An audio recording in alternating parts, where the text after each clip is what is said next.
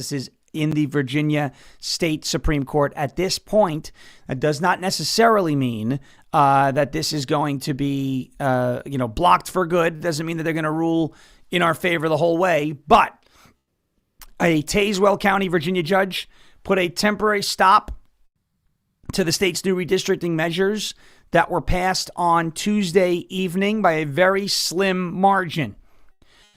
Said the plans cannot go into effect ahead of the 2026 midterm congressional elections. The judge ruled that the referendum was unconstitutional, and newly minted Attorney General Jay Jones vowed to appeal.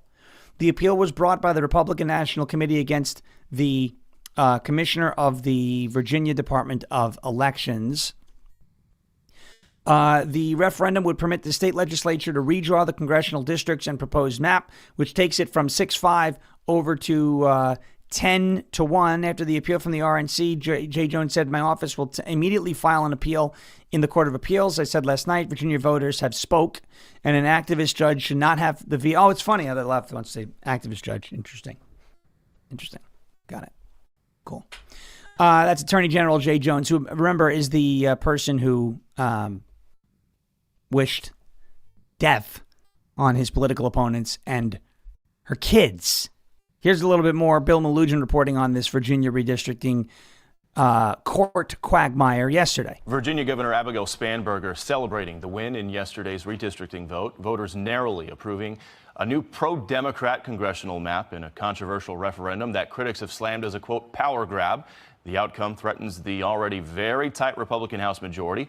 Mark Meredith is live in Alexandria, Virginia, with more on this. And Mark, that vote ended up pretty narrow.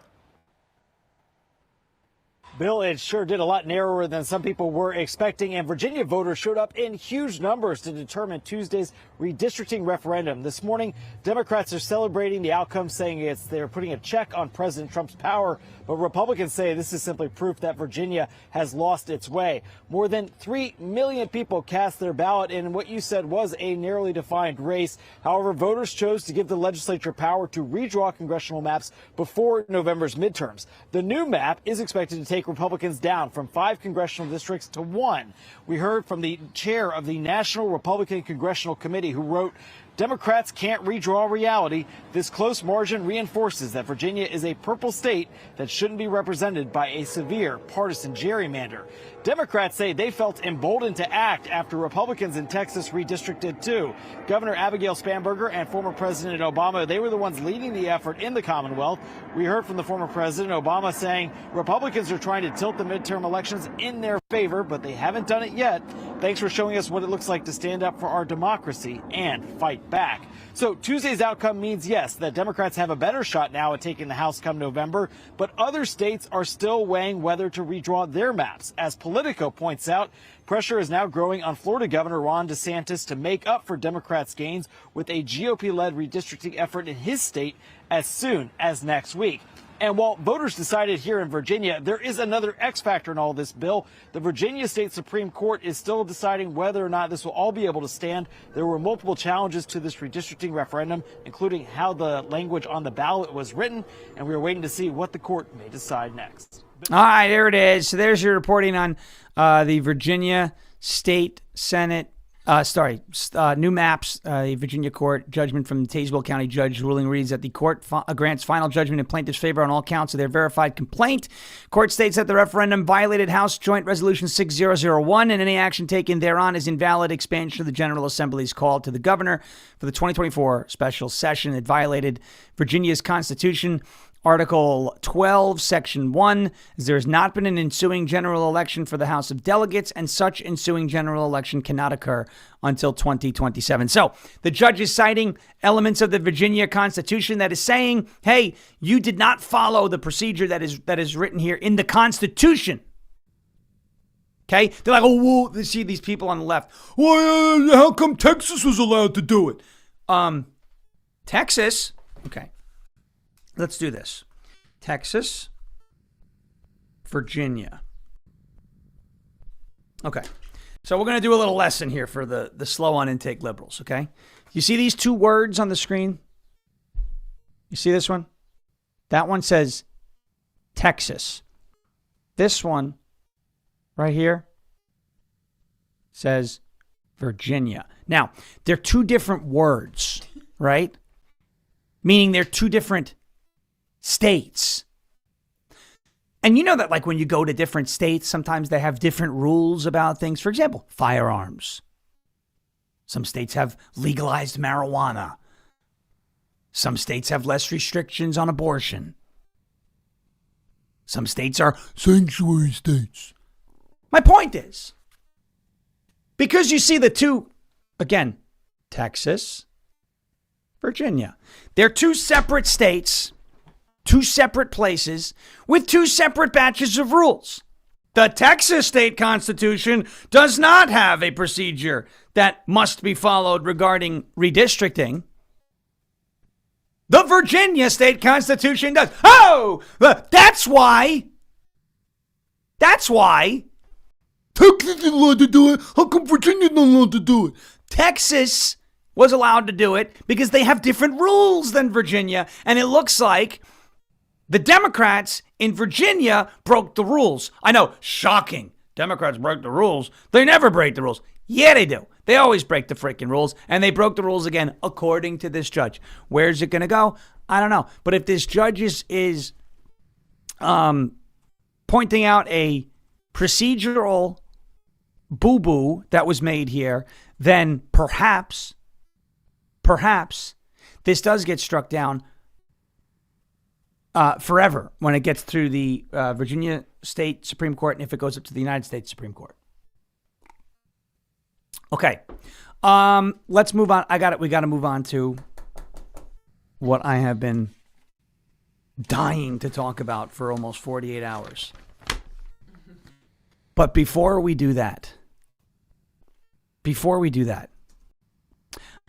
have to get to a word from our friends over at, who do you think it is? It's Cove Pure. Cove Pure, folks. Thank you, everybody in the chat, by the way. Apparently, a lot of people have been ordering these Cove Pure units. I got some really good feedback, so that's really cool. I think you're all going to like it. If you ordered a Cove Pure unit, have you got it yet? If you ordered a Cove Pure unit, did you get your unit yet? Is my question. Because if you did, I'd love to hear how you like it. Cove Pure is amazing. It is the one of the best ways to purify your drinking water. Most people know that there's chlorine in their tap water. They smell it, they shrug, and then they just drink it. Because they've been told that's what keeps the water safe. What they haven't been told is what chlorine becomes after it is added to your water. That's the biggest problem. You know, chlorine keeps your water safe, but what happens after the chlorine gets in there? What happens when it reacts with some of the stuff in your body? Well, what you find out when you do a little bit of that research, once you do that, you'll be like, hey, I want a Cove Pure too. Chlorine itself isn't even the biggest problem. Chlorine levels in your water are absolutely regulated, but what's not regulated is the chemicals that form when the chlorine reacts with naturally occurring organic matter in your water. Okay? From particles from rivers, soil, plant matter, that all makes it through the treatment process. It creates a chemical byproduct called THMs. The government calls THMs probable human carcinogens, and they've been linked to disruption of your gut and cancer. Those pitcher filters that you get at the store aren't going to fix the problem either. They improve the taste of the chlorinated water, but THMs require something far more powerful, and that is exactly what Cove Pure is. The Clearwave technology. Their Clearwave reverse osmosis technology is certified to remove up to 99.9% of contaminants. It's not just chlorine or THMs. It's also fluoride, PFAs, pharmaceuticals. If it's not water, Cove Pure takes it out. Now, one of my favorite features about this thing is it strips the water of everything. You get totally pure water, but before it lands in your pitcher and then in your cup, it puts calcium and magnesium back into the water. So you're not just drinking the empty water. You're drinking some form of mineralized water, which is good stuff. Clean water is one of the best investments you can make for yourself and your family's health. Because I partnered with Cove Pure, they're giving you $250 off if you use my link. Go to covepure.com, covepure.com/Sean. Don't wait. This offer is going to end at some point. So $250 off, covepure.com /Sean, SHAWN, covepure.com /Sean,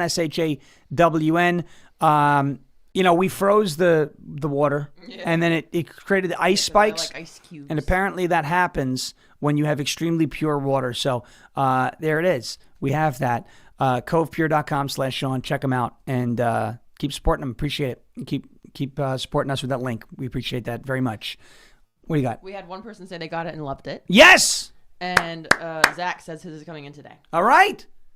Got it and loved it. We like it. It's a little big, but don't be like me and not put the things in all when the you way. put the filters in, very important. Make sure you spin, you twist it all the way into the closed position, not halfway, or else your unit won't work. All right. It is time. It is time. It is time. It is time. The SPLC, the Southern Poverty Law Center. Where do we even begin?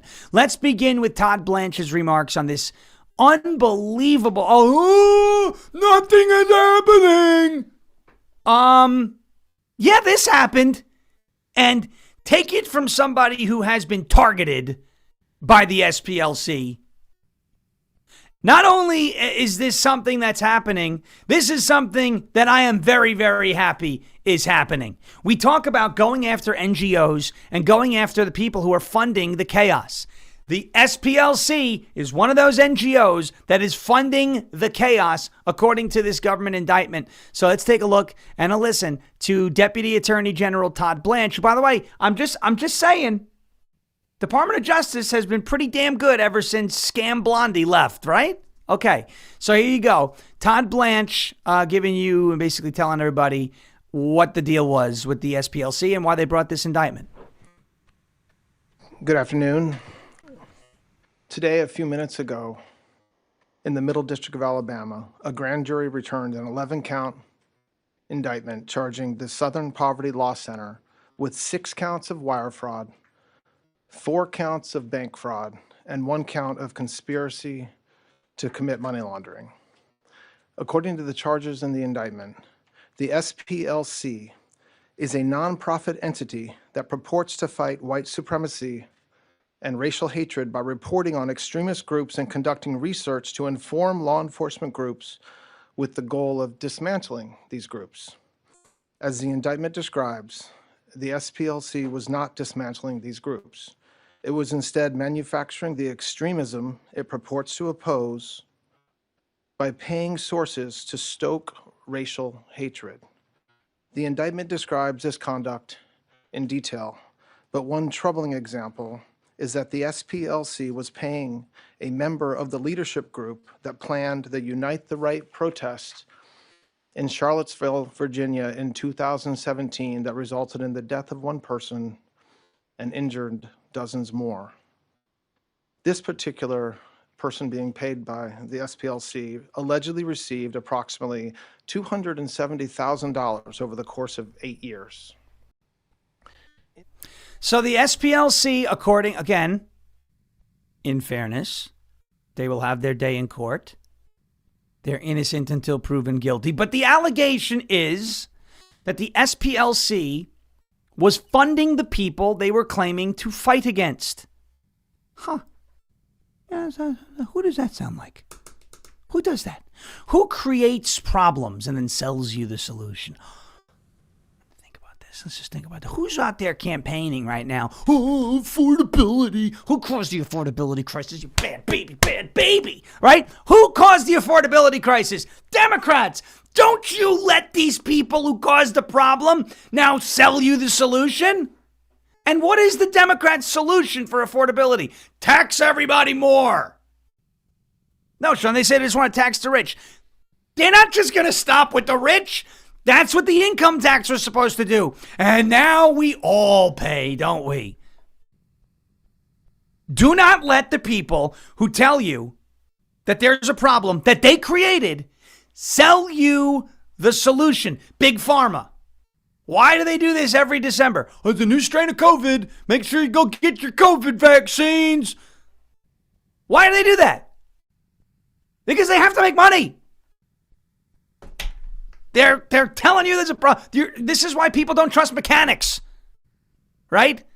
Oh, I don't know what that mechanic's doing under my car. Every time I leave, something else is broken. He's probably in there pulling stuff and breaking things. So you go back This is why people don't trust doctors. Doctors don't make money on healthy people. They make money on sick people. So it's like, is my doctor trying to make me sick so that I keep going to my doctor's office so that I keep paying my doctor to make me healthy? What interest is it in for my doctor for me to be healthy? This is the argument, but this is what the SPLC appears to have been doing. Here's Kash Patel's response or his remarks from that press conference a couple days ago about the SPLC. Here. Thank you, General Blanche. What we're here today is to announce what the general just told you. The Southern Poverty Law Center, in a massive, sweeping indictment, has been charged with allegations of fraud and using the banking system to perpetrate that fraud. I just want to talk about a couple of brief things here. The Southern Poverty Law Center themselves advertised to raise money to dismantle violent extremist groups for a period of at least a decade. They used their donor network to raise money to purportedly dismantle violent extremist groups. However, the SPLC, the Southern Poverty Law Center, used the money they raised from their donor network to actually pay the leadership of these very groups. I just want to say that again.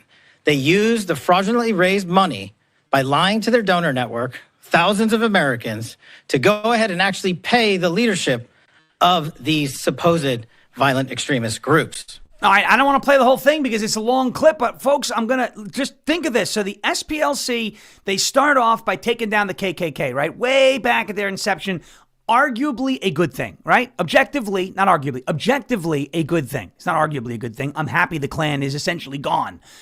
They served a great purpose at their inception.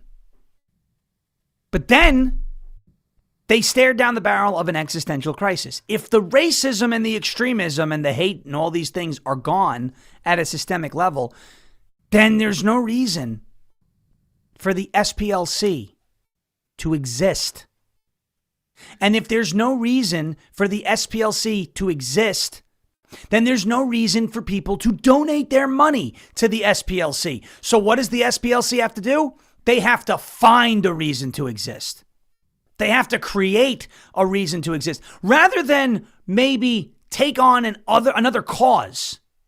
Hey, we started by taking out the Klan. Now we're going to do this, whatever. You rebrand your organization or you become an organization that does something different and you evolve with the times. No. They stuck with the same model. We're going to continue to fight the extremism. Even though the extremism is gone, we're going to actually create more extremism. We're going to fund people. They're going to go out there and have these horrible rallies and horrible protests and all this. And then we're going to say, do you see that guy right there, that David Duke guy? You got to donate to us. We're going to stop him. You're paying him. Why does this mean so much to me? Because I was targeted by the SPLC back when I lived on Long Island. Kevin and I went through hell after they did this. We had a well-oiled machine rolling and winning school board races, county level races, district attorney races, county executive races, state assembly races, state senate races, congressional races. In the fall of 2021, over in Smithtown on Long Island, the teachers union sunk tons of their money into a school board race, and they got their asses kicked and their balls kicked in by a bunch of grassroots activists. It was embarrassing for them. And so then school board season rolls around again the next year. And the SPLC comes out with this garbage. Southern Poverty Law Center lists 2 Long Island groups as anti-government. Anti-government.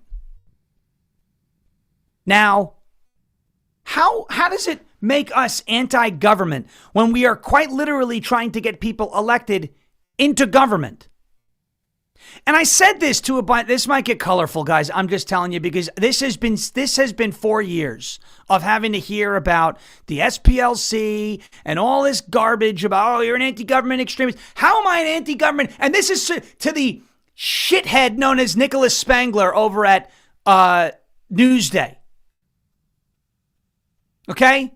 Who, he's too much of a pansy in public. Oh, and I try to write a fair article. We give him quotes and then we get this type of garbage in there. Craig Schneider, who was my best friend on the phone, treated me and then writes an absolute just nonsense piece in Newsday. By the way, those two guys have my number. Did I get a call from both of those fucksticks? Of course not. Do you understand what this crap did to us? Here you go. Here it is. Senator Anna Kaplan, a state senator in the state of New York, cites the Newsday article, puts a target on my back, comparing me and Kevin to Timothy McVeigh, who murdered children in Oklahoma City. Do you understand what this did? The people that this hurt? The danger that this put us in? Oh, yeah, you want to see the Senator Kaplan post? She posted this one on 3 posts, on 3 of her pages. There it is. There's the Newsday article. Okay? The same Newsday article that is on her website. The same Newsday article that piece of that colostomy bag of a human being, Nicholas Spangler. I'm talking to you, you piece of human garbage, Spangler. I know you're watching. If you're not watching, I'm going to get this to you. You are a piece of human garbage for what you did. And you knew what you were doing. You're a hack, you're an activist, and you are a piece of human garbage. Watch, look at this. This is the same Newsday article that she's citing. Here is the picture. This is from our first rally. Sean Ferris used a loudspeaker to address a crowd at a pro-Trump rally in Copiague on September 6, 2020. Southern Poverty Law Center lists 2 Long Island groups as anti-government. All right, so let's go to Anna Kaplan's website again and get into this article. Originally published by Newsday. Nassau County-based Long Island Mutual Assistance Group and Suffolk County-based Long Island Loud Majority were among 488 extreme anti-government groups active in 2021. According to a report by the Montgomery, Alabama-based Southern Poverty Law Center. This, again, is on a state senator's website. This is an elected official spreading this crap.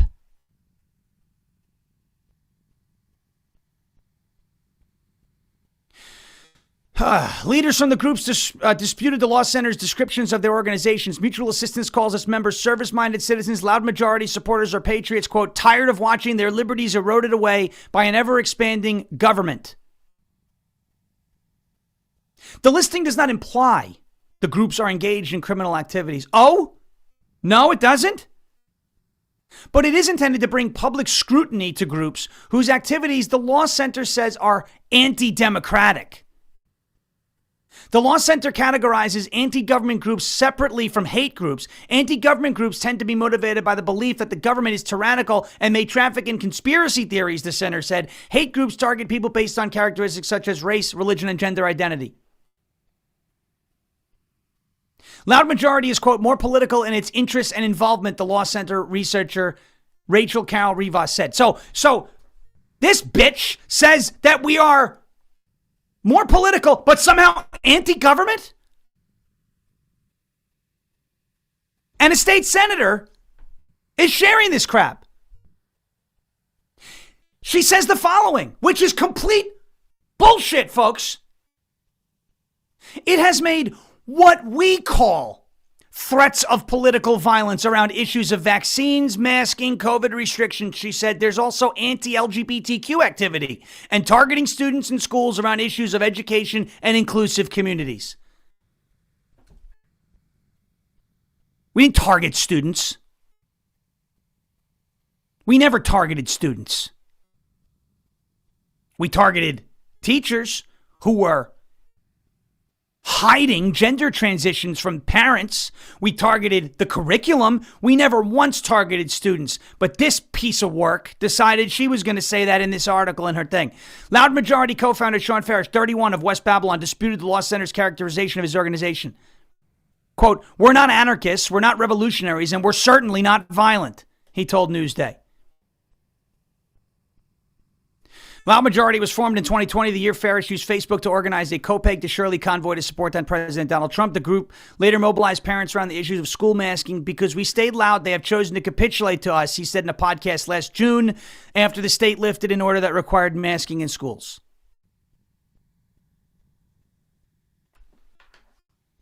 Anna Kaplan took issue with something that I said on a podcast, and that made her post this beauty, comparing me to Timothy McVeigh, a terrorist.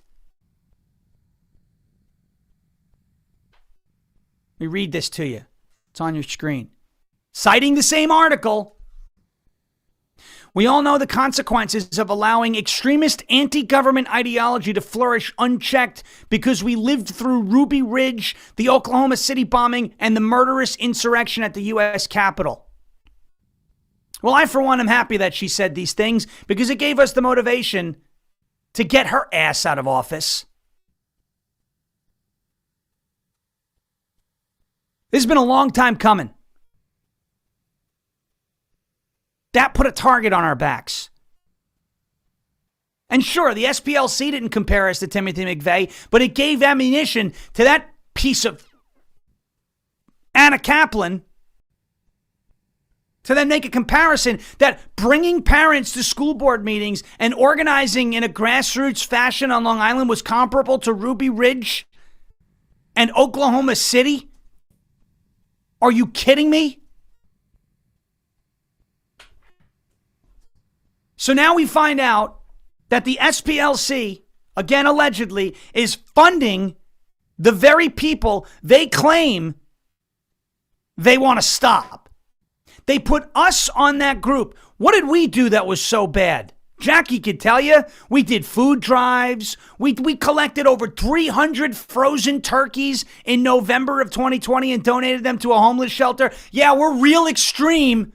You know what we were extreme about? We were extreme about actually helping people and not just running our mouths and flapping our gums like the former state senator Anna Kaplan. Like the pieces of shit who write at Newsday. We actually did stuff and helped people. And took your crap in the media and took the targets and took the slings and took the arrows and watched as candidates had to distance themselves from us because they didn't want to be associated with somebody on the hate map. Even though they knew that we were not what the SPLC was characterizing us to be. Go back to Kaplan. Anna Kaplan criticized what I said on a podcast. I said the L's, the G's, and the B's are not the problem, but when you get to the T's, that's when things start getting dangerous. Because you've got kids in a school, in a middle school, we saw the sign in Manhasset.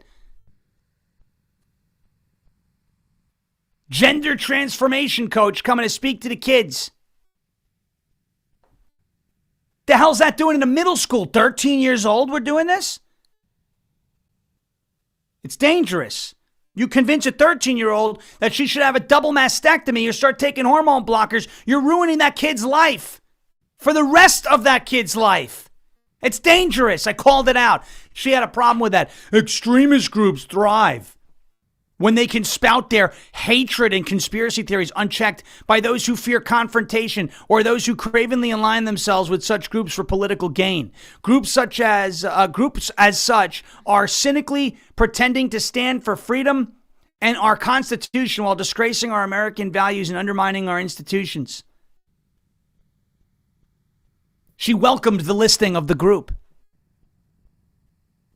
on the SPLC. Loud Majority has endorsed school board and library board candidates in Smithtown, Nassau County, and Supervisor Bruce Blakeman and Representative Lee Zeldin, both Republicans, posted a picture on its Facebook account of those men smiling alongside Farish and others in Loud. Oh no! Lee Zeldin and Bruce Blakeman were smiling in a picture!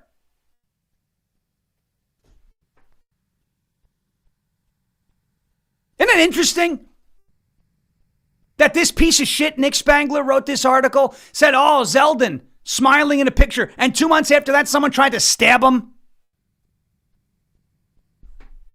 No one ever holds this asshole accountable for the things he writes. Rivas from the Law Center said Loud Majority's members cozy up to politicians to flex their power and appear bigger. We, however, are concerned about the growth of the group. Oh, of course you are, because we were effective. And somebody got on the phone with you and told you, take them out. Lee Zeldin in an email said, these reports are meant to serve SPLC's own biased political agenda and should not be taken seriously. Conflating someone who is pro-freedom and pro-liberty with the title of anti-government is dangerously un-American. Thank you, Lee Zeldin. And we hope you're the next Attorney General. And we hope when you become the next Attorney General that you nail their asses to the wall. Because it's what they deserve. The target that they put on our backs,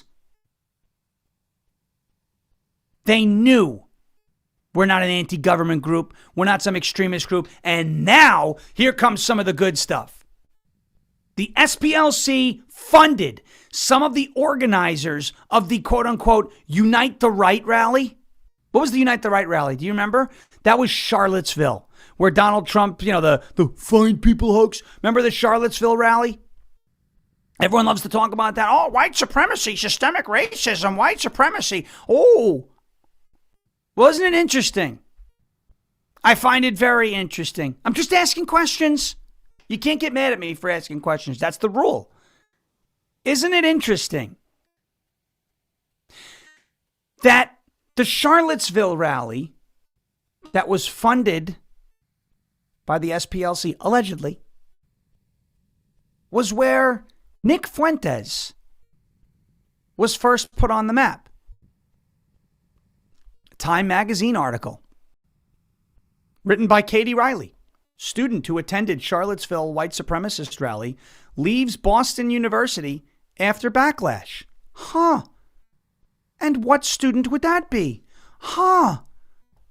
It's Nick Fuentes. Interesting.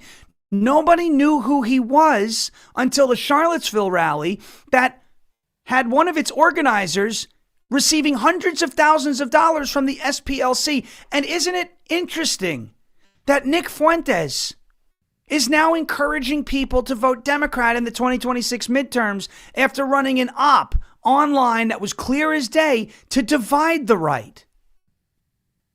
No. The SPLC would never do something like that. Wait a second. I think that's exactly what could be going on here.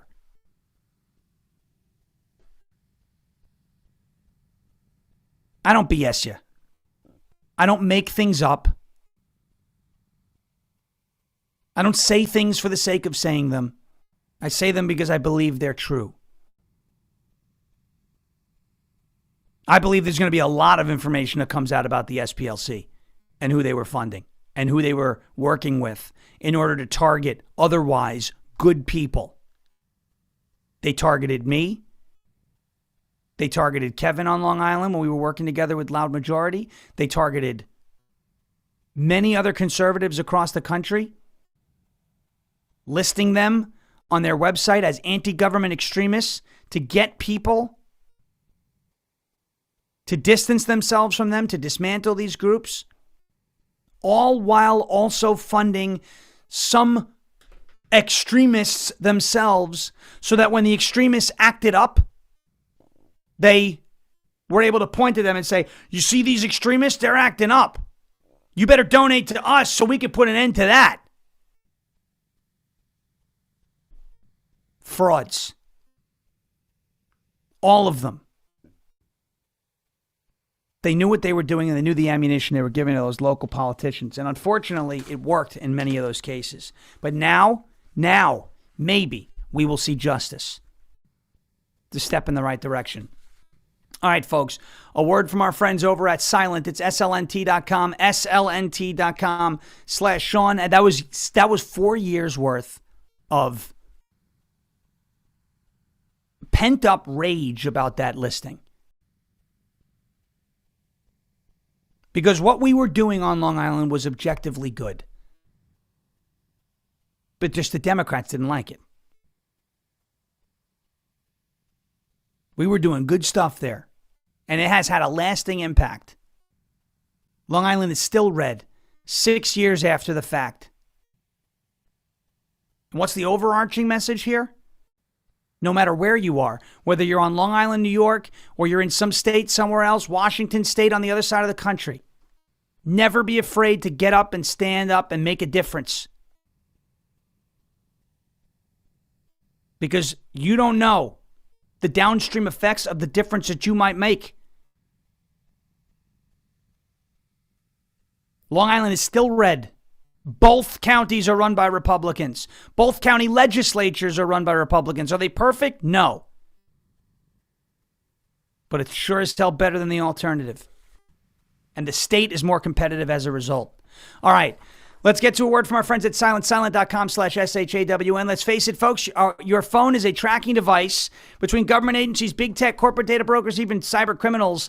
They're all fighting for a piece of your digital footprint, and they don't ask. They just take it. That is why Silent exists. Silent makes Faraday gear that blocks all wireless signals, including cellular, Wi-Fi, Bluetooth, GPS, RFID, and near-field communications.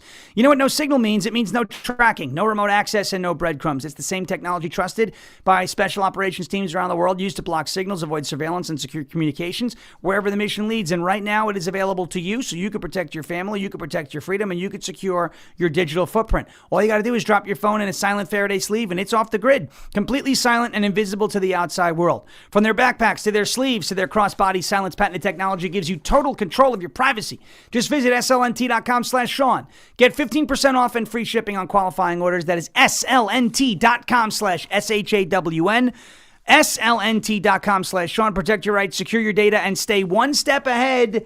Silent.com. Silence the chaos. Go silent today. slnt.com/SHAWN. Silent.com/Sean. All right. You think I made my point on the SPLC? Yeah, I think so. That was good. That was nice. Active. People got pumped. It felt good. Yeah. It felt good. Yeah. I want Nicholas Spangler from Newsday. There are things that I'd like to say. I already said the things that I want to say. I don't need to say them again. I would like to hear from him. Don't make me come up there. All right. How about that slob, David Ambro, who I punked with Holden McGroin? What's he up to? Other than nothing. All right. What do we got left? What do we have left here? We have... What do we have? Okay. How about a timeline cleanse, shall we? Yeah. We'll end on a nice note. There are these two guys online who have been on fire. They're making fun of influencer culture, you know? These girls that go in there, I'm trying a new drink today, and they get ready for Coachella, and they're doing all the crazy stuff. They have been making fun of the influencer culture, and I have loved every second of it. This is their bit on influencers doing things around the house. It is so funny. Check this out. Guys, I'm literally freaking out today because I have to clean my house. Guys, I'm literally shaking right now because I'm going to try this drink. The fact it's cold is making me nervous. Oh, I'm literally shaking. Okay. Did it just blow up? Hey guys, today I'm going to be taking the cookies out of the oven. Oh my gosh. It's in it. Oh my gosh, the cookies are baked. You guys, look. I'm so scared. I'm really scared. I just got this new pool and I'm like kind of scared it's gonna get me wet. So I'm like freaking out right now. Let's just try it. Oh my gosh. It's actually wet, you guys. Okay guys, this whole pool is gonna be linked in my shop. Get all the way in. Oh my gosh. It's actually really deep.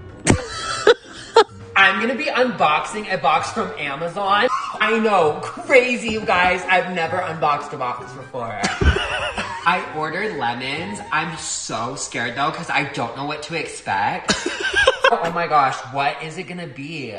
Oh my gosh, my lemons. I'm like a little nervous of the color of the lemons. I wasn't sure if that's... There it is, guys.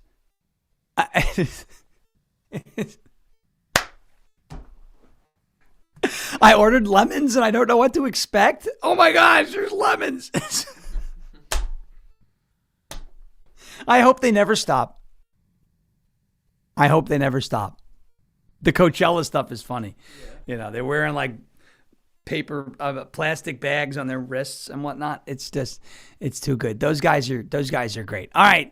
Thank you so much, ladies and gentlemen, for watching and listening and enduring the rant on the SPLC.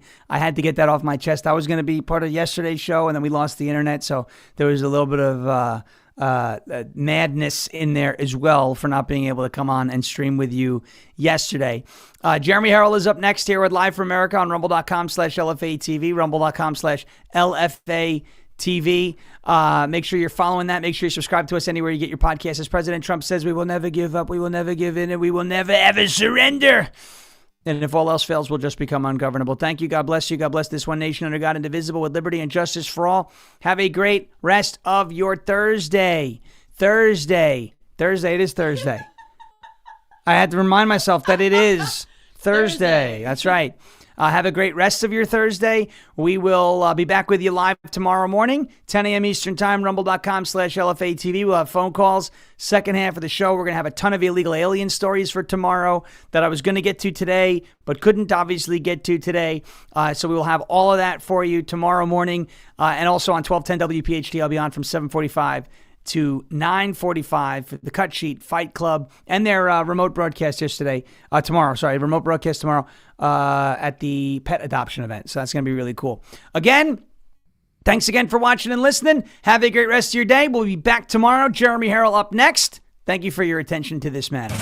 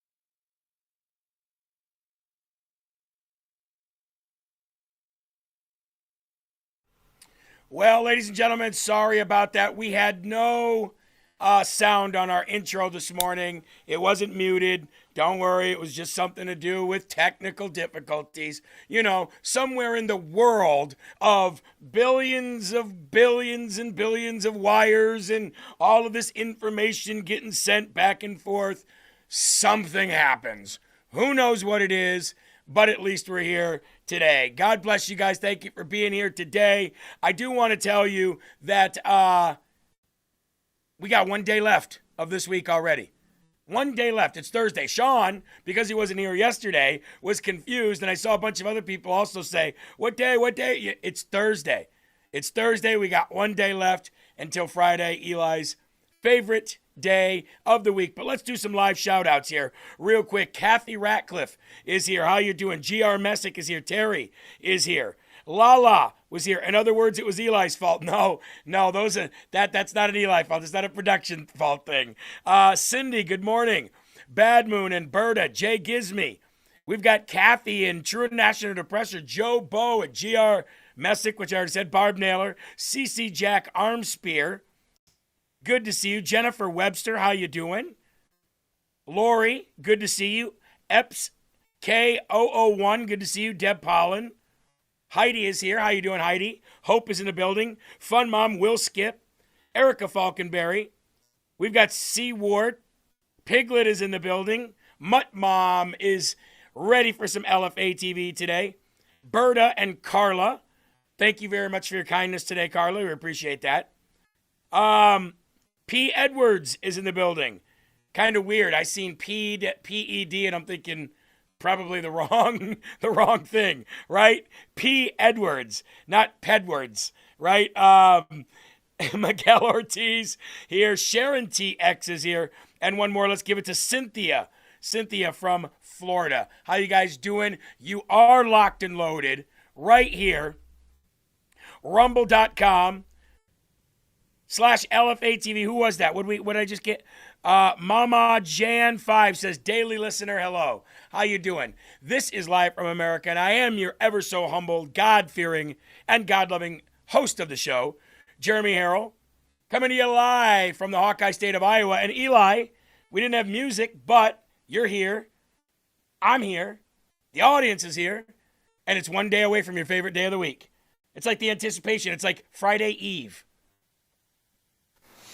Booyah, damn Skippy. I kind of pictured like a grandfather sitting in a chair peacefully just trying to enjoy life, and probably your sound like fed into his hearing aid. He's like, ah! But anyway, hit that rumble button, hit that like button. We got to get to work. Big Mama Camel says, let's get into it. Let's do that. Can you sing happy birthday to Annette Smith? It's her birthday. Well, we never want to, shy away from singing a happy birthday. Eli, I got 3 hours of talking to do. I'm going to hand over the happy birthday to Annette. All to you, my friend. The spotlight and the stage are yours. Happy birthday to you. Happy birthday to you. Happy birthday, dear Annette. Happy birthday to you. Happy birthday. Yes, happy birthday. We hope you have a great birthday. And by the way, if you guys are expecting something in the mail from us, Sabrina will be coming here today to send out all of the winners from last week, the 10 winners from last week, and to fulfill some orders today. So if you guys want to get in some last-minute orders, get them in now. She'll be here this afternoon. Also, if anybody got their Slurp Fund check to help them out in their finances, please let me know. I know we sent out some to Clues and Robin Garrett and a couple others. So if you got your Slurp Fund check, please let us know that it got there. I know that the mail is all screwed up lately. Rosa Catalana, RJ Cat, she said that she sent something to us over a week ago, and we still don't have it. So I don't know what's going on with the world. The world's crumbling anyway. So, I'm sure the post office is crumbling along with it. Or the post office caused the world's crumbling. I don't know. But Eli, it seems like mail is slower than a snail these days. Snail mail, right? Isn't that what they call it? That is what they call it, and that's very true. And I did just want to throw out a huge thank you to Mary D'Agostino for the gifts you sent. Thank you very much. They got us, to us late because of the snail mail. That's but right. We still got them. Thank you very much. Yeah, and it looks like Scotty got his. Thank you very much for letting us know. DeCluse, hopefully you got yours. Thank you so much. Thank you for letting us know. And I'd like to thank also Lou and Sharon English. You guys, for your donation. I got it in the mail, and I just want to say thank you. I just got it yesterday. God bless you, and may he bless you in abundance. Cup overfloweth, right? Really appreciate you guys so much. LFA page is showing up as live on my Rumble page. I'm not sure what that means, but we are live, and we are here. Annette says, Eli deserves $10, a tip for the happy birthday. Hey, Eli, there's no tax on tips, right? So if that's, what I'm thinking? Here's what I'm thinking, Eli. All of the donations that come in via Rumble Rants should be viewed as tips. So taxes should not be paid on tips that come in through Rumble Rants. I hadn't even thought of that. But now, now that I'm thinking of that, those are essentially tips. So, that's exactly what they are. They're tips. Facts. All right. Good to know. I guess you learn something new every day. I really wanted to start out, and I'm sorry that there was no sound on that video, because I really wanted to start out with this today. I wanted to go right to it, and I was so flustered that there's no sound. I was like, So it kind of threw me off my guard a little bit, but, ain't no time like the present. Here we go.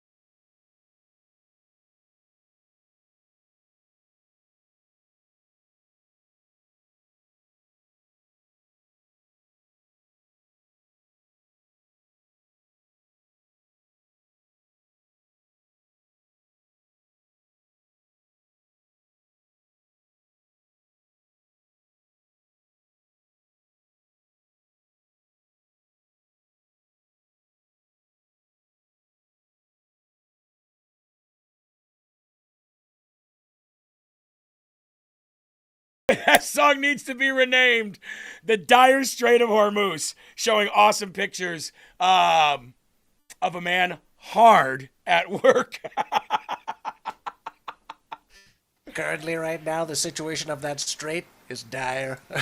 It is a dire strait. And so I wanted to play that video first, and then I was going to go right into this, but the stupid sound stole my thunder. I was going to go right into this. Eli, out of the top 5 highest IQ presidents of all time, since America's beginning, George Washington, all the way to the current president right now, who do you think, just throw out a couple names, who you might think is in the top 5 for having the highest IQs for all 47 presidents? No, don't you dare Google that. Don't you dare Google that. Just throw out a couple names. Smart presidents. Top 5. Let's see where you're at. Top 5? Dang. Just throw out a couple. I might have to go with Trump, definitely. I mean, the man's brilliant. Maybe Reagan, Kennedy. I don't really know. How about Martin Van Buren? Bet he was a genius. I don't think I have a 5th. Okay. Well, so where would you put Trump? Do you think he'd be number 5, or do you think he'd be the smartest, highest IQ president we've ever had?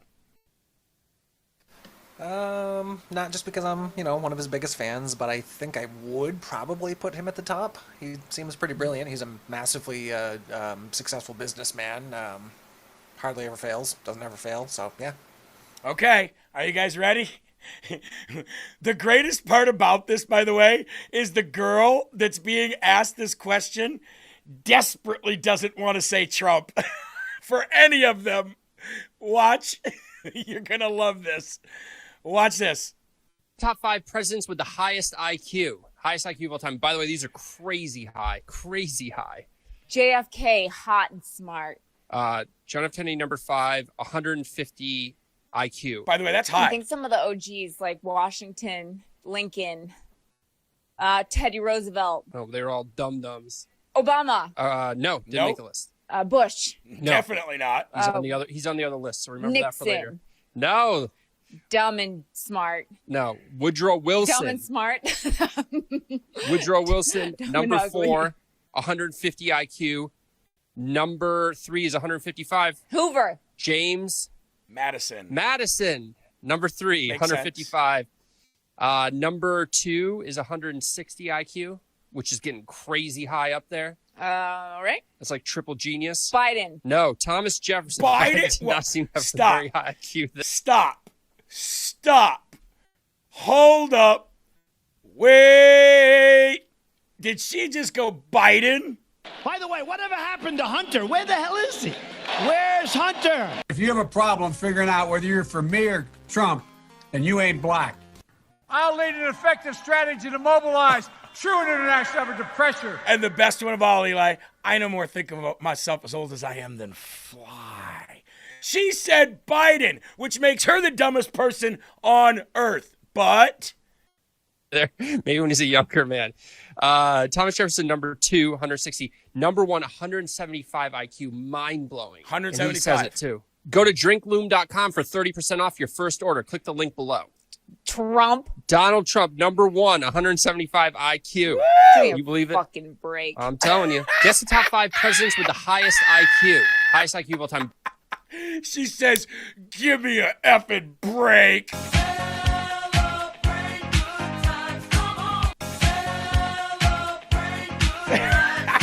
She goes, give me a effing break.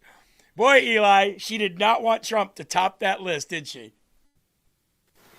Nope, not at all. But just to let you know, after I did give my answers, I did Google it afterwards, and I do have some different answers if you want to hear them. Oh, different answers. So there's no truth. What do you, well, it is Google too. Probably that's where he got them. Those two don't look very high IQ. What do you have? Well, the thing that sucks is Trump isn't on this. So, that's how you know it's estimated wrong. IQs. Top of the top, John Quincy Adams, 168 to 175. Thomas Jefferson, 154 to 160. John F. Kennedy, 150 to 159.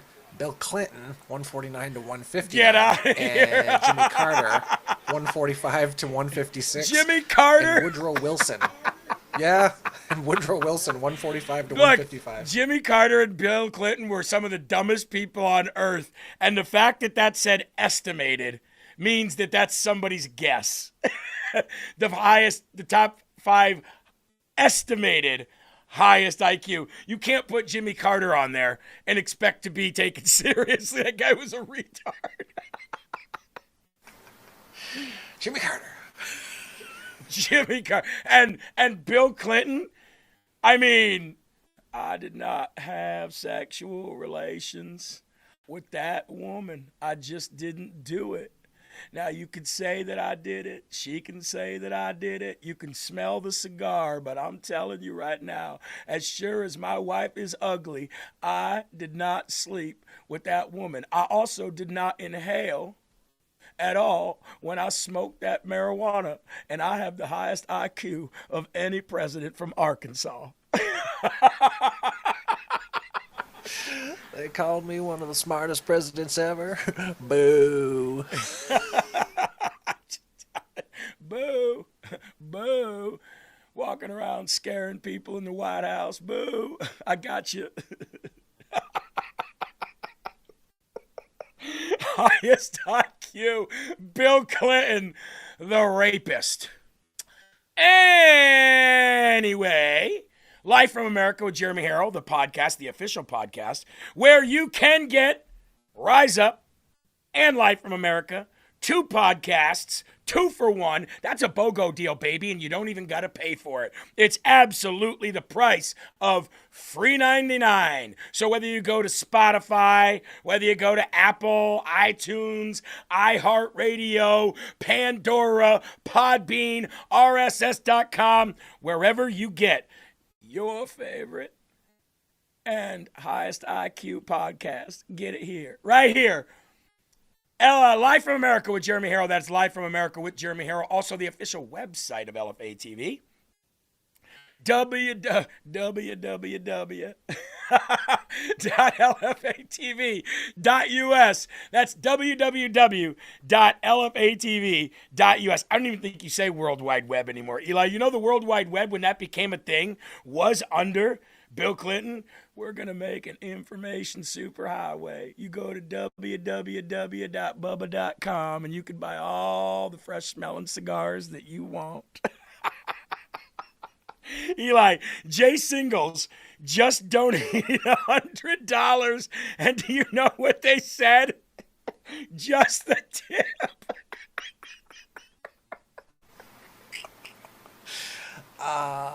Thank you. Oh, my Lanta. You guys are killing me today. LFATV.us. That's the official website. Shows, short clips, store, news, links, newsletter, donations. It's all right there. LFATV.us. Bubba Gump Cigar, said Keith Day. Absolutely. All right. Before we get started today, and before we get to the Lord's Prayer, please let me remind you that Sabrina will be here this afternoon. So if you're running low... Oh, no, hold on. That ain't playing. You know what I was going to do? For some reason, the audio isn't playing, but I was going to show you the Rise Up Coffee commercial. Don't worry. The Rise Up Coffee commercial is still here. We'll have it back up tomorrow. But if you want to get your Rise Up Coffee now, go to lfatv.us or jeremyherrell.com. I think now is a good time to go to the Lord in prayer, so let's do that.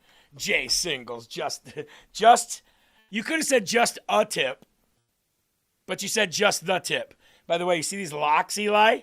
Look at these, Eli, look at these flowing locks here. What's going on there? Come on, tell me you don't want to grow your hair back again. Come on. I mean, look at me. I don't know if this constitutes as news, but yeah, it looks great. That's news, baby. That's what that is right there. All right. All right, shake it off. Here we go.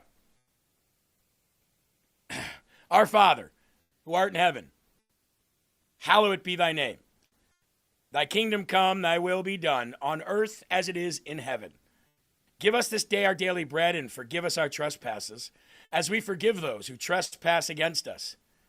And lead us not into temptation, but deliver us from evil. For thine is the kingdom, and the power, and the glory forever and ever. In Jesus' name we pray, and we say amen. I got to tell you guys, yesterday was probably one of the worst days I've had in years. But 4, 5, 6 different occasions yesterday, especially while I was here at work, I ran right over there to my bookcase, and I grabbed my Bible, and I went to Scripture. And I said, I don't want to freak out. I don't want to kill anyone. I don't want to punch anything. I don't want to scream. I wanted some self-control. I went over there and I read that Bible a few times here. Prayed constantly. Last night, 2 hours after I was supposed to go to bed, sitting there wondering, when is the anxiety and all that going to calm down, and when is the day just going to be over? And that's when I prayed and I said, Lord, thank you for this day that I had today. Thank you for this day that I had today. Thank you for teaching me and bringing me through some stuff to make me stronger.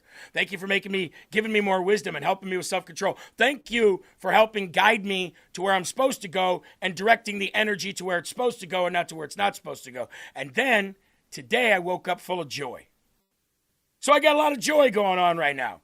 I got that joy, joy, joy down in my heart. So you might see me a little over the top today.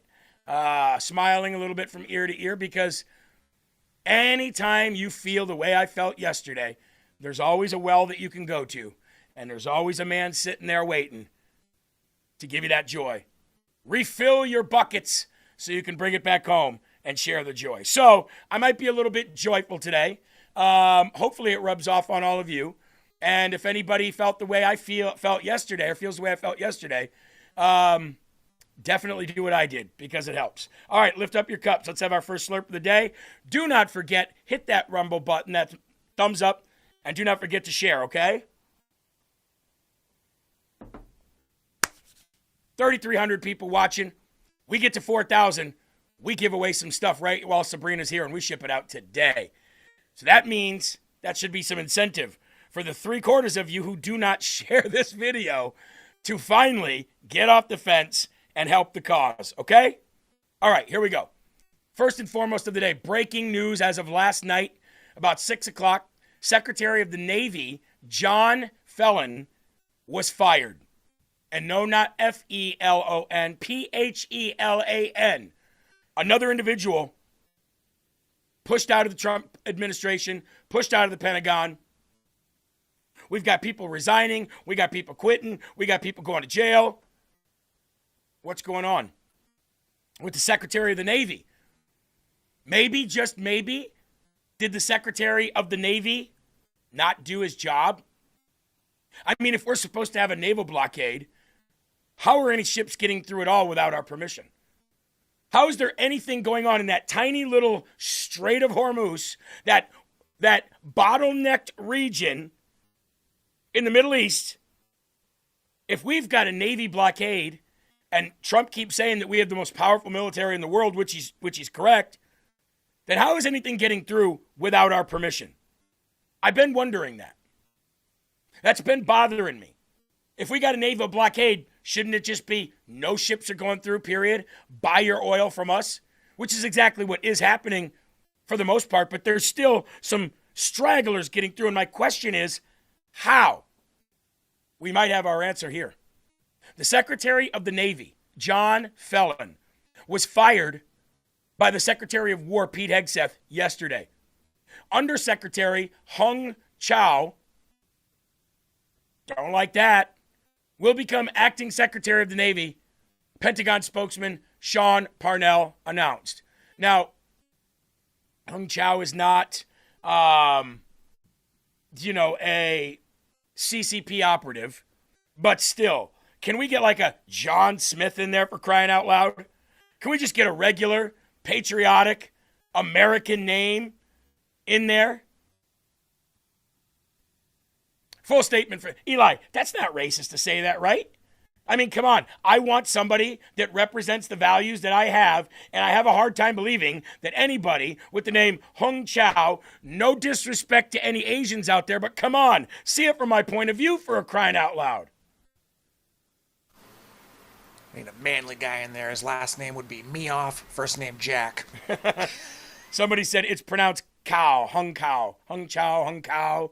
Who gives, you know what I'm saying? Secretary of the Navy, John C. Phelan, is departing the administration effective immediately. Now, I'm not saying that he was purposefully allowing anything to happen in the Strait of Hormuz, but he either did one of two things. He either disobeyed a direct order, which is full blockade, and he didn't do that, or he is incapable of doing his job, meaning he's not a great leader. Kozlow said, Hung Chow is an amazing American. I'm sure he is. I have no, like I said, he's not a CCP operative. I said that to begin with on purpose. Okay? I get total patriot. I'm just saying for perception, for the lack of just, having some good old patriotic American traditional names. That's all. I'm not saying anything about the man himself. That's why I said no disrespect. I'm just saying I would love to see, just a boring name from a guy who's got a traditional look about him. That's what I'm saying. I'm not saying Hung Chow is not a great person. I'm not saying that at all. That was just me popping off saying, man, Because you know what's going to happen, right? I can tell you what's going to happen right now. The far right is going to sit there and say and mean everything that I just said as a popped off joke. That's all I'm saying. Perception. Freedom Bobby says he was and is deep state. I was just saying an opinion on that part. But let's get to the actual facts and story here. On behalf of the Secretary of War and Deputy Secretary of War, we are grateful for Secretary Felon for his service to the Department and the United States Navy. We wish him well in his future endeavors. Undersecretary Hung Kao will become acting Secretary of the Navy. And Felon's departure from the administration comes amid a U.S. naval blockade in the Strait of Hormuz. Wednesday's firing is part of the latest shakeup at the Pentagon. Secretary of War Pete Hegseth earlier this month ordered Army Chief of Staff General Randy George to step down. Last summer, Hegseth fired the general in charge of the agency that released the dubious top-secret intelligence assessment about the U.S.'s strikes on the Iran nuclear sites. Lieutenant General Jeffrey Kruse was fired as the head of Defense Intelligence Agency. Last year, Hegseth formally terminated the service of every member sitting on the Department of Defense's advisory committees. Why? Because they were holdover weaklings. That's why. Probably beholden to the people that were here prior to President Trump. MDUS says if Hegseth picked him, then he's good. Well, remember, acting. But yes, but acting. Like, I can't say that Todd Blanche is good yet, even though Trump picked him, right? So just because these Trump and Hegseth put somebody there temporarily, I'm not saying they're good or bad. I'm just saying I'm not ready to say that Todd Blanche is good yet, even though Trump put him there. Now, we'll have to see who. Now, it will tell, it'll come out in the details. If Trump does officially nominate Todd Blanche to be the official attorney general, then you might, and depending on what Todd Blanche does as acting, then I'll say yes or no, right? But as far as Hung Kao goes, even if Pete Hegseth did pick him to be acting, unless I see some really good decision-making or some loyal decision-making, some loyalty to President Trump and to this administration and the people who voted him in there, I'm not ready to say they're good at what they're doing yet. They might have been good at what they were doing. Are they going to be good at what they're doing now? I don't know. I guess we'll see. Katney says, I read that Hung Kao was the person that recovered the JFK Jr. from the crash. I don't know that. I've never heard that, but that's interesting. I'll definitely check that out myself. So after that, we get this morning at 7:45. So remember the sequence of events here. Last night at dinner time, the Secretary of the Navy is fired. Secretary Felon. At 7:45 a.m. Eastern time today, President Trump puts out a Truth Social, which is this. I have ordered the United States Navy to shoot and kill any boat, small boats, though they may be. Their naval ships are all 159 of them at the bottom of the sea, that is putting mines in the waters of the Strait of Hormuz. There is to be no hesitation. Additionally, our minesweepers are clearing the strait right now. I am hereby ordering that activity to continue, but at a tripled up level. Hey, can we do that with deportations too? Can we do that with the amount of people that we're getting the hell out of our country too? That would be great, right? Thank you for your attention to this matter, President Donald J. Trump. So, could it be that Secretary Felon was not doing his job? Could it be that he was not carrying out the will of the commander-in-chief? Albeit coming from Pete Hegseth, but still coming from the commander-in-chief. Koslow says Kao is the undersecretary of the Navy. That's right. Well, not anymore. Not anymore. Now he's the acting secretary. But, I'm not saying he's good or bad. Again, we'll see how he does in this job as acting. As far as the name, I was just saying, Can we just get a regular old man? Can we just get a boring guy who does the job? But if he does the job, all power to him, right? All power to him. I'm not saying he's good or bad. He's good. He was good at his undersecretary job. Will he be good as acting secretary? It's hard to say whether these people are deep state that have been around for a long time. And that's another thing. That's another concern I have, is that the longer these people have been around, the likelier of the percentage of them are probably deep state, right? I mean, it's hard to say that you have tenure and you've been around for 20 or 30 years and you're not involved with deep state. I mean, that's a little suspicious, or sus, as the kids would say. So I would be wary. You know what I mean? LFA producer says 3,520 people. Let's go. Keep it going. Amen. Amen. So one has to wonder, is it because he wasn't doing his job with the blockade? Is it because he wasn't doing his job with ordering out minesweepers? Is it because he wasn't ready or willing to take fatal action against people that were violating President Trump's order? I don't know. But it has to be one of those. It has to be something of that nature. And so he's out. Hung Kao is in. And I want to, you guys know Toria Brooke, right? Toria Brooke, she's worked with LFA TV in the past with like helping, get out the word and stuff like that. Toria is a good friend of LFA TV. She's a good friend of all of us here. She posted this last night. New Intel analysts predict that Americans could see as low as 50 cents to $1.50 a gallon of gas at the tanks as a result of Trump's moves in the Middle East, if international buyers prefer the U.S. sweet crude oil over the sour crude oil of the Middle East. So let's stop and talk about this for a minute. By the way, Eli, we're number 4 on the live leaderboard right now. Okay? In order for us to stay at number 4, we got to hold off Alex Jones' show, who's right behind us, and then Benny Johnson after that. So you guys keep doing your job. All right, so let's look at this. 50 cents to $1.50 a gallon base. Now add on your state's tax.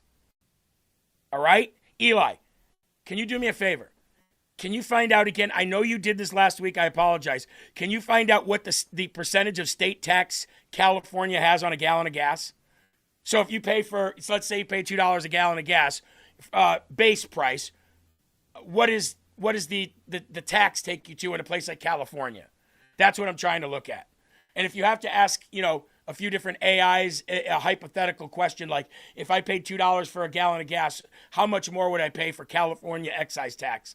I want to see what people would be paying around the country if we got down to even $1.50 a gallon of gas. But I told you in the beginning, this is you said there's a lot of people out there crying that we don't have the $2 a gallon gas. I said we're going to be under that when this is all said and done, and it'll make up for the amount of money that you had to pay extra in gas, the extra $1 or $1.20 that you paid extra in gas. It'll make up for it going into the future. So Eli, what do you have?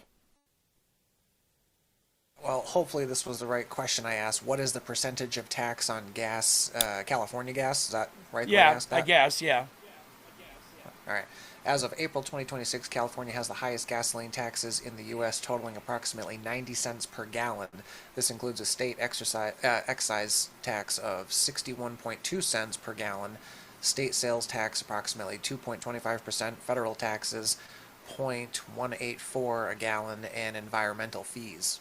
So what you're telling me is that if you pay $1.50 in gas base price in California, it'll be $2.40. Is what you're telling me, because it's a 90-cent increase with all of that you just rambled off. Yes, sir. Okay, there you go. Katney said PA is 57.6%, 6 cents per gallon of gas. So let's say we drop to 50 cents. Let's say the best possible scenario is we drop down to 50 cents a gallon of gas. First of all, I've never seen that in my life. The lowest I've ever seen gas in my life was 85 cents a gallon. In my 46 years here on this earth, 85 cents a gallon. If we get down to, let's say, 50 cents a gallon, That would mean that California residents would pay $1.40, and so on and so on. The question is the big if right here. This if right here that she has. And by the way, Tori is right on this. She does her research. This girl is on point, okay? She won't even share something of mine unless I tell her where I got where my source is of that story. T Mundy, thank you for the $20 donation. You're killing it, and we appreciate you. Thank you so much. So that is the if right here. International buyers prefer sweet crude oil over the sour crude oil of the Middle East. Well, it's all about the Benjamins, right? So let's play this out. Why would international buyers buy from the United States of America over buying from where they've always bought oil and energy from? Why would they? Let's break this down, okay? Cheaper, number one. Better chance of consistency. Not going to be impeded by... Who's going to stop American oil ships from going around the world? Nobody. That's who. Better oil. And let's say it's not cheaper. Let's just say it's the same price. Let's say that oil coming from the Middle East, they try to undercut us and say, oh, no, come back to us, please, come back. We will charge you lower. Okay, so now international buyers are going to say, well, they are charging lower over here. But the United States says, okay, you're right. Let's say they do charge less than we do. It's horrible oil. We have clean oil. That's going to make a difference in your entire economy. That's going to have longevity of life at the pumps, longevity of life with whatever that oil is being used for, whatever energy that it's being used for. You're going to have longevity of those machines and those products. And the very best part of this is you never have to worry about Iran shutting down the Strait of Hormuz again. You never have to see a disruption in the supply chain. We're going to make sure that you get your oil. Come hell or high water, you're getting your oil from the United States of America. Okay, so here we are now, ladies and gentlemen. We have consistency, no disruption in the supply chain. You've got near or even better purchase price and a guarantee from the United States of America that you're never, ever going to run out. Now we're increasing our export, or I should say our import of Venezuelan export to 3 million barrels a day. We're not there yet, but when we do, and we up ours to 17 million barrels a day, that gives us the 20 million barrels a day that we need here in this country to operate, okay? But we're not interested in just operating here. We want the world to buy from us. So if we were interested in just using the oil and the natural gas that we frack and that we drill, yeah, we could have 50 cents a gallon here right now. We could do that. We could do that forever. But that doesn't make the rest of the world depend on us. See, Trump is a businessman. He wants us at the top of the hill. And in order to do that, you've got to be an exporter. So he's exporting a majority of that, and we're going to make tons of cash. That's why we have a new refinery being built in Texas right now. And from what I hear, he's going to put another he's going to order another refinery to be built as soon as this one is close to completion. That means 2 new oil refineries in the United States, refined here, sweet, beautiful oil, drilled here, or in Venezuela, which is still sweet, beautiful oil. It's going to be refined and cleaned here, and it's going to be shipped out to the rest of the world with no supply chain interruption. Who do you think they're going to want to buy from when he sells that? And the longer he has a blockade in the strait, the more they're going to be dependent on us. And the more they're dependent on us, the less they won't even, Eli, remember that meme that shows the guy and the girl walking on the side of the street, a famous meme, and there's a girl walking by the couple, and the guy's looking back like this while his girlfriend's holding his hand. You know that meme, right? Wow. The guy's like, damn, what's going on over there? That's exactly right. We're the hot girl walking by the couple. And the international buyer is the guy that's looking at the girl walking by. Things are about to change, folks. Things are about to change. Annette says, could Dems come in and shut it all down? Not a chance. Not a chance. The only way they could do it is if they put a limit on Donald Trump's war powers, which that just got voted down again for the 5th time. They're 5-time losers, ladies and gentlemen. 5-time losers. Chasm says, Europe will buy from us to get back in our good graces. Well, that's the next thing I was going to go to. Trump is threatening to pull out of the United Nations. Trump is threatening to pull out of NATO. We pull out of either of those things, they don't survive. They have nothing. They have nobody to protect them from Russia or China. They sure as hell have no money to fund NATO or the United Nations on their own. So now Trump gets these guys temporarily buying from us, and he says this, you're going to keep buying from us. And they're going to say, whoa, chap, you can't tell us what to do. We're not going to buy your oil. And Trump says, yes, you are. Because if you don't, now I'm going to pull the United States out of the United Nations and NATO. Have fun, losers. And they're going to go, well, wait a minute. We might have spoke out of turn. And Trump's going to go, that's what I thought. You see, he's always got leverage. He's always got leverage. Denise says, I'm back, baby. Amen. Suzanne says, $300 billion Port of Brownsville new refinery project. The hubby is going to be busy. I love that. I love that. Jeanette says, just pull out of NATO. Well,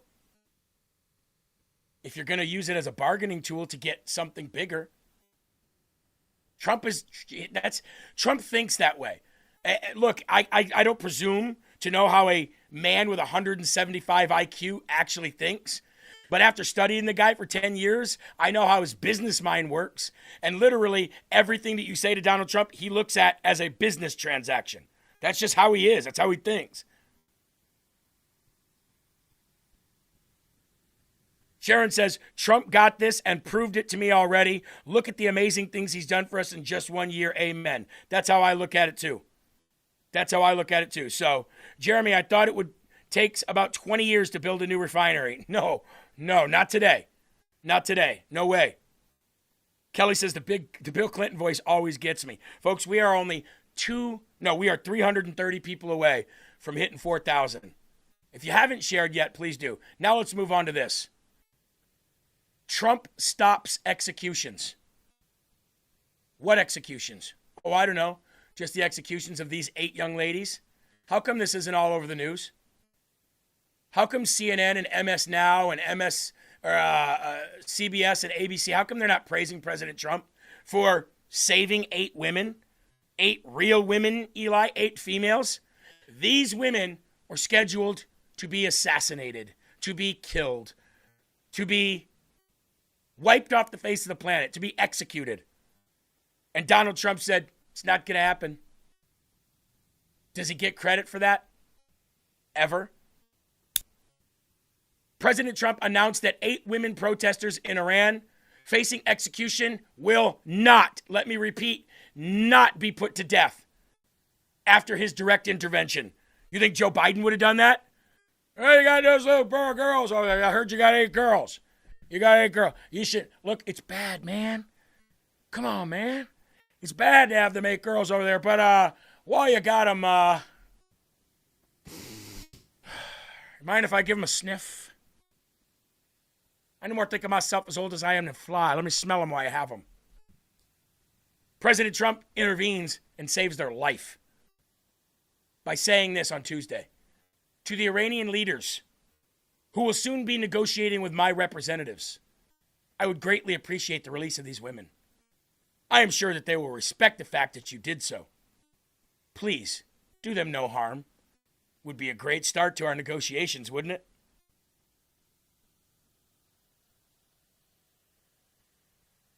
Think Biden could have done that? You think Obama would have done that? Well, look, executions are a casualty of war. And in order to make sure that they don't execute any more of these women, I have spoke with the Supreme Ayatollah, and I have instructed the Pentagon to load a cargo plane and deliver it to their front door.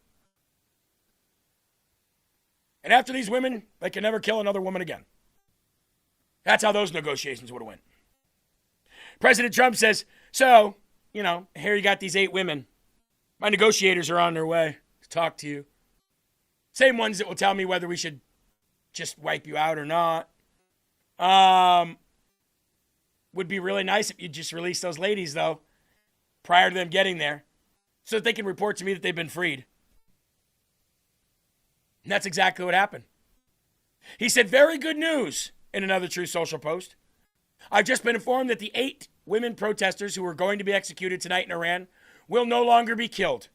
4 will be released immediately, and 4 will be sentenced to 1 month in prison. I very much appreciate that Iran and its leaders respected my request as President of the United States and terminated the planned execution. Thank you for your attention to this matter. And of course, the representatives confirmed that 4 had been released and 4 have been sentenced to 1 month in prison. Dunn laughed. McGrowan says, and pictures of their houses. Well, remember, that's how he negotiates, right? You see this picture right here? That's a picture of your house. It's a beautiful house. I know buildings. I've been building buildings for a long time. I've been into construction. I understand. That's why Jerome Powell, he's crazy. I know how much money it cost to build that thing. That's a nice building. That's a nice house. It would be a shame if it came down. That's like gangster stuff, Eli. That's like mob stuff. You know what I mean? That's like John Gotti stuff. There's a picture of your family. He does that on the national level to world supreme leaders. That's a picture of your house right there. Weird. There's your sock drawer, just in case you forgot where it was. Yep. Oh, look at your son. He's beautiful. Look at him doing his homework in his room. Our drones, we have the best drones. We got camera footage on them just to make sure they're safe. Wouldn't want anything to happen to them or anything. I'm telling you, man, he is like a mob boss in that way. When it comes to dealing with foreign leaders, I'm saying. And here's another awesome rescue mission. Ready for this? President Trump has deployed a U.S. plane to Cuba to rescue a 10-year-old Utah child allegedly kidnapped by a trans father, trafficked to Cuba for a forced trans medical transition. The trans father is trying to force the trans medical transition on the child, kidnapped the child, and took off to Cuba. Here we go. The Trump administration took the extraordinary step of sending a U.S. government aircraft, not filled with loads of money, to Cuba to recover a 10-year-old American child at the center of a disturbing custody battle involving gender identity and plans for medical transition. According to court filings and a DOJ announcement, 42-year-old Rose Indeza Ethington, the child's biological father, who identifies as a transgender woman and previously went by Erie Ethington, along with partner Blue Anessa Ethington, 32, took the 10-year-old boy and reportedly Blue's 3-year-old child under false pretenses during what was supposed to be a family camping trip to Canada. Instead, the pair allegedly fled to Mexico and then on to Havana, Cuba, with $10,000 in cash, raising immediate alarms that the boy was being transported for gender reassignment surgery prior to puberty. A Utah court had already granted the biological mother, identified as LB, exclusive custody and ordered the immediate return of the child, but the trans couple ignored the ruling and went on the run.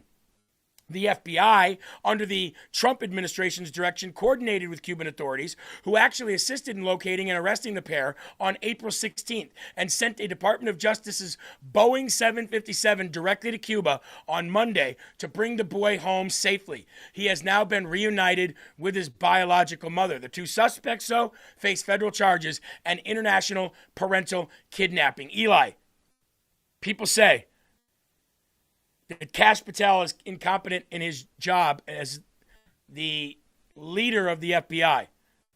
And I'm not saying whether he is or whether he isn't. But if you go and look at all of the children that have been saved under this FBI, I'll bet you those children and the children that's going to have a future and a life now, a normal future and a normal life compared to what they've had, in trafficking, sex trafficking, forced gender reassignments and all that. I'll bet you they think that this FBI is great.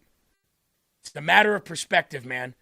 You can't just always focus on what you don't want and what you don't like. I remember a day when Hollywood would make movies about this because it was so patriotic and good heart feeling movies. Yep. And you know, and you said this to me, Eli, they would never say in the movie Republican or Democrat. It was just the government or the FBI, because it was about the journey or the job or the mission, not about the partisan politics, which the world is today. Yeah.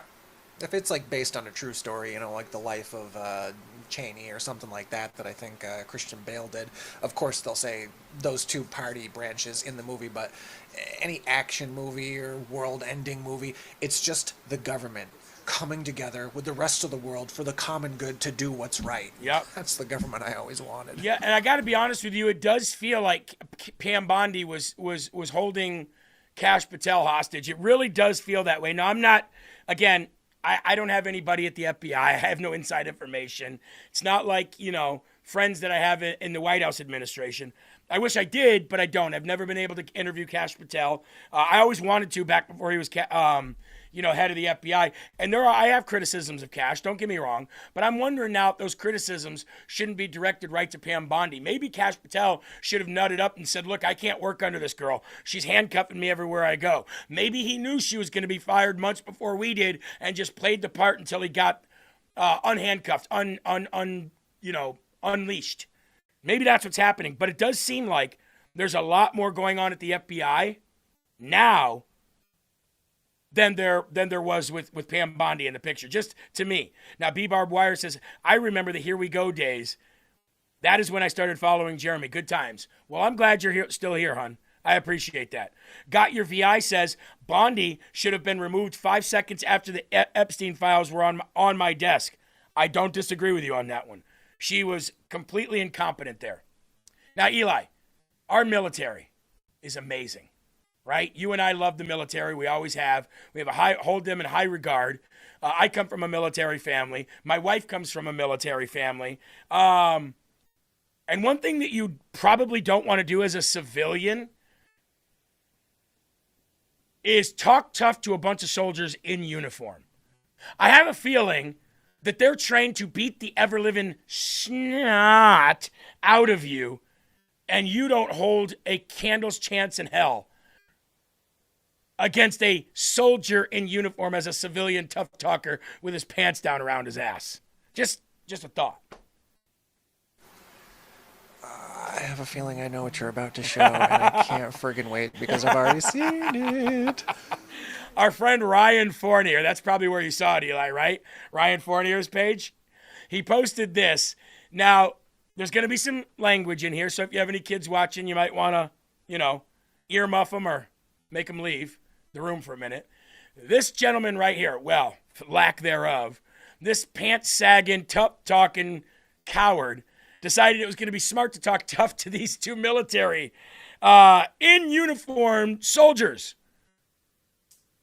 Let's see how that went for him, shall we? You a bitch. You want to take a single compliment. You a bitch. Bro, it's like a nice piece. You want to get throw these? We can really throw these bitches right here, nigga. You want to throw these bitches? We can really throw these bitches right here, nigga. Talking about throwing his hands. You want to?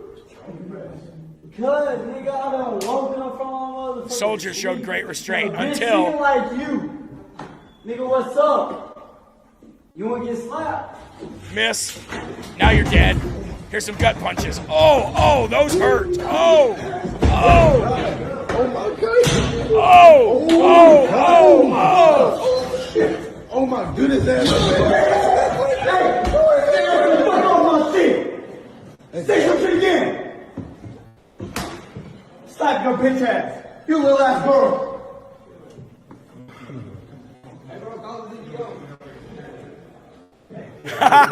Well, what's the matter? What's the matter? Seems like you're just sitting there on the stairs like you just got rocked. Can't be moved, can't be rocked, can't be shocked. He got all of them. He tried to slap the soldier. He just goes like Neo. Whoop. He dodged the bullet and then proceeded to feed those gut punches to him. And by the way, those gut punches were loud. They look like they hurt. Ready? Here we go. Oh, damn. Oh my God. Oh my God. Oh my God. Oh shit. Oh my goodness. Say something again. See, Eli, here's what happened, okay? Grab my, let me grab a pointer here. Here's what happened. I'm going to use this as a pointer, okay? So here's what happened, Eli. On the FAFO axis, right? FO being down up here, FA being over here, right? You got me so far? Uh-huh. Okay, so FA over here, this is F around right here, okay? His F around meter, Eli, was all the way up here, right? So when you bring the F around meter parallel over and you come up to the find out meter, which is all the way up right here, they meet at about 100. And that soldier went 0 to 100 in the FAFO graph. Is that understood, Eli? You got that? Uh-huh. I loved it. Yeah, he got his ass handed to him. He's going to need a binding resolution to, be cured from that one. Listen, unless you're a boxer or a UFC fighter, any kind of cage fighter or anything like that, don't mess with the military. The military has been trained from day one. It's called boot camp. Army Rangers, Marines, Army in general, Navy SEALs, they've been trained to be able to flick you and have your life just leave your body. So I don't know where the cockiness comes in from some of these guys. Renee 756 says, we need more of this. Yeah, those body shots. I think he displaced some of his internal organs, Eli. I think now his liver is where his kidneys should be. His kidneys is where his lungs should be. His lungs is where his sphincter should be. And this guy is foobarred. They're going to have to open him up like the game of Operation. Yeah, gotta love it. I gotta love it. Echo Bella says, I can appreciate that. Here's a $10 tip. And I didn't even do anything. Nick says, that dude got a nice old-fashioned can of whoop ass opened up on him. That's right. He sure did. And the Marine, you know what I loved about the Marine, Eli? He was all poised. He was just sitting there, look, man, I don't want to have to use any of these skills that I know. Kind of reminded me of Liam Neeson in that movie Taken.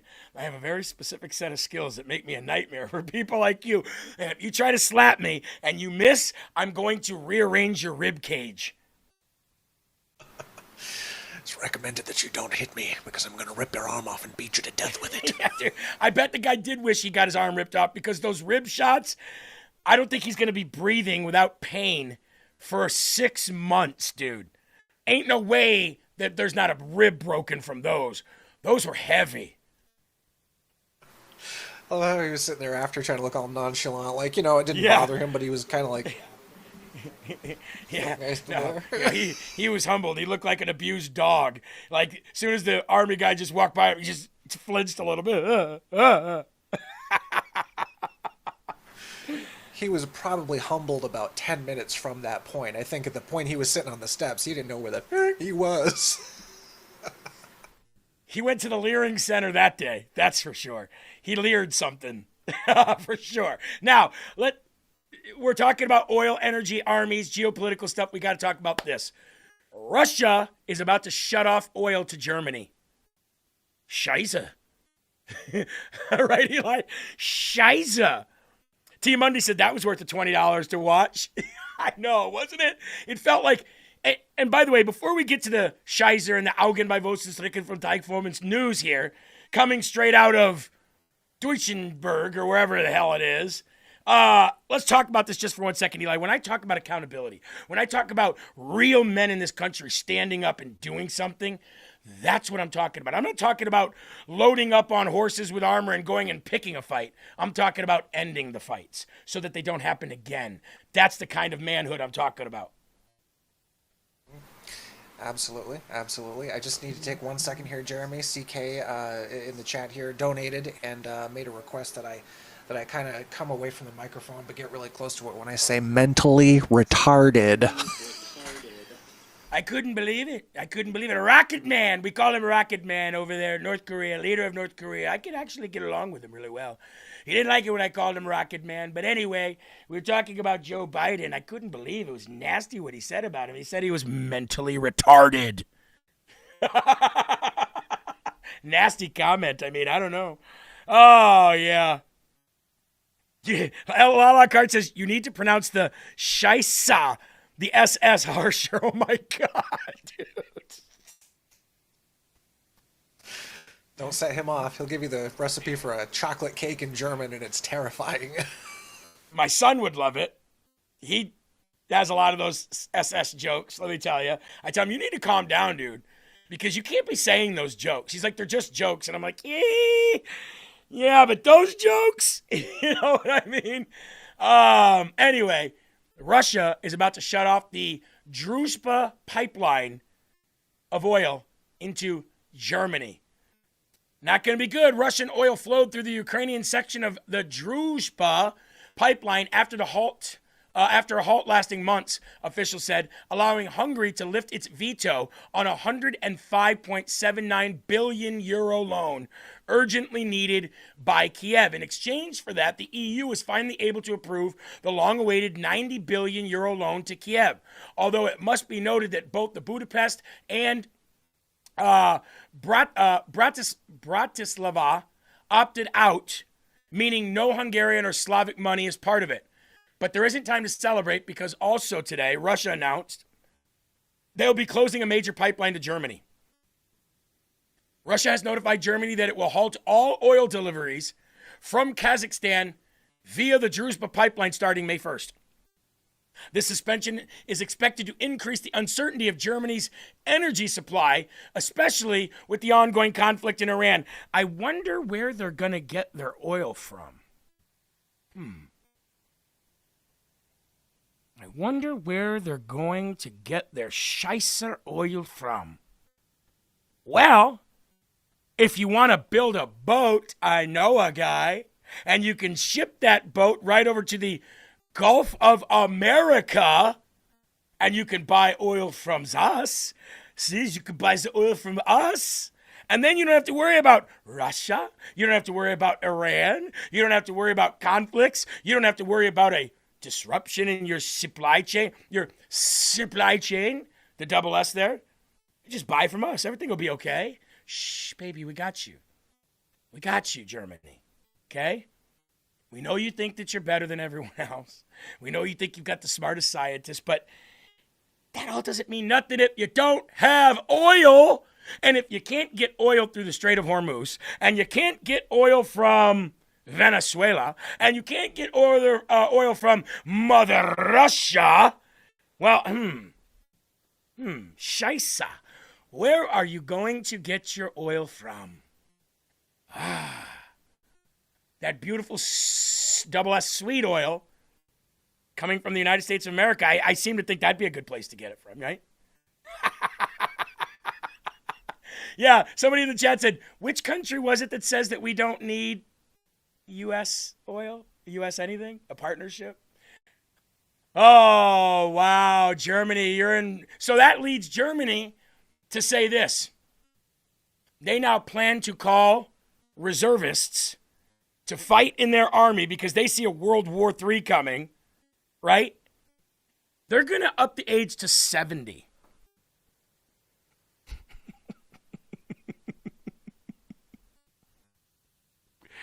Scheisse. We have 70-year-olds on the warfield. 70-year-old fighters. They're going to be calling in to fight for them. What have they got planned? What have they got planned? Eileen says, how the tables have turned. Now you have Germany about ready to be completely out of oil. They're going to have to buy from us. And here's the worst part. We're their last choice. Are you kidding me? No more friendship. Okay? No more friendship. They're going to be out of oil. We're their last choice to buy oil because they really hate the United States of America. Because if it wasn't for us, they'd have world dominance and we'd all be speaking German, right? And on top of that, they're expecting to be drawn into some major world war to where they're going to bring up their reservists to 70 years old. Imagine that. What, are they going to dig up Hitler and have him go fight for him too? 70-year-old soldiers? What?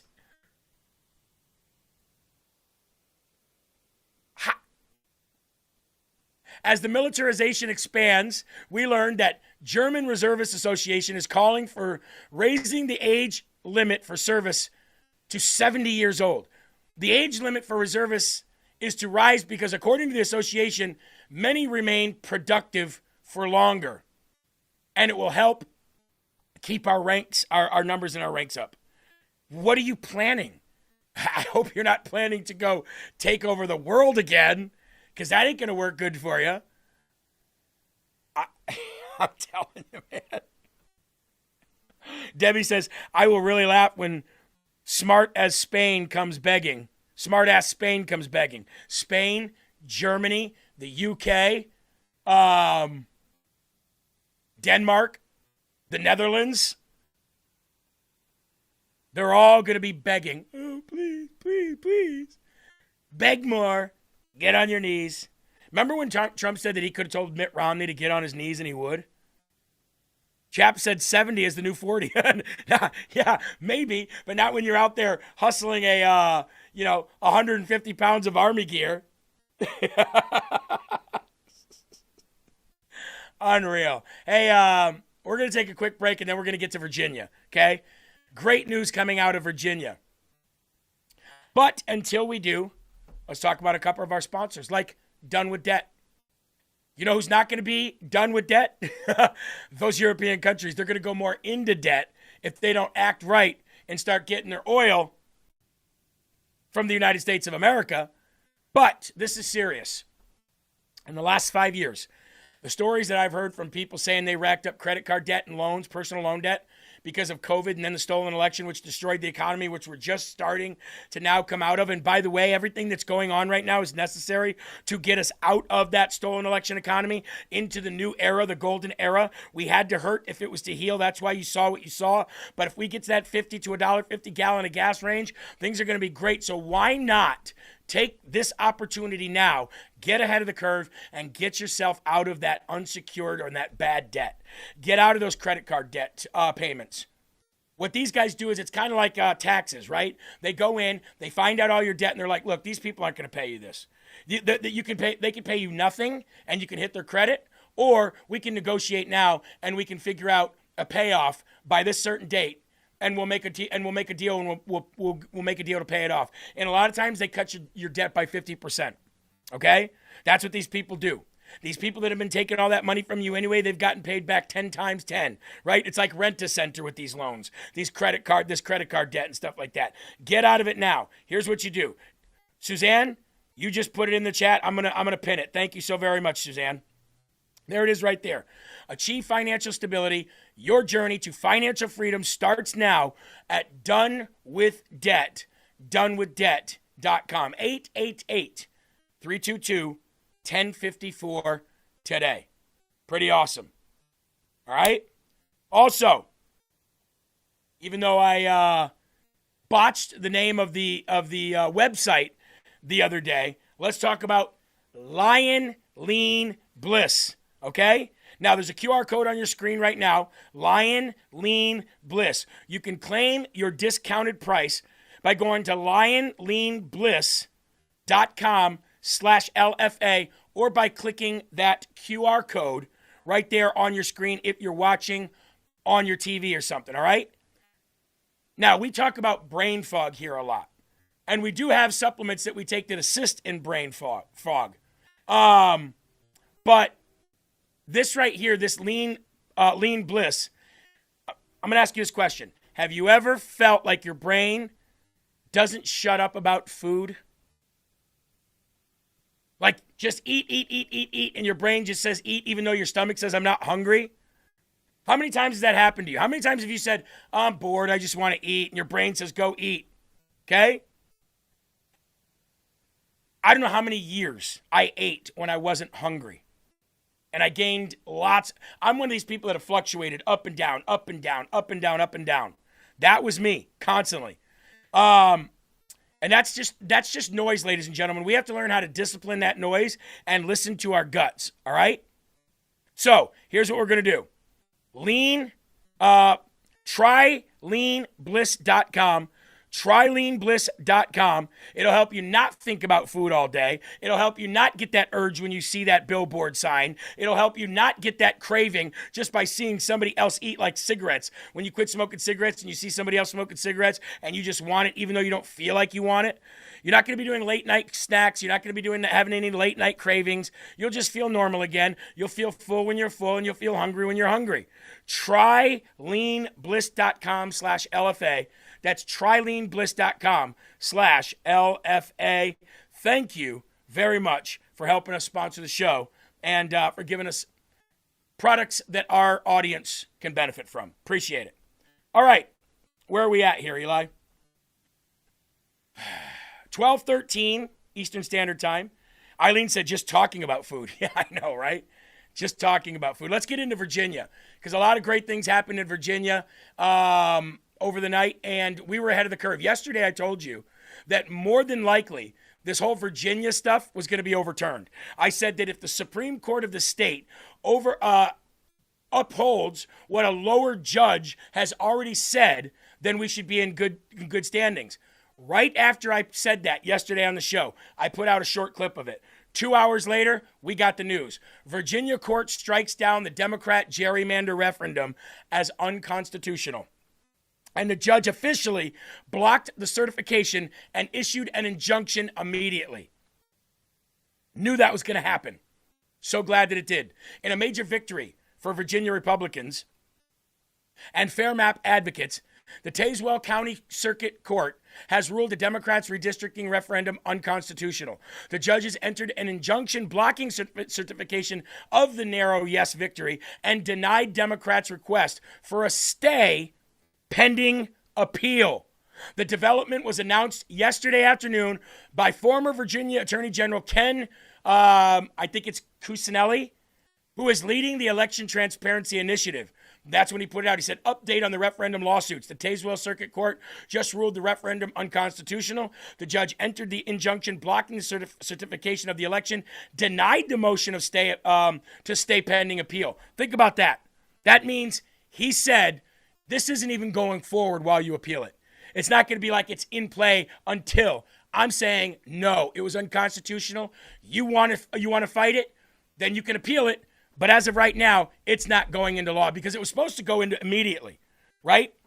It was supposed to go in immediately, meaning that it was going to be ready for this midterm. That's the only reason they did it. They did it out of spite.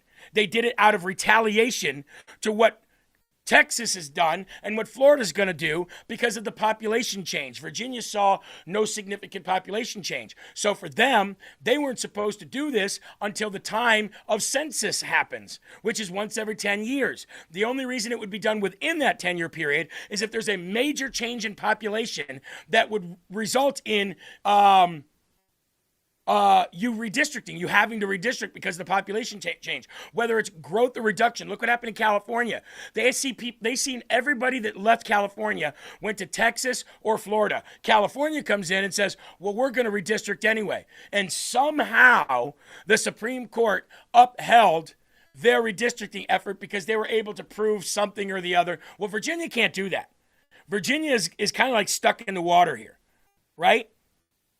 So as of right now, Virginia Democrats have been completely destroyed there. Unless they were to bring it to, unless their appeal somehow were to be ruled in their favor, I don't see how it can, though, because the wording in their state constitution, not the Constitution of the United States, but the state constitution prohibits them doing this because there's a 3-step process in which they didn't do. I told you all about it yesterday. 2 hours after we put out the short clip, that's what happened. And I'm so very grateful. I'm so happy, so grateful that it happened. I got a couple of news articles here for you, or not articles, but reports for you on that. Let's go to them now. Abigail Spanberger celebrating the win in yesterday's redistricting vote. Voters narrowly approving a new pro-Democrat congressional map in a controversial referendum that critics have slammed as a, quote, power grab. The outcome threatens the already very tight Republican House majority. Mark Meredith is live in Alexandria, Virginia with more on this. And Mark, that vote ended up pretty narrow. Bill, it sure did a lot narrower than some people were expecting, and Virginia voters showed up in huge numbers to determine Tuesday's redistricting referendum. This morning, Democrats are celebrating the outcome, saying they're putting a check on President Trump's power, but Republicans say this is simply proof that Virginia has lost its way. More than 3 million people cast their ballot in what you said was a narrowly defined race. However, voters chose to give the legislature power to redraw congressional maps before November's midterms. The new map is expected to take Republicans down from 5 congressional districts to 1. We heard from the chair of the National Republican Congressional Committee, who wrote, "Democrats can't redraw reality. This close margin reinforces that Virginia is a purple state that shouldn't be represented by a severe partisan gerrymander." True. Democrats say they felt emboldened to act after Republicans in Texas redistricted too. Governor Abigail Spanberger and former President Obama, they were the ones leading the effort in the Commonwealth. We heard from the former President Obama saying Republicans are trying to tilt the midterm elections in their favor, but they haven't done it yet. Thanks for showing us what it looks like to stand up for our democracy and fight back. So Tuesday's outcome means, yes, that Democrats have a better shot now at taking the House come November, but other states are still weighing whether to redraw their maps. As Politico points out, pressure is now growing on Florida Governor Ron DeSantis to make up for Democrats' gains with a GOP-led redistricting effort in his state as soon as next week. And while voters decided here in Virginia, there is another X factor in all this, Bill. The Virginia State Supreme Court is still deciding whether or not this will all be able to stand. There were multiple challenges to this redistricting referendum, including how the language on the ballot was written, and we are waiting to see what the court may decide next. Bill. And depending on... All right, so now let's go to this video here. I'm not necessarily a fan of either of these two individuals, but it's a good breakdown, and it's worth listening to. Just in the past couple of hours, the circuit court makes this ruling, which essentially puts everything on hold, saying that the redistricting effort in Virginia, the Commonwealth, was unconstitutional. Former Virginia Attorney General Ken Cuccinelli on X said, update on referendum lawsuits. The Tazewell Circuit Court has just ruled the referendum unconstitutional. The judge entered an injunction blocking certification of the election, denied a motion to stay pending appeal. Final order will be entered once drafted, and it will be immediately appealed. The final vote on that referendum, 51 to 48.5. As you look at that and the legal battles that obviously are coming ahead, how do you score it? Well, we're in a kind of a major conflict between an all-out war on redistricting that is going on in a number of states across the country. Normally, redistricting was done every 10 years when a new census comes out. But Texas and California and other states have acted in between the census being taken, and that has got us on the path we're on now. Virginia's case is particularly egregious, not simply because of the reasons the judge cited. He said that the proper process for putting on a constitutional amendment vote was not followed, and therefore the whole thing was out the window. I don't know whether that'll hold up on appeal or not, but there it is. But Virginia's map, this was a state which was 6 Democrats and 5 Republican seats, and people looking at this map that's been put in place if this referendum holds would be 10 to 1. That's and of course they said in doing it, Brett, that they did it to ensure fairness. I don't think that's anybody's idea of fairness, except maybe the most partisan Democrats. But that's where we are. Yeah. And it is a reflection, I think, Brett, of the bitterness of our politics of our time. It's just the way things are. Here's what I will say. It will be upheld. That ruling will be upheld. And the reason why I say that is because the language of their own Supreme Court, you can't just override the language in your state constitution. You can't do that. And it clearly says that they have to follow a process to do this. Not only that, they jumped the gun on the redistricting that's supposed to be done every 10 years when a new census comes out because they did it out of retaliation. That can also be proved. They've said it. They said, since they want to steal seats in Texas, then we're going to do it here in Virginia. And as a matter of fact, you can even go back to Abigail Spanberger from prior to her winning the election and her saying, I cannot do this. I will not do this. It's not right. I will not do something that's unconstitutional. There is literal recording of her saying this. So when you take all of that into consideration, I don't see how an appeals court or even a federal circuit court, or even the Supreme Court of the United States could overturn this ruling. Because it wasn't a ruling based on partisanship. It was a ruling based on state law. And they tried to override their own state laws. State laws that their state legislature made. And they tried to say, well, President Trump went off on this election, calling it a rigged election. And let's talk about that. Let's talk about the rigged part of it. So a lot of people are saying at one time we had this many votes, and then within 5 minutes they were ahead by 30,000 votes, and we've been ahead all day. I'm going to say this as factual as I can. Vote dumps do not mean necessarily that they change numbers by cheating.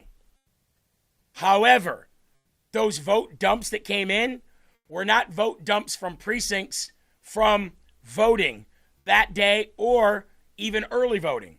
They were from mail-in ballots. This right here, John Thune, you scum-sucking loser, zombie of a human being, is why we need the Save America Act passed.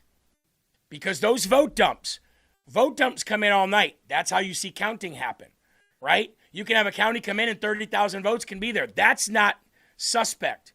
What's suspect is when those vote dumps are by mail-in ballots, which these vote dumps were. So what did President Trump say about that? A rigged election took place last night in the great Commonwealth of Virginia. All day long, Republicans were winning. The spirit was unbelievable until the very end, when, of course, there was a massive mail-in ballot drop. Where I have heard that before. Where have I heard that before? And the Democrats eked out another victory.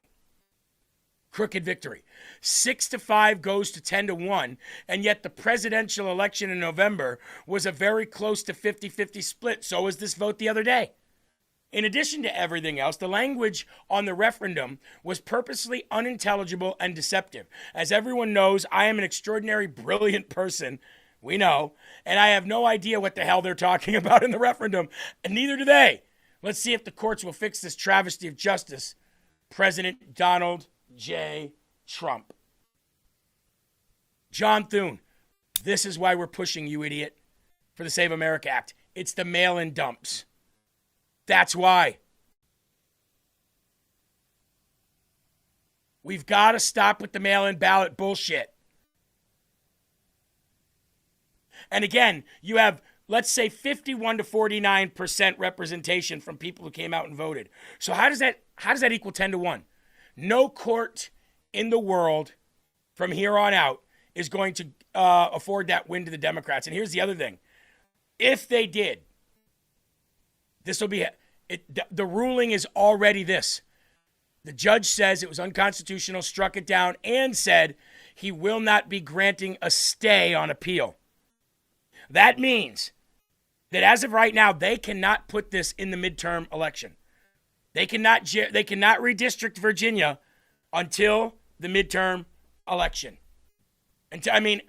Prior to the midterm election, which means as of right now, it's still 6-5. That's the ruling. The ruling is going to have to be overturned in order for them to get this back in for the midterms of this year. And I don't think it's going to be. And Hakeem Jeffries was so pissed yesterday because he knew that Florida was coming in right on the heels of this. Florida was waiting to redistrict down there, which, by the way, they can based on population change. They have a sound legal reason for actually doing redistricting because of all the population that flooded to Florida from blue states. And Hakeem Jeffries knew that Ron DeSantis was coming in hot as soon as this was over. So here was his, threat, warning to Ron DeSantis? Look, you can threat and warning candidate for president Ron DeSantis all you want. He's a weakling. But when you try to threaten and warn Governor Ron DeSantis of Florida, and I've always said this, then that really is the BDE that Carrie Lake was talking about, the big DeSantis energy. You're not going to push around Governor DeSantis. You might push around presidential candidate Ron DeSantis because he was an establishment weakling, but not Governor Ron DeSantis. Listen to what Hakeem Jeffries said, Eli.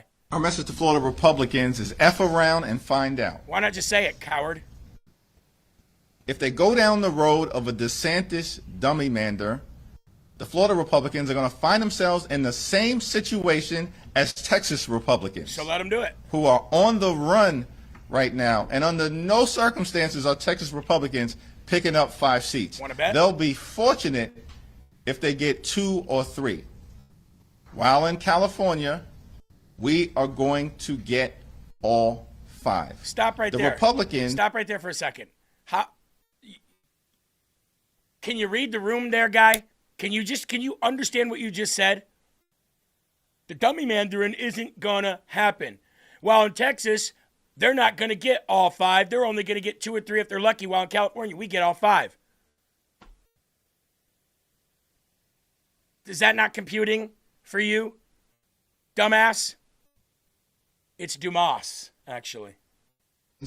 Are dummy mandering their way into the minority before a single vote is cast. Because they started this war, and we're going to finish it. Virginia's over here playing political games. Hold on. How are you going to finish it when we have more states than you? That's an honest question. How are you going to finish it when there's more red states with more red districts if Republicans actually did it? You wouldn't be able to finish it. If Republicans actually fought as hard as Democrats, Democrats would never win. Ever. So, Ron DeSantis responded to Hakeem Jeffries. This guy Jeffries popping off in Washington about Florida. He wants to be Speaker of the House, and he's kind of like, more liberal than Pelosi and all this other stuff from New York City. I just want to know, Florida, cute dude, we're going to go after Florida. Please be my guest. I will pay for you to come down to Florida and campaign. Go. I'll put you up in the Florida governor's mansion. We'll take you fishing. We'll do all this stuff. There's nothing that could be better for Republicans in Florida than to see Hakeem Jeffries, everywhere around this state. Voters will not like what they see. They will not want that type of ideology. And so the door is open. The invitation's out there. I don't think there'd be anything better for the Republican Party of Florida but to have Jeffries there. Now, I kind of feel bad for the guy because he's as left as they come. He's always going left. And yet the far left hates him. They call him a dollar store Obama. They call him AIPAC Shakur, all these different Stop.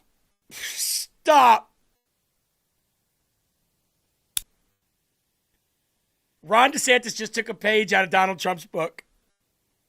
Remember when Donald Trump would say this about Chris Christie, Eli? Now, I'm not going to call him fat. I would never do that. I would never call the man large and fat. Right? Ron DeSantis said the far left hates him. They call him Dollar Store Obama and AIPAC Shakur.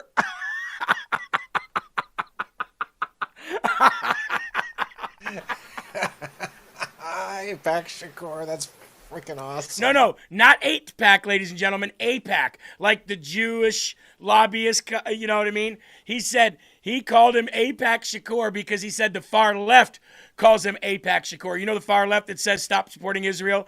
And so instead of calling him Tupac Shakur, the far left calls him AIPAC Shakur. And Ron DeSantis used that, not as an insult from Ron DeSantis, but to bring up that the far left calls him that, and I think that's hilarious. Dollar Store Obama and AIPAC Shakur. Hey, Ron DeSantis, brother, you're killing it on this one. Derogatory names that they do, and so he's tried to ingratiate himself with but they're just not drinking the Kool-Aid, and so they give him a hard time. So I kind of feel bad for that, but please be my guest to come down in Florida. We would love to have you. Any questions? I love it. Ron, why did you have to run for president? Why'd you have to do that? I really wish you wouldn't have. You know, son of a gun. Anyway, Ron DeSantis goes nuclear against California and the leftist U.S. Census. Says he will redistrict Florida to make maps fair again. And he said this in Florida with the man himself. Now, this is what I would have liked to see. I would have liked to see Ron DeSantis had run for vice president instead of run for president before J.D. Vance was picked. And I would have loved to see this right here, Eli. Two Florida men, the president of the United States, the former governor because he'd be vice president.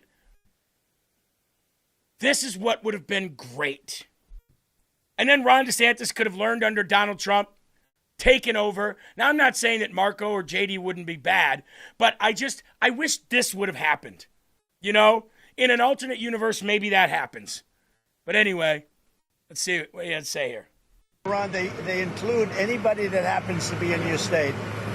Well, California would lose like 5 seats if they did a fair census.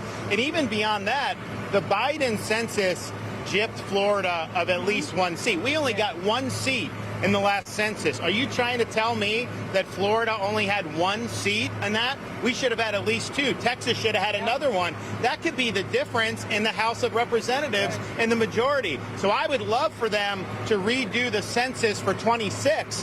My legislature will redistrict those lines. We'll get it to where it's fair. But as it's right now, this country is not fairly apportioned. I've got so many more millions of people in Florida that have representation because of that flawed census. Mr. President, I think it's going to do very well. A lot of people, I don't know if you've heard about it, it's captivated the country. Everybody wants it.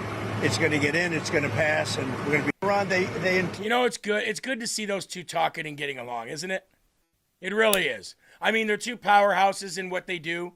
They're two powerhouses in the people that they govern over and who elected them. I really wish Ron DeSantis would have not done what he did, because I told you he'll never be able to run for president again and be as popular and win.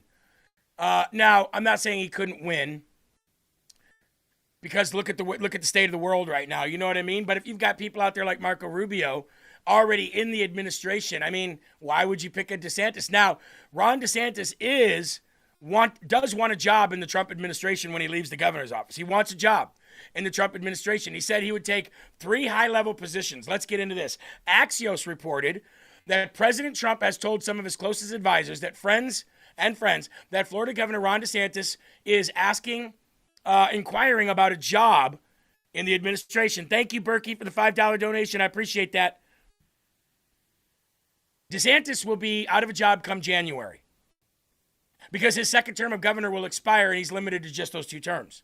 According to sources that Axios spoke with, one of these positions is U.S. Attorney General. Okay. How would that play out? Eli, can you do me a favor real quick? Because I can't remember if it's 90 or 180 days. Can you find out for me what the term is when a president puts somebody in an acting role? How long do they have in that job before they need to be confirmed as a permanent role in that position? I think it's 180 days. So let's go with the fact that it's 180 days just for a minute. It might be less than that. It might be 90 days. But let's say it's 180 days. Todd Blanche was acting attorney general as of 3 weeks ago? So let's give him all of April, May, June, July, August, September. That would get him to September if it's 180 days. True International Press says it's 90 days. All right. What do we got, Eli? No? Don't got it? Under the Federal Vacancies Reform Act, does that sound familiar? The president can generally put someone in an active role, acting official, for a Senate-confirmed position for 210 days, about 7 months, before it must become permanent or the acting official must be replaced. That's the Senate. I'm talking more along the lines of an agency, like head of an agency. Like maybe ask it this. How long does Todd Blanche have as acting attorney general? Maybe that's an easier question to ask. I want to say it's maybe even 120 days. Joe Bond, Joe V fan says Todd Blanche is doing a great job. Well, nobody knows. Nobody knows if Todd Blanche is doing a great job or not. We don't really have Todd Blanche was the one that didn't want to hire Joe DiGeneva. You know what I mean? He was the one that was blocking his hiring until President Trump said, no, you're hiring him. And now he's the lead counsel down in the Southern District of Florida under, in that case, under Judge Eileen Cannon. So it might be 120 days, Eli.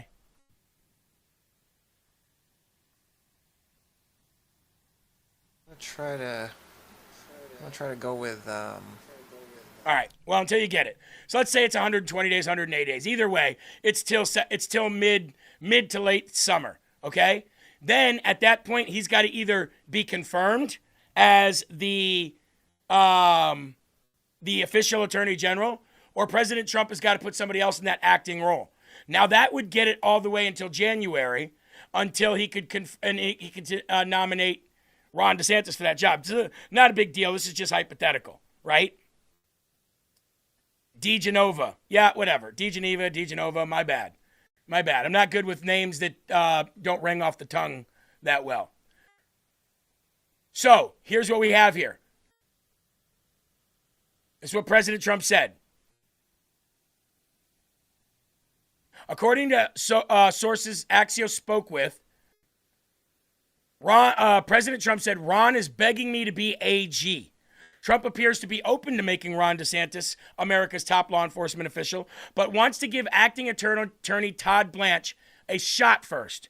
The president wants Blanche to start actually indicting the people who tried to destroy his life with bogus lawfare cases. This is an area where former Attorney General Pam Bondi came up short. President Trump said this, and this is exactly what I said. Todd has about 90 days to show me what he can do. What did I say yesterday? Show us what you can do. President Trump is probably going to use that, right? President Trump is probably going to use that, I said yesterday, in order to give Todd Blanche the full nomination or say, it's somebody else's turn, my friend. So he's got 90 days to start indicting people. Now, Todd Blanche wants to keep that attorney general job. He doesn't want out of that job, okay? He wants the job. Todd Blanche has not started the indictments. He's not started them yet. The indictments are not, we don't know where they are. Apparently the indictments have already been underway and grand jury has already been given information. And this Joe DiGenova, hopefully I said that right, kind of resets the clock a little bit because they put a new lead counsel in there. They just swore him in. And now he's got to pick up the slack where the other person left off. And right now, there's not a lot of movement that we know of. What we do know is what Kash Patel and Todd Blanche have said. Not know much of what they've done yet. And what they said is major indictments coming down the pipeline. So we don't know where they are in that process yet, but that's all we've heard, that it's coming. And then you had Dan Bongino go on his podcast 2 days ago and echo that and say, you guys have no idea what's coming. And it's big, right? Pam was a complete joke. Keep Ron in Florida. Sorry, Jeremy. Well, no, I'm not saying that I want him as an attorney general or not. I'm saying what Trump said. DeSantis appears to prefer two other positions to U.S. Attorney General. He wants either Secretary of War or he wants a Supreme Court justice spot. Now, before Trump ultimately selected Pete Hegseth to run the War Department, he thought about appointing Ron DeSantis. Because remember, Ron DeSantis was in the Navy. If Hegseth were to depart in coming months, Trump said he would strongly consider DeSantis as his replacement, but that's a big if.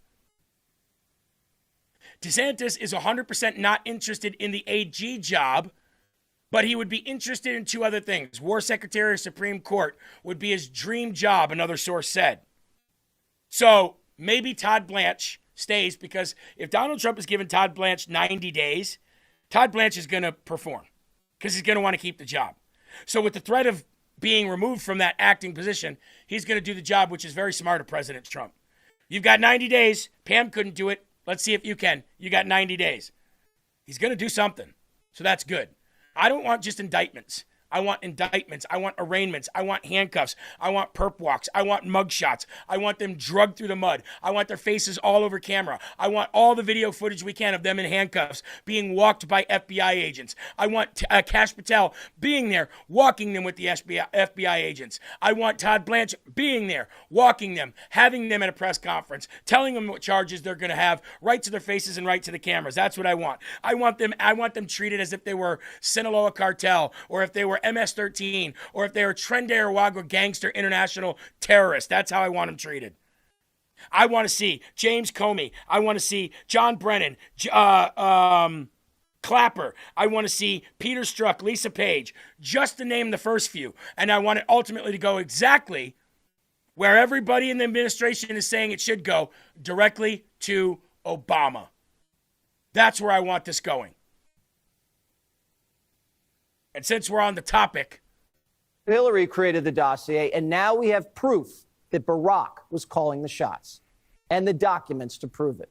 Declassified documents revealing former CIA Director John Brennan briefed then-President Obama on Hillary Clinton's purported plan to smear then-candidate Trump in 2016, adding to what the National Intelligence Director has already declassified on this issue, and raising more questions tonight about how much more of this will come out before Election Day.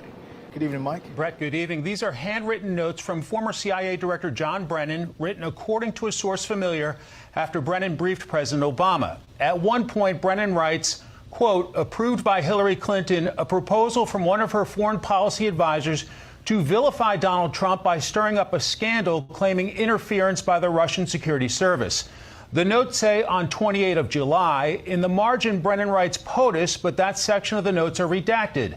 Then it says any evidence of collaboration between Trump campaign and Russia. The remainder of the notes are redacted, except in the margins where it says JC, Dennis, and Susan. That could be referring to former FBI Director James Comey, former Obama Chief of Staff Dennis McDonough, and former National Security Advisor Susan Rice. The CIA sent a memo to former FBI Director James Comey and Peter Strzok writing, quote, the following information is provided for the exclusive use of your Bureau for background investigative action or lead purposes as appropriate. One example the CIA includes, quote, an exchange redacted discussing U.S. presidential candidate Hillary Clinton's approval of a plan concerning U.S. presidential candidate Donald Trump and Russian hackers hampering U.S. elections as a means of distracting the public from her use of a private email server. At a hearing before the Senate Judiciary Committee last week, Comey was pressed on what he did with information provided by the CIA. Did you open an investigation? I don't know what that refers to. As I said earlier, that does not ring any bells with me when I read that. You did not receive any investigative referral of this nature? I don't remember it. I don't remember receiving anything that's described in that letter. We knew Hillary created the dossier, and now we have proof that Barack was calling the shots and the documents to prove it. So, time to see people hang. We knew Hillary created the... They say Hillary funded it, Barack called the shots, Brennan's CIA did the dirty work, the Steele dossier was deliberate hoax designed to take down a duly elected president, which is the definition of an insurrection. This was treason. And from what Kash Patel, Dan Bongino, President Trump, Tulsi Gabbard, Stephen Miller says, that it's going to be treated as such. That the indictments coming down are going to be the very beginning of a much larger case against these people. You have 2.5 years. You wasted an entire year with Pam Bondi. You wasted over 365 days with Pam Bondi, who was botching stuff left and right, holding things up left and right. And now that stupid bimbo is gone, which is great. What a disappointment. And what a loser she is. She will never have a public career ever again after what she didn't do. Got it? All right. I'm going to take a quick break here, talk about our next sponsor, and then we're going to get right back to it. So just bear with me just for a second. Fatty 15, great sponsor that we've had here. You want to see how this is the size of the jar, Fatty 15. This is an empty jar here. Fatty 15 holds 1 month's supply of pills that contain something called C15 in them. Now, it's the only thing that is inside these pills, but what C15 is it's an essential fatty acid that is necessary for your body to age properly and not have a sped up aging process like we have here in America with what we eat, what we consume, food and drink. We're just not a healthy nation. And because of that, our cells are damaged. What Fatty 15 does is it repairs that damage to your cells, and it actually expands and prolongs your age, your lifeline, your lifespan. Okay? Age well starting now, it says. How do they know that? Well, because they used this on dolphins for a very long time, doing studies. And what they found out was the dolphin pods were growing. Dolphin pods is just a group of dolphins. They were growing. And they weren't growing because of more births. They were growing because of less deaths. They were giving them C15 for an extended period of time. And then that C15 experiment went to human trials, and they found that they were getting the same benefits from humans biologically as they were dolphins. And then it went into production, ladies and gentlemen, has a 9.88 out of 10 score, and is made in America, full money back guarantee. 3 months supply is only $101.96. Fatty15.com/LFA, promo code LFA. Fatty15.com. And WR3 Henchman says, or Wrenchman says, Fatty is good stuff. Thank you, Jeremy, for bringing them aboard. We'll thank them for coming aboard. Fatty15.com/LFA. Promo code LFA. Big shout out to them. And thank you very, very much for sponsoring us here at the show, at the program. Also, Golden Crest Metals. Where are we right now with the price of precious metals? Until this Iranian stuff is over, you're going to see a lot of this going on. But when this Iran stuff is over and oil drops, you're going to see it jump like you've never seen before. Maybe once when it jumped up to 120 with silver. Right now, price of silver $76.79. Price of gold $4,744.40. Crest Report, Saturdays, 1 p.m. here on LFA TV, where we break down the who, the why, the what, the when, the where, and everything else surrounding precious metals, the pricing, where it's going, where it's been, and where we expect it to be by the end of this year with receipts. GoldenCrestMetals.com/LFA if you want to purchase gold, silver, palladium, or platinum. The action item is to do this. Go to that website, GoldenCrestMetals.com/LFA. Fill out that questionnaire. Get your free 2026 guide on what is best for you. Have a free conversation with them. They do not urge you to buy, and they don't even say buy through us. They want to inform you, and then they want you to make the best decision based on what you have. GoldenCrestMetals.com/LFA. Okay? All right. Let's move on here. We got still a lot of news to get to. Right now, a declassified national intelligence memorandum shows that U.S. adversaries had capability to compromise U.S. election infrastructure and much more. I told you that this 2020 election stuff was going to come back, didn't I? A newly classified, and by the way, thank you for Tulsi Gabbard. You know what I mean? Thank you so much to Tulsi Gabbard. A newly declassified National Intelligence Council memo titled Vulnerabilities in the U.S. 2020 Election Infrastructure from January 15th of 2020 was published by Just the News. The memo was declassified by Tulsi Gabbard in March. The concerns raised by the NIC were enough to warrant officials briefing President Trump in February of 2020, a month after the report was released, according to the report. The key takeaway from the memo states this, quote, we assess that at least Russia, China, Iran, and North Korea have the capability to access, and potentially manipulate data in U.S. election-related computer systems, while acknowledging that they were not aware of any specific plans to do so. Trump knew this in 2020. Trump didn't get the official receipts until he got back into the White House this time. Tulsi Gabbard is that purveyor of the receipts. The report also acknowledges that non-state groups as having the capability to gain access to the critical infrastructure. That means Al-Qaeda, ISIS, Muslim Brotherhood. I mean, you've already got North Korea, Iran, Russia, and China all having the capabilities. So why wouldn't their proxies have that same capability to do so, to shield them from any consequence? Remember Chris Krebs? Chris Krebs, who was the director of the Cybersecurity and Infrastructure Security Agency at the time, infamously testified before Congress that the 2020 election was the most secure in American history. This was a joint statement from the Election Infrastructure Government Coordinating Council, the GCC, and the SCC. They all lied, every bit of them. Here's John Solomon with Just the News on this story.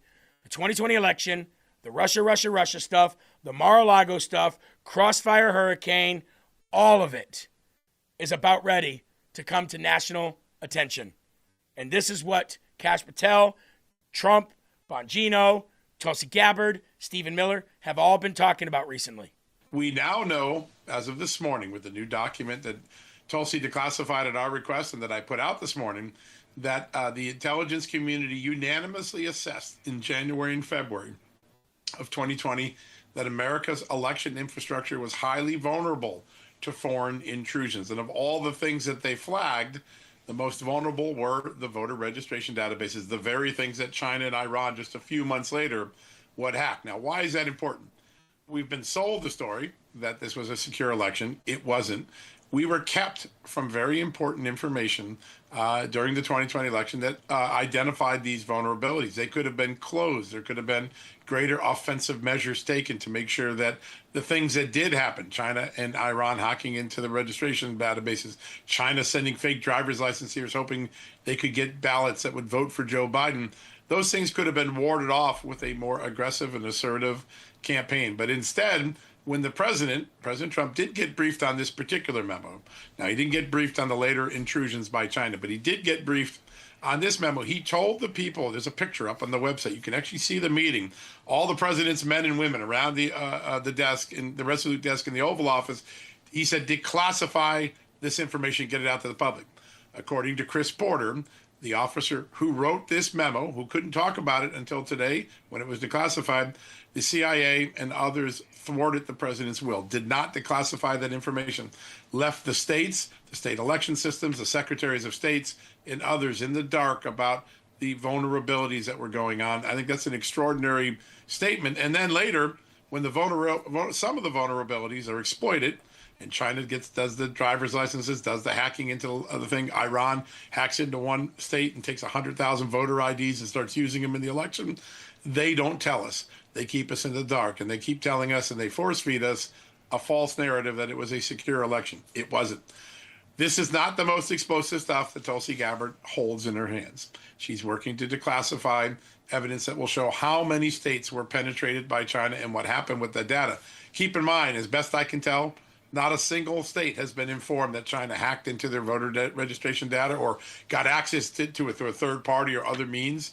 That is a crime. 6 years later, that we don't know that these states haven't been able to effectively ward off against further intrusions, try to figure out what data was compromised. I do believe that John Ratcliffe and Tulsi Gabbard are going to drop those in May. I think that will be an extraordinary moment. That will be more important than anything that we put up to date on the election integrity stuff that we're reporting on. And I just want to remind everybody, in Great Britain, this happened in Great Britain in 2024. It was a national scandal for months. Will the country in America react the same? Will our leaders react the same? Will John Thune and the excuse makers in the Senate pass the Save America Act? This new data in May, I think, could be an incredible impetus for everybody to reevaluate where they stand on election integrity measures. And here's my question for you. How much of this do you think Maduro is helping them on? Meaning the Trump administration.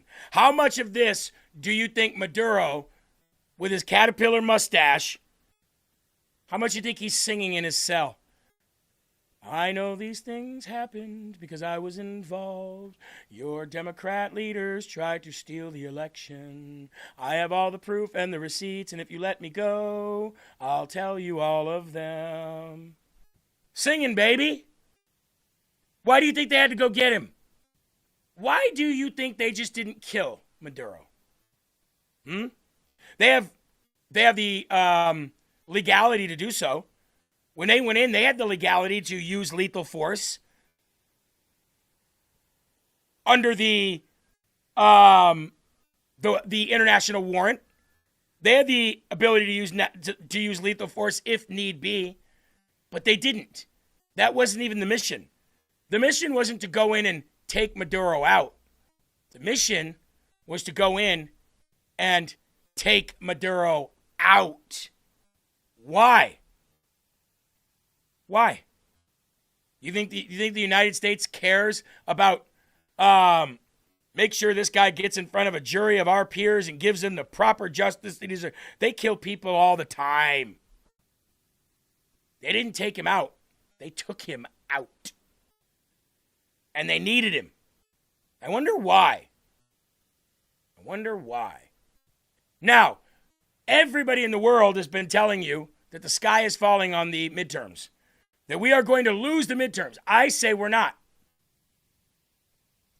Nobody has a crystal ball. Nobody knows. Anybody could be wrong on any given day. We're talking about people that nobody trusts and corrupt individuals on both sides of the aisle. Mike Johnson was asked about this yesterday. Now, it is his job to cheerlead. I get it. But he was asked about the midterms. Here's what he said. I'm absolutely convinced the Republican Party is going to keep and grow this majority in November. Last night was a good sign. Many of you thought that Republicans would not turn out for that ballot initiative vote, and they did in big numbers. I'm absolutely. So he says, we are absolutely going to keep the majority in the House. And last night was a big referendum. T. Mitchell says we're not. Okay. See, I'm good. I'm glad we have dissenting opinions in this body about this. I really am. Climberina says, lots going to happen before the midterm. Iran is a big issue, though. I don't think Iran is as big as an issue as a lot of people think it is. As far as like people going, I can't stand this war. Now, gas prices, yes. And because gas prices are tied to this conflict, then yes, absolutely. But as far as the Iran conflict or war, nobody really cares that Iranians are dying or anything. Really, nobody cares. Just like they didn't care that Ukrainians were dying or that Russians were dying. Nobody really cares about that. They only care about the image and the perception of it, right? Now, gas prices, absolutely. Absolutely. If Trump gets gas prices down to, let's say, even $2 a gallon prior to the midterms, we win 100%. But we shouldn't even have to deal with that. All we should have to do is pass the Save America Act and we win 100%. Redistricting helps us where it's legal. I don't want illegal redistricting. I want fair districting.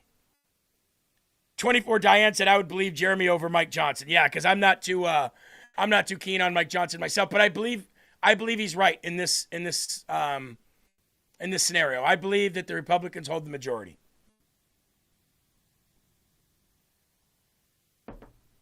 Peaches says anyone who knows history knows Iran earned it. Earned what they're getting? Absolutely. Dunn laughing says, hell, I'd accept $2.50. So would I. And L. Goldley says under $3 would do it. Well, maybe. Maybe it would. But we're talking about not the hardcore voters like us. We're talking about the everyday average people that don't really know what's going on. Okay, T. Mitchell, thank you. I misunderstood you. John Bon Jovi fan says, Jeremy, by the way, this might be one of your best shows. Great insight and commentary. Hey, man, you know what? You know when you don't hear from your spouse that you look good for years and years and years? Like your wife doesn't tell you that, you look handsome today, or your wife doesn't hear, wow, babe, you look beautiful today. And you say it to them and it just brightens their day up because they haven't heard that. What you did is just the equivalent of that. You telling me that you enjoy the commentary and the show today, it makes me feel really good because nobody knows the amount of work that goes into this. It's mind-numbingly stupid how much work goes into doing a 3-hour show. Put it this way. I said this morning that it takes 2.5 hours to put together a 1-hour show. That means pre, during, and post. It's about 2.5 hours to do a 1-hour show. Patriot Julie says, hi, honey, you're hot.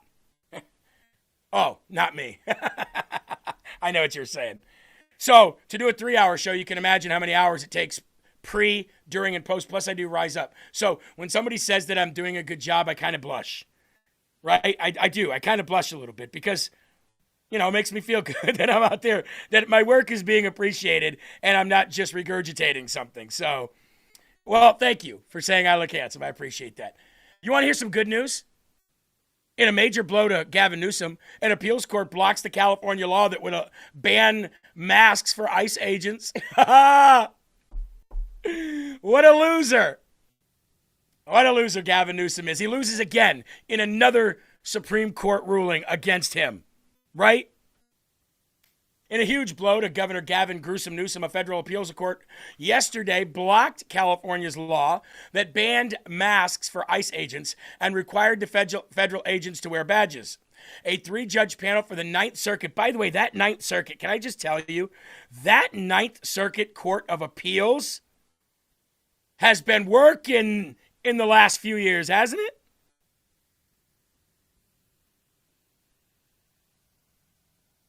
Appreciate that, Aussie Mom, so much. And all of you, I see your comments.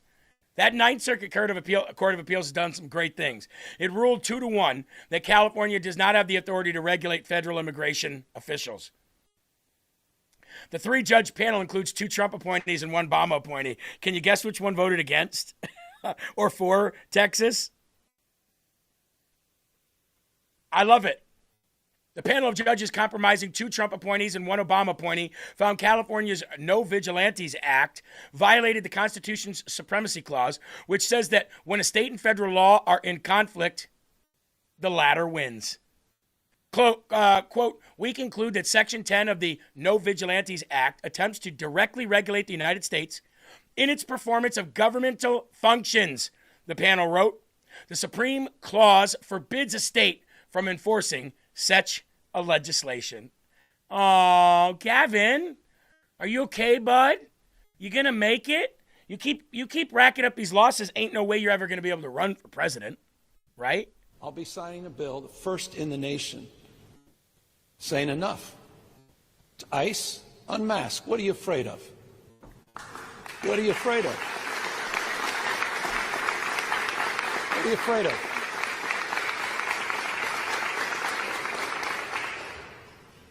You're going to go out and you're going to do enforcement. Provide an ID. Tell us which agency you represent.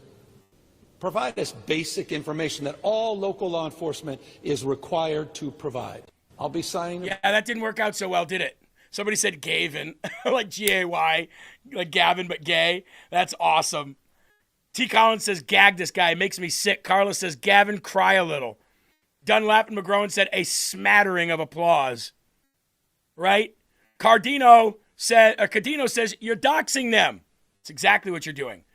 That's exactly what's happening. And that's the excuse that the White House used to, that the ICE director, Todd Lyons, resigned because of him and his family being doxxed so much. Might be the case. I don't know. I just think when somebody's removed or fired, there's more to it usually. Doesn't have to be always though, right? Yasmin19 says, ICE agents have identification of who they are on clothing. Antifa doesn't. Amen. C. Kelly says, Newsom is a fag. Agree. Eileen says, Jeremy, we notice how hard you work, and that's why we love you. I love it.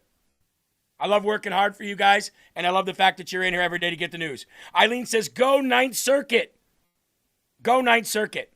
And NL Goldie says, Newsom looks like a used car salesman. He sure the hell does. He sure the hell does. Especially when he's doing the...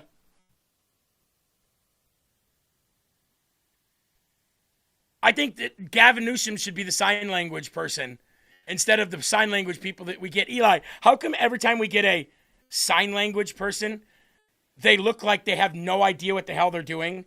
Over dramatic. They look like mimes. Being over dramatic. Can you just do sign language instead of doing the whole, you know what I mean? Or maybe that's part of sign language. I don't know. Maybe the over dramatization is part of the language. I'm not fluent in sign language, so I don't know. I mean, I don't want to jump to any conclusions, but that's something that's always frustrated me. If the hand signs are the words, you would think that the people are looking at the hands, not someone's crazy face. It's like, why does it have to be so intense? Calm down. Calmate, right? But this guy could be the best hand signaler. The guy uses his hands more than anybody I've ever seen in my life. But he does look like a guy you would buy a used car from, doesn't it, Eli? And I'm not saying used car salesmen are bad, because again, I knew some great used car salesmen that people go to over and over again, generation after generation, because they look out for them. This is the you'll buy what I want you to buy car salesman. This is, I'm not going to listen to what you want. Listen to what I want you to buy, car salesman. This is this right here is a beauty. Owned by an old lady who lived in Florida, only driven twice a year. You know that story, right? The formerly owned by an old lady, Eli, only person who owned it, old lady from Florida story. That's exactly who he is. On top of that, the superior Kurt Russell starred in the movie Used Cars, so don't you dare say a bad word about used car salesmen. Look at that jawline. Look at that jawline, though, huh? Look at Gavin Newsom's jawline, filled with lies and regret. Let's talk about this story. According to a new report from Manhattan Institute, California Governor Gavin Newsom not only allowed thousands of illegals to pour into his state, but he paid massive amounts of money in order for it to happen. Now, why would you want to do that? You feel bad for them? You know what? I feel bad for a lot of people too, but I'm not opening my door to every person that needs a place to stay in the world. I'd like to, but I don't got it like that. And neither does the state of California. This was done mainly through grants that were given to charities, NGOs, which then turned around and aided all of this illegal immigration. You mean like Ben Berkwam has been saying for the last 5 years? Like the Red Cross, the Catholic Church, the Lutheran Church, there's tons of other ones. These were tax dollars, folks. We paid for our own invasion. Tell me that isn't a genius, strategic way of putting together the calculated decline of a country. Let's get them to pay for their own invasion. Yeah. You were wondering where all this money was coming from. Ben was going down through the Darien Gap day after day, Eli. He was seeing all of these stops where people could get resources, water, food, maps, abortion pills, Plan B pills, shoes. Who the hell was funding that? Well, ladies and gentlemen, we were. We were funding that. We funded our own invasion, and California was one of the biggest purveyors of it. They were tax dollars. The people of California essentially paid for their own invasion without consent. Taxpayers should be furious, but they're too stupid to know. That's the problem. Voters are ignorant in this country because they can't get off their ass and try to find a news outlet that actually tells them the truth. We still live in a world where people go, well, I didn't see that on the news. How could that have happened? How could what you're saying? How could somebody have stolen an election? I haven't seen that on the news. How did we get invaded at the southern border? I haven't seen that on the news. Eli, there are people today. I could go out today and talk about a border invasion that led over 20 million people in 5 years and destroyed our country. And people would say, I've never heard about that. Right now, today. I still get it in regard to you sometimes. I'm like, oh, Jeremy said this happened. Well, I didn't see that on the news. How the hell does Jeremy know? I said, watch the show. Unreal. Ben Berkwam has been exposing this for how long? For how long? That we were paying for this through NGOs that were getting the money from the federal government and allowing our own country to be invaded. Governor Newsom covertly spent $1 billion importing 400,000 illegals from poor countries to serve the state's democratic political machine and elite-dominated economy, according to data provided by the Manhattan Institute in New York. Since Newsom took office, California has granted massive contracts for migrating services, more than $250 million to Catholic charities. Called that one. Thank you, NY girl. God bless you. Love you too. $250 million to Catholic charities, $85 million to Jewish family services, $12 million to Centro Legal de la Raza, $23 million to Immigration Institute of the Bay Area, and more. In an article wrote by Christopher Rufy. Don't take him out on a double date. Right, Eli? With that last name, stay over there. Don't touch my drink. Don't even look at it. For God's sakes, man, why don't you change your last name? That's as bad as a last name called Rapey or something. Eli Raper. It's pronounced Rapier. That's not any better. Joe Dirte. Okay? Put an E on the end of it, make it sound a little bit better. Joe Dirt. Makes it sound cooler. No big deal. Bro, if your last name is Rufy, change your name. But thank you for writing the story in the City Journal. I appreciate that. The funding is in addition to California's share of the massive federal funding directed by Joe Biden's pro-migration border chief, who was his name? Alejandro Mayorkas, who should be shot in the head for his crimes that he committed to the American people. Legally, of course, after he's been pronounced guilty, and the death penalty is the consequence, right? Chirla, remember that? Chirla, Chirla, remember that? The state's Democratic government also steered $110 million to the major Latino political machine, the Coalition for Human Immigration Rights, Los Angeles, Chirla. There's another $110 million. The corruption in California knows no bounds. It's about to take it back, and it's about to put people like this where they belong. And I'll let you be the judge of where they belong. Scumbag Newsom. What a loser. I'm going to run for president. And Eli, what's going on with his voice, by the way? Look, last time President Trump was here, I told him, I said, look, it's not going to go down this way. And I have tremendous respect. I have tremendous respect for the presidency. I have tremendous respect for the office. But here in California, we're just, we're different. We're different. And I knew Charlie. Charlie was actually a friend of mine. My kid loves him. And what's going on with his voice, dude? Because he actually sounds like this, Jeremy. So he's gotta portray some type of manliness to the voters. You know what I mean? Because there's not that many gay voters, believe it or not. So he's gotta gruff his voice up, and he's probably got somebody kicking him in the balls. Bro, you got to hear some of this. Check this out. T. Collins says he has throat AIDS. Kitten had said cocaine voice. Kelly said too much wiener in the throat. What the hell? He's been poked down the gullet one too many times, hasn't he? You're right, though. I think that's cocaine voice, Eli. You know, from the days of partying way back in the day, I remember get caught in your throat right there, right? You know, look, I'm no shame in my game, folks. I was a partier all the live long day. I didn't do as much partying as Hunter Biden. I didn't, teach people how to cook coke into crack. But that does sound right. You guys might be right. It might be cocaine voice. Eli. I'm sorry, what was the question? Eli, first of all, nobody could see what you were doing because the lower banner's in the way. But Eli just had his card out and he was going on the table.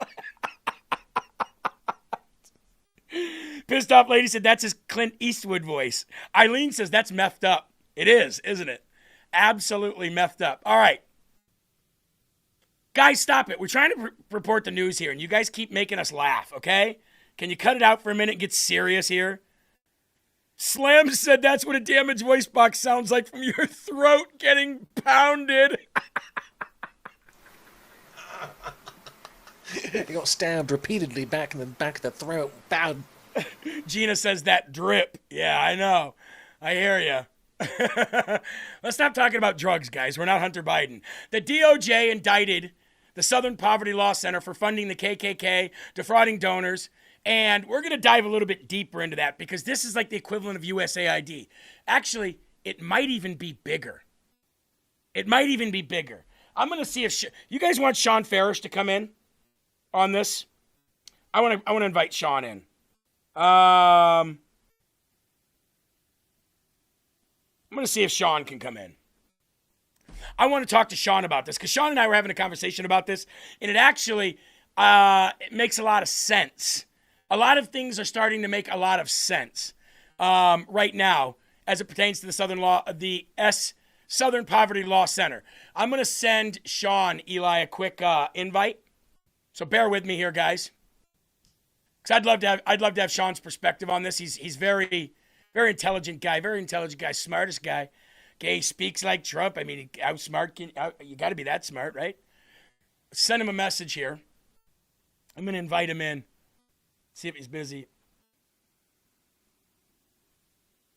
Love the old days, Kevin and Sean. Yeah, they were here from the very beginning, man. Me, Kevin, Sean, Eli. Let's see. I wasn't prepared to do this. Let's see. There we go. Send him an invite. All right. Hopefully he can come on. So there's a reason why I want Sean to come on and talk about this, guys. And I'll get to that in a minute. But let's get a little bit deeper into the SPLC real quick, okay? The DOJ released and published the full indictment against the SPLC. The indictment claims that the SPLC opened accounts in names of entities like Center Investigative Agency and Fox Photography, Northwest Technologies, Tech Writers Group, and Rare Books Warehouse. These were all fake names, by the way. Fake businesses, fake names.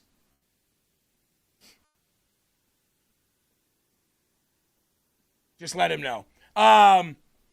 And they did this and moved money around using these fake names in order to conceal the true source and the purpose of funds. I have a feeling Act Blue has been doing this for years.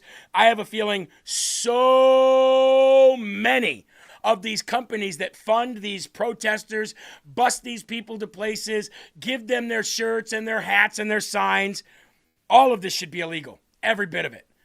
And I hope and pray that they put a stop to it. The indictment, let's get into this. These fake front groups were used as money conduits for the SPLC to raise money from far left-wing donors to fund extreme right-wing groups and also fund agent provocateur activists who would, it is alleged, urge groups to engage in violent discussions and actions. Makes sense, right? So, let me say this. Okay. He can't come. Never mind. All right, let me just say this. Remember when I told you that when I ran for office, a Democrat registered as a Republican to run against me in a primary to get me out of the primary so that he didn't have to face me in a general as a Democrat against the Republican, and they always switch sides. And you guys hear the name Republican in name only, where people say they're Republicans, but deep down inside, they're Democrats, and they're working behind the doors for the establishment. That's no different than what they're doing here. These groups are taking money from billionaire left-wingers, and they're making it look like the right wing is crazy, and they're sending out all of these right-wing groups. That's where you're getting them from. That's where Patriot Front came from. Now, the reason why I wanted Sean Farish to come on is because that's also where Nick Fuentes came from. Abyss Girl 1 just donated Eli a whopping $200 donation and said use where needed. I want to thank you, Abyss Girl. That's a big donation, and I appreciate that a lot. Nick Fuentes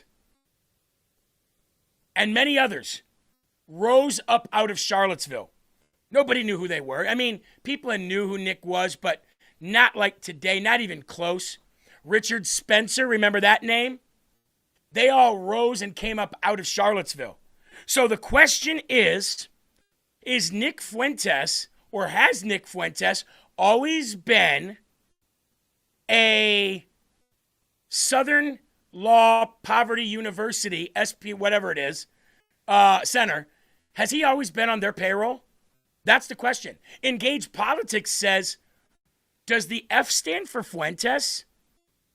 Patrick Casey said, anyone care to place bets on which alt-right leader was an informant who received $270,000 from the SPLC? You look under here, it says F-37 was a member of an online leadership chat group that planned the 2017 Unite the Right event in Charlottesville, Virginia, and attended the event at the direction of the SPLC. F-37 made racist postings under the supervision of the SPLC and helped coordinate transportation to the event for several attendees. Between 2015 and 2023, the SPLC secretly paid F-37 more than $270,000. I told you from the very beginning. I told you about the Patriot Front group. I told you about that fake Nazi, red and black Nazi KKK people that were running around. I told you about Nick Fuentes. Told you about Richard Spencer. Told you about all these people. And I said, something doesn't sit right. People don't do this. People don't act like this. People don't flip-flop like this and still continue to grow unless they've got a lot of money. Now, Ken Jasso says, after this news came out yesterday, Fuentes didn't do his show out yesterday. I actually went and looked to see if Fuentes did a show yesterday, and he didn't. You're right. You're absolutely right. Here's what else, Eli.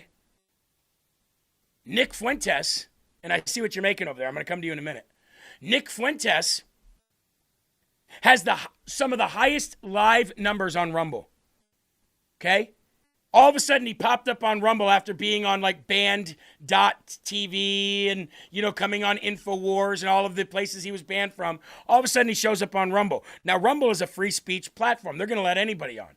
But he comes on Rumble, and all of a sudden, he's got 50, 60,000 people watching him live. And I'm like, ain't no way. So I started going through and doing some of my own investigative work of his live chat. Yes, I went through the ear crap and listened to him, and I went through his live chat. And Eli, what I noticed in his live chat was thousands and thousands and thousands of people donating $20, $30, $40, $50. The guy was making like 20 grand a stream. And I'm like, there's no way that people are out there funneling this much money to this guy. But then I started noticing something about the dollars that were coming in, Eli. They all looked similar to names. And some of them were the same name, but 1 or 2 or 3 to differentiate the actual name. So let's say it's J. Jones 1, J. Jones 2, J. Jones 3. Then everybody was saying that this guy doesn't have real people in there. He's got bot accounts. You know what I mean? Where bot farmers are running bot accounts where they have like 1,000 different accounts to one name. And he said that, and people were saying there's no way these people are real. These are straight bots. Now, I've seen the bot accusation before from thousands of people, folks. Thousands of people, oh, those are bots, those are bots, those are bots taking over. And there is a bot problem. But when you actually go in and not listen, but actually go watch, I said, there's no way. This guy's getting money funneled to him, whether it be from Qatar or somebody's funneling money to this guy. Come to find out, Eli, I believe it was the SPLC. I believe they were making Nick Fuentes rich, making him look like he was right-wing, getting a bunch of right-wing youngsters, men out there to be able to be free and say whatever they want and go under the guise of American free speech and use the N-word just liberally like you don't care, and he's not getting beat up anywhere. Anywhere he would go, he wasn't getting his ass handed to him, and I'm like, this isn't real life. Something's wrong here. There's a glitch in the matrix. So tell me, what do you have on the screen there? First and foremost, shouldn't that be like enough grounds to like completely kick him off Rumble, Jeremy? Because isn't that kind of them? I'm not accusing them or anything, but isn't that like inadvertently being like a laundering system at that point? No, because it's not money laundering, it's money funneling. Money laundering would be trying to clean dirty money. This isn't dirty money. It's just Democrat money going to the SPLC to misguide people by giving them this guy, and they're just taking that money. Let's say they get $1 million, and they're funneling it to Fuentes and others through bots. That's not money laundering. That's money funneling, and there's nothing illegal about that. It's just goes to show who people really are. Now, it is illegal if it's taxpayer money, which the SPLC was not funneling taxpayer money. They're funneling donor money. I gotcha. So anyway, this is what I was working on. Will certainly seems to think that Nick Fuentes is after him. It's a picture of him saying you shouldn't have voted for Trump, and I got a noose in the background. Now, what Will really wanted for his thumbnail, I could not make because AI just wasn't having it. And I said, listen, man, you got to come up with a different idea because I'm not you wanted some Klansmen in there. I said, I don't want to keep explaining to AI why it's okay to make a picture like that because they're telling me it's not, and I ain't going to keep fucking arguing with AI on that one. But as you see. So, anyway, ladies and gentlemen, Nick Fuentes probably was one of those paid people by the SPLC. And what's the guy's name that works over there with Ben Shapiro with the beard, Matt Walsh? I used to like Matt a lot, not so much anymore. I don't really care, though. I don't really watch anybody, to be honest with you. But Matt Walsh says, when this all plays out, and the patriots of this country see how many of their people that they listen to or watch were paid by a leftist group to pretend to be right, just to divide the party because it's the only... Look, it's the same thing with America. You can't attack America from the outside and win. You've got to get in and rot it from the inside out. That's exactly what the left and the CIA was trying to do to the right for years.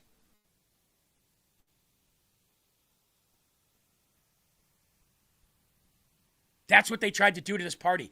That's why MAGA is the way it is. And that's why you got people like Candace with big audiences and Tucker with big audiences and Fuentes with big audiences. Are they really big audiences?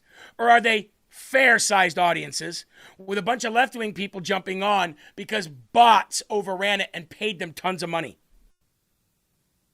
I'm beginning to think it was the latter. Chuck Schumer wants Kash Patel investigated, and he wants him to be immediately fired for bringing charges against the SPLC, even though he has receipts. On Patel, every day Kash Patel remains in this job is another day that undermines the FBI and its mission. Take yesterday's press conference. The head of the FBI, the nation's top law enforcement officer, spent the entire time getting into fights with reporters about his alleged drunken behavior, his partying, his overall fitness for the job. This has become a dangerous, unacceptable distraction for the FBI, which has so much important work to do. Donald Trump has led us to war right now against Iran, a nation known for sophisticated cyber attacks. Why is Kash Patel not focused on that? Why is Kash Patel not focused on the serious threats facing his country? Every day, these stories of misconduct persist. They undermine the mission of the FBI. Every day, these questions about Patel, his behavior, his character linger. They weaken confidence in the leadership of one of the most important law enforcement agencies in the world. Kash Patel must resign immediately. He's not a serious person. He has not shown that he has the skills required for the job. And the last few days have shown he does not have the judgment to lead an agency like the FBI. This is what happens when Trump just chooses acolytes, people who suck up to him for important jobs. That shouldn't be any criteria. You suck up to Trump every time you talk to him, coward. But instead, it seems to be Trump's only criteria, and it puts him in trouble. It puts him in the hot seat, in the frying pan, over and over again. No, it doesn't. By choosing people whose only criteria is loyalty to him. Oh, you want him to choose people you Americans want? deserve steady, sober leadership from their FBI director. Oh, you're saying he's not? Especially. See that? Hold on, stop. Steady, sober leadership. You see what he did there? He accused Kash Patel of being a drunk without accusing him of being a drunk. Steady, sober leadership after he just talked about the allegations of him being a drunk or an alcoholic, which is the same lawsuit that Kash Patel had on news outlets before an Obama judge said, that's not real. That's just hyperbole, he said. So Chucky comes up here and says that and then says, America deserves a strong, sober leader. You should get it too. You should get a lawsuit on you too. You piece of turd. Eli? Did he say sober? I know he's not going to nominate Nancy Pelosi. Sure not. Sure not. We're just going to move on from him because I don't want to hear him anymore. Let's move on to Ilhan Omar, an even bigger turd. Ilhan Omar's California winery, LLC, is dissolved, Eli, just 9 days after she scrubbed millions from her financial disclosures. You see, usually when you start hiding evidence after you got caught, once you get indicted on that, law enforcement is going to see that and say that's suspicious activity, and then they're going to go audit and investigate that specific action. 9 days after the rat known as Ilhan Omar scrubs millions of dollars out of her financial disclosures, 9 days, the winery that made her millions of dollars is dissolved? Well, what are you talking about? What are you going to do with all the wine? What are you going to do with all those grapies, sweetheart? Huh? What are you going to do with all the labels? See, I actually ran a winery and a distillery, didn't I, Eli? Back in the day. Uh-huh. Absolutely. Yeah, I worked at a winery, became the manager, left the winery, became a salesperson at a distillery, became the sales manager, then became the general manager. Because, see, all I do is win, win, win, no matter what. I always climb to the top and I don't give up. So anyway, enough of the patting on my back. I ran a winery and a distillery. And what I know about these places is I have so much knowledge of these places, right? Like how much money it costs to get a license. How much money it costs to continue to renew that license every time it's up. All the different things that you must attend in the state because you sell booze. Like different events and different state-sponsored, what do you want to call PowerPoint presentations, whatever they are. You have to attend them quite a bit. You have thousands and thousands of labels that are probably unused because you have to in order to have a steady production line. You've got bottles, you've got corks, you've got payroll, you've got millions of dollars worth of equipment if you're a reputable winery making millions of dollars. You've got vats, you've got aging things, you've got bottlers, you've got packaging, you've got boxes, you've got labels for boxes, you've got the whole 9 yards. It's millions and millions of dollars. You don't dissolve millions and millions of dollars in 9 days. It doesn't work that way.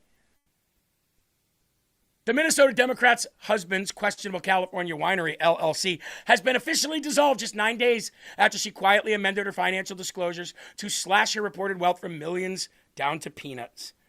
$30 million to $90,000, tops. Tim Minette, her husband. S-Crew LLC, also known as S-Crew Wines, was at the heart of the suspicious asset explosion that rocketed the couple's net worth from up to $30 million. Vanished in thin air, though, by the way. In February, House Oversight Committee Chairman James Comer, do the roar, sent a letter to Omar's husband, Timothy Minette, about the sudden wealth. We've read that letter. We're not going to read it again. But what I will say is Benny Johnson did a little digging. Now, he wasn't the only one who did this. Actually, he took his cue from a young lady that actually went to this winery, which we showed about a month and a half ago. But I thought Benny's investigative work here was solid. And let's play it. Ilhan Omar's official financial disclosures, and what I found was so dark and criminal. I don't know how she gets out of this without going to jail. Have a look at this. Here's Ilhan Omar's financial disclosure from the Congressional Record, year 2023. I want to bring your attention to this company right down here, S-Crew LLC. This is a winery in Santa Rosa, California. It's not doing that well. The total value of the winery is listed at $15,000, and Ilhan Omar's barely making any money off of it at all. Hardly enough to pay a parking ticket. Okay, that's fine. Nothing really mysterious there. Businesses fail all the time. But go ahead and look at her filing for 2024, and you'll find that S-Crew Winery, the same company in the same location, is now worth $5 million. That's incredible, up from $15,000. And now Ilhan Omar's making enough to pay rent. So this must be one of the most successful companies ever. Let's go ahead and check in on this winery. You know, maybe we could buy some wine. I like wine. why not? Let's see if we can buy some Est Crew Winery. Here's Est Crew's social media Facebook page. You'll see here that the last post, oh no, was in 2023. Wasn't this the year that they were supposed to, go really big and make Ilhan Omar millions of dollars? Same thing on their Instagram, and they don't have an X. So let's go ahead and check their official website. What is Est Crew? We are winemakers and memory curators, okay? Est Crew Winery has a bunch of brands that's led by these people, creators of eye-catching labels. So I'm sure I can go and get some of their wine, right? Well, they don't have any activities here, so maybe I could just go to their location and buy some of their wines, or maybe give them a call. Let's try and go to their location here. This is the Google Street View of Est Crew Winery, and what you'll find here is an empty parking lot. Doesn't actually look like an operational business. Certainly isn't the same name. So, okay, let's go ahead and give them a call. See if maybe they pick up. Let's go ahead and call the number on the webpage. Let's go ahead and give them a call and find out. Oh no, user busy. Let's try that. Okay. Well, I've done this like 20 times today. Okay, so that didn't work. Is there any wine in this wine company? Is there anything about wines? Because I see like stuff about events, but like, what is this exactly? Aren't you supposed to sell wine at your wine company? Where are your wines? Oh, there are no wines. You want to know why? Because this is a fake company. Rep. Ilhan Omar's husband accused of swindling investors in their California winery. They stole millions from cannabis growers. You can see here's the lawsuit right here, saying that Tim Minette, who's Ilhan Omar's third husband, no relation, swindled his investors and defrauded them. How did Minette get this relationship? Well, the current Attorney General of Minnesota, Keith Ellison, used to work for him. Isn't that curious? Keith Ellison, the same guy who refuses to look into any of the Somali fraud. So this company was sued for being a fraudulent company. And the New York Post says the exact same thing, as the House is now probing the mystery of Ilhan Omar's skyrocketing wealth. They said that Ilhan Omar went from being one of the poorest members of Congress, worth negative $65,000, to being one of the richest, worth $30 million. Here's a rare photo of one of their wines that they allegedly made. The Devil's Lie. Wow. The entire company is actually a lie. It's not a lie to Ilhan Omar, though, because she's able to list an enormous amount of her income and an enormous amount of her net worth to this fake winery. This winery is not worth $5 million. The winery doesn't even exist. It's fake. It's fraudulent. They need to investigate this right now. This is a lie. And maybe it's the devil's lie. You know who doesn't need to investigate it? Congress. I don't give a damn what Congress has to say. I don't want to see another congressional investigation. You know who needs to investigate this? How about the IRS? How about she gets a good old-fashioned IRS audit? Can that happen? I'm all for people investigating people who commit crimes all the live long day. Let's do it. But can we investigate from the right and proper agencies?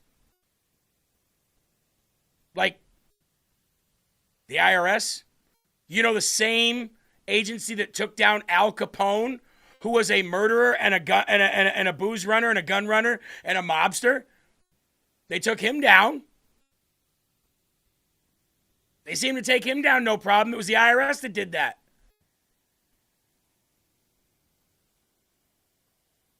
That'd be nice. That's what I'd like to see. More of, anyway. Now, speaking of Ilhan Omar, she had there was a fraud hearing, a Somali fraud hearing, to be exact, in Minnesota yesterday, in which Ilhan Omar was supposed to show up and answer questions about the Somali fraud going on that's been uncovered in Minnesota. She did not show up. She did not respond. Omar authored the Meals Act, remember? Which loosened key guardrails on meal programs. Chair of the hearing, Chair Robbins, revealed the Fraud Prevention Committee had made multiple attempts to contact Representative Ilhan Omar, who just didn't even respond. So she played a video that Omar recorded at the #1 meal site, sponsor for Feeding Our Future, and that site was tied to millions and millions and millions of fraudulent claims, and that guy's in jail now. And she was good friends with him and helped him create the whole program. You see, I don't think that Ilhan Omar is going to walk away from this. You know what I think?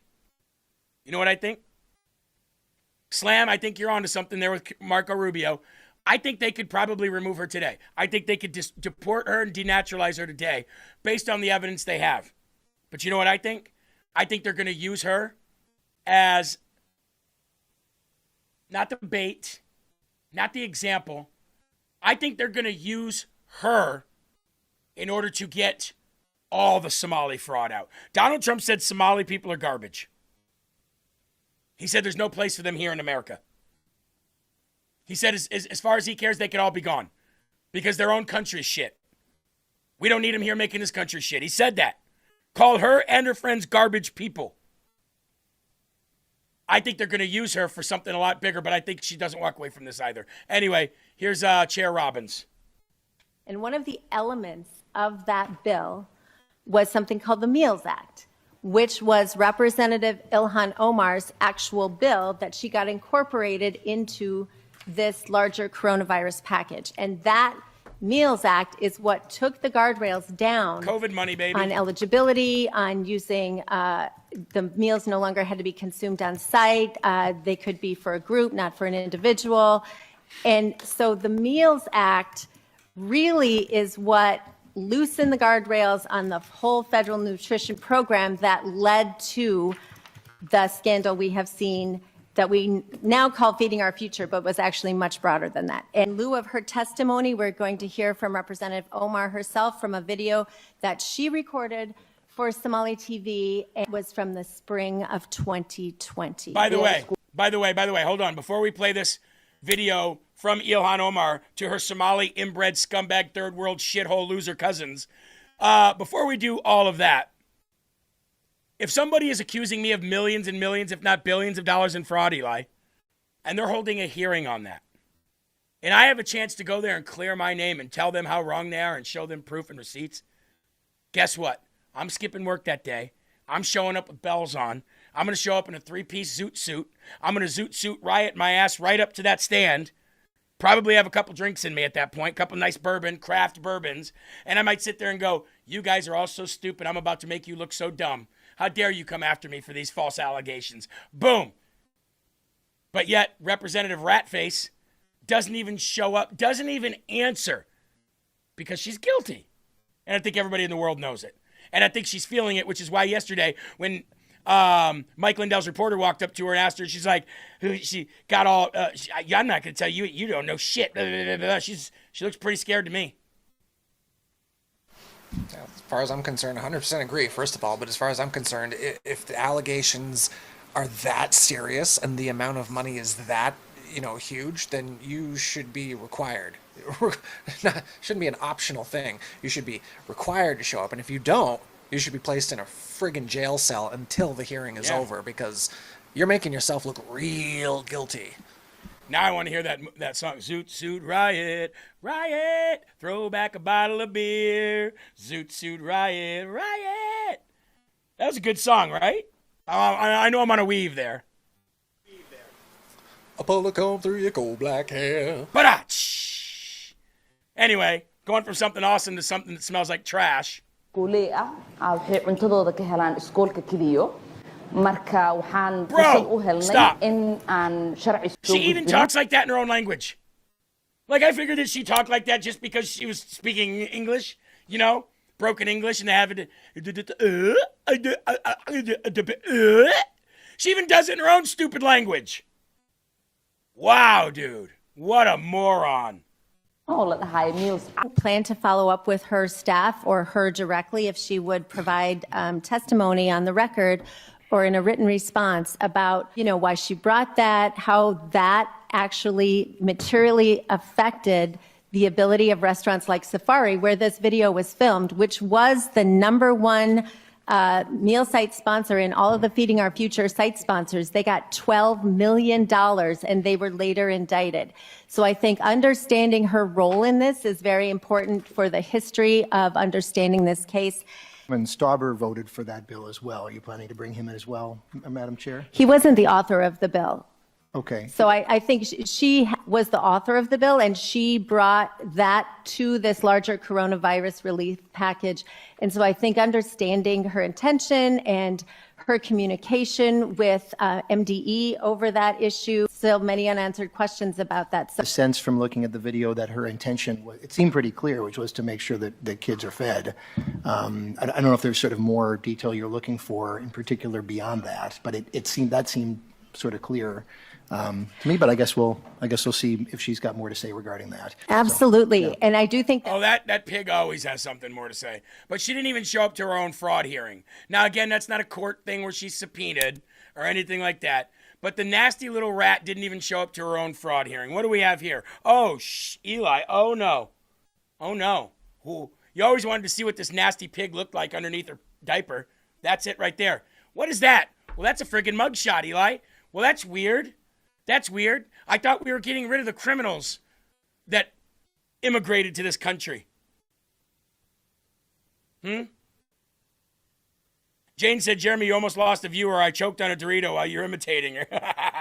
There she is, Eli. That's a mugshot of that nasty little rat, Master Splinter's offspring. Where? You want to know where that's from? I'll tell you where it's from. Hold on. Omar Ilan Abduli was her real name. A resurfaced 2013 mugshot shows radical Representative Ilhan Omar arrested and booked into jail for misdemeanor trespassing. Before her rise to Congress and her rise to being a multi-million-dollar wine connoisseur, Ilhan Omar was arrested in Minneapolis following a disturbance at the upscale Hotel Ivy during a visit by Somali President Hassan Sheikh Mohammed. Remember what they called her too when he comes here. He's like her daughter. She calls him like her father. They have so much pride in her for coming here and doing what she's doing here in America for Somalians. And she said she's here and she will always put Somalia first. Remember, we played those clips. According to reports, Ilhan Omar and a group of activists followed the president's motorcade into the hotel lobby and refused repeated orders from police to leave the premises. In the run-up to Omar's first race in Congress, 2018, Alpha News reported on her 2013 arrest. She was arrested for trespassing and booked at the Hennepin County Jail. See, folks, this was before Minnesota became Minnesomalia, okay? To prevent further criminal conduct, according to a newly uncovered police report. The incident took place on January 18, 2013, following an event at the Minnesota Convention Center, featuring former Somali President Hassan Sheikh Mohammed. The Somali president was set to stay at the night at the hotel, causing large groups of Somalis to follow the president's convoy into the hotel, including Ilhan Omar. See, back then, she wasn't worth a pot to piss in to the former president. But then she ran for Congress after the Somali population grew in Minnesota, causing it to be renamed Minnesomalia. Once she won, all of a sudden, then she grew into the good graces of these elites in Somalia. Now, if you're an elite in Somalia, Eli, it just means that you have 4 walls, a roof over your head, and maybe $50. That's an elite in Somalia. And anything else, you pirate. I would have said maybe 3 walls and a cup of clean water. Actually, elite, Eli, is if you have an 85 IQ and you're not born to somebody of your same family in Somalia. You mean if your father isn't your brother or cousin? Look at this nasty, ugly, disgusting, corrupt pile of dog excrement. Allahu Akbar. And of course, the smile, the smart-ass smile, because the little shit knows that she's not really in trouble. Someone's going to come get her out. You know what I wish, Eli? I wish a female conservative Trump supporter with blonde hair and blue eyes would beat the shit out of her. I would pay to watch that. Just beat the ever-loving American shit right out of her. Show her what a good old-fashioned American ass beating really is. Beat the Somali accent right out of her to where she's speaking like she's from the South. Hi, y'all. I say we get rid of the whole voting system altogether, and people have to fight one another for the position that they're running for. Because you know all the Democrats out there, these skinny little skeleton, 10 pounds wet. That would be a good idea. Somebody said flush that turd. If you're wondering why I'm not playing the sound bites today, it's because the sound is not coming through the system. That's why we didn't get the intro, and that's why you won't get an outro of Rebirth of America. I know. Fire me, shoot me, put me on the firing squad, deport me back to Somalia. And maybe I'll learn my lesson. Hey, Eli, Kalshi. Remember Kalshi, right? We bet on politics, we bet on sports, Kalshi, right?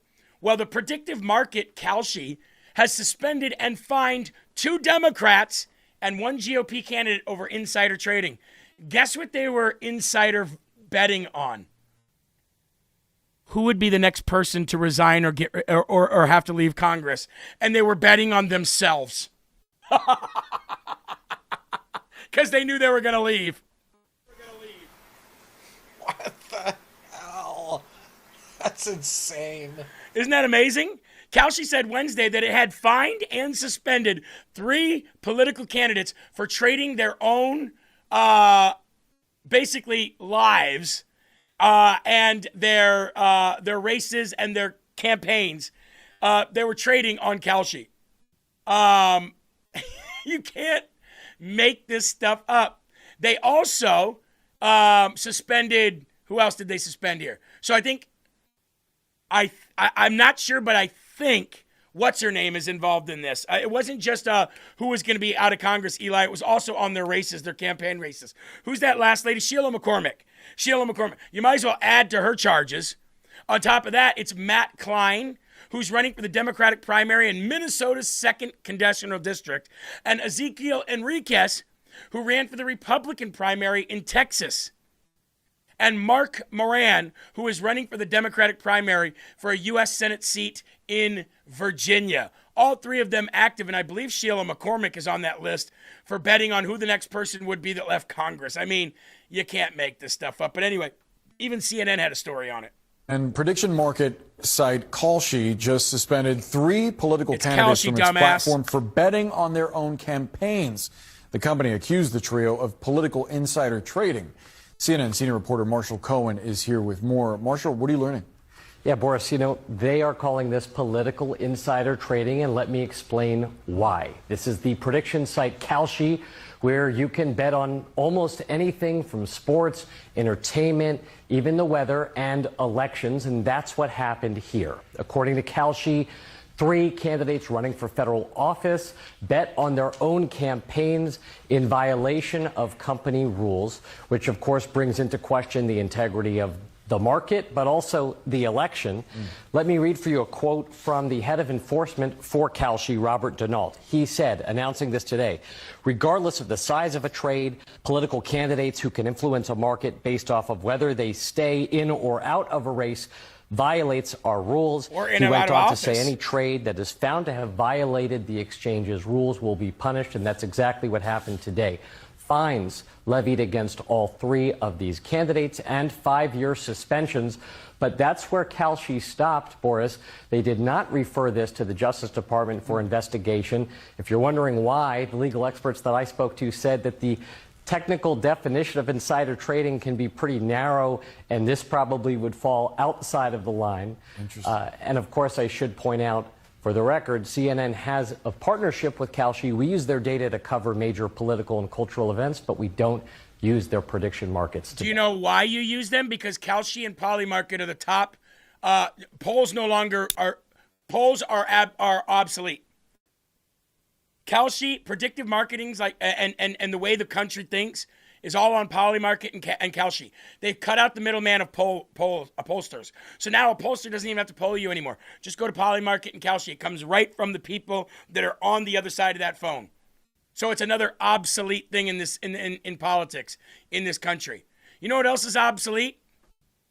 A Democrat telling the truth. Eli, if I told you that a Democrat stood up next to Chuck Schumer and said that not once has a Democrat ever called to defund ICE, would you think that that's a lie and laugh? Or would you be like, really? Tell me another one. Well, I'll tell you right now. This Democrat with Chuck Schumer says not once has any Democrat ever called for the defunding of ICE. Really? I have not heard one Democrat say defund ICE. Yeah. What I have heard every single Democrat repeatedly say, when you fund ICE agents, then make sure they have training, make sure they have warrants, make sure they act like law enforcers, and have the ability to have the trust of the American people. Not one? Eli, it's like that movie, I Don't Have Any Regrets. Not one, not even one letter when he spelt regrets wrong. You don't even have one regret? Are you sure? Are you sure you don't want to take that back? Not one? One Democrat say defund ICE. Right now, Democrats have the power to defund and abolish ICE. We should do it. It is beyond time to defund ICE. An agency that does not care about the law, does not care what courts say, thinks it is accountable to no one except for the President of the United States. We can't fund that kind of agency. We would be violating our oath of office, all of us, to fund an agency that just doesn't care. Wow. That's weird. Not one, apparently. Not one. Now, Eli, I saved the best for last. You ready? This guy does a better Tucker Carlson than anybody I've ever seen. This guy recreated the Tuck and Buck interview. Like, I mean, I certainly campaigned for the president. I supported him. I really did. And I'm implicated in this for sure. Like, I am. And I regret it. Totally regret it. Well, what would you say is your main issue now with President Trump? Well, because Donald Trump and Bibi, by the way, have just constantly focused on Israel. I mean, they've just obsessed day in and day out. I mean, the president has made his entire message, his entire narrative is about Israel, Israel, Israel, and just obsessed with the issues of a foreign nation. And that's shameful. It's disgusting. And they just made every single effort to divide the base and confuse the base and break up the coalition of MAGA and weaken conservatives in this country. They've done everything they can to mislead people about the history of this country, which is my country. And I just hate it. I hate it. I really do. I hate it. I'm sorry, I hate it. And so that's shameful. Yeah. And I'm sorry, but to continue to be hyper-focused and fixated on a foreign nation while not providing any constructive answers or solutions to fix our country, to fix this nation, which is my country, which is a Christian country, to not provide any actual solutions. I mean, that's shameful. That's evil. And I hate it as a white person, as a Christian, as a man. I hate that. And anyone who does that, Trump or Bibi, doing that, they should be shamed. They should be condemned because it's shameful and it's evil. And I hate it. I mean, you're kind of describing yourself. I know. I hate myself. Oh, all right. I do. I really do. I hate myself. Totally hate myself.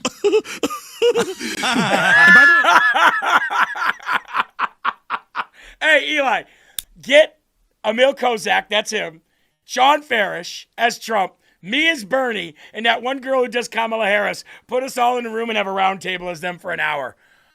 I would die gut-busting laughter on that one. Freaking love how we did the I hate it and goes right back into the serious conversation. Oh. He goes, I hate myself. I really do. I hate. Anyway, hey, heck of a show today, right, guys? You guys should go on your social media after this show. By the way, I'm going to do a Facebook Live and answer questions here in a little bit. So make sure you follow my Facebook page, probably within the next hour or so. But here, ladies and gentlemen, go to your social media. Tell everybody about how great the show was today. Tell everybody if you want information about everything under the sun that's going on, trending and otherwise, and things you'll never hear about, go to LFA TV. Share this show with them. Just take the individual show, which is out available right now on our Rumble page. You don't need the whole all-day stream. Take the Live from America show and go share it. Let your friends see it. Maybe they'll come aboard. Anyway, ladies and gentlemen, like I said, we're not going out today with sound because I don't have it. But I will say this. I'll still put up the video. And I will say there are right ways and wrong ways, but there's only one Yahweh. So stand up tall. Keep your shoulders back. Keep your chest out and keep your head up high. Because you are a child of God and no weapon formed against you will ever prosper. I enjoy you guys being here every day. I love it. It's awesome. Thank you for giving me your time. I know it's a lot of time, but you guys are awesome. Okay? God bless you. Thank you. Keep your family, your friends, and your pets close. Keep a smile on your face. And stay tuned. Don't leave for Will. It makes Will feel like you don't like him when all you guys leave. I know you got to work, but just leave it on in the background. Let your phone die. See you later. I'll see you tomorrow. See ya.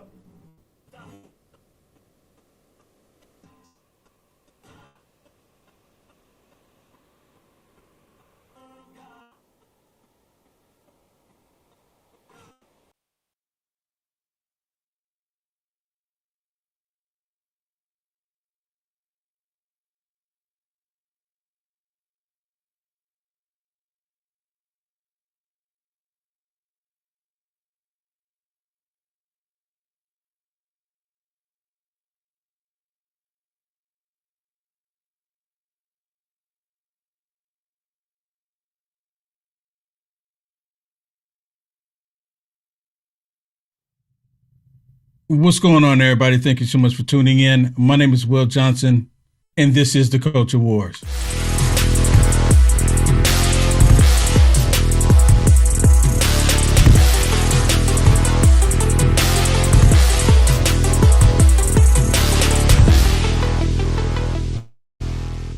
Will not replace us! Jews will not replace us! Jews will not replace us!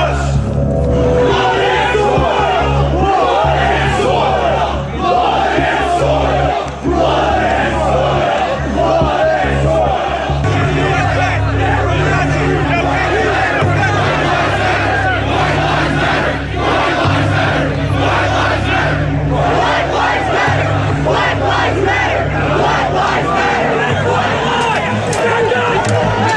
You remember?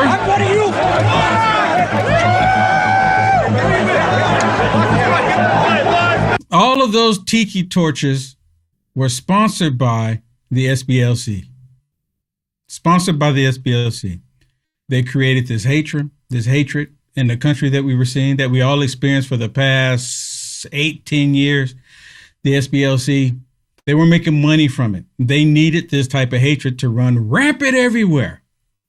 So this, when I was getting my show ready, I was asking Eli. I asked Eli if he would take some members, some Klan members, some KKK members, and put them in the background holding a noose and grabbing me with a big tree in the background. I'm the black guy asking for this, right? Because that's exactly what's happening. That's what they were doing. The SBLC was pushing that very thing. And Eli, the AI was arguing with Eli to do it. And the AI would not allow Eli to create it. So I just said, you know what? Go ahead and just put Nick Fuentes in there. The SPLC, America's Real Hate Group, 100%. And just like this dude right now, and it's really interesting how all this came to the surface, how it all came to the light. And here it is right here. You shouldn't have support. You shouldn't have voted for Trump. Here it is, the white guy chasing down the black guy, tree in the background, noose hanging from the tree. And the white guy is saying you shouldn't have voted for Trump. This is historically accurate because it's always been white leftists, lunatic liberals wanting to lynch black people. And you know what? They also lynch white people as well. But Nick Fuentes, obviously, according to so many reports, that he's been the main one that has been profiting from the SBLC. He's been making a lot of money from it, apparently, making all this money. And of course, you don't hear too much of the Democrats here lately saying anything about Nick Fuentes. Maybe because it's like, oh no, the cat's out the bag. Cat's out the bag. I'm just wondering how long will it be before they all start standing outside of the SBLC buildings saying, we're not going to let Trump take it down. We need them to constantly push his hatred in America. just like they did USAID. Every organization that's been making money for the Democrat Party, they've been advocating for them and fighting for them, trying to keep them alive. And I want to bring something else to your attention here in just a second about the SPLC, something that I didn't even think about until all of this came out. Well, after all this information came out about them being in trouble, you have Caroline Levitt. She was asked a question about the Southern Poverty Law Center. And I want y'all to listen to what she had to say about this, because the Southern Poverty Law Center, as I said yesterday, they all should be jailed. The website shouldn't even still be up. I mean, wait a minute. Something else just dawned on me. For the past 8 to 10 years, the left has said that all of these hate groups should be shut down. Google shouldn't be sponsoring them. No one should be funding them with money. But now we know that they've been the ones pushing all the hatred. Has Facebook denounced them? And I was really trying to look to see if Facebook was using them as a third-party fact checker, or if YouTube or if Twitter at the time. And of course, AI came back and said, nope, there's no evidence that they were used as fact checkers. But their hands are all over it. I'm not sure how AI is getting that one messed up.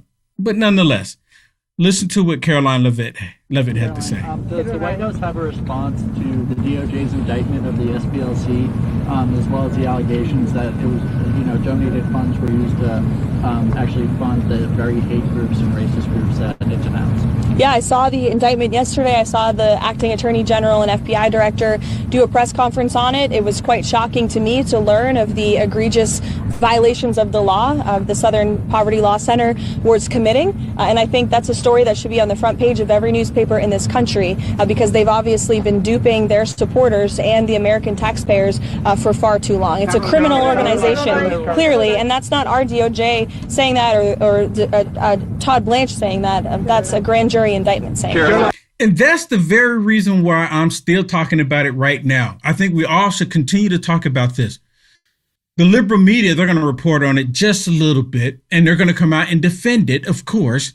They're not going to come out and say, well, the SPLC, they shouldn't have done this. They deceived all of us. They're not even saying that. They're not even saying that. They're saying that President Trump, his DOJ, is just attacking another organization that was doing positive things in this country. You can't make it up. Stupid liberals. They want us to believe that they were doing positive things. None of this was positive. The SPLC was deliberately labeling white people in the United States of America as domestic terrorists, as hate groups, as bigots, you name it. They were labeling white people this. And then I got to thinking. Nancy Pelosi said, when I was in San Francisco, trying to have a rally, trying to have an event, Nancy Pelosi put out a statement saying, you white supremacists are not going to have an event in our city. I'm like, wow, really? Because, see, the only way that you can make money, apparently, from the SPLC is if you are white. They were shoveling out money to white people to be hateful, to say that they hate black people, to say that they hate Hispanics, to say that they hate Asian people, to say that they hate people of color, as if white people don't have color. They were paying these people to be hateful against the people they so-called say they want to protect. So I'm like, no wonder I didn't get any money from the SPLC, because I wasn't the right complexion. Discrimination again, hello. So everybody white, you missed out. You could have been getting paid big bucks. And as I mentioned before, Nick Fuentes, this dude out here telling everybody, don't vote for President Trump. Don't vote for Trump. Have y'all heard him say it? He said it multiple times. Don't vote for Trump. This dude, his name is all over the SPLC, all over it. What we're doing with Unite the Right is let's put every important person in our movement in one place, and everyone sees us as a threat to civilization. I mean, isn't that kind of worrisome? I don't know. I mean, I hope I'm not concerning people. I'm still going to go. You can't live your life in fear. But and this is when he was talking about going to Charlottesville. right? He's trying to act like he's all innocent. I'm going to go. I don't know what's going to happen, but I'm still going to go. Y'all remember that? You think of it that Kessler, Enoch, Spencer, James Alsop, Baked Alaska, I mean, like everyone's going to be there. Sam Hyde, Lauren Southern, people from Rebel Media are going to be there. And I don't know, is that a great idea? I don't know who thought it'd be a great idea. Like, hey, let's all go to Lee Park. Everyone thinks we're Nazis and bigots, and let's just go in the middle of an open field, all the important people. Look, I understand the importance of rallying the troops, building the morale, uniting the right. That's why I'm going, but I am a little worried about that part of it, that you might get some nut job, some Travis Bickle LARPer down there with some bad intentions and some bad ideas. He was actually calling it all out. He was actually pushing this whole agenda the entire time. And then he's trying to say that he's America first. It was a total setup, complete setup, total lies the entire time. I've met dude a few times. I've talked to him a few times. And he never was right in the head. He was purposely trying to make Republicans look bad. That was his MO. I guess that's how the SPLC was paying him. We need for you to go. The first time I met him, I never heard anything about him before, never even seen him before, but he was at CPAC. I saw him show up at CPAC. And when he showed up at CPAC, I thought it was really weird because CPAC didn't want to allow him into the event. They said, nope, you can't go into the event because his objective was to make Republicans look bad, to make President Trump look bad. And I'm like, I don't even know who this dude is, but all these people were flocking around him. And now come to find out he was getting paid to make Trump look bad, to make the Republicans look bad, to make America look bad while he's sitting there spewing off America first. Talking about a sheep, a wolf or a devil in sheep's clothing. He was there to make you and I look bad because we support America. So I'm really wondering, how much did he get paid? I would like to know, how much did he get paid from the SPLC? You ever wonder that? Because this is like the MO from the Democrats. It really is. It's like one part of their MO that they will pay people to come out and say certain things. And now I love this point that Jesse Waters says here on the 5. He tells Jessica, I need white reparations. It's so good. I need white reparations. I think everybody white in America, the SPLC, should have to pay them white reparations. Straight up. They should have to pay because they were labeling you. No, white people, look, we've come so far in this country. And the reason why, other than Almighty God, okay, God used, what does God use? God used people. God used people to do his will. Now, he can do it all himself, but he uses us. And most of us, a lot of us, and I can't say most of us, a lot of us want to be used by God. The reason why I say that, because God used white people to make it where Will Johnson can be free. Did you understand what I just said? Are there any trolls in here? One ear and out the other? Let me say that again. God used white people to make it possible for Will Johnson to be free. So white people get credit. The SPLC, along with the Democrats, they don't want white people to have credit for anything. Nothing. If you're white in the United States of America, the Democrats hate you. They've labeled white males domestic terrorists in the country. And just like the Proud Boys consist of black people, Hispanic people, Asian people. I mean, the Proud Boys is like the melting pot of it all. But they label them as a white supremacist organization. Heck, the leader is not even white. You see what I'm saying? Everything is white supremacy. Have y'all seen the card where they show They have the different shades of the different colors like that, and they hold it up next to the person. And if you're not in the category of white, the shade of white, then you're okay. Other than that, if you're in the shade of white, you're a white supremacist, and everything else is okay. Y'all seen that? That's exactly what it is. They have put that in our country, people. White people are not racist. And I want to drill this forever, because they lied to so many people, got people believing it. And it angers me because I have family members that constantly regurgitated this crap about white supremacy. Constantly. And now we know where it was primarily coming from. But listen to Jesse Waters as he's talking about to Jessica that he needs white reparations. You owe me money. White reparations. Oh, I so love it. I'm going to play it again. I so love it. You owe me money. White reparations. Jesse still didn't answer my question, though. What? How does it mean that organized white supremacy is fake? Charlottesville was AstroTurf. They paid a guy not only to organize it, but to bus people in. You don't think this has He paid to bus people in, Jessica.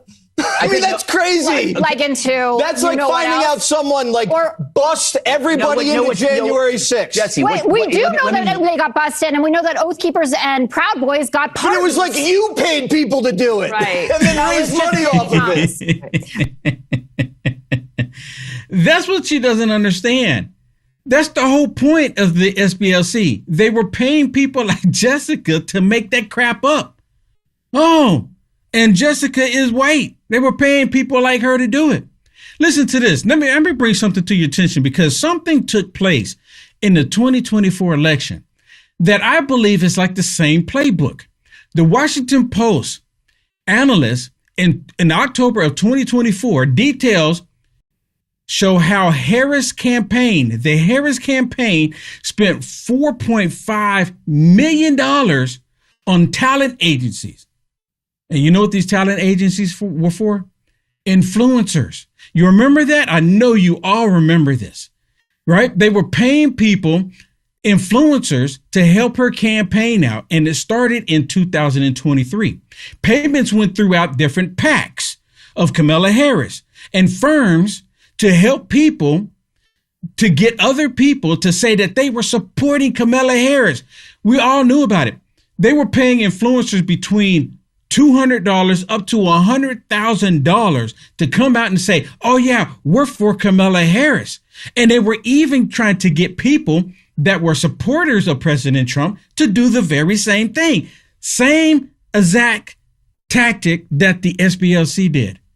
Same thing. Get white people to come out and act like you're racist, act like you're hateful. So then that way we can say that there's hatefulness in the United States of America. The New York Post on October 31st, 2024 summarizes that the influencers were paid via the liberal PACs. No brainer. Just exactly the same thing that Jesse Waters just said. It was people like Jessica paying these people. On CBS News in August of 2024, the campaign provided talking points, graphics, but they didn't pay them directly. They always went through like allies of the Democrat Party, different allied Democrat groups, these PACs. They were using all of them to push this agenda.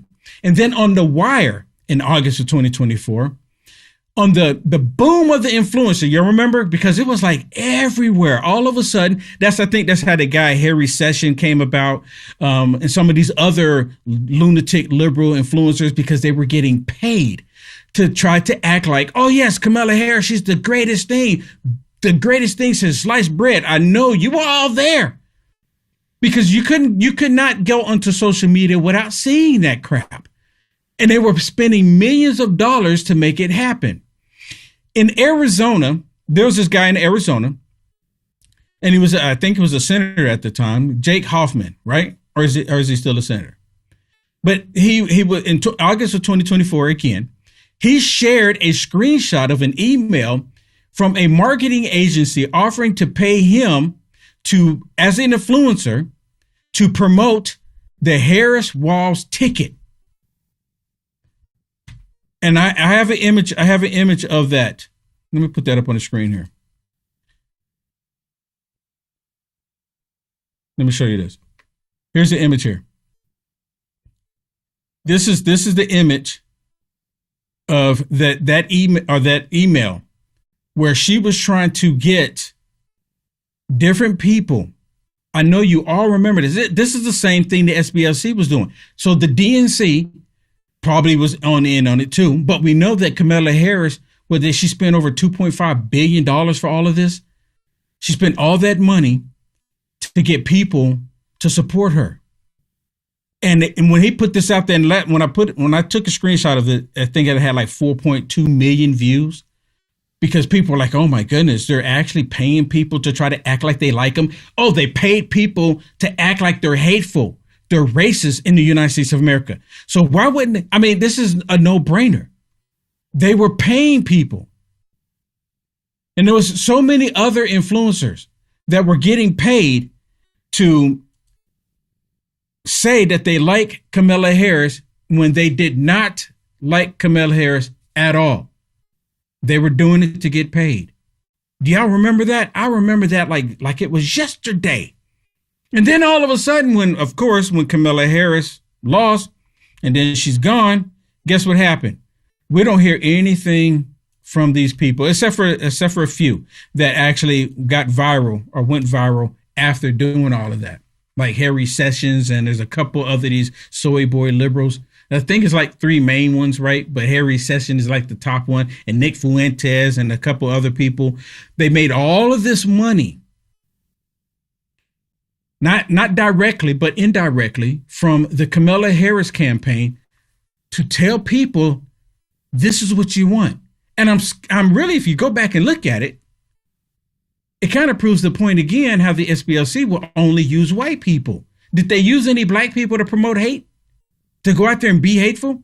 I think it was only white people that they were paying, because they had this agenda to make it look like white people were the problem in the United States of America.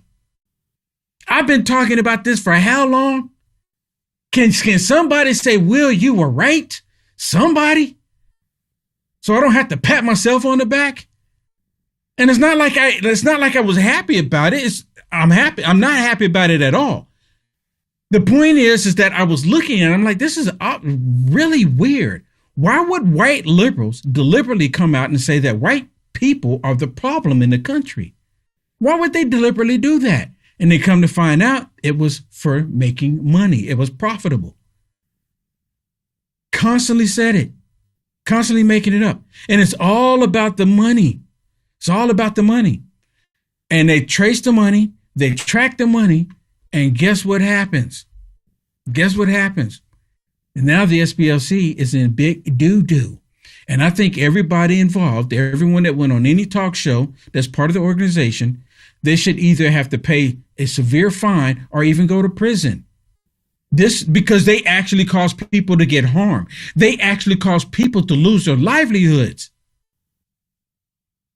They were using some of these reports from the SBLC as factual evidence to go after certain groups, to go after certain people. And they were shutting people down because of it. And it was all a lie. They should be sued to non-existence. Money doesn't lie. The charity that supposedly fought the Klan funded the Klan. The charity that supposedly fought neo-Nazis. Hold on. I got to stop it. Y'all listening? The charity that supposedly fought the Klan was funding the Klan. The organization that said that they're against the Klan created the Klan. What organization is that? Y'all help me out in the chat. Nazis funded neo-Nazis. The Southern Poverty Law Center ran a methodical, calculated scheme to defraud their donor base of $3 million and lied to them and used an illicit banking structure system to create shell companies to hide their money and who it was being sent to, specifically for the reason to sow discord and hate into our society. This is the ultimate definition of hypocrisy. And if you look at the indictment produced by the Department of Justice and the FBI, you will see that these banking institutions tie directly the funding mechanisms in which the Southern Poverty Law Center used to fund at least 8 hate groups they supposedly wanted to take out, but they were paying the very villains of our society they supposedly wanted to protect us from. That's the ultimate hypocrisy. That's the ultimate hypocrisy. I kept trying to put this one up there. The CIA was even meeting with the SPLC. And you know what I was wondering? I was thinking, I wonder how much involvement does the CIA have with the SPLC? I wonder how much involvement did they have? Because this sounds like a total CIA op, right? The CIA come in and they create a certain environment to get people to believe a certain thing. And that's exactly what happened here. And I'm wondering how much involvement did the CIA have in it? Now, I asked the question right before I played this video, right when I was starting the video, who created the Klan? And then that same organization, they're the main ones saying that they're against the Klan. They're the main ones advocating. The organization that created the Klan is saying that the Republicans are the Klan. I think you all know who it is. It's the Democrats created the KKK. And now they're all out there saying, oh, we got to stop these white supremacists. We got to stop them. We got to stop them. Here's an ad that with Gavin Newsom's voice on it. It's a short one. Okay. It's a short one. It's not long. But here's an ad with Gavin Newsom's voice on it, where he's promoting an ad for the SPLC.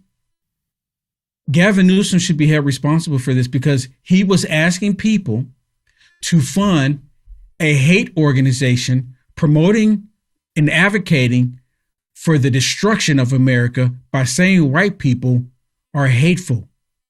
He should be sued through the wazoo. And the reason why I say that, because there was a company, and I forget which basketball player it was. They were pushing this. I think it was like some kind of, I want to say it was cryptocurrency, but I can't remember exactly what it was. But they were pushing a certain program, and that program ended up being a fraudulent program where they went after the basketball players because they were advocating and they were telling people to buy in and support this organization that was totally fraudulent. Same thing here, is it not? Is it not? California Lieutenant Governor Gavin Newsom. Donald Trump has always spouted racism, hate, and bigotry, but recently it's been amplified into an all-out rebel yell. He's quick to attack almost anyone, except, of course, white supremacists and neo-Nazis. He's attacked transgender soldiers defending the Constitution, pardoned racists who violated the Constitution, and now he's threatening 800,000 young people by ending DACA. Sometimes there simply aren't many sides. There's right and there's wrong. So I'm imploring you, stand up and step in. Give to organizations you care about. Call your legislators. Protest peacefully. And always have each other's backs. Because history teaches us what happens when we succumb to fear or hide behind our privilege. We must press on together, resisting hate and always standing up for our fundamental American values. Oh my goodness. And let me show you right here, the ACLU, LDF, SPLC, National Immigration Center. I think every single one of these organizations should be investigated for all of the hateful stuff that they've done. And every single one of them is a leftist demonic organization. I used to refer to the ACLU as the all-controlling Lucifer organization, all controlling Lucifer unit or something like that. But every last one of them should be investigated because this is the problem in the country. These 501c3, they should lose, first of all, they should lose their status on a 501c3, every last one of them. They should lose their status. And even if they didn't push anything by association, they should lose their 501c3 status. You know, they were going after churches and people who were, oh my goodness, you're supporting President Trump. Or they found out that you're Republican under Obama. And they were going after conservatives. They were going after churches and they were threatening them to lose their 501c3 if they showed any support to the Republican Party. It's the same tactics that they've done in the past. Same thing. Same thing. I actually have a book, and I meant to get it. I don't think I have it over here, but I have a book by this young man named Reverend Wayne Perryman. And in the book, he talked about how what took place is that the Democrats used to kill black people and white people if they did not vote on the Republican ticket. And it's the same tactic today, except for they don't kill people out in the open. You know what they do? They break you down financially. They publicly try to disgrace you all. And their objective right now for everybody in the United States of America is to call everybody white supremacists if you dare to vote on the Republican ticket. Tell me where I'm wrong. Tell me where I'm wrong in the chat. Okay, I'm going to change it up just a little bit here. There is still a deliberate attack on Christianity in the country, and I'll talk about that so much too. Another reason why there is attack on Christianity is because of the so-called white supremacists, white nationalists, white Christian nationalists. It's all about white people. So how many times did the SPLC tell people in the country that white Christianity is a problem? Remember Hillary Clinton? Just the other day I played y'all. So how much did Hillary Clinton get in communication with the SPLC? Because she is spewing the exact same thing. They were all doing it. Joe Biden, Kamala Harris, Elizabeth Warren, Chuck Schumer, Jerry Nadler. Every last one of them, Hakeem Jeffries, every last one of them, white extremists, MAGA Republicans, Hakeem Jeffries. They attack Christianity because majority of the people in the United States of America happen to be white and they happen to be Christian. We'll be right back. It's finally here, our second annual mega sale. This sale only comes around once a year, so take advantage of the best offers ever while you can. For example, save 50% on our Giza Dream bed sheets, as low as $29.98. And for the first time ever on TV, MyPillow mattresses and MyPillow mattress toppers, as low as $99.98. And you save 50% on our Lux Pure 6-piece towel sets. Regular $69.98, now only $39.98. And our best-selling standard MyPillows, regular $49.98, on sale for $17.98. Wait on it, mega sale, only $14.98. So go to MyPillow.com or call the number on your screen. Use this promo code to take advantage of our second annual mega sale. But wait, there's more. To make the mega sale even more special, when you order right now, your order's going to ship absolutely free. Thus Solomon finished the house of the Lord and the king's house, and all that came into Solomon's heart to make in the house of the Lord, and in his own house he prosperously effected. And the Lord appeared to Solomon by night and said to him, I have heard your prayer and have chosen this place to myself for a house of sacrifice.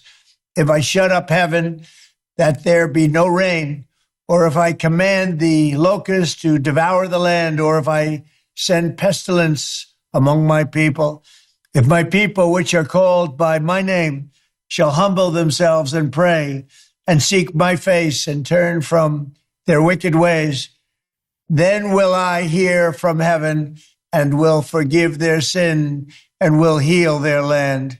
Now my eyes shall be open and my ears attent to the prayer that is made in this place. For now I have chosen and sanctified this house, that my name may be there forever, and my eyes and my heart shall be there perpetually.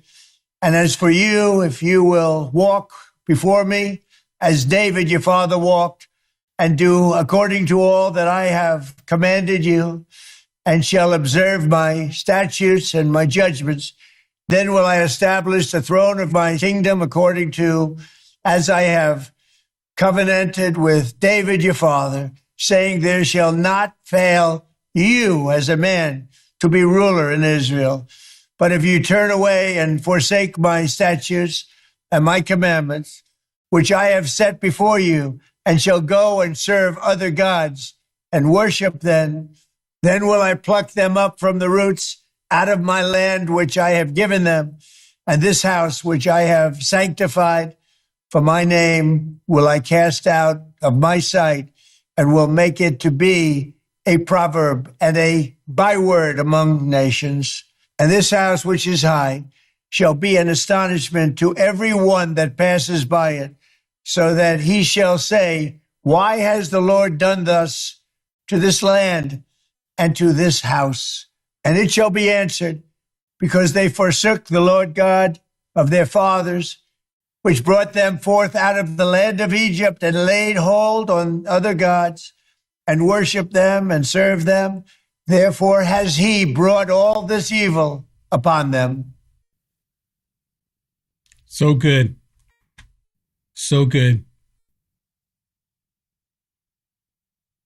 You know, I don't ever recall hearing another president do that. I'm not saying that there hadn't been any presidents, but imagine how they feel. I've just heard more about from our president when it comes to the Bible than the Pope. And I'm telling you right now, the radical lunatic liberals, they hate every bit of it. How dare he? How dare he read the Bible? Who does he think he is? Well, let me share with you. This is, if I'm not mistaken, Franklin Graham's daughter. Goes on the Communist News Network. And I've never seen her before. And only president put God's first. Jesus is going to make America great again, 100%. This is Franklin Graham's daughter. I guess, I don't know if he has more than one daughter, but they said this is Franklin Graham's daughter. She goes on the Communist News Network, and they're talking about President Trump, what he just read. The leader of the free world was reading scripture from the Bible, and they're going to have a discussion about it. What do you think she's going to say? Trump was reading the Bible last night to a crowd and saying, quote, return to the spiritual foundation that has shaped our country. What did you think of those words and him doing this in the context of where we are now, right, where he said this war is justified by God, and he has obviously posted those images of himself as Jesus? Sure.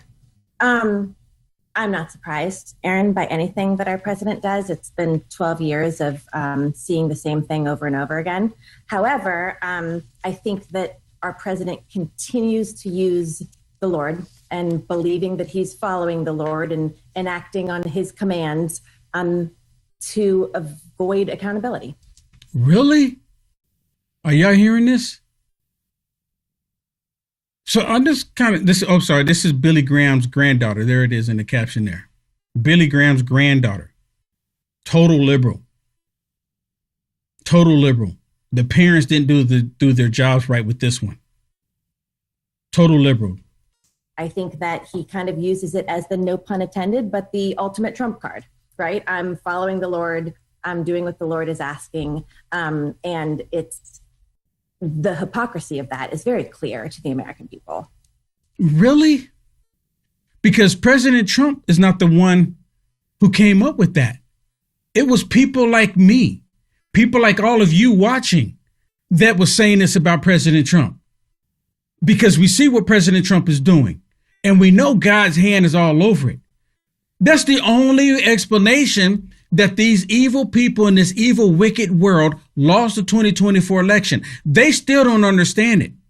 They're still piping mad, just like typical demons. They cannot recognize, they cannot figure out how in the world that President Trump will win. And you know how he won? Because God heard our prayers. How many times have I said that?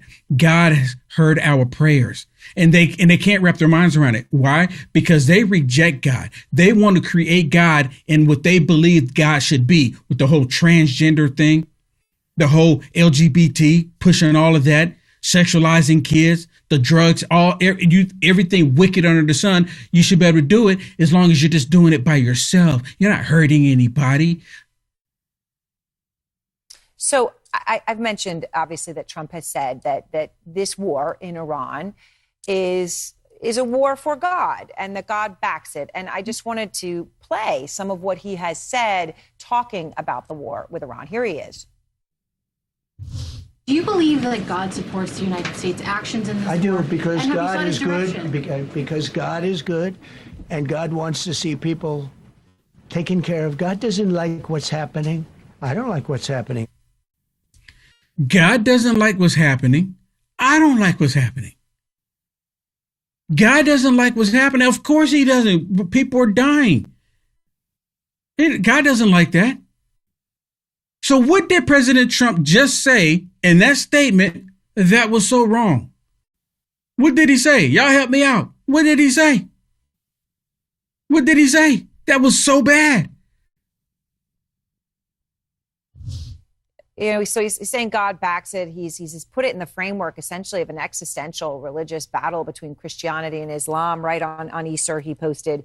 There is a battle between Christianity and Islam. And the Pope has sided with Islam. There is a battle because Islam wants to destroy all of us. They really do. They want to, if you do not become Islamist, they will want to kill you, kill the infidel. Straight up. And you know, I can't help it, but I'm constantly thinking of how we got here and how there's such a big movement right now in all of the mainstream media, the discussion of God, the discussion of spirituality, the discussion of Jesus, the discussion of how people believe God is and how God should be. Now, I've always talked about God every time I've done my podcasting.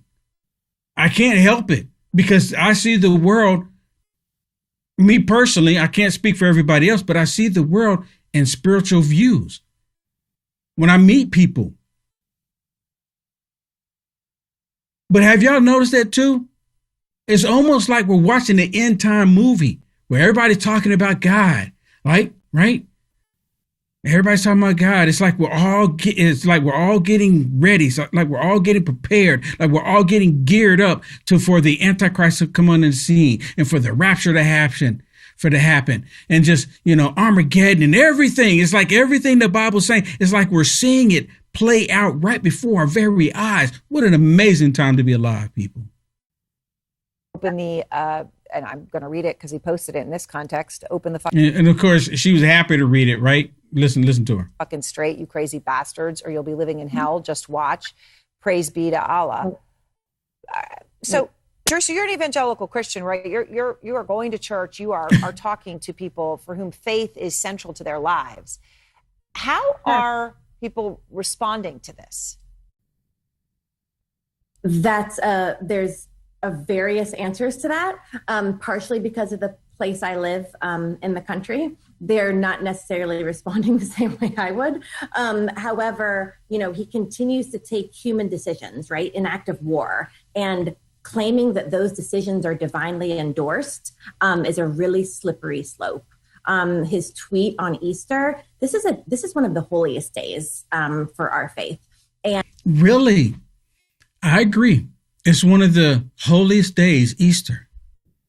And I don't need to, but maybe I should have gotten the image of Easter being one of the holy days in our faith. Easter being one of the holiest days. And guess what? With Easter being one of the holiest days in our faith, Christianity, because it represents Passover, it represents Christ dying on the cross, Good Friday, and then he rose again. That's what it represents. I think we all agree to that. But what did the Democrats and Joe Biden do when it was time for Easter? They labeled it Trans Visibility Day. Did she have anything to say about that? Did Aaron Burnett on Communist News Network bring her on to talk about the Trans Visibility Day on Easter?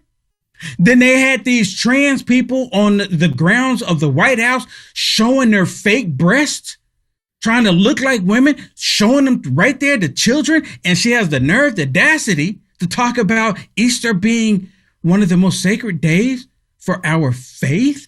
Are you kidding me? Did y'all pick up on that too? Where was Erin Burnett? Did Erin Burnett say anything? Did she mention it? Did they mention it? No, they didn't say. They didn't have nothing to say about it.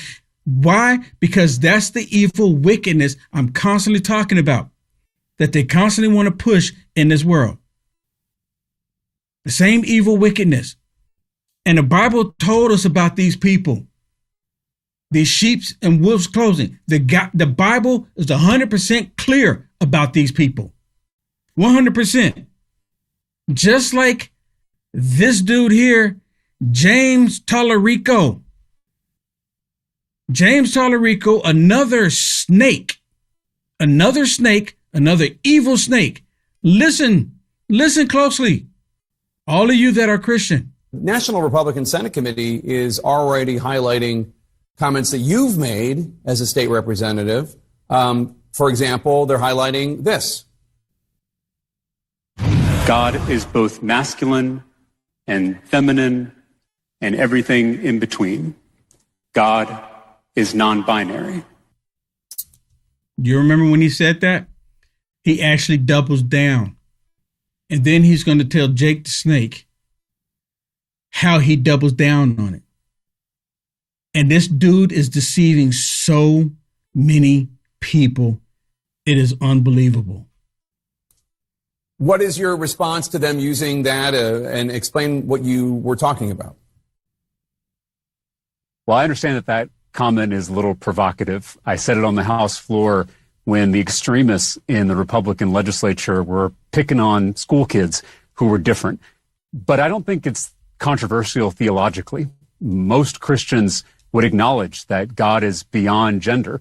In fact, the Apostle Paul, in his letter to the Galatians, said that in Christ there is neither male nor female. And so if someone's got a problem with that statement, they shouldn't take it up with me. They should take it up with the Apostle Paul.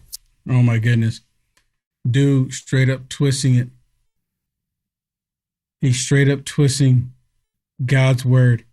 And that's the whole point. That's the whole point that they do. Democrats reject God.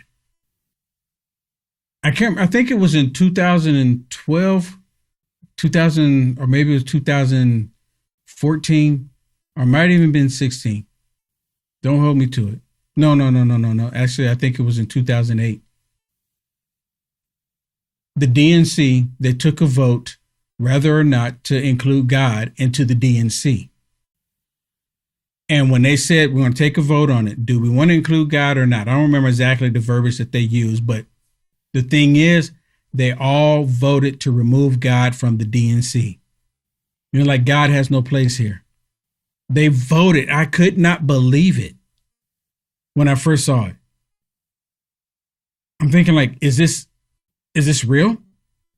Is this really real? Is this actually happening? And sure enough, they voted God out of the DNC. Straight up voted God out of the DNC. And like stuff like this, you can't make it up.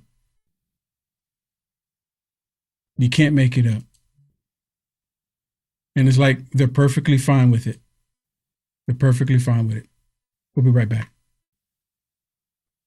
Remember when you were younger and you used to hear stories, whether it be in Greek mythology or whatever, about the fountain of youth, people constantly looking for something out there that would help them live forever or live longer? Well, kind of got something like that with Fatty 15, and it's not mythological. No, Fatty 15, this is an empty jar right here, but that's your size that you get. That's a 1 month supply. You get a 3 month supply on this deal. Fatty 15 contains something called C15. If you don't know what that is, it's an essential fatty acid that is necessary for your body's cellular generation, meaning that if you have any damaged cells, it will repair them. It'll also change the way your cells age and you will live longer. C15 does exactly that. Again, if you don't know what C15 is, definitely do some research, but it's Fatty 15, and in each and every one of these capsules that you get in Fatty 15, you're going to elevate your cells, you are going to repair your cells,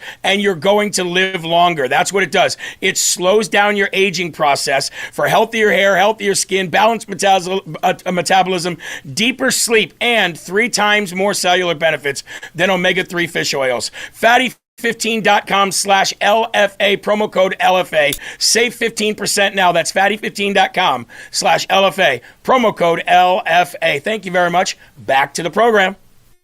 I've not heard one Democrat say defund ICE. Right now, Democrats have the power to defund and abolish ICE.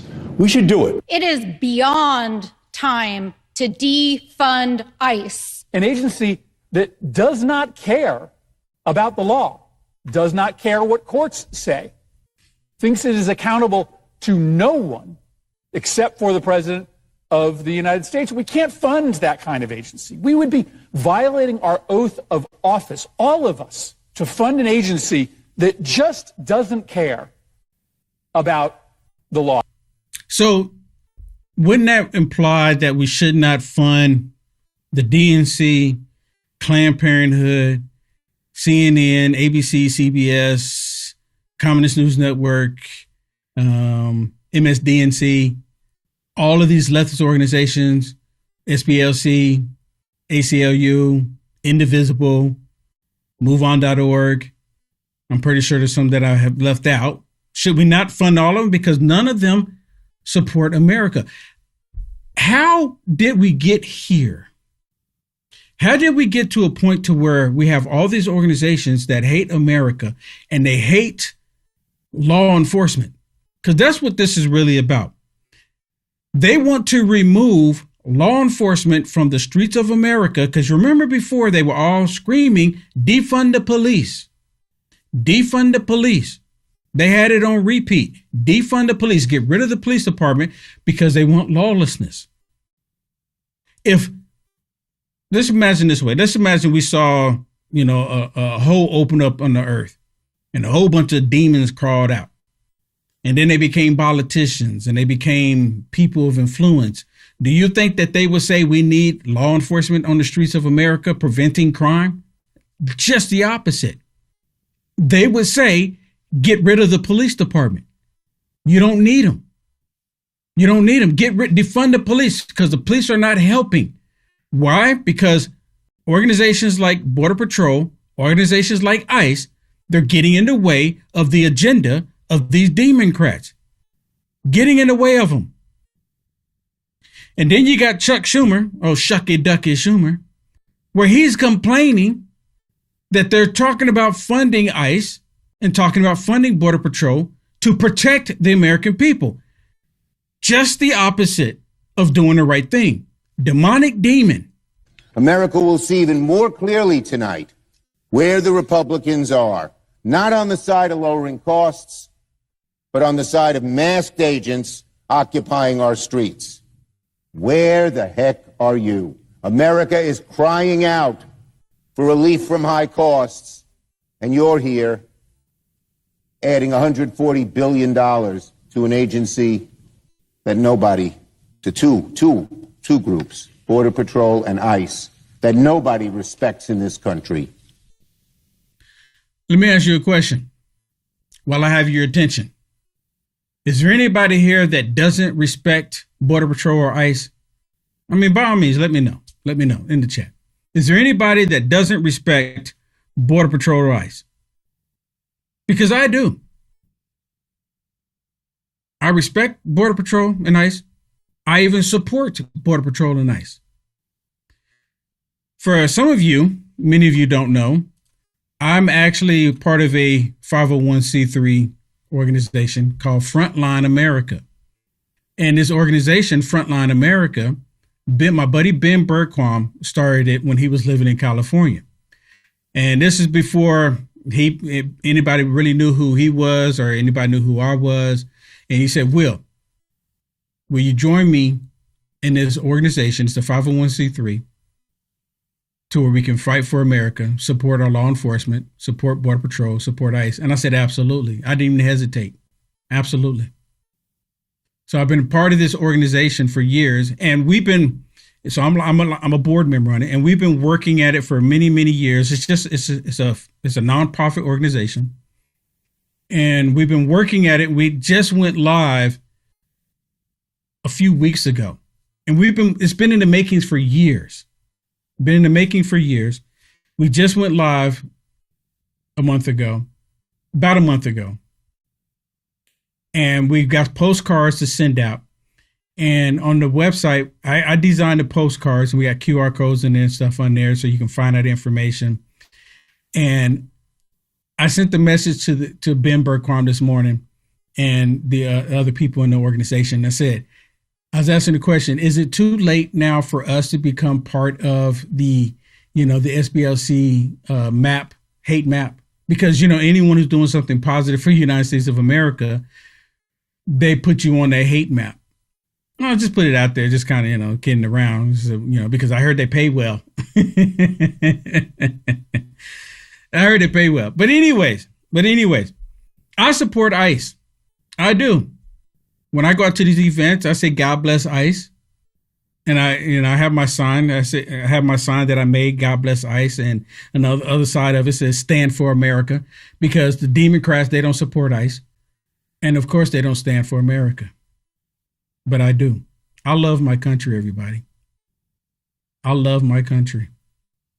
My father was in the military, and there's not another country on the earth.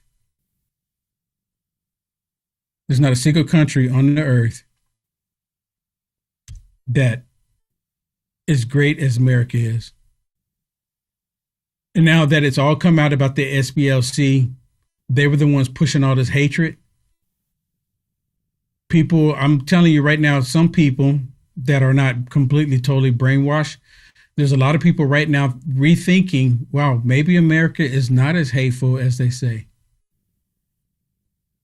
I'm pretty sure I'm still gonna get that. Will Johnson, you're just trying to please white people. And again, I'm looking at the camera. I can't tell what color you are. And be honest with you, I don't care. Your color's not important to me. I don't care. It shouldn't matter. And I'm hoping after the SBLC that many people will go, you know what? We were lied to for all of these years. And I'm hoping that the people that was believing it, I'm hoping the people that was believing that nonsense will be like, you know what? No more. I'm hoping they're saying no more, not again. I'm not going to do it. Not going to do it. I'm hoping that's what happens. But it's going to take you and I to continue to do this fight, engage in this fight. It's going to take you and I to make it all happen. It really is. And as much as people don't really think it really makes that much of a difference, it really does. And what am I talking about? Hitting that thumbs up. All you have to do, if you're watching on the browser, please just hit the thumbs up for us. That's one way you can bless the network. I mean, we get hundreds of thousands of views on every day shows, hundreds of thousands of views, millions of views throughout the month. There's really no excuse for us not to end up with 10,000 thumbs up every single day. At least 10,000. Some people, no one can see you hitting that thumbs up if you're concerned. No one can see you hitting it. So please bless us by hitting that thumbs up. Please bless us by hitting the thumbs up. Makes a world of difference. All right. Mr. Kevin Smith is coming up next. So, of course, you don't have to do anything. You don't have to go anywhere. Just stay right there. Mr. Kevin Smith is going to have everything for you. And, of course, I will see you tomorrow in the Culture Wars. God bless.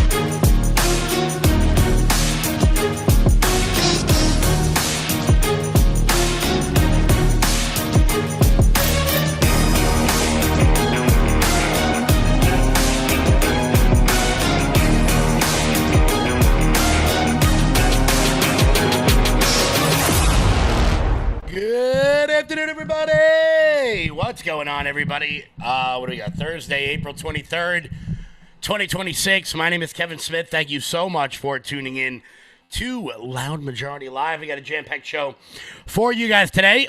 We are awaiting, at the moment, President Trump about to go live from the Oval Office. So once that happens, keep it locked in here, and we will throw it over to President Trump with some kind of a healthcare announcement. Not really sure what the boss is talking about today, but we'll see in a couple of minutes. So keep it locked in here as we have President Trump going live. Also, Chief Liawatha, Pocahontas, absolutely lost it on CNBC, which I think is really funny. I think it's really funny when the political people go on finance shows and have to answer serious questions, because the finance shows actually don't care about politics. Their job is just to make money, and that's it. So they usually, give it to these political hacks pretty hard. Pretty hard. Which is good. Which is good stuff. Also, a horrifying story out of the UK. You're not going to be shocked by it when I bring it up. And an even more horrifying story out of Harlem. We're going to get to all of that. Of course, more fallout from the Southern Poverty Law Center. I got to tell you, I am still skipping down the street over the Southern Poverty Law Center stuff. I am so happy right now.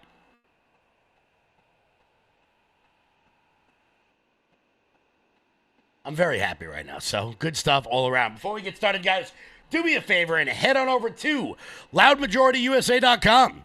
That's loudmajorityusa.com. Sign up for the newsletter. Check out our shop. You guys can use promo code SPLC to get free shipping on everything on the website. That is promo code SPLC to get free shipping. If you guys like, you can get this ice hat so that you'll piss off everybody in your local neighborhood, but also you won't be bothered by obnoxious people. So head on over to loudmajorityusa.com. We got baby stuff. We got your 250 gear all over the place. We also got this phenomenal Miller Lite shirt. This is still my favorite. I got to tell you, that's still my favorite 250 shirt that we've made so far. Guys, pick that up today. Go to loudmajorityusa.com and use promo code SPLC to get free shipping, because to hell with them. Loudmajorityusa.com. What's happening, everybody? Let's pop the live chat up there on the screen. We're going to make fun of Chief Liawatha in a little bit, because why the hell not? Elizabeth Warren is fun to make fun of, because she's ridiculous. Also, ABBA's girl. Thank you so much for the $200 Rumble rant on the show. Thank you. AGSUS. Good day in New York. Good day in New York. SPLC is a hate group making money by making hate. Yes, they are. Literally funded the Klan. But hey, their job was to attack people like me, and look, they were successful at it until the shoe was on the other foot. So I'm very happy. I'm very happy that happened. Good stuff all around. So let's start off with the Southern Poverty Law Center stuff, because I love it. I love every single bit of it. And I was able to. I love when liberal trolls go in the Facebook chat, like this guy Jason, who's in it right now. The more you comment, the more people see it, right? Thanks for the help, bro. So, more fallout. He was Kash Patel on Fox last night talking about the SPLC and exactly what was going on. He doesn't lie. The charity that supposedly fought the Klan funded the Klan. The charity that supposedly fought neo-Nazis funded neo-Nazis. The Southern Poverty Law Center ran a methodical, calculated scheme to defraud their donor base of $3 million and lied to them, and used an illicit banking structure system to create shell companies to hide their money and who it was being sent to, specifically for the reason to sow discord and hate into our society. This is the ultimate definition of hypocrisy. And if you look at the indictment produced by the Department of Justice and the FBI, you will see that these banking institutions tie directly the funding mechanisms in which the Southern Poverty Law Center used to fund at least 8 hate groups they supposedly wanted to take out, but they were paying the very villains of our society they supposedly wanted to protect us from. That's the ultimate hypocrisy. And you know what? The whole thing about it is that they... How do you say this? They used these shell companies because they knew what they were doing was wrong. They knew what they were doing was wrong. Paula Mullins, thank you so much for tuning in. Shout out from West Virginia. Very good stuff. Andrea down in Florida, what's happening? They set up these shell companies because they knew if this ever got out that they were funding the very same people they were attempting to destroy.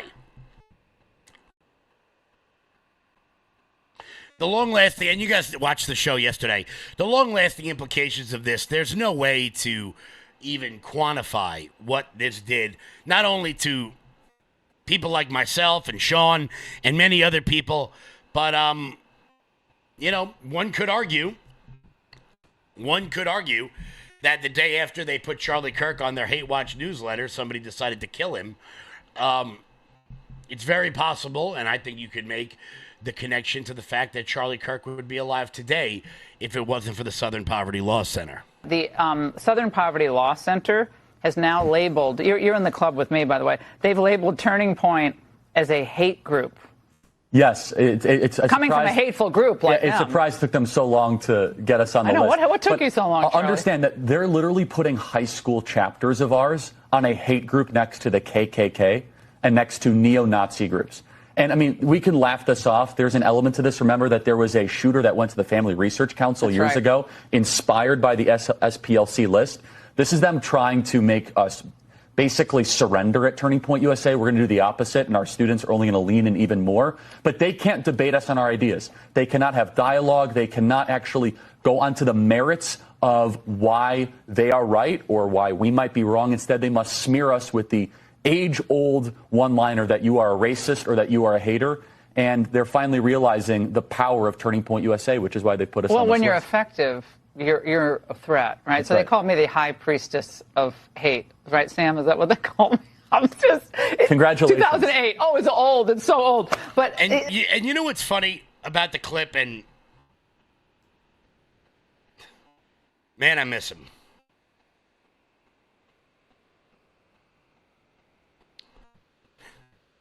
What's funny about the clip is that when we got put on the list, you could immediately tell who the real ones were. You could, hold on. Well, we'll get to that in a second. President Trump is about to go live. So here's President Trump. How many times? 2 minutes. Yeah, you get used to it. You have to be careful. Every question's a hit. Imagine if Travis grows up to be president of the United States of America and have a picture of him with President Trump when he was 2 years old. That would be historic. Could have a picture. By the way, President holding that. Good guy. Are you all set? All set, sir.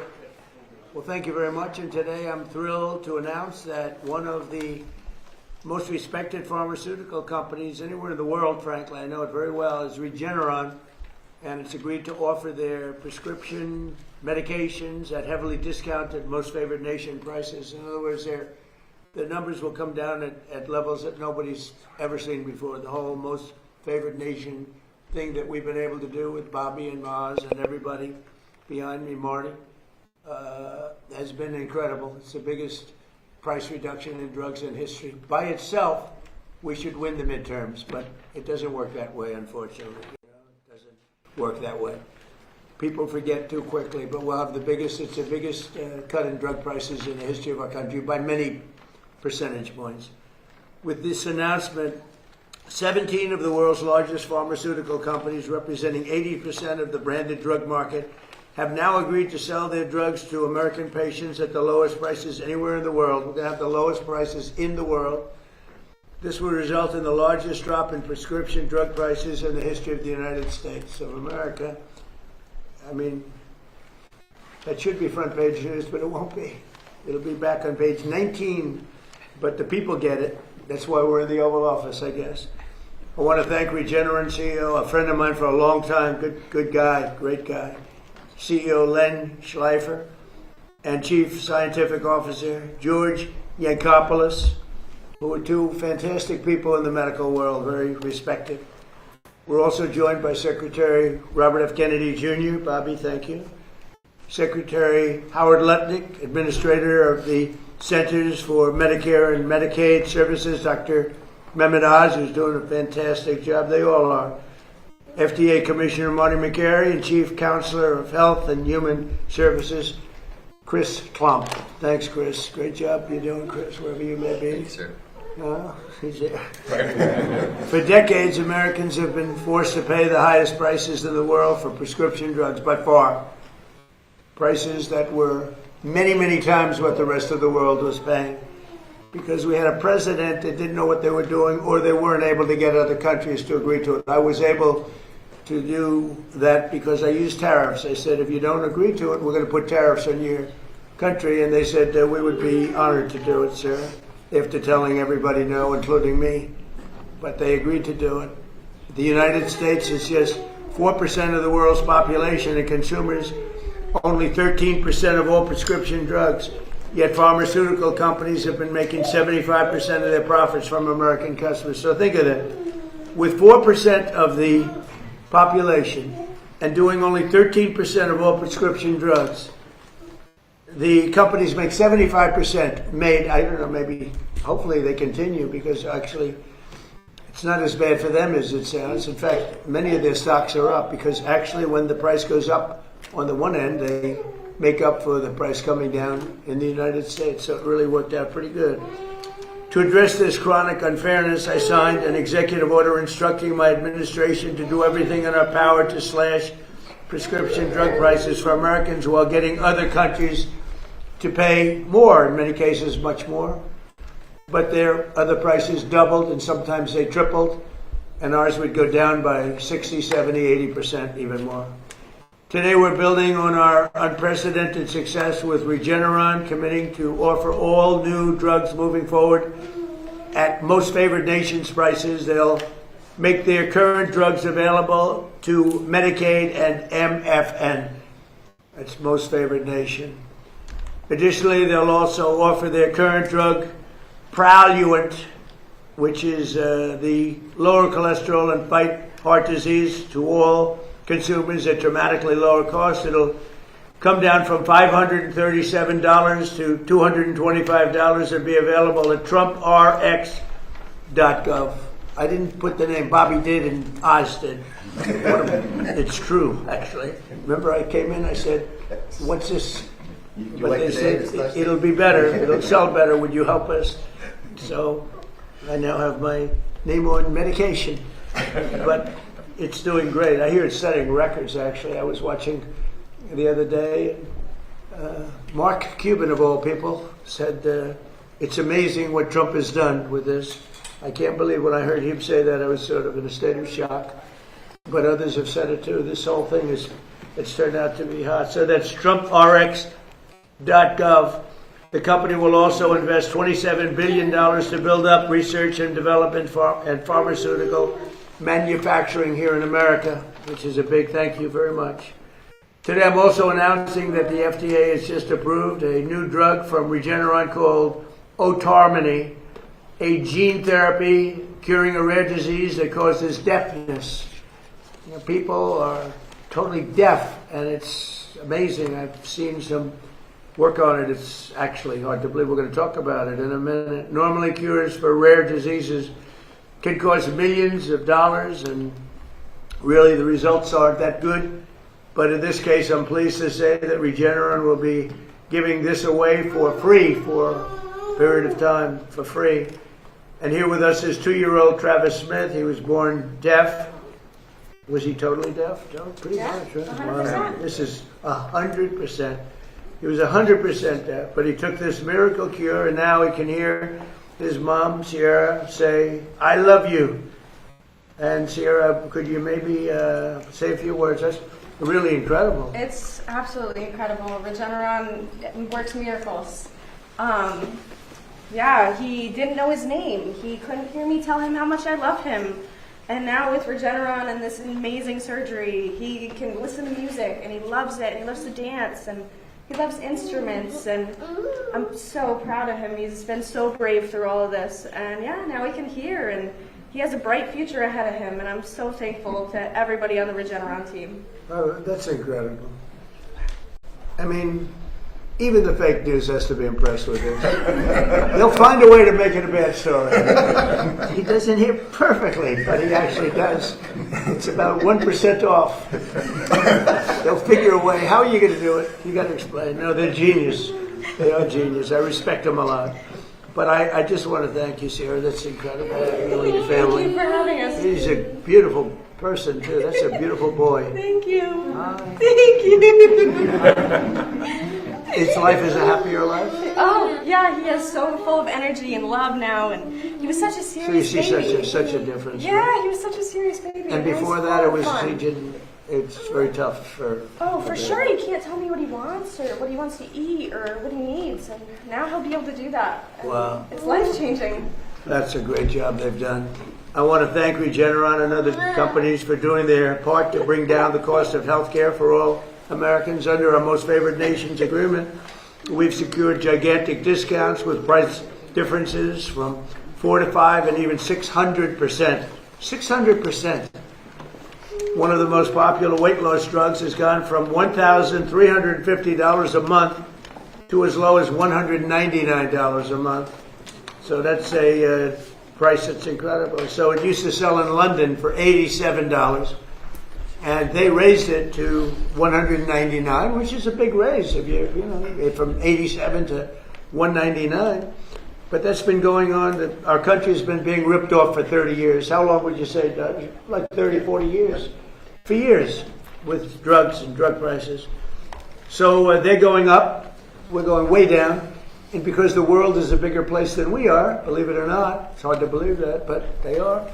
That we go down much more than they go up. So they don't go up as much as people would have thought. So they're going from, they're going to 199 and we're going down all the way down. Think of that. We're going down from $1,350 a month to $199. That's, nobody would believe it. And this is true with all. I mean, this is the weight loss drug. But this is true with all drugs. Sometimes even more of a difference than that, sometimes a little bit less, but sometimes substantially more than even that difference, and you see what that is. So we cut the per cycle cost of IVF drugs by thousands of dollars, and we reduced the price of the major COPD medication from $458 to $50. What? That must be a typo. Is that a typo? From $458 to $50. If your boy was here, he'd go, wow. He laughed, he got bored. I think he got bored. He wants to go into bigger and better things, but there's nothing bigger or better than this. They'll all be available right now at TrumpRx.gov. So it's, that's why it's doing well. It's not doing well for other reasons. It's doing well. Think of that. That's some discount. But we have others. And these are all top companies and top medications, and I think in the end we're going to have every company involved. We're almost there right now, but we're going to have every company involved. Trump RX has already received more than 15 million visitors, and every American should log on to check for massive discounts before they go to the pharmacy. It's setting a record. Nobody's ever seen anything like this. I've actually had many companies, I shouldn't tell you this, Bobby, but there have been many companies say, "Sir, we'd like to buy from you if you could." What? TrumpRx.com. I said, it's not for sale. It's not me. It's the government. The government owns it. I don't own it. But they're all impressed. These pharmaceutical companies, they said they've never seen anything like this. So it's fantastic. Now, I'd like to ask Secretary Kennedy to say a few words, and then we'll have Dr. Oz, the team at Regeneron, and Sierra. And Sierra, I'm so happy for you. And Chris, Chris Klopp has been unbelievable, a real star. You don't know his name as much as some of the others, but he's a real star of the group. So, Bobby, please. Thank you. Thank you, Mr. President. I was reminded when the President was speaking of a conversation that I had yesterday with one of the Democratic senators who was questioning me during a hearing, and she was ridiculing President Trump for his math, and she was saying it's mathematically impossible to have a drug drop by 600% cost, which he had claimed. And I said, well, if the drug was $100 and it raised the price to $600, that would be a 600% rise. Well, if it drops from 600 to 100, that's a 600% savings. And the President used that mathematical device to illustrate the magnitude of the theft that has been happening against our country and our people. As he said, we have 4.2% of the world's population. We take 13% of the pharmaceutical drug. We spend 80% of the biotechnology research in our country, and we provide 75% of the profits to the pharmaceutical industry. This is a ripoff that has irked him for 20 years. During his first term, he held the line on drug prices for the first time in history. He came back on this term and he said, we're going to lower them this time, no matter what. There's people in this room or part of the White House staff who said, we can't do that. Oz and I said, we probably can't do that, but he harassed us. We were beleaguered. It was like Fort Apache. Dr. Oz would not answer his phone because he was calling all night long with the president on the line saying, get this done. And we brought in this amazing superstar, Chris Klopp, and he negotiated these agreements that people said were impossible. I want to thank him for his leadership, Chris, and I want to thank George and Lynn, who are the co-founders of this company of Regeneron. Their generosity, their idealism, their love of this country, and their compassion for these children who are injured. Thank you. Thank you, Bobby. Amazing. It is amazing. And you're right, I took a lot of heat. I'd say 500, 600. But we also say sometimes 50%, 60%, different kind of calculation. 70, 80, and 90%. And people understand that better. But there are two ways of calculating it. But either way, it doesn't make any difference. Whether it's 60, 70, or 80%, nobody's ever heard of it. But it's also 500, 600, 700, depending on the way you want to look at it. So the way you word the calculation. It's either one. But Bobby, you're doing a fantastic job. We wanted somebody out of the box, and we got him, right? I would say we got him. And Bobby, he's a great guy, actually. So, Oz, how about saying a few words, please? So this has been an unprecedented process. The president insisted we deal with one critical number you should all remember, which is that 1 in 3 Americans, when they go to the drugstore, after they've seen a doctor, will often leave empty-handed because they cannot afford the medications they're picking up. So affordability was the main word the president would use in many of those phone calls. He wanted it to be done fairly.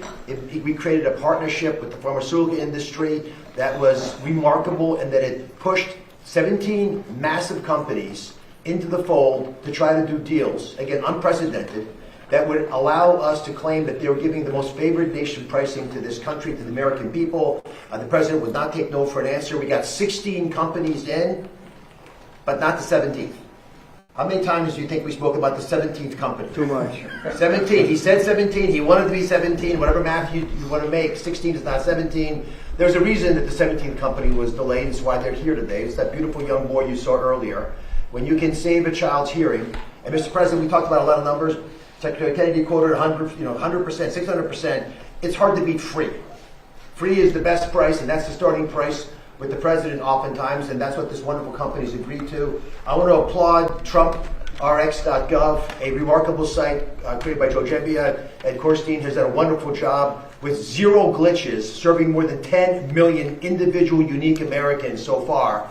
And Mr. President, it's the fastest website I've ever seen. People love it because it works well. There's all kinds of additional elements being added to it, which we'll be talking about. But this website, as the president said, must be checked if you're going to buy a medication to make sure your price is the right price. It's a transparency site that is more rigorous than anything that I have seen. And Mr. President, your name is attached to it. And of course, that brings a tremendous amount of attention to it. We wanted it to be perfect, and the team who did that has accomplished that exactly. I want to applaud Chris, because you cannot thank him enough, but it was also John Brooks, Inma Hernandez. I see Beth back there, Theo, Rugel, a bunch of people who've done a tremendous amount of work. And when I keep hearing from the pharmaceutical industry, maybe my colleagues can address it in your comments, they never expected to have a counterparty as qualified in the federal government. If you're thinking of serving your nation, this is the right time to do it. This is the right administration to serve him, because the president makes it easy to do the right thing. Gentlemen? Okay, thank you. Mr. President, Secretary Kennedy, Secretary Lutnick, Commissioner Macri, Administrator Oz, and I guess Superstar Klum. Thanks for having us here on behalf of all Regeneron. For those of you who don't know me, I'm Dr. Len Schleifer, President and CEO of Regeneron, and with me is Dr. George Ankopoulos, President and Chief Scientific Officer of Regeneron. And together, well, I should pause there, I just realized something.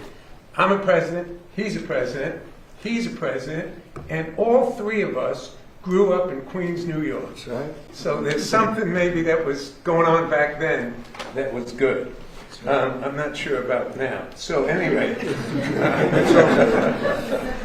together we founded, George and I founded Regeneron, and have built it over the past 4 decades.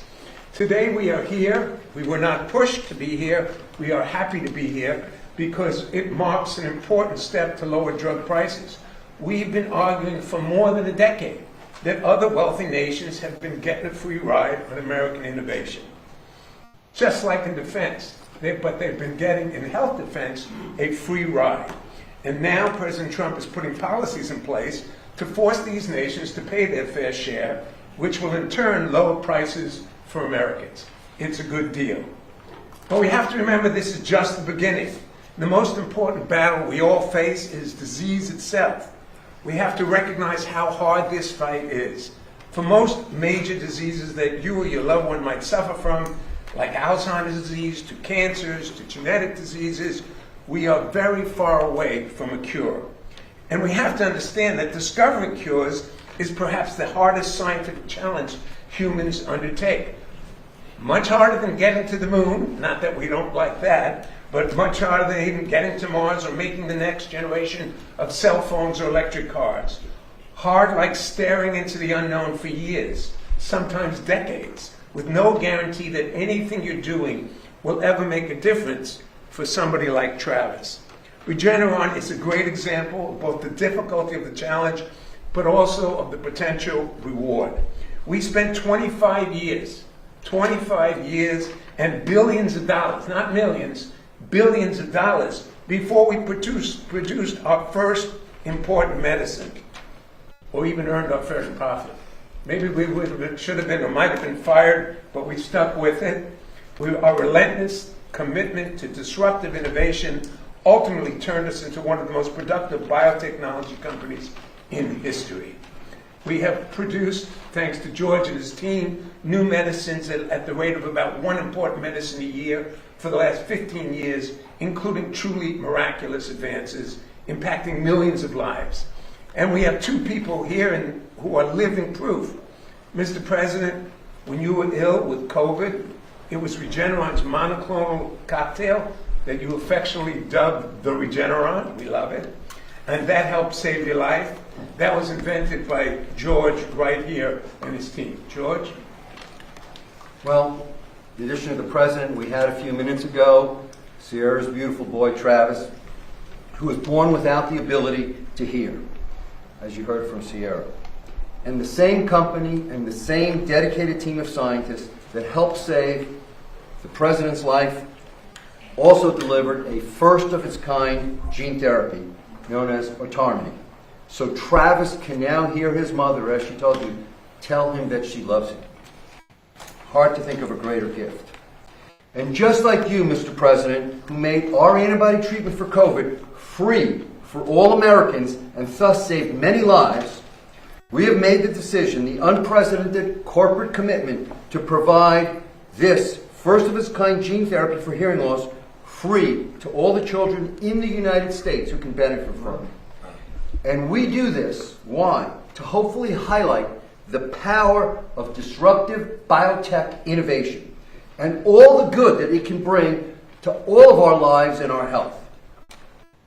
But we have to remember, despite the miraculous advances like Retarmine and like the regenerate COVID treatment, we also have to highlight how far we have yet to go to address the many diseases that lack effective treatments.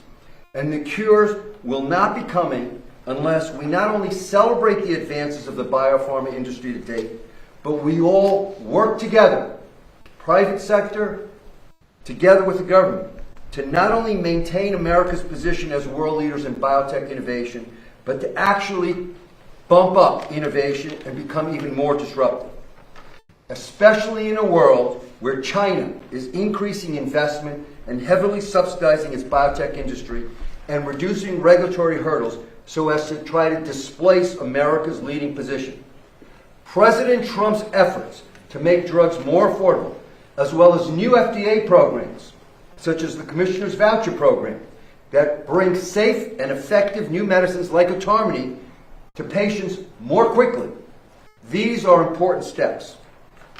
One additional important way that I've been talking to the administration about to maintain our leading position in the world is to create catalysts and accelerants for our industry and for the healthcare system, such as developing a national healthcare database linked to molecular data, including human sequence data, where Regeneron once again is a world leader.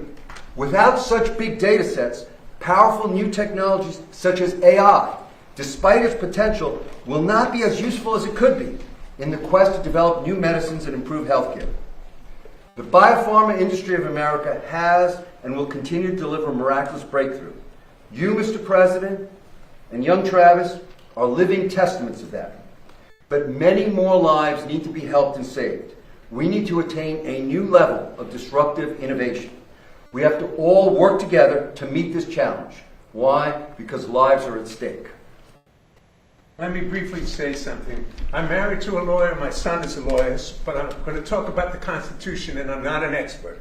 But I know our Constitution lays out a vision on how America would out-innovate, out-produce, out-thrive every other nation on earth. And in it, you will find a description of a system built on incentive and reward. A system that says, take the risk, do the work, and you will share in what you create. That is why they enshrine patent protection directly in the Constitution, not as an afterthought, but as a founding principle. As Abraham Lincoln said, another great president, patents add the fuel of interest to the fire of genius. We must keep that fire burning. What we did here today will do that. Little Travis can now hear for the first time, and his potential is endless. Let's make sure he grows up in a country that never stops reaching for the next miracle. Thank you, Mr. That's great. Thank you, Lynn. It's great to be with you again. Chris, could you say a few words, please? Thanks, Mr. President. It's not lost on me that this year is America 250, and it's powerful, I think, to pause and remember that 250 years ago, a revolutionary free republic was born, and with it, the greatest innovation engine in the history of humanity. And we stand here today, 250 years later, getting to witness yet another groundbreaking innovation that doesn't just treat but cures deafness in children. And because of this president and his policies around most favored nation, will enable families who are struggling and suffering with this affliction to have access to that groundbreaking therapy for free. Now, as the president mentioned, we've negotiated the 17th of 17 agreements. This represents 86% of the branded pharmaceutical drug market in the United States. But anyone who knows us knows that we're not done. That's a milestone, it's not the finish line. And so we have three core objectives that are next up. Number one, and this is already underway, we are negotiating with the many hundreds of biotechnology and pharmaceutical companies representing that other 14% that are building the cures for tomorrow. To all those who are listening, I hope that we have proven that we are credible and reliable and trustworthy partners. We want to sit with you. We will listen to you. We will take the time to understand your businesses, not only as we negotiate on behalf of every American family for affordability, but also to ensure that you're best positioned to create the cures for tomorrow. Second, we continue our work on negotiating international trade agreements. 59 days after we stood in this office and President Trump, standing with Albert Bourla from Pfizer, announced the first of the 17 MFN deals, together with our colleagues from the Department of Commerce under Secretary Lutnick's leadership and from the U.S. Trade Representative's Office under the leadership of Ambassador Greer, we negotiated a landmark agreement with the government of the United Kingdom in which they agreed to increase significantly the amount that they spend on branded pharmaceuticals for the first time in 26 years. That work continues with other countries. And third, we will continue our work with our partners in Congress to codify the principles that underpin these most favored nation deals so that these savings for American families and this innovation that is unleashed at the same time persists for decades to come. So that the 1 in 3 or 4 families that Dr. Oz mentioned, standing at a pharmaceutical counter or pharmacy counter right now, wrestling with the decision that no family should have to make of whether or not they can pick up their prescription because they can't afford it will no longer be the case. And at the same time, we know that there are roughly 20,000 known diseases in the world, and we have a treatment or a cure for fewer than a quarter of those. And so this president and his policies is not only safeguarding affordability for American families, but is ensuring that we continue to bet on American exceptionalism. We bet on innovation. We bet on the principles that have taken us to this place in 250 years for the next 250 years. Thank you, Mr. President. Oh, thank you, Chris. Great job you do. Maybe you want to talk about rescheduling while we're here, and just say what you're doing and the progress that you've made. Right. Well, Mr. President, today is another promise made, promise kept day. On December 18th, you signed an executive order on increasing medical marijuana and cannabidiol research, and today we delivered on that promise. The Acting Attorney General this morning signed an order that moves into Schedule 3 medical marijuana products that are FDA approved or that are state licensed. This is a giant move forward to implement your promise, and it's actually a campaign promise that you made. You said we're going to move into Schedule 3 to increase the research on these medical products, and just wanted everyone to know that 1, you make promises, you keep them, and 2, what does Schedule 3 mean for state licensed medical marijuana products? We will begin implementation right away of this order. It does not legalize marijuana. It makes it easy for the researchers to actually study and understand medical marijuana, especially in populations that are using it. We know that 1 in 10 seniors right now use medical marijuana in the past year, and they report that it really helps them, but we don't have the science or the understanding to guide the patients and the doctors, and so both patients and doctors are flying blind without knowing how they interact with other medications because the research has been difficult to do. And so your promise today says those state licensed medical marijuana products are now in Schedule 3, and we expect the research to significantly increase so that we can understand how to guide patients and doctors in this effort. And there will be additional actions that will come this summer to do an expedited hearing for the administrative hearing with the Department of Justice for all of marijuana to move into Schedule 3. And the military is very happy about it, and a lot of people suffering from big problems, which this seems to be the best answer.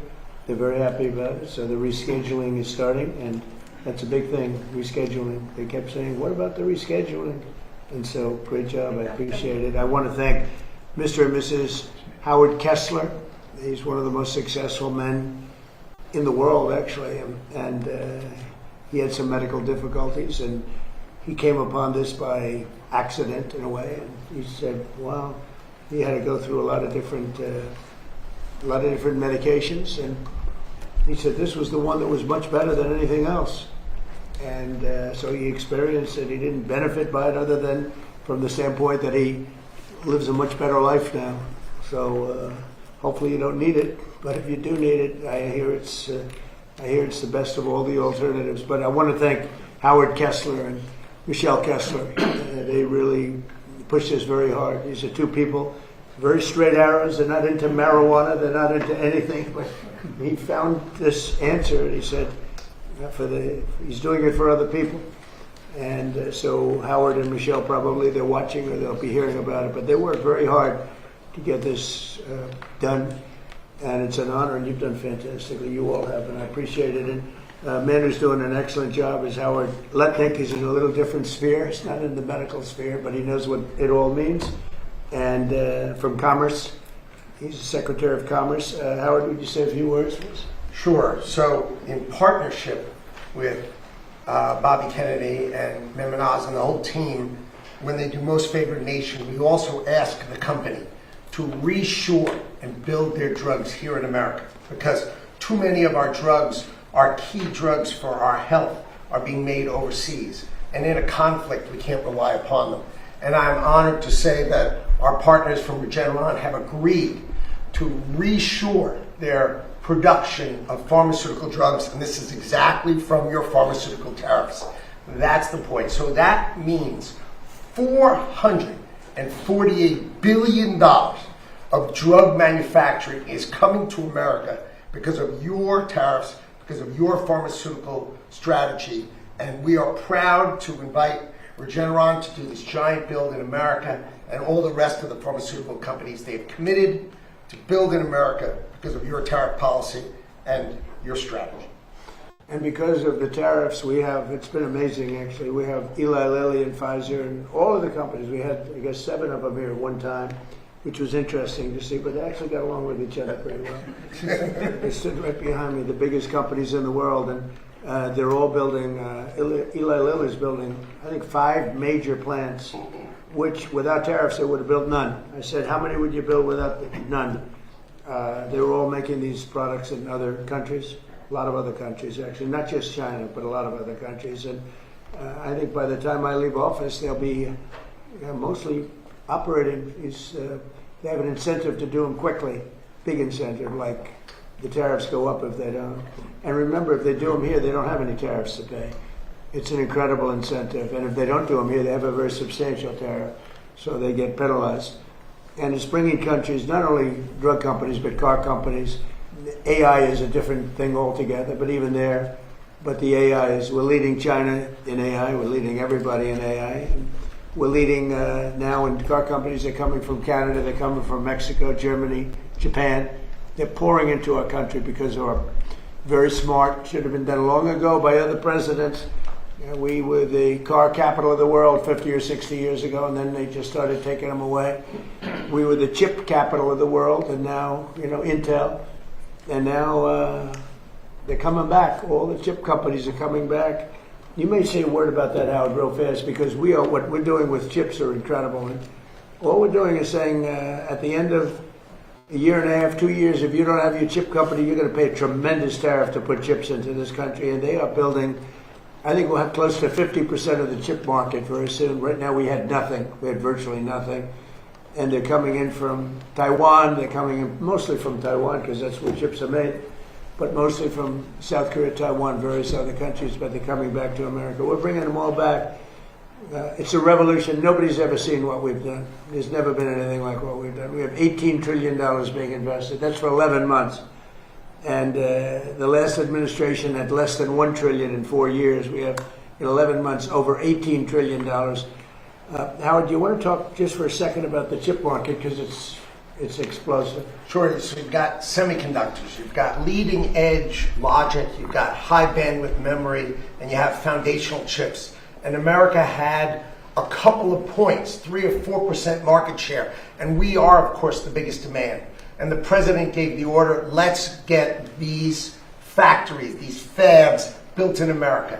And our expectation is we will have $1 trillion of these fabs. These are factories. This is not the hyperscalers buying chips. This is literally the making of the chips, right? We had Micron, $200 billion, TSMC, $165 billion. The list goes on and on. He negotiated a great deal with Taiwan, $500 billion coming to America. We'll have $1 trillion of semiconductors. That's part of his $18 trillion, but it's foundational for us to take care of ourselves. Well, thank you very much. Now, we'll go off subject for a minute, but I think it's very interesting, and I hope you go over and take a look because it's happening right now as we speak. But first, if you look outside, so we had flooring outside, we had slate, and it was coming to pieces. It's been there since the early 1940s, and it's a path to the Oval Office. It's a path to the West Wing, and it was terrible. It was broken, bad shape. The whole White House has been in bad shape. It's right now in better shape than it is. I think the day they built it, this is better right now. But we're putting magnificent new granite. It's called charcoal. It's a black granite against the white, beautiful white walls. We've stripped all of the paints off. We had 200 years of paint, and we've redone it, and it's beautiful. And you can see the building, but you can also see the columns, everything else. But we're replacing, and they're working right outside. If the press wants to go and take a look at what they do, really pros. You see the word large slabs of black granite. Granite is rated as, this particular granite, over 1 million year life. As an example, concrete gets rated for about 200 years if you get very high grade. This is over, it's rated over, can you imagine? Nature produces something better than you can make. So it's very interesting. It's a beautiful job they're doing. And it's highly polished granite in the areas you don't walk on. And it's called flame finished. The areas that you do walk on, there's no slip. So it's a beautiful job, and it's going up nice. And if you want to take a look outside the window, so that's replacing a stone that was here from the early 1940s, a little before that. And you'll see the ramp too. We're keeping the ramp. That was for FDR. He needed a ramp, as some people would know. And in his honor, we're leaving it. I wanted to leave it. It means something. The other thing that we're doing that's taking place right now is the Lincoln Memorial has a beautiful reflecting pond or lake. They call it a pool, lake, and pond. Everything is different, but the word reflecting is a good term. It was built in 1922, and it was built out of granite and various stones on the bottom, and it never looked great because that's not really meant to be a stone that's underwater for that much of a period of time. It's about 1.5 to 2 feet deep. You all know it well. That's where Martin Luther King gave his great speech, and he had 1 million people, and I had the same exact crowd, maybe a little bit more, but they said I had 25,000 people on July 4th. I have pictures of Martin Luther King's crowd, my crowd, it's the exact same, everything, but it was 70 years difference. The exact same crowd, but I actually had more people, but that's okay. They gave him 1 million people. They said 1 million people. I had 25,000 people. So, but these are the things that you get with we had on July 4th a few years ago, first term. So you have this reflecting lake pond is incredible, but it was terrible. The condition, you all know it. A friend of mine came from Germany to see me, and he said, "Oh, we went over. It's so sad." What's sad? This is a number of months ago. He said, "It's filthy dirty. The water's disgusting looking. It's not representative of the country." And I said, "Well, I'm going to have to go take a look because, you know, Secret Service doesn't let you just walk around too freely, actually." And I went over there with Secret Service in tow, and I said, "Isn't that a shame? It's terrible." And so they had bids from the Biden administration, Sleepy Joe, and they had bids for years. They were going to do something to fix it, but they never got it done.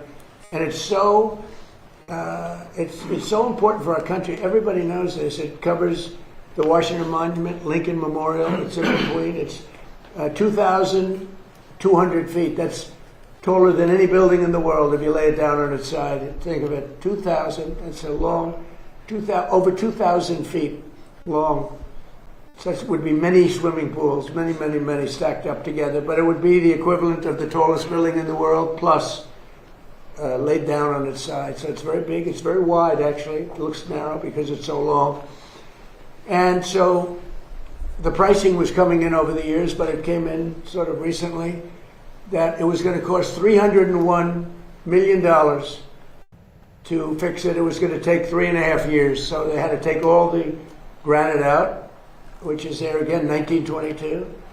And it was leaking like a sieve. You couldn't keep water, couldn't keep anything. Granite's not the right stone for that. Right stone for that, but not for that. And I said, you know, I have an idea. It's $301 million. It was going to take 3.5 years. So remember those numbers, $301 million. This is a business study. And it was going to take 3 to 3.5 years. And over the years as a developer, I've probably built more than 100 swimming pools, different buildings I built. And I have some really good pool builders. I also had some really bad ones, but we took care of them. They didn't last too long, Howard. But I've had some really good ones, some very talented people. They're great people. I have such great respect for contractors that are good and such disdain for contractors that are bad. They charge you more money and they give you a bad job, but we don't accept it. But over the years, I've had 3 or 4 really good ones, and I took the best of the 3. I had all 3 go, but I ended up taking the best. And I said, would you take a look at this? It's 2,200 feet long. He said, what do you want me to look at? I said, have a little swimming pool. Think of it as a swimming pool. I said, oh, how big is it? I said, 2,200 feet by 167 feet wide. He said, that's the biggest swimming pool. He said, I've been doing this for a lot of years, sir. I've never heard of a pool like that. I said, well, you'll see, it's a reflecting pool. And very big signal, and very important for Washington, D.C., where we, by the way, have almost no crime, I have to say. That's maybe more important than talking about this. We have the crime down from a tremendously high, one of the worst in the country. We have almost no crime. People are walking around, restaurants are opening all over the place, the place is bustling. But that makes us even more important. So instead of being a dirty, disgusting place where garbage was in it and everything else, and I want to give Doug Burgum incredible credit, because he was involved, the Secretary of the Interior, he was involved right from the beginning. I called him, I said, Doug, I'm getting a lot of complaints about the condition of this. What do you think? And he went over, he studied it, and he came back with some ideas. But I said, you know, Doug, I have a guy who's unbelievable at doing swimming pools. Up the road, we have a club, we have an Olympic-sized swimming pool. He did it 20 years ago, and it's perfect to this day. So I asked him, I said, I have an idea. I'm going to send my contractor over and take a look. He looked at it, he called me up, he said, so we could do something on it. He said, it's perfect, actually. He said, it's really decaying and it's a terrible condition. But if you would, I'd like to work 2 weeks on cleaning it up, which is, if you see right here. I'd like to repoint and fix some of the joints. It won't matter because we're putting a substance over the top, but it's nice to have a nice surface. And he said, it'd take me 2 weeks. And if you don't mind, then I'd like to pour the latest and greatest filament or material, which is essentially a pool surface, but it's industrial grade pool. And he said, what color would you like, sir? I said, well, what about turquoise, like in the Bahamas? He said, well, this is Washington, sir. We can give you turquoise, but why don't you try, like, we have a color. It's called American flag blue. I said, that's the color I like. He talked me into it very easily. So he said, that's the color I like. So he came in, and remember, 3.5 years. You have to take all the granite out. Then you have to put all brand new granite in. Take years to do it. Over 300 million. Our job will take 1 week. It will cost about $1.5 million. And people said, wow. And here's the only difference, because somebody said, well, the difference is, the difference is this is much better. This will last 30, 40, 50 years. And if it didn't, you do it again quickly if you want. So it's being done now, and I think you'd find it really amazing to go take a look. So here it is. You see the trucks. He's got scrapers and all sorts of equipment to make the stone as good as possible without removing it. So we're using the existing surface, so we don't have to spend millions of dollars in demolition. And he said, much better to leave the stone than it is what's underneath. They're afraid to look. And so you see it's beautiful, clean, it's ready to be taken care of. Here's a sign that we put. And so Doug Burgum and myself are involved in that. But when you take a look at the surface, we have it in good shape. And they just started today putting down the material. It's a machine. It lays it very evenly, beautiful. It goes from one side to the other. It'll take about 3 days. And you're going to end up with a beautiful, beautiful reflecting pool, the way it's supposed to be. Much better than it ever was, actually. It'll stay clean. We even have robots that go in it, and they ride around the bottom, and they clean it like a swimming pool, but these are a much higher level. This is industrial grade, and it's really beautiful. So you're going to have a beautiful pool, and you'll have it for July 4th, long before July 4th. Instead of taking 3.5 years, we're taking a week. And instead of spending $301 million, we're spending less than $2 million. And I think it's a great business story, because there are many things like that that I see. I mean, not maybe to that extent, but there are many things like that I see. I often talk about the pen. This pen's better than the one that they used to give away for $2,000. I won't go on a long story about that, because a couple of people said, he kept talking about the pen. No, I gave you the whole history of it. Actually, many people found it interesting, and some people thought I was doing too much of a weave. But actually, this pen for $3, $5, $2, whatever the hell it costs, is better than the one for $1,000 to $2,000 that you used to hand away. So that's the short version of it. I like the short version better. But the long version is this one. So this is an amazing thing that's happening, and this is a big, big beautification. In addition to that, the sidewalk areas around it, which were done in granite, similar granite to that, actually not as nice as we have here, to be honest with you, but you know, the people that did it weren't in the world of real estate like I am. But they have good granite, circling it, and we're going to repoint it, meaning we're going to caulk it up and repoint it, make it good. And we're going to also sandblast it. It'll be like brand new. So we're going to have, in another couple of weeks, we're going to have the most beautiful reflecting pool between the Washington Monument and the Lincoln Memorial that you've ever seen. And I hope the media can go over and maybe watch them do it, because I think it's very exciting. And so a fraction of the cost and a fraction of the time, and you get a better product than you could ever get the other way, and it'll be beautiful. And as he said, it will be American flag blue. Any questions, please? Yes, sir. Could you talk a little bit about why you're...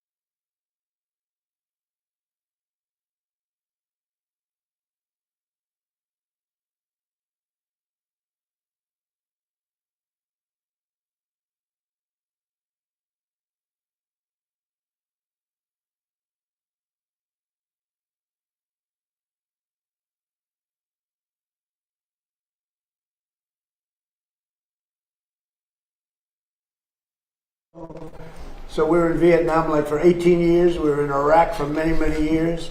We're in for all the, I don't like to say World War II because that was a biggie, but we were 4.5, almost 5 years in World War II. We were in the Korean War for 7 years.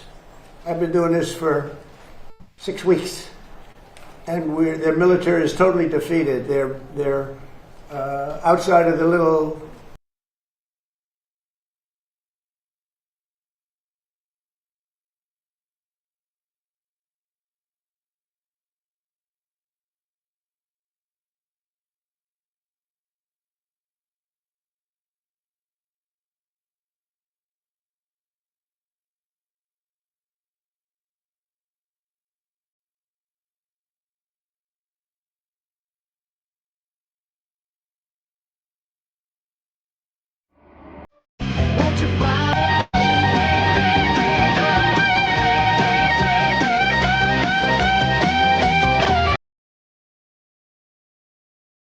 Katie, Faust, thank you so much for coming back on the show today. I had one of your counterparts, Mr. Josh Wood, on the show a couple weeks ago when you guys announced your Greater Than campaign, and he had some great insight into this campaign, of course, the why behind it. But it's been a little bit since we had you on the show, so I appreciate you joining the show again.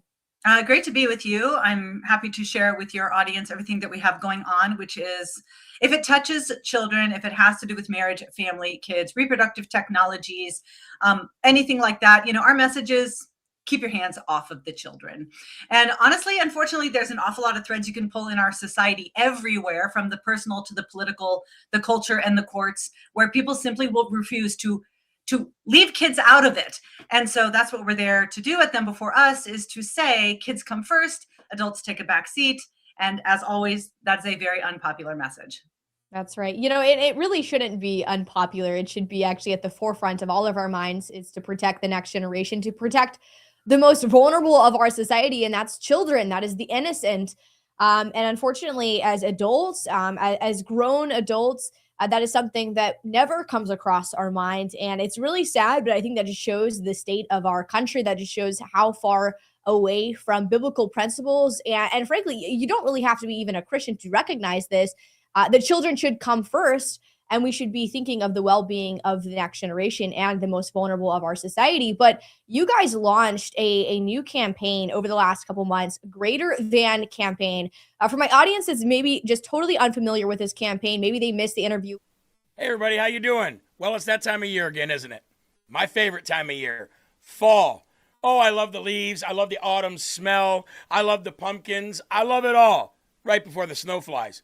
But what I don't love that comes with the cold weather and the fall weather is the flu, are the sniffles, the cold. All those common cold sniffles that you get every year. And if you have kids in the house, little kids going to and fro school, and they're coming back and they're touching everything and they're bringing the bacteria and all those viruses home from school, you don't want anything to do with that.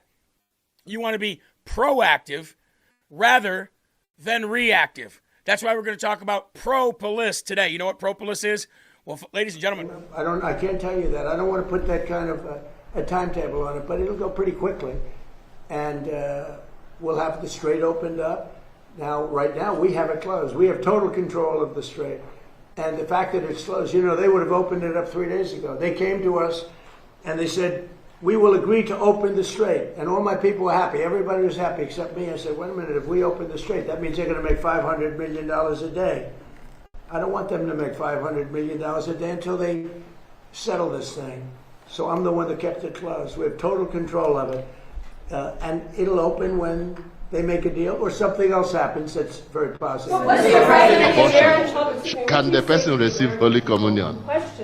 My reply was, do you really need a cardinal from the Vatican to answer that? How many years was Vietnam? Get the children for First Communion. Well, I did my... and say to them, somebody votes for the killing of unborn babies and says, I voted for that, I will vote for that every time. Now what we're doing is sitting back and seeing And these babies are killed, not one or two, but in millions. Militarily with the other And that person says, I am a practicing Catholic.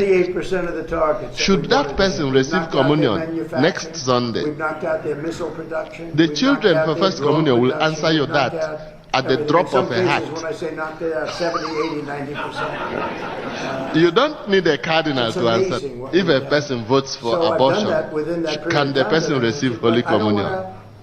My reply was, do you really need a cardinal from the Vatican to answer that? If they don't get their oil moving, Get the children for First Communion. Explode. You know what that means?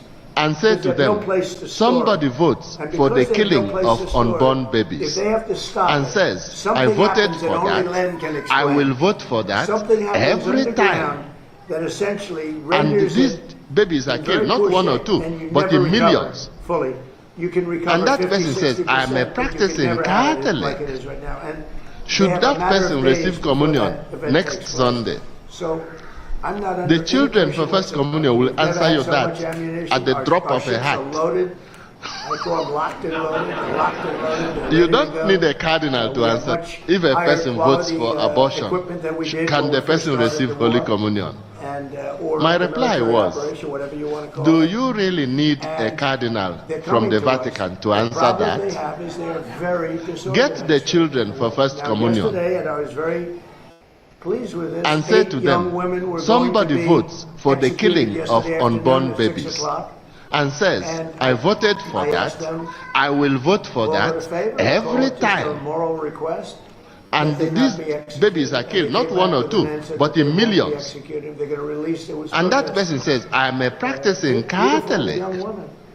Should that person receive communion next Sunday? The children for First Communion will answer you that at the drop of a hat. You don't need a cardinal to answer. If a person votes for abortion, can the person receive Holy Communion? My reply was, do you really need a cardinal from the Vatican to answer that? Get the children for First Communion If you need more time. and say to them, somebody votes for the killing of unborn babies and says, I voted for that, I will vote for that every time. And these babies are killed, not one or two, but in millions. And that person says, I'm a practicing Catholic. Should that person receive communion next Sunday? The children for First Communion will answer you that at the drop of a hat. You don't need a cardinal to answer. If a person votes for abortion, can the person receive Holy Communion? My reply was, do you really need a cardinal from the Vatican to answer that? Get the children for First Communion and say to them, somebody votes for the killing of unborn babies and says, I voted for that, I will vote for that every time. And these babies are killed, not one or two, but in millions. And that person says, I am a practicing Catholic. Should that person receive communion next Sunday? The children for First Communion will answer you that at the drop of a hat. You don't need a cardinal to answer. If a person votes for abortion, can the person receive Holy Communion? My reply was, do you really need a cardinal from the Vatican to answer that? Get the children for First Communion and say to them, somebody votes for the killing of unborn babies and says, I voted for that, I will vote for that every time. And these babies are killed, not one or two, but in millions. And that person says, I am a practicing Catholic. Should that person receive communion next Sunday? The children for First Communion will answer you that at the drop of a hat. You don't need a cardinal to answer. If a person votes for abortion, can the person receive Holy Communion? My reply was, do you really need a cardinal from the Vatican to answer that? Get the children for First Communion. What I say is, you can't let them have. And say to them, somebody votes for the killing of unborn babies and says, I voted for that, I will vote for that every time. And these babies are killed, not one or two, but in millions. And that person says, I am a practicing Catholic. Should that person receive communion next Sunday? The children for First Communion will answer you that at the drop of a hat. You don't need a cardinal to answer. If a person votes for abortion, can the person receive Holy Communion? Thank you, Mr. President. My reply was, do you really need a cardinal from the Vatican to answer that? Get the children for First Communion He also said he looks forward to hosting you and say to them, somebody votes for the killing of unborn babies and says, I voted for that, I will vote for that every time. And these babies are killed, not one or two, but in millions. $60 a barrel. And that person says, I am a practicing Catholic. Should that person receive communion next Sunday? In the history of the market, think of this. The children for First Communion will answer you that at the drop of a hat. When I won the election, November 5th, they said, well, you don't need a cardinal to answer. If a person votes for abortion, can the person receive Holy Communion? My reply was, do you really need a cardinal from the Vatican to answer that?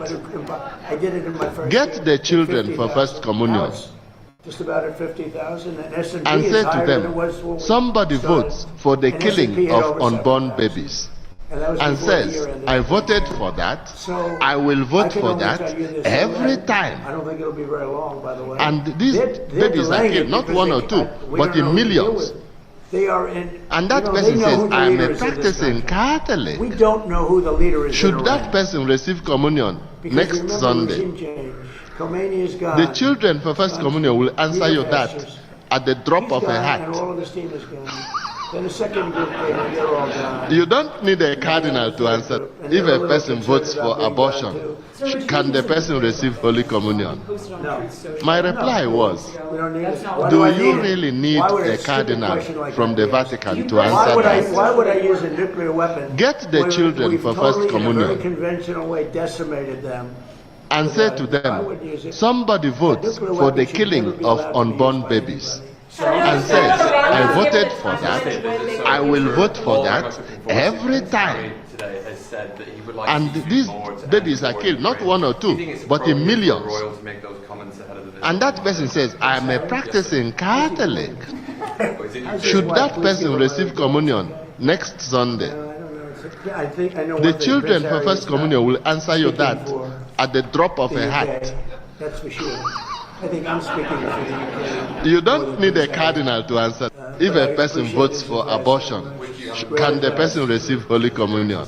Well, I look forward to My that. reply King was, Charles come, he's a friend do of mine. you really need a We're cardinal forward to from it. the Vatican to answer We're gonna have a that? great time. I tell you, Get if I the had that children ballroom for built, First it would be Communion full. I wish we had more seats. You know, and we say wanted to do them, ballroom for somebody 150 votes years. Now they're for the getting best killing in the of world. We've got unborn the best in the babies world. and But, says, you know, we have I very voted little for that, room that's not I will vote big for enough to that handle what would every be a time. big crowd, but we're gonna have very, And these great people. babies are killed, not one or Love the two, UK. I but love in the millions. I think they made a And big that person mistake says, on I am a energy. practicing We should open up Catholic. the North Sea. Should that person receive communion next Sunday? And the other thing is they made a big The mistake. children for First Communion will answer you that at the drop of a hat. What do you hope to learn in the nuclear investigation? You don't need a cardinal to answer. If a person votes for abortion, can the person receive Holy Communion? My reply was, do you really need a cardinal from the Vatican to answer that? Get the children for First Communion $4 billion.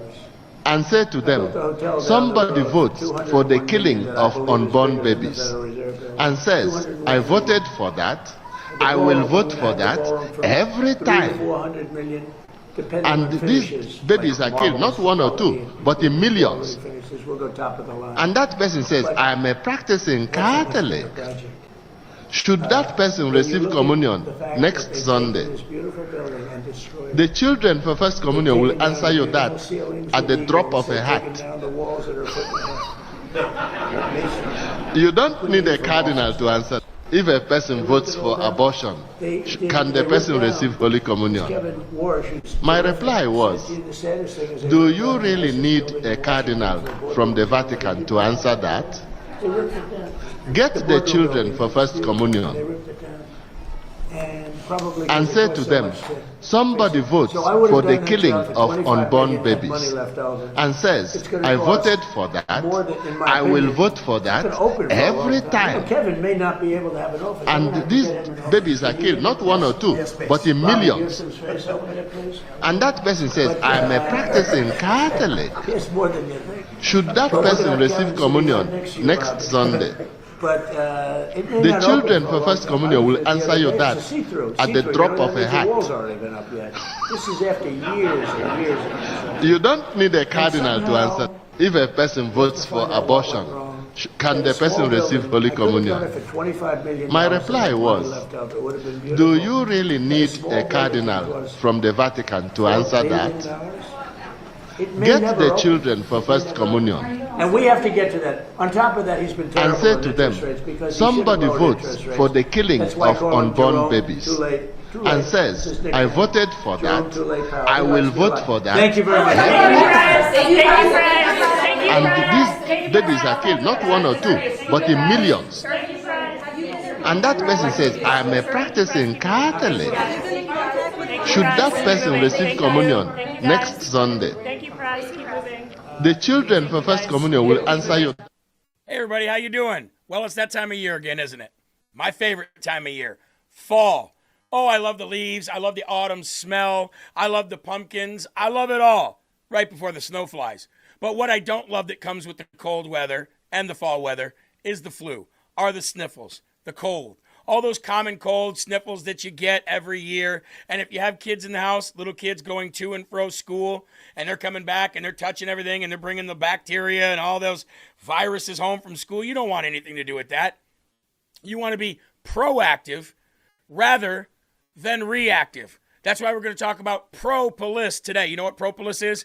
Well, ladies and gentlemen, propolis is what works as a barrier to keep the beehive absolutely safe. And what am I talking about? Well, beekeepers naturals. Now, my wife really turned me on to this. This is an endorsement of my wife and then myself as well.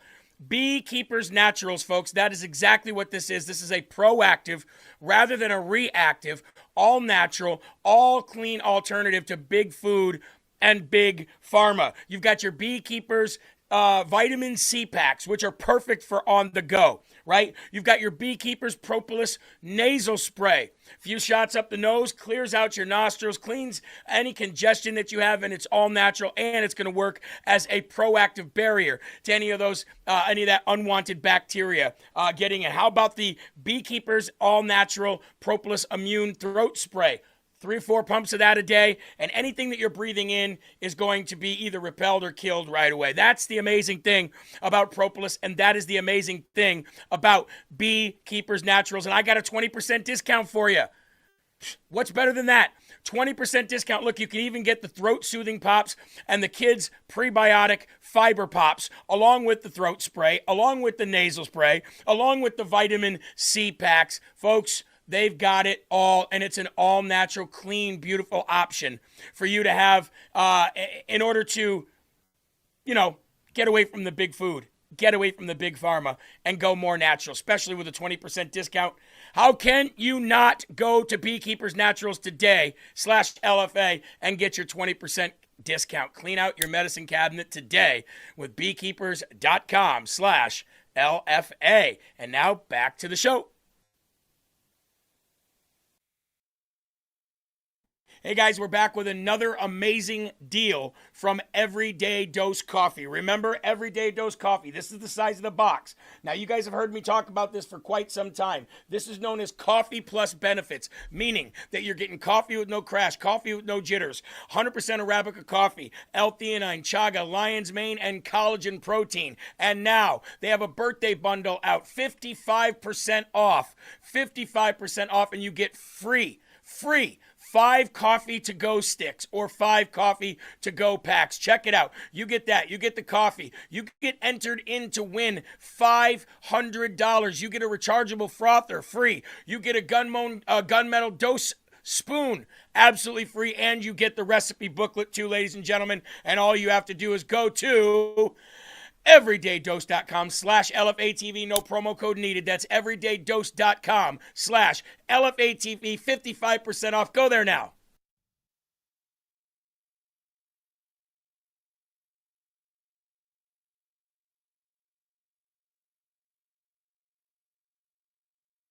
Oh, there we go. Freedom Warriors, welcome back to the show. I know we are like 22 minutes into the hour. Of course, President Trump was live. I ended up actually starting off today's show with Katie Faust because I wanted to play that interview that I did with her first.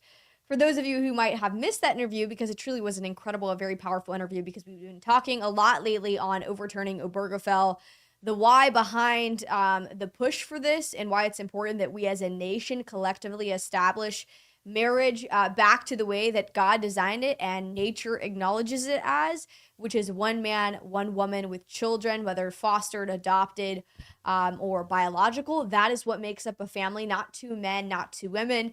But anyways, President Trump was live. Kevin Smith texted me. He was like, Hannah, President Trump is still live. Can you play his live footage from the White House? And I said, absolutely. So we played that. Very grateful for all of you joining us, even if we're not able to talk about the issues of the day until later on in the show.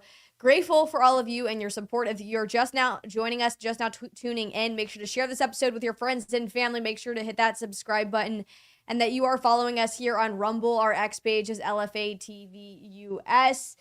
There's so much to get into, but I didn't know this. I saw this clip. I was looking at X trying to prepare for today's show, and I just found out that it's Arab American Heritage Month. Arab American Heritage Month. And I always get a good kick out of Michael Knowles. Michael Knowles is a hysterical patriot.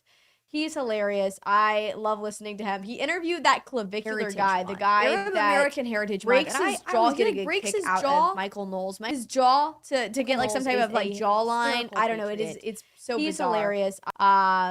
I So love bizarre listening with to him. these He young interviewed people that these days are doing clavicular heritage guy, the somehow. guy Arab that American Heritage breaks Month. And his I was jaw. getting a kick out of Anyways, Michael Michael Knowles to has get a lot like to some say type of about like Arab jawline. American. I don't know. It is history so month. he's Bizarre. hilarious. We should be celebrating this. take a listen. Speaking of young people, some bad news. Elmo might be turning your kids into jihadis. Elmo is now going on Sesame Street to teach your kids Arabic. Salam alaikum, everyone. I'm Rami Youssef. Oh, and Elmo's Elmo. Mr. Rami, what does salam alaikum mean? Well, salam means peace, and it's a way to say hello in Arabic. Oh, cool. Oh, salam alaikum, everybody. Elmo and I are here to wish all of you a happy Arab American Heritage Month. Yeah, happy Arab American Heritage Month. I'm so proud of my Arab heritage, and I'm so happy to share this month with my fellow Arabs and Elmo. So, thanks, Habibi. Oh, wait a minute. What's Habibi? Oh, it's an Arabic word for a special friend. Really? Well, happy Arab American Heritage Month, Habibi. We love you. Ha la la la. This is the song. La la la la la la. Oh la la la la.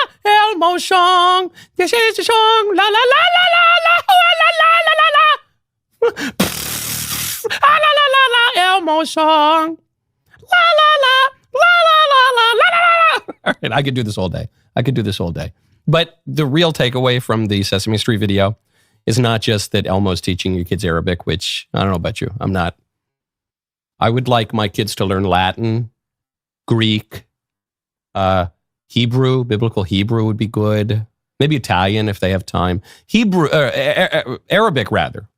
Very, very low on the list. Very, very low on the list. But notice what the guy is saying. He says, it's Arab American Heritage Month. New liturgical month just dropped. Write it down. Put it on your calendar. I didn't know about that one. But he says, and I'm so proud to be Arab. It's so great to be Arab. And if you look at that guy, if you just looked at him, he just introduced himself. He says, hi, I'm Johnny Smith, or even whatever his name is, Remy or Rami or whatever. You would not know that he was Arab. He looks like a white guy. And actually, for all of American history until about 10 or 15 years ago, Arabs, people from the Levant, were just classified as white. You know, they might look a little dusky. I look a little dusky. But they were just classified as white. And then there was a big push 10 or 15 years ago. Linda Sarsour was behind this to reclassify them as MENA, Middle East and North African, to create a new victim identity group.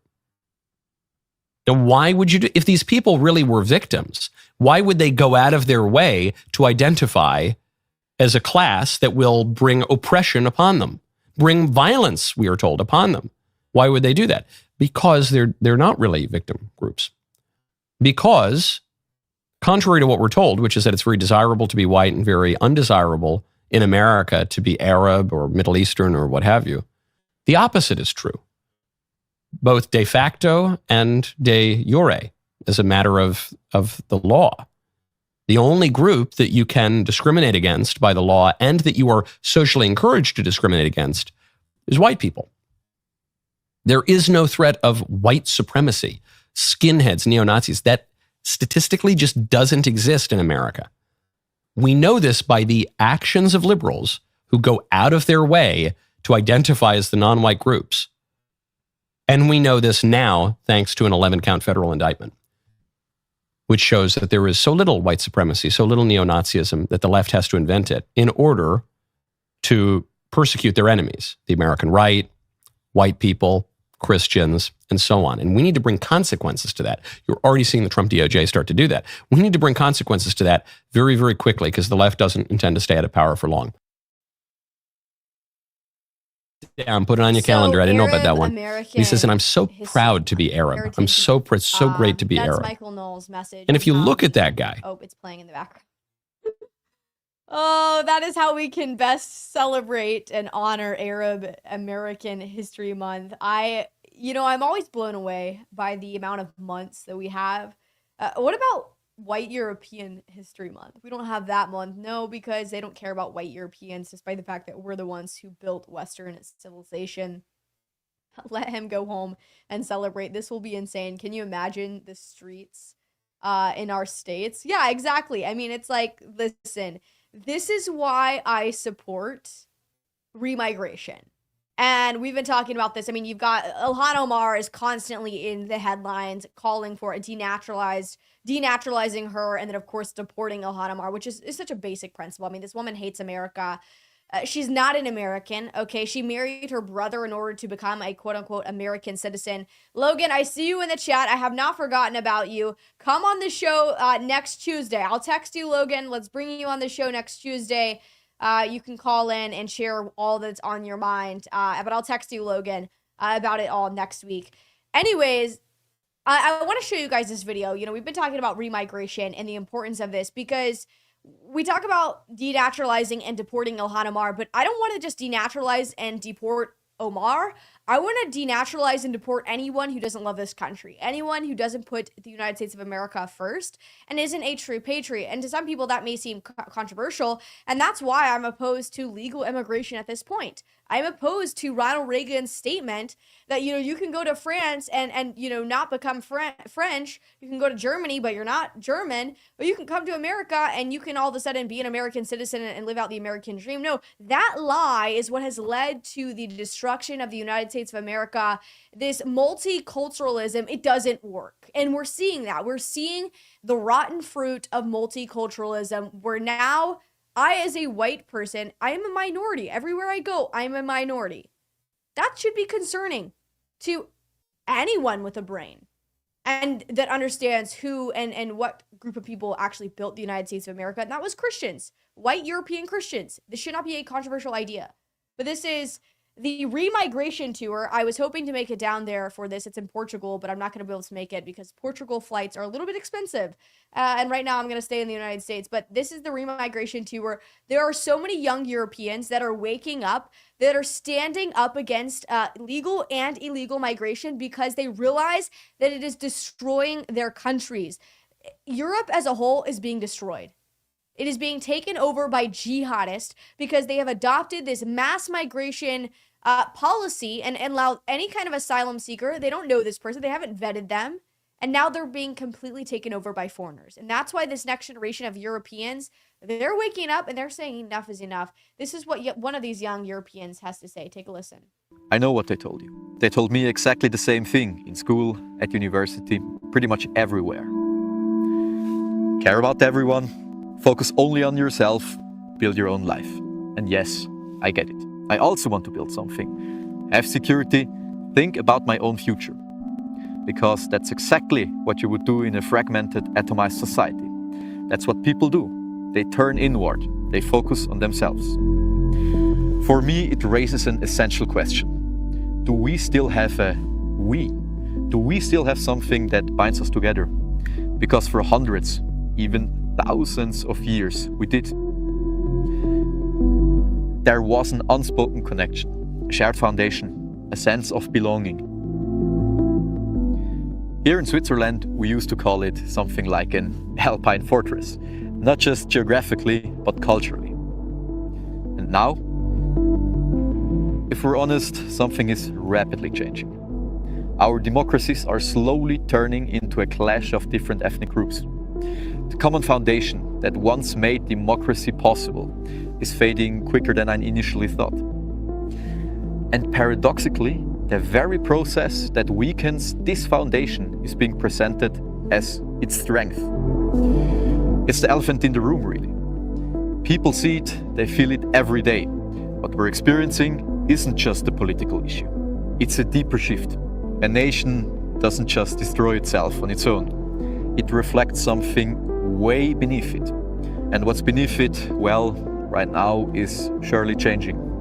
You can see it in everyday life. In schools, in the streets, in the way trust and security feel different than they used to. And for a long time, people try to ignore it, retreating into work, into private life, or hiding behind a false pretense of caring. But that doesn't solve anything. Because the question isn't just about the present, it's really about the future. about whether the things we value will still exist, whether the next generation will inherit something worth living for. And at some point you have to decide whether you let the future of coming generations, your culture, everything that you value in this Western civilization slide and perish, or you take responsibility for it. Do something about it, or you will be replaced. Dare to say the solution: remigration.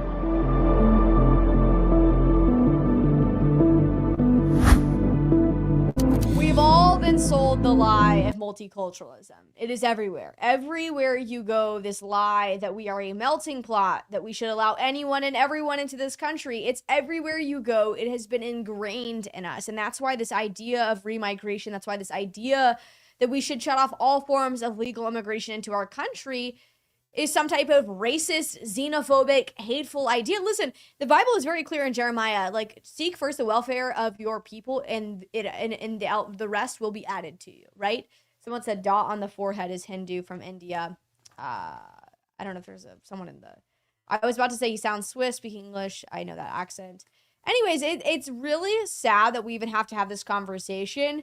It's sad that so many people get offended by this idea of remigration, but this is what it's going to take to ultimately put America back on track, to save this country, to save Western civilization, and hopefully restore America as a Christian nation, what it once was. And not just America, but European civilization as a whole. Because why is Western civilization, why is European civilization so great? Well, it's because of Christian ideas, not because of Buddhist ideas, not because of Jewish ideas, not because of Muslim ideas, but because of Christian ideas. And once you get away from that, once you get away from the truth, the inherent reality of that, all else will crumble. And that's why we're seeing this today. I want to show you guys, Tom Homan and Benny Johnson were actually on a panel together for a Turning Point USA event. And every time I see one of these events come out, every time I see the video clips and just the recap videos from these Turning Point events, I actually get a lot of hope because these young people are asking really good questions. They care about this country. Most of them are returning back to Christianity. They're going to church. Some of them are converting to Catholicism, but they care about tradition. They care about order, virtue, and they care about the United States of America and starting a family and getting married. And that's why they're asking good questions. That's why they're getting involved. And they want to carry on Charlie Kirk's legacy and hopefully reclaim this country for what it once was. But this is Benny Johnson and Tom Homan. Take a listen. What is it in you that brings you to this level of conviction? Because you just said, till the day I die, I will be going to find children that may be from Guatemala, Honduras. They might not even speak your language. They probably don't. But you are devoting your life to this. Why? Because of what I've seen in the last 40 years of my career. I started in Border Patrol in 1984. I wore that uniform. I was an ICE agent. I was the first ICE director who came up through the ranks. So the things I've seen in my career have changed the man I am. I mean, I've talked to young girls as young as 9 years old. 9. That were raped multiple times by members of the cartel as to pay for passage to come into the United States. When you get on your knees and you talk to a 9-year-old little girl,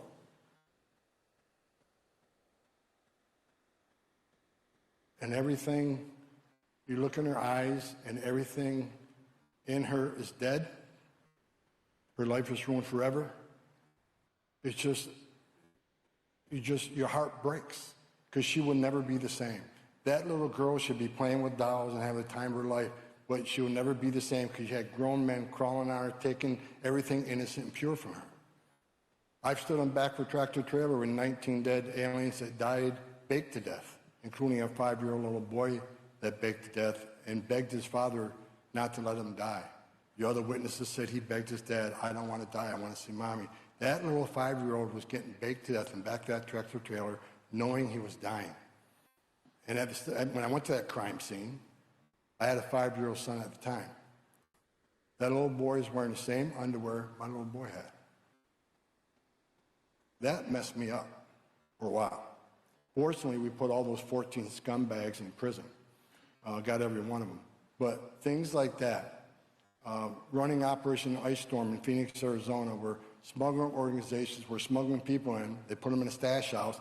Other smuggling organizations would go there armed and rip them off. It's like ripping off a dope load because these aliens are worth more than dope.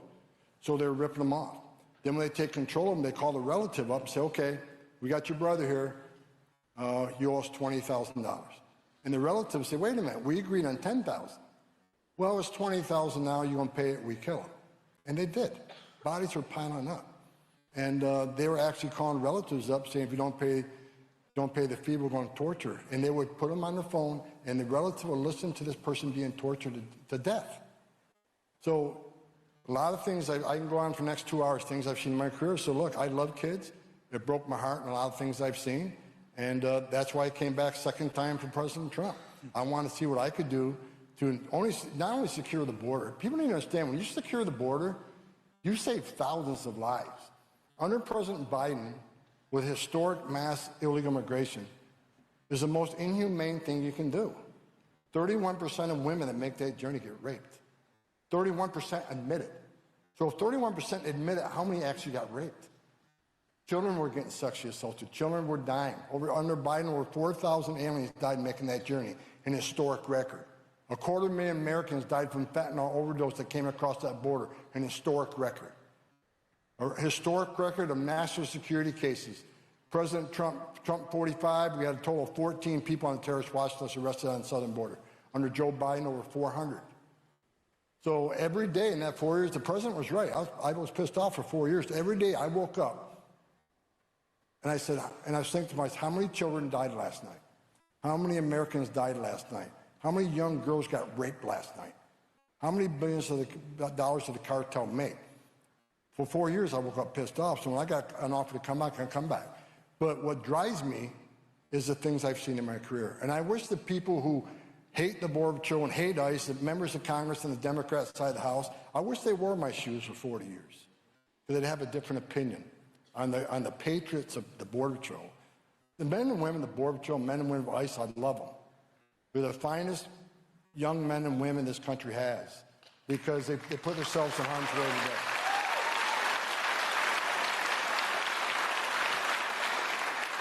You know, this has to be probably one of the best clips that I've seen on the internet in a while. I feel like I find myself getting away from social media and trying to limit my time on X because it really is so just disgusting and inhumane, as Tom Homan was saying.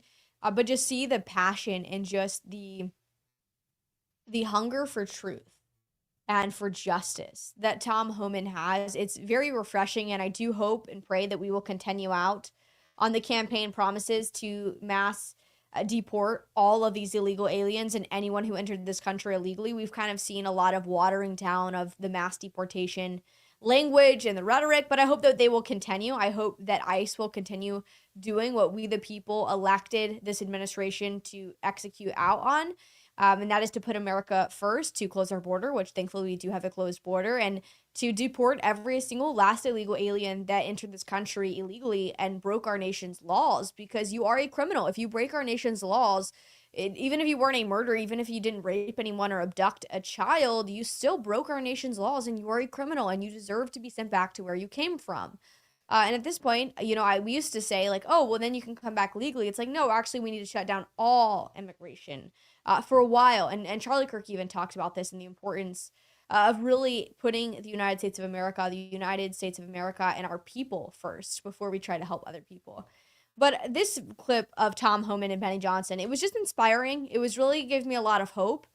And just to hear him share a little bit about the things that he saw and the things that were just so inhumane, the things that you can't even try to articulate, and that even if you do hold these predators accountable, even if you do lock these evil men up, even if you execute them for their heinous and egregious crimes towards children, these little girls, even little boys, will never forget that. There is nothing that they can do to ever try and forget to, get away from the evil that was done to them. And it really puts things into perspective. It really does. And that's why we need to fight for this country. That's why we need to fight for the future generations, because that's what it's all about ultimately. And I saw, and part of that, I saw a news headline of a young kid that was kidnapped to Cuba. Fox News just reported on it. Take a listen. This is Savannah Hernandez here in Venice Beach. So a wild and frankly disturbing story out of the state of Utah. A transgender woman and her partner are accused of kidnapping her child, allegedly to go take her to Cuba and get gender reassignment surgery. Madeline Rivera live in Washington with more on this. Maddie, what do we know?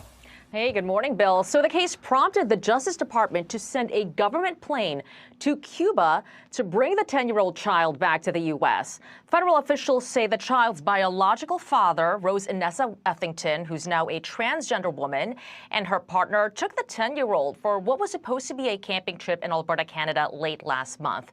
But they never made it to their hotel or campground. Instead, after crossing the Canadian border, the couple allegedly flew from Vancouver to Mexico City. Then they took another flight from Mexico to Havana.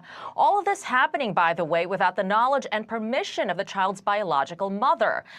Court documents don't state whether Rose and her partner were actually planning on getting the child gender-affirming surgery in Cuba, but the FBI says they found notes at the couple's home with instructions from a D.C. mental health therapist to, quote, send the therapist the $10,000 and instructions on gender-affirming medical care for children.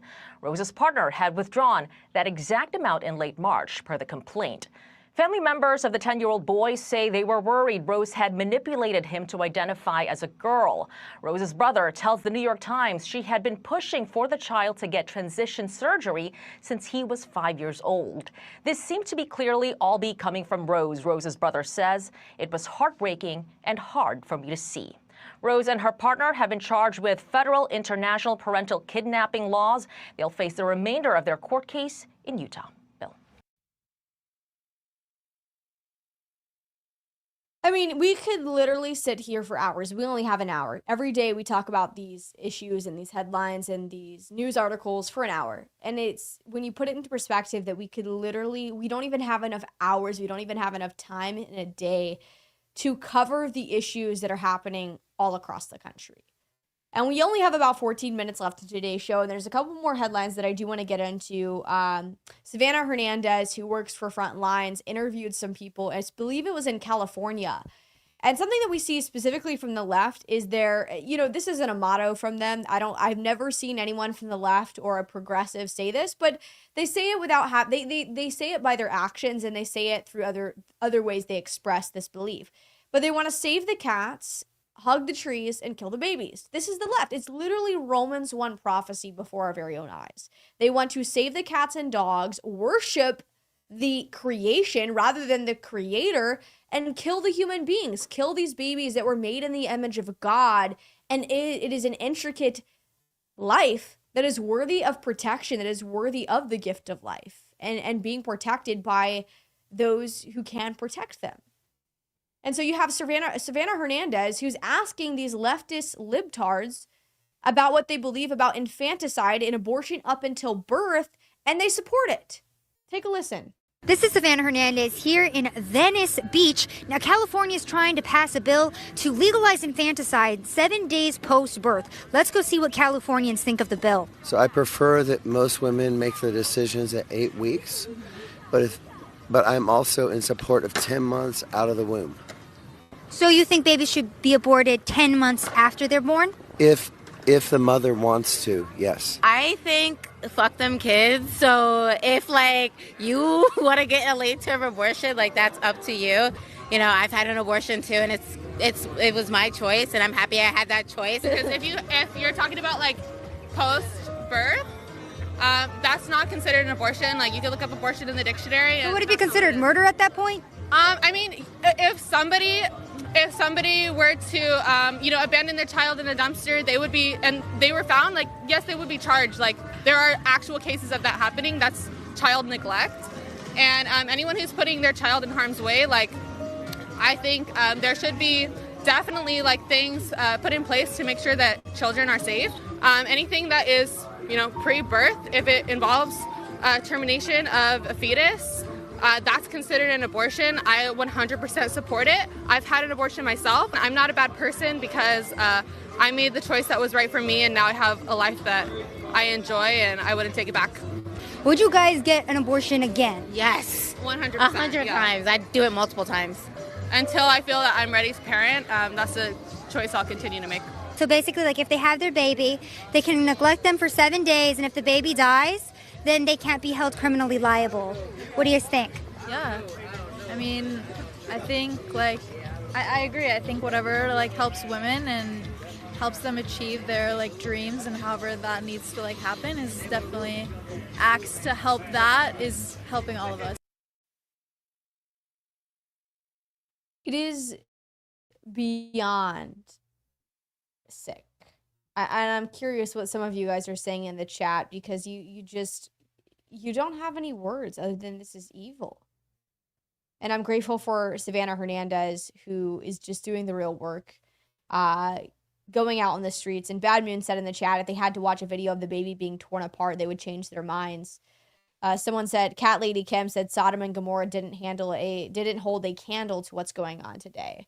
Someone said, stop having sex. It's like, yeah, if we really want to solve the abortion issue, stop taking off all your clothes. Like, stay pure until marriage. Like, value the virtue of chastity, of purity. Like, value these things again. Like, make sex sacred again.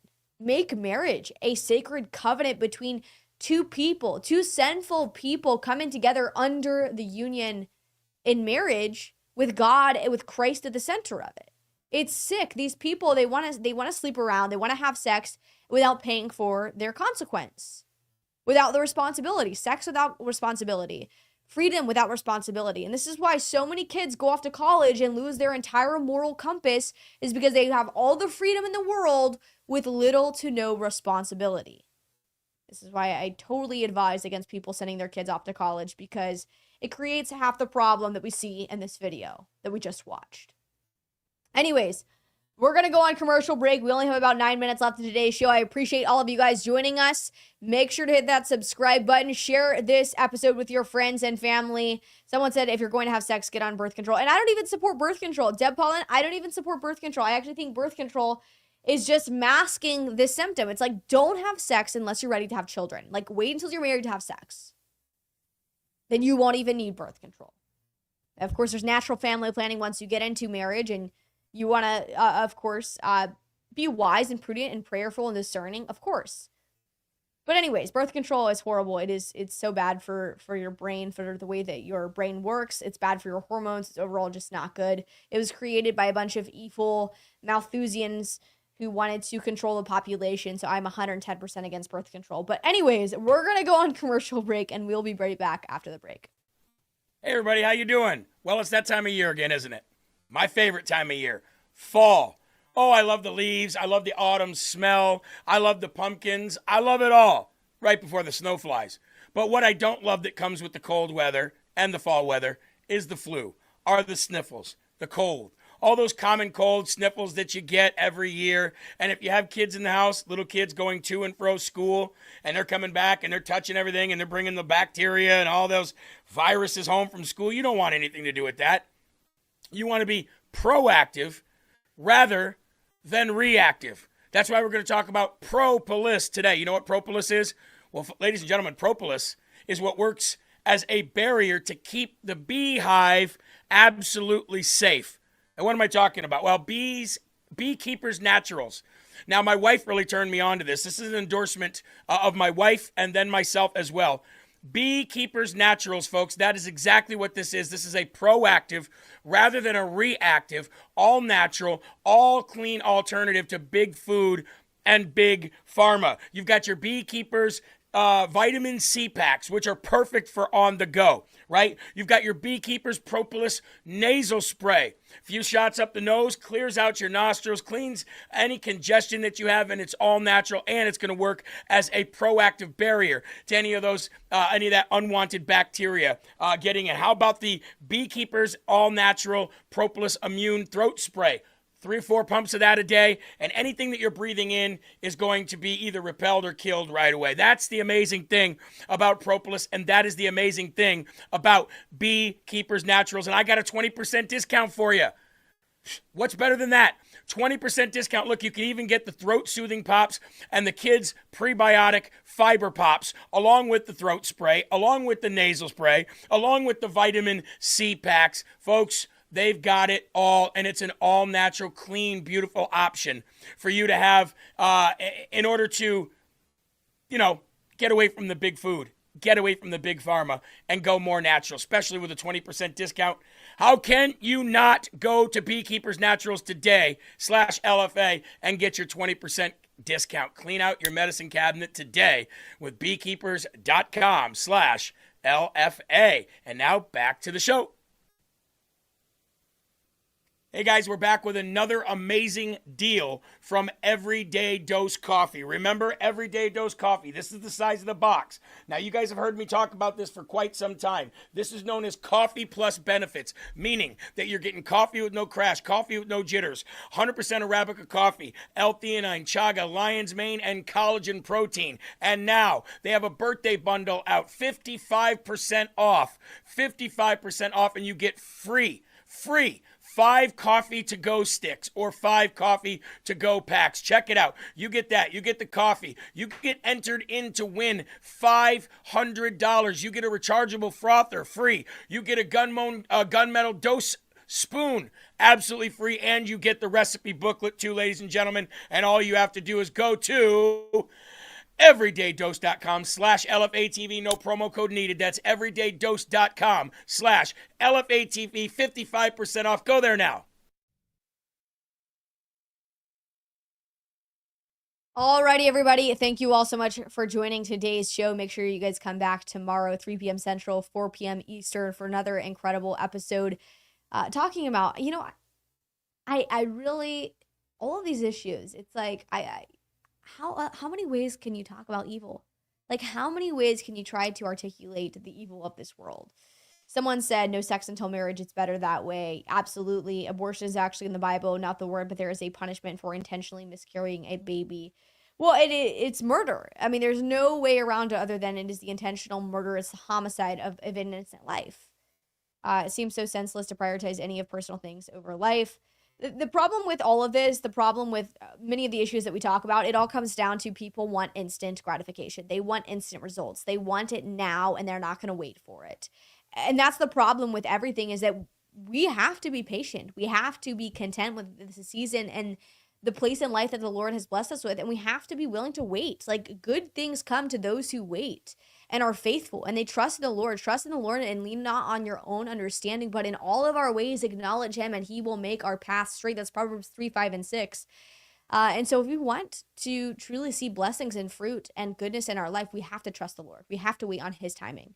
And we will see the fruit of that and our obedience to his will in our life. But anyways, one last thing that I want to show you guys. I've been talking a lot about The Last Stand. I was actually at my church last night, and I had someone run up to me and they said, Hannah, are you going to The Last Stand? I was like, absolutely. I'm actually going to be speaking at The Last Stand in Inglewood, Colorado. They just put out their trailer episode for The Last Stand, June 5th and 6th, Inglewood, Colorado. You're not going to want to miss this. Seth Gruber is heading this event up.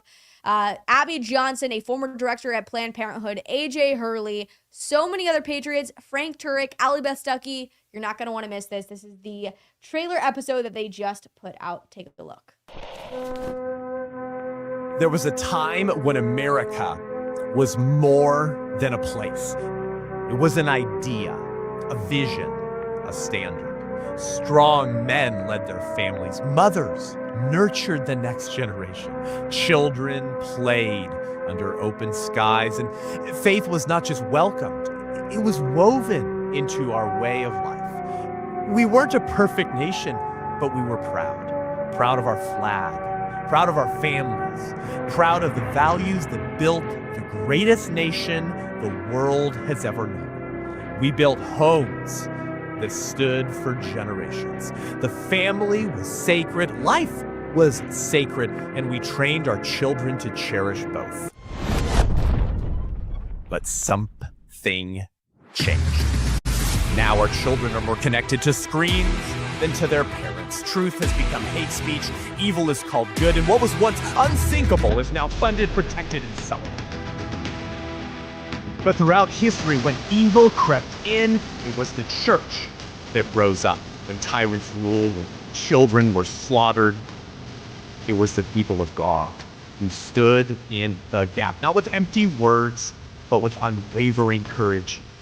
This moment, now, is no different. This is our time. It's our turn. It's our last stand in the face of evil. You and I say.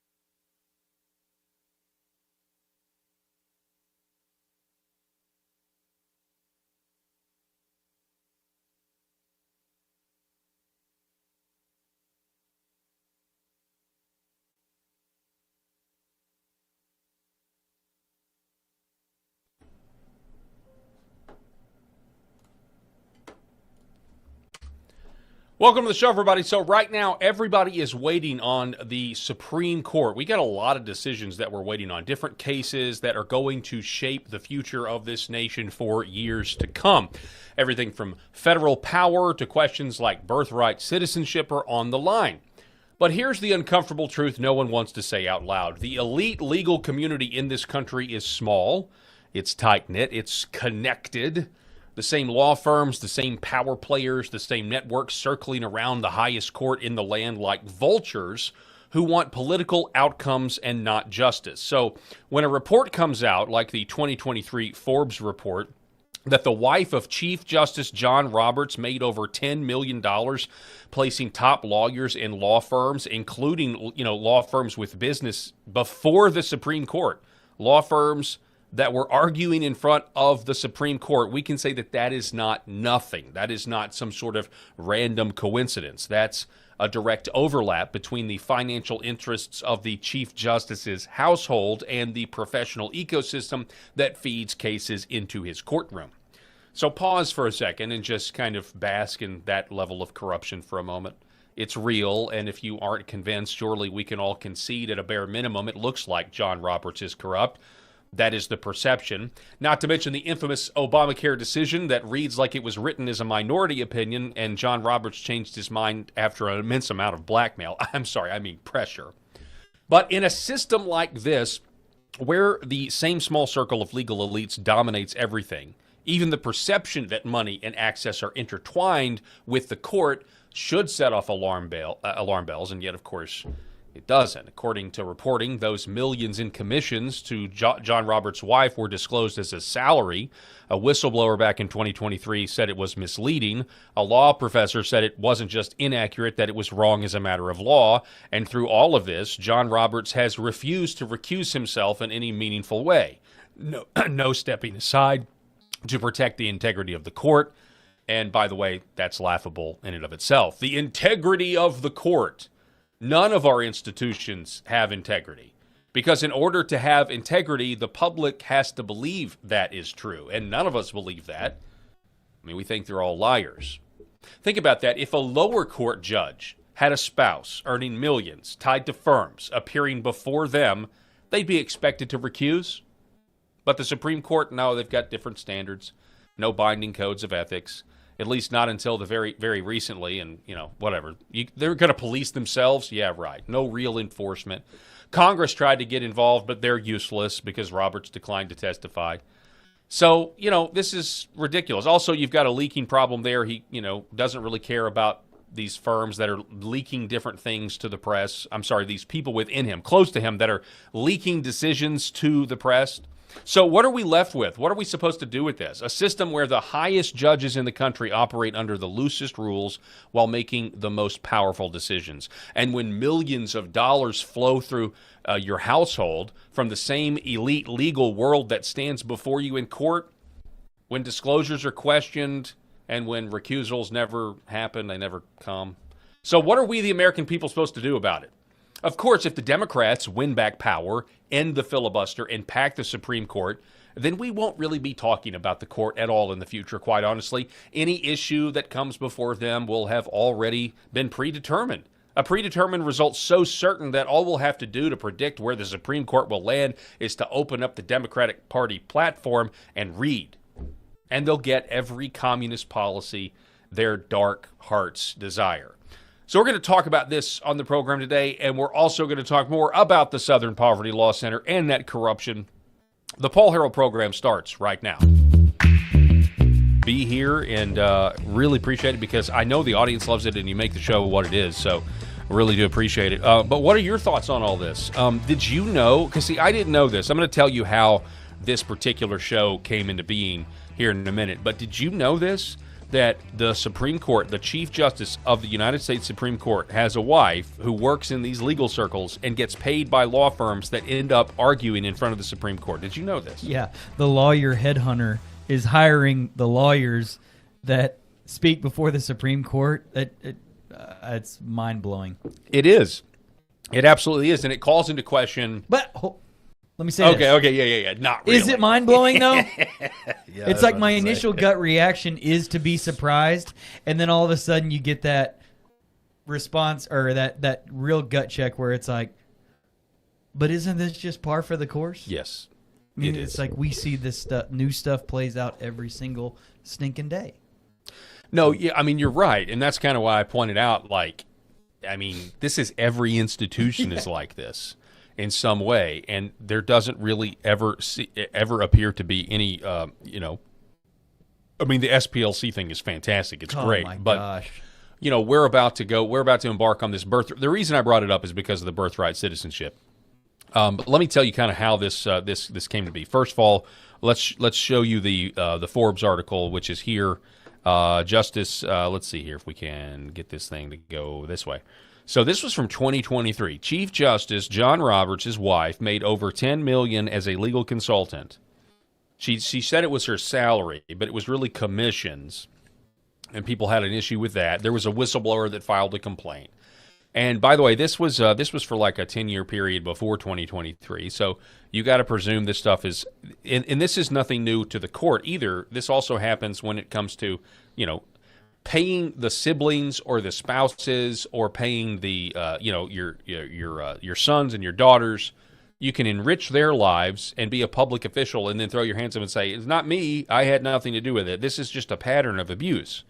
And honestly, I've talked about it before, there's no real way to stop this from happening, especially if he's not going to even recuse when he needs to. There's no way to stop this from happening with a law because you can always tell somebody at Thanksgiving dinner, what the best stock to buy is or what the best stock to short is. Or you can, in this case, hey, give my family member a job, give my Nepo baby a job where they do nothing or go to work at this hedge fund. I think that's what Hillary Clinton's daughter Chelsea did. I'm going to go work at a hedge fund now. So, there's all kinds of ways to reward a family by paying off their kids or their spouses. So this is nothing new here, but I just wanted to highlight that I don't trust John Roberts, and it's also it's happening here in this case. And I'll speak from personal experience with my experience with headhunters and recruiting agencies. I do work with those in the occupation that I'm in the medical device industry, in the healthcare world. They're very, very resourceful people. They're in the know on everything. There are headhunters and recruiters that have my cell phone that call me and text me, asking me questions about things going on in the area. Like I have a personal relationship and rapport with a number of the headhunters that I've used and that I have been in contact with over the years. This smells bad. It stinks. But why am I surprised? Yeah, exactly.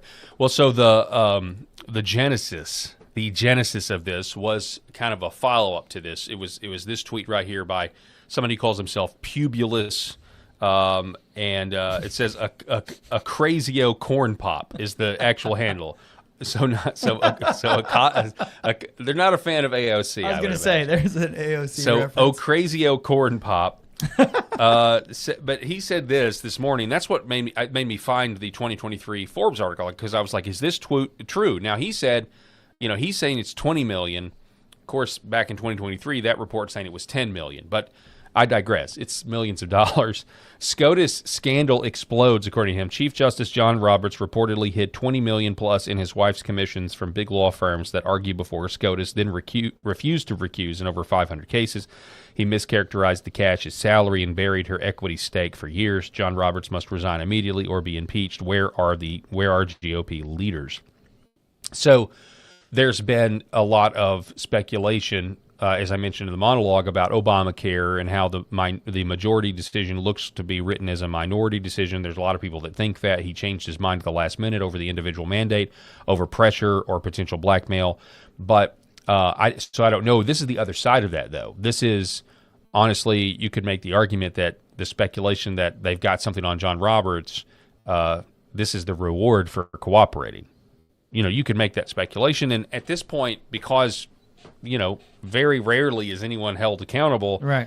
I mean, at this point, if you're a public official, and I know this is against our system, but I think these people actually hate us. And so, at least in my mind, you are guilty in a lot of this stuff before you're proven innocent. Not innocent until proven guilty, because we're a lawless country. And I just think that's it's reasonable to conclude at this point that we don't trust any of these people. And the reason this is a big deal is because right now we have a society-saving measure before the Supreme Court, and that's President Trump's birthright citizenship executive order that's being debated. Mm-hmm. And shocker, Chief Justice John Roberts, this was back on April the 2nd, according to this audio, Chief Justice John Roberts appears set to throw a wrench in Trump's birthright citizenship case. And I think President Trump is very much aware of this, as I'll give you evidence of that here in a minute. But I'm just reminding you that a couple of weeks ago, Chief Justice John Roberts signaled that he might act as a thorn in President Trump's side. During oral arguments over Trump's effort to end birthright citizenship, Roberts pushed back against Solicitor General John Sauer, who made the president's argument. Specifically, Roberts sounded skeptical that the 14th Amendment, on which birthright citizenship rests, excludes children of illegal immigrants. Based on Chinese media reports, Sauer said in the clip posted on social media, there are 500 to 500 birth tourism companies in the People's Republic of China whose business is to bring people here to give birth in return to that nation. Having said all that, Roberts replied, do you agree that that has no impact on the legal analysis before us? We talked about this when this happened. We actually featured this article. Mm-hmm. So Sauer didn't want to hear the practical reality that this misinterpretation of the 14th Amendment is having on national security and essentially globalism. I mean, they are using our 14th Amendment as a globalist mechanism to essentially create Chinese Manchurian candidates where they're sending their pregnant women here, they're having their children, they're taking them to be raised in China, but they're now American citizens because of our boneheaded, dumb, civilizational suicide policy. Okay? So, it does appear that he's skeptical. Maybe he does the right thing. I don't know. But I'm not going to hold my breath on John Roberts because I haven't trusted him since Obamacare. Flip a coin, buddy. I mean, Obamacare was so cut and dry. It was clearly illegal to require people to buy a health insurance policy because they're breathing air. Yeah. I mean, it's the most un-American thing ever. And, their stupid argument was, well, you have to buy car insurance. Yeah, but I have to have a driver's license. Yeah. Like, I don't have a right to the roads. I don't have a right to drive a car. I mean, those things can be taken away. What I have to have is liability to cover someone else Right. if I injure or Correct. Hurt them. Which I is- don't have to do full coverage to You cover don't. myself. No, you don't. So, but that's completely different. Right. And by the way, I'll just throw this out there that liability, like that's biblical. Yeah. We get liability. It looks different in different societies, but if you go and you look at the Old Testament, you can see where there were laws on the books where people had to have railings on their roof because a lot of times you would entertain guests on the roof. Well, the idea was you are responsible for your guests' safety when they're on your property. That's still, for the most part, true today. Yeah. So we take that principle and we say, we apply it to different areas. And one of those is, hey, yeah, you need to have some sort of insurance, liability insurance, in case you destroy my someone's car. property. So we can figure that out. Right. That's not the same thing as reducing essentially labeling the price of a life. It's what it was. Like, how much is your life worth? Well, it's actually, not really quantifiable because we're made in the image of God. I mean, it's worth, God coming down from heaven and dying for it. But then it was so dehumanizing to say, no, if you are alive, you owe us a tax just for being born.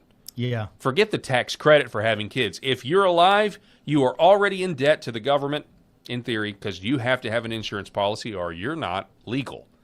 And by the way, that comes with a premium, a monthly premium that you pay to that company. Yeah. Which was excessively high. And the wild thing is when people started bringing the receipts, we all figured it out what much of a farce that was. Golly. Totally insane. Enjoy that extra, $1,000 tax out of your pocket every month to make sure that you're covered at the hospital if something happens. God. Yeah, exactly. And so John Roberts took the easiest decision ever, and he caved on this. And the 14th Amendment is just as easy, and you can argue it's done way more damage because it's been around longer, where we've enabled our own demographic demise. And that is why President Trump is out there, and he is now in a way back on message. He took radio talk show host Michael Savage's newsletter and posted it directly to his Truth Social. And I thought this was interesting because when I saw it, at first I dismissed it because it was so long. It was such a long screed. Let me see if I can't show you. Look how long this thing is. 4 pages long is what he posted on Truth Social. And so I looked at his truth, and I immediately was like, welcome to the Savage Nation. I thought, wait a second. Is Trump coining something new? Are we about to, is he launching a new buzzword or whatever, like Kofifi, like Savage Nation? And then I was like, that can't be Michael Savage, is it? Sure enough, it is. Indeed. So I'm going to read this because it's actually triggered the right people. Yeah. And anytime the right people are triggered, I think it's of note, especially when, President Trump needs a win. It says, welcome to the Savage Nation. Today's brief, abbreviated discussion will be about the arguments that I just listened to before the Supreme Court about birthright citizenship. I was somewhat incensed by listening to the arguments because all I heard was legalese being bandied back and forth, and quite noticeable to me was that the person bringing the arguments in favor of flooding America with illegal aliens to change the demographics forever was a Chinese American. Remember, we talked about this. Oh, yeah. Chinese American who looks to me like the classic ACLU attorney. Very smart, very evil, and very devious. The ACLU is the head of the snake. They have been forever, and there they were again trying to turn America into a cesspool. He goes on. Again, President Trump posted this. We all know that these arguments should not be conducted in the abstract of a courtroom. This is really not about law. This is about public opinion. Now, I could start arguing about the Constitution itself, and I'll run into the stone wall with you. We can't modify the Constitution because it's written in stone, and if we do, they'll take away our First and Second Amendment, which is what they want to do. So that's the problem. The Constitution was written before air travel, needless to say, before television, before the internet, before radio, and you could say, how relevant are some of these arguments when people are coming here by airplane in the 9th month of their pregnancy? A baby here becomes an instant citizen. A baby here becomes an instant citizen, and then they bring the entire family in from China or India or some other hellhole on the planet. You don't have to go far to see that. English is not spoken here anymore. That there's almost no loyalty to this country amongst the immigrant class coming in today, which was not always the case. No, they're not like the European Americans of today and their ancestors. The Irish integrated, the Italians integrated, the Polish integrated, the Lithuanians, the Romanians, the Russians, they all integrated and became Americans in the melting pot. The idea of the melting pot is long over. It is now just a cash-in pot. We've gone from the melting pot to the chamber pot, which is, a waste, which is the toilet. Indeed. As I've said many years ago, you don't have to go any further than any city in America to see what has wrought upon this country, what all this has wrought upon the country. So to listen to these very wise, smart lawyers arguing in the abstract as to whether birthright citizenship should apply to anyone born here, no matter who their parents are, where their parents came from, is ludicrous to me, which is why I put up a poll on my social channels where I said birthright citizenship should be subjected to a national vote. Not put in the hands of lawyers, let the citizens decide. Of course, I knew how it would go because I know what the people think. It's 80-20. Yes, of course, we should have a national referendum on this. In California, we have propositions as rigged as they are that the people get a chance to vote on certain propositions. When we vote against what the governor wants or what the vermin who run the state want, they find a cockamamie ACLU lawyer to overturn our vote anyway, which is where revolutions arise. Because no longer can we take any more of this excrement. I don't like getting vulgar, but I can't take it anymore. The country has been stolen from us by these effing lawyers. Shakespeare had it right. I didn't like listening to all of their fine arguments without talking about the realities in place and how this has become a bankrupt welfare nation. There is article after article about the abuse of the welfare system in the state of California. Great one today in California Post. You actually would not believe the extent of the fraud in this state, and a good portion of it is being conducted by immigrant front groups, all protected by the ACLU, which is the most dangerous criminal organization in the history of America. They've done more damage to this nation than all of the mafia families put together. In my humble opinion, gangsters with laptops. They've robbed us blind, treated us like second-class citizens, let the turd world triumph, stepped on our flag, etc. So again, birthright citizenship is the question. I can't take much more. I woke up and I saw what was going on, and I said, I'm really glad that I could watch this. First, they made an issue of Trump showing up like it was illegal for the President of the United States to witness this, when it turns out they said, oh, he is there to bully them. Actually, they said, as we studied this, there was actually a chair put in there by the Founding Fathers in the Supreme Court for a president to sit in. So president is an activist president? That was no good either. Whatever he does is no good, according to them. Earlier, when I saw this going on and listened to the snake from the ACLU, Miss Wang, Attorney Wang, she speaks so eloquently. Supreme Court arguments are just legal tricksters. I wrote about fighting each other. Our nation is being overrun with Chinese coming here just to drop a baby on our shores to then bring in an entire family. How about some common sense in bankrupting a nation? ACLU Attorney Wang is pushing to destroy our national identity, turn us into a colony of China, but it's not limited to China, it's also India. They're also abusing it. I used to be a great supporter of Indians in India until I opened my eyes up to what's going on here. White men need not apply to jobs in the state of California, never mind in high tech. I don't care what your qualifications are, you're not getting a job at high tech in California. Your chances are nil. You have to be from India or China because almost all of the internal mechanisms are set up to run by Indians and Chinese. I know it for a fact, and you don't have to argue with it. If you don't know what you're talking about, don't argue with me. So I can ask you, if you agree with me, and I know the answer already. I see it on X. Simple. Birthright citizenship. Should birthright citizenship be subject to a national vote? Not put in the hands of lawyers? Should the citizens decide? It's running 78-21. Admittedly, it's a small sample. Admittedly, it's a biased sample. Okay. But watching the Supreme Court arguments made me very disturbed because we can't leave it to a handful of lawyers to decide the future of our nation. There's a very famous case, and I think it was Stonewall Jackson, who, after the Supreme Court ruled about the Cherokee removal, he disagreed with the Supreme Court and what they said. And he said, now that the court has decided, let them enforce, meaning he said, go screw yourselves. I hold all the power with the military. That's what he said to the Supreme Court. Then sure, let them come here and drop a baby in the 9th month on the doorstep and turn them into an instant citizen and then bring in all of their ancestors from India and from China.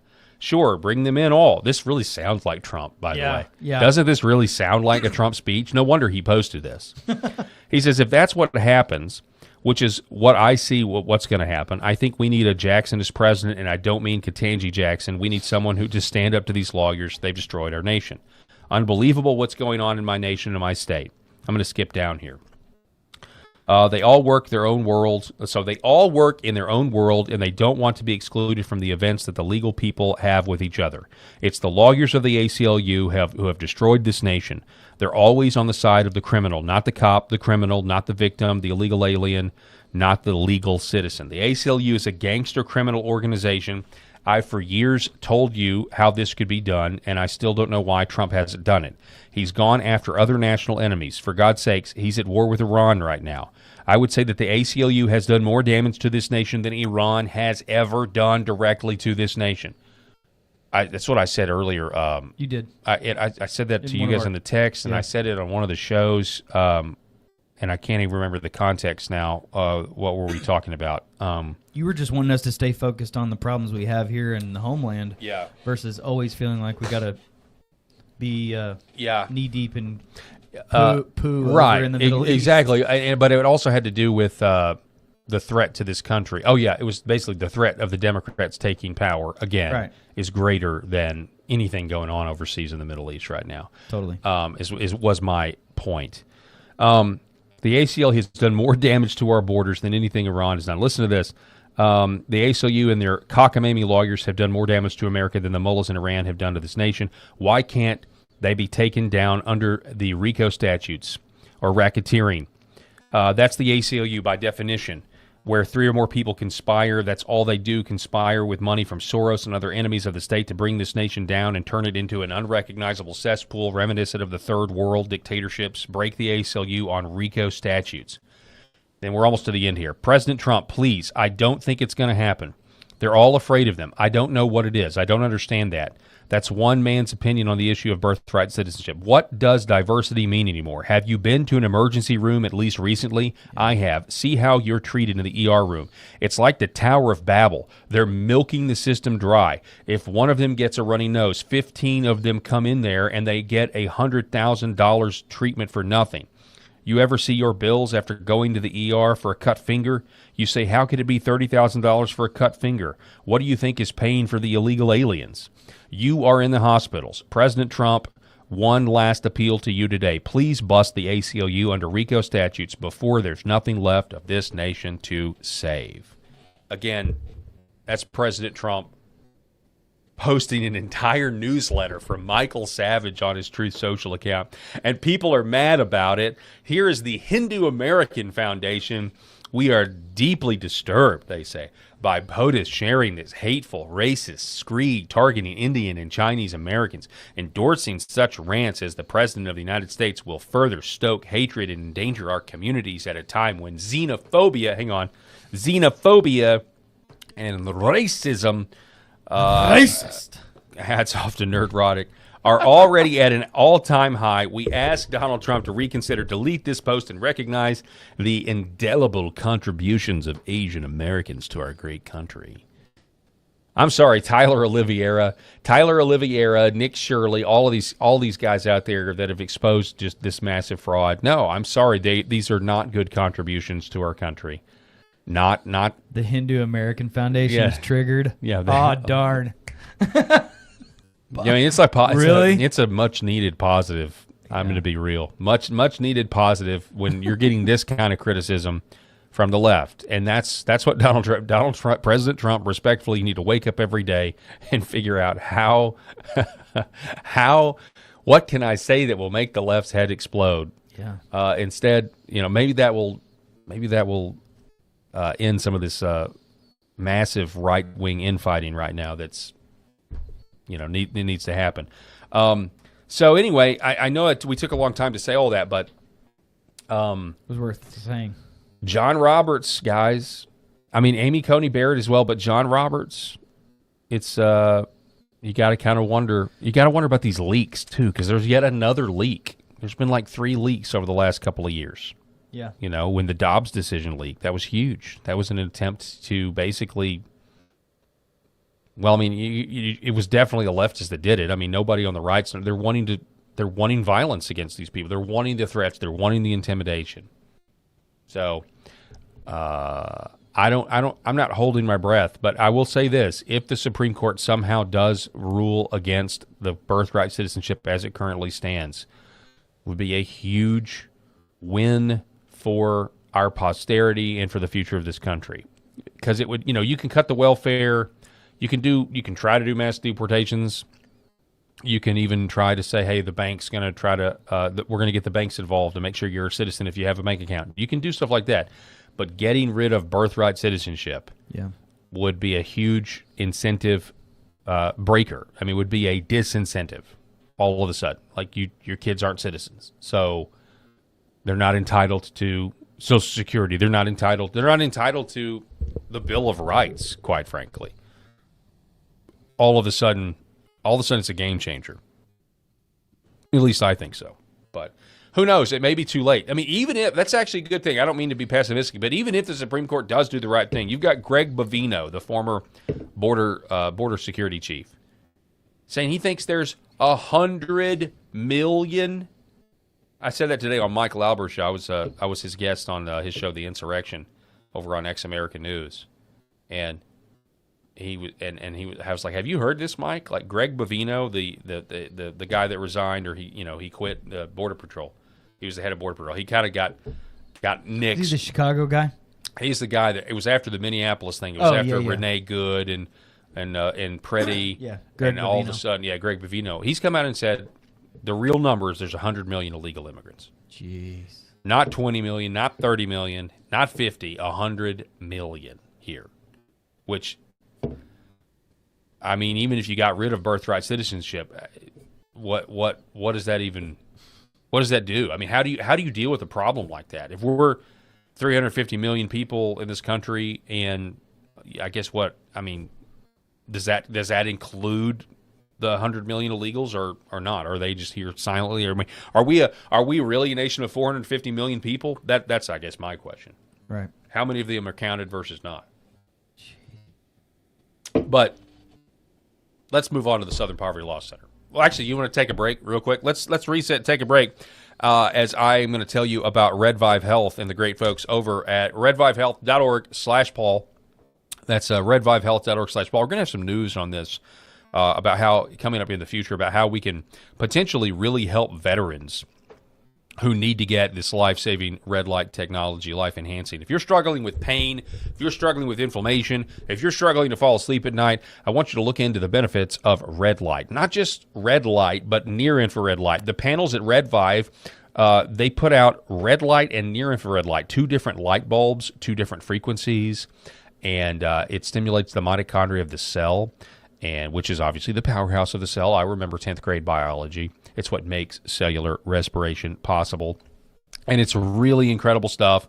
I have one of these panels. I was using it the other night. Weirdly enough, my cat, which I didn't get a cat. My family got a cat. I'm not a cat person. Anyway, the cat is gravitating towards it. It knows that it's good for them. It's really kind of weird. But anyway, redvivehealth.org/Paul. Save 35% with code Paul.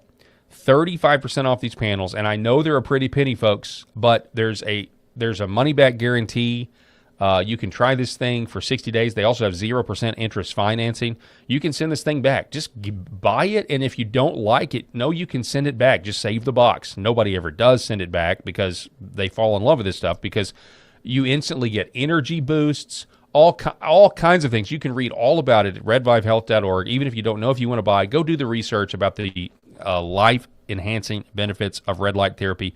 If you're thinking about surgery, folks, you need to consider doing this first.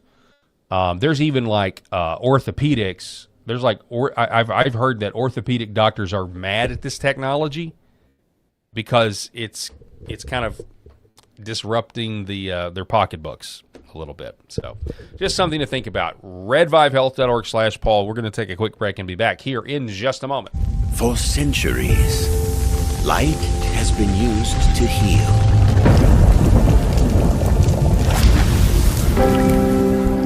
Awaken the body with Red Vive.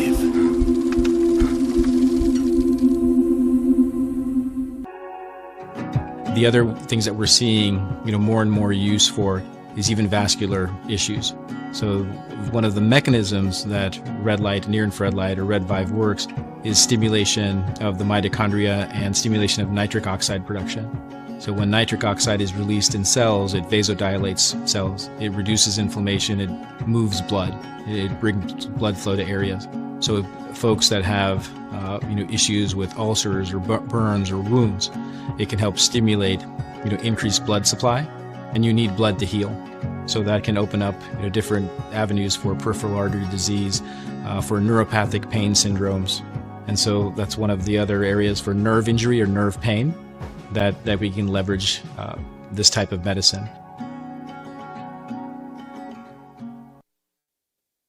Behind every precious life, there was a choice. Behind every family moment, behind every special memory, there was a choice. A life of joy. A life that is beautifully and wonderfully made. At 7 Weeks Coffee, we are funding the pro-life movement, one cup at a time. Will you let your coffee serve a greater purpose?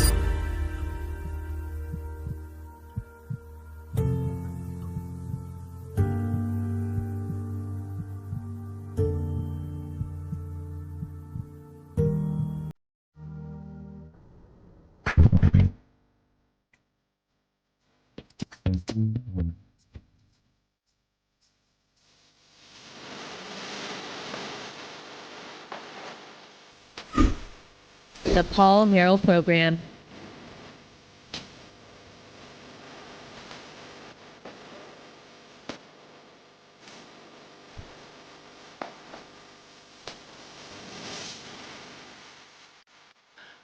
All right, welcome back, folks. Thanks so much for being with us. What do you call this? Room. So we really appreciate you being with us, broadcasting live from the state of Arkansas. I just want to remind everybody out there that brisket prices are still too high. We have a lot of work to do. I have not yet launched my campaign for Emperor yet, but if I do, then I'm going to, that will be my only message. I will lead a populist revolution over brisket prices. A cut of meat that was originally no one knew what to do with. And so a lot of people, we're standing on the shoulders of giants. The people who learned how to barbecue, learned how to cook meat slow. And I'm not talking, no offense to you pellet smokers out there. I mean, I've cooked on a pellet grill, but I'm more of a, traditional stick burner guy myself. By the way, any barbecue sponsors out there, you want to sponsor us, I know how to speak the lingo. I'm an aspiring pit master. But anyway, brisket prices are too high. I could lead this populist revolt. I really could over this issue. I think we would make great nobles. I think aspiring pit master would make great nobles. I mean, we're already in some sort of weird neo-feudalism anyway. Might as well embrace it, but we'll do it over brisket prices. And but yeah, isn't that crazy? I mean, it was a piece of meat. Nobody knew what to do with it. The same thing I mean, pork is too high too. Pork shoulder is still fairly reasonable. But I mean, I remember the day where you could go, you could go get a pork shoulder, a big pork shoulder for $6 or $7, and now it's $15, $18, $20. It's come on. Something is really wrong here. It's the, and it is the meat packers. It's a monopoly. You've got Live Nation and Ticketmaster. Finally, we finally got some antitrust action with that. Meta's getting hit, and there's others. Amazon needs to be hit with what they're doing. We covered that yesterday. But specifically, it's just crazy. People have gotten, part of it is because people have gotten so good at cooking brisket in particular. It is so highly valued because it's delicious that, it's the price has gone up because of that, or at least, you see the memes up there, Texas barbecue. People be like, here's a slice of brisket and Texas toast. That'll be $45. It's not far off from that. It really isn't. It's not far off from that. But, yeah, let me know. I mean, what do you guys think about that? By the way, Eric had to step out and take a work call, so he's going to be here in just a second. He's going to be back here in just a minute. Let's see here. R-Star77, when I was a kid and went shopping with my father, you could get 4 paper bags of groceries for less than $10. Insane what's going on. X-Machine says, nice. Steaks at Publix, it's like $50. 3 smaller steaks, $25. I feed my family and treat them to steak once every other paycheck. Did somebody have a brisket price out there? Anybody? Are there any pitmasters out there? Any aspiring pitmasters? I don't really say that I am a pitmaster, although I've been cooking for a long time. I will say that. Anyway, and the weird thing about that is, so where I'm at in my little corner of the Shire in Arkansas, I mean, we're more obviously, we're not beef barbecue people. I wasn't raised on beef barbecue. That's not who we are. But I learned to cook the Texas way. I learned to cook because everybody said it was hard. Everybody said it was the hardest thing to do. And they were right. Cooking a brisket, everything involved in it is harder than just putting a pork shoulder on or some ribs on. I mean, it's definitely harder than ribs. But anyway, but I love it. I will give, as an Arkansan, hats off to Texas for their barbecue. I'm not much of a Kansas City guy, although, I mean, hats off to them too. But like Texas barbecue, brisket, amazing. And that whole thing, hats off. Like anytime I'm cooking a brisket, I am trying to bring a piece of Texas to Arkansas, for backyard barbecues or things like that. $7 a pound for brisket, Bad Moon says.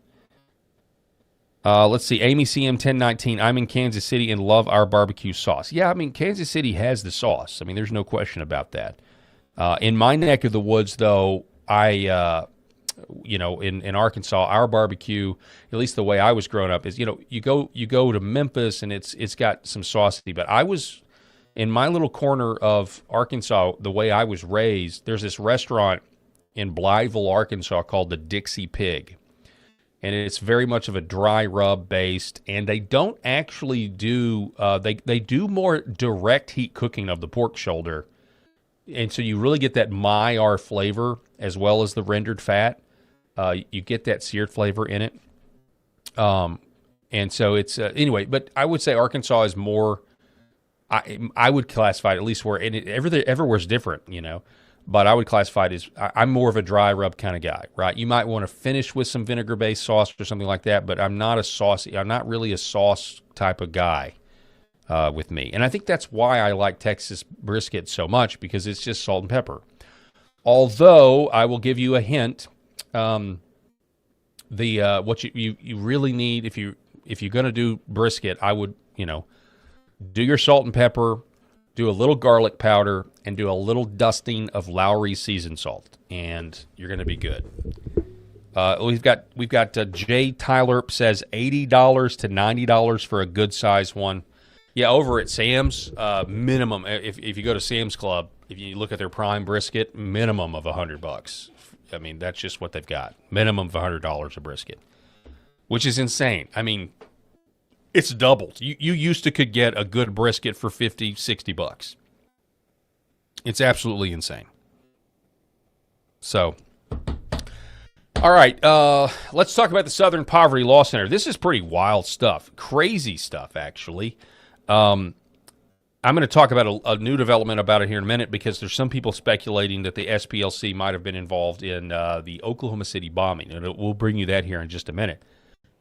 But Economic Collapse Report had this headline, and it really piqued my interest. SPLC's funding of Unite the Right Op generated an incalculable return on investment. They say an incalculable return on investment. They say there is a particular kind of audacity required to fund a fire, then sell buckets. That, in essence, is what a federal grand jury in Montgomery, Alabama has accused the Southern Poverty Law Center of doing. And if the indictment holds, it may force a reckoning with one of the most consequential political narratives of the last decade. On Tuesday, the Department of Justice charged the SPLC with 11 counts of wire fraud, bank fraud, and conspiracy to commit money laundering. The allegation at the center of it all, the organization secretly funneled more than $3 million in donor money given explicitly to fight white supremacy, to actual members of the Ku Klux Klan, the Aryan Nation, the National Socialist Party, the Nazis, and others. But buried inside that indictment is a detail that dwarfs the financial crimes.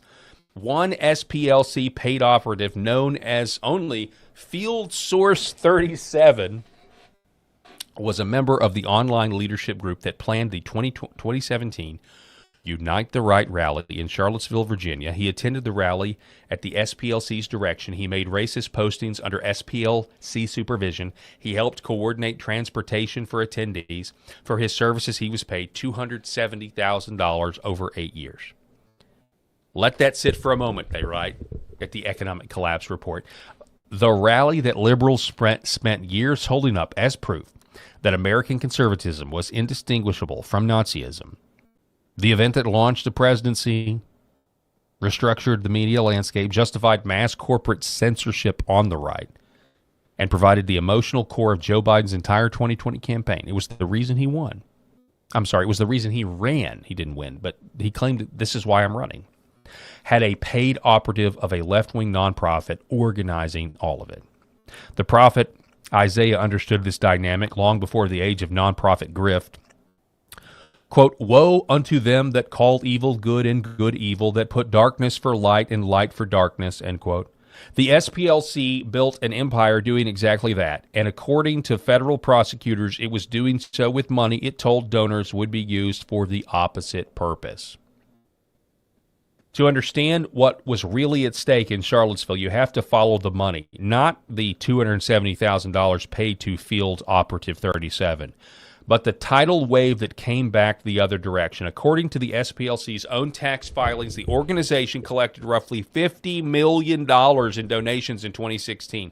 In the fiscal year ending October 2017, the period bookended by the Charlottesville rally that they fundraised off of, the number exploded to $132 million. They almost tripled. Donations had never previously exceeded $50 million in a single year. They have not fallen below $97 million since. The organization, already sitting on $500 million endowment, received an infusion of celebrity and corporate cash that reads like a who's who of a progressive America. Apple CEO Tim Cook announced a $1 million gift, or grift, saying hate is a cancer. J.P. Morgan pledged another $500,000. George and Amal Clooney wrote a check for $1 million, declaring what happened in Charlottesville demands our collective engagement. None of these donors knew, apparently, that the SPLC paid operative had helped make the event happen. Apparently, they didn't know. Come on, you and I both know that somewhere down the line, these guys knew. Not all of them, but you got to know somewhere down the line, some donor somewhere knows exactly what they're going to do with this money. This is what acting is, so we know all the rest. So they had a massive windfall. This was crazy. People thinking that the problem is real. People thinking that white people are this close to taking over and it being a white supremacist nation. And they made a bunch of money off of it. False flagging the whole nation with a psyop. Let's not forget that somebody died during Charlottesville. Let's not forget that you also had the police kind of, just like J6, herding people into and not letting them leave, except one by one they could leave, or in twos, and it would just, they were sending them in to the crowd of outraged leftists. Let's not forget that happened. And yes, it built a presidency. Kamala talked about it. This is a really good article. The accountability the media won't demand. Let's look at this one. They write, the SPLC's interim CEO, Brian Fair, called the federal charges false allegations, insisting the informant program saved lives and that the organization will not be intimidated. He's entitled to his defense in a court of law, but there is a separate court, the Court of Historical Accountability, where the SPLC's record has already been entered into evidence, and it is damning regardless of how the criminal trial concludes. The question the media will not ask is the one most worth asking. How many institutions, journalists, corporations, and government agencies spent years amplifying an organization's moral authority? They were looked at as unassailable neutrality, just fact. If the SPLC says it, it's fact. It's gospel. This is how they were looked at.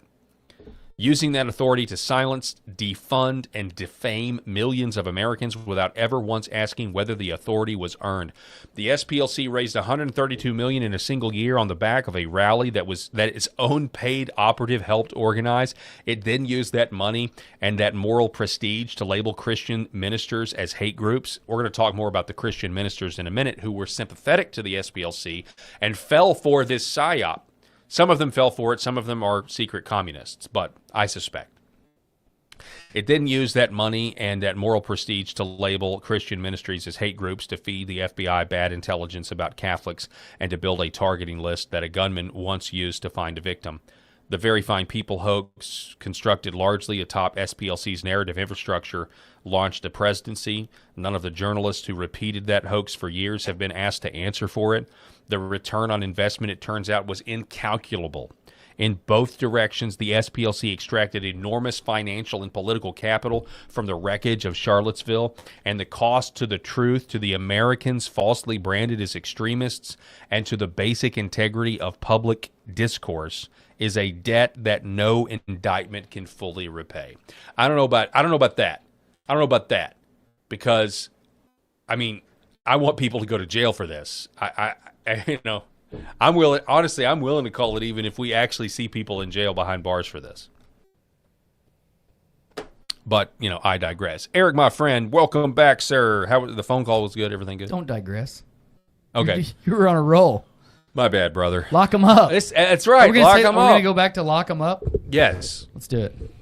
Lock her up. Lock them up. Lock they, them up. Yeah. Lock they, them up. Maybe we'll get back to that. But here's another situation. Here's another wrinkle to this that is pretty incredible. And that is, people are going and looking at everything the SPLC has ever touched. Oh, yeah. And they need to. Yeah. They need to. They need to look at everything that they've ever touched. So strap in for how far this goes back, brother. So Ken Silva, who is from the Libertarian Institute, don't really know what that is, but he posted this on X. He says the SPLC had informants embedded in Elohim City, where the OKC bombing is suspected to have been planned by McVeigh and others who were never charged. Never charged. And look at this. This is from government documents. Information has also been received through the Southern Poverty Law Center that one redacted, a.k.a. redacted telephone call from Timothy McVeigh on or about April 17th, 1995, 2 days prior to the Oklahoma City bombing attack, when redacted, per a source of the SPLC, was in the white supremacist compound at Redacted, Oklahoma. Redacted allegedly has had a lengthy relationship with Timothy McVeigh, one of the two indicted Oklahoma bomb defendants, the source of the Southern Poverty Law Center. Imagine that. SPLC influencing, potentially, Timothy McVeigh. I mean, there's a bunch of loose threads surrounding the Oklahoma City bombing. There always has been. Tucker Carlson actually did a really fascinating deep dive into this a year or so ago, or 2 years ago, and where he interviewed like one of the chief investigators behind this, and how there are people of interest. One person, I think, in particular, that they have never, matter of fact, there's allegations they like pinned it on somebody else who wound up dead in prison, if memory serves correct. And that, there was federal involvement, that this was an intel op, once again, where the FBI is creating crimes, not solving them, creating crimes and covering up the crimes. That's the allegation. And I'll tell you why I believe it. I remember this. So I was 10 years old in 1995, or actually I was 9. I was 9 years old, and I remember I would ride around in with my dad, and he'd have Rush Limbaugh on. We would listen to Rush Limbaugh. And do you know what Bill Clinton said after this happened? He blamed it on Rush Limbaugh. He was like, this kind of stuff happens when you foment all this rage against me, and, you got Rush Limbaugh who's out there 3 hours a day, and he's talking all this stuff. He tried to blame it on Rush Limbaugh. He tried to blame the Oklahoma City bombing on a talk radio host, critical of the administration.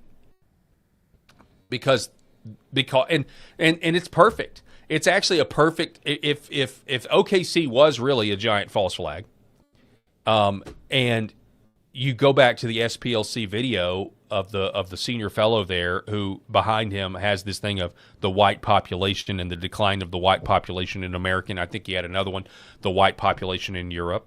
And, this is their goal. Well, what do? Not only is the population declining, but we're also now telling everybody that white people are terrorists, that white people blew up Oklahoma City, that white people are racists and white supremacists, and they're a big danger.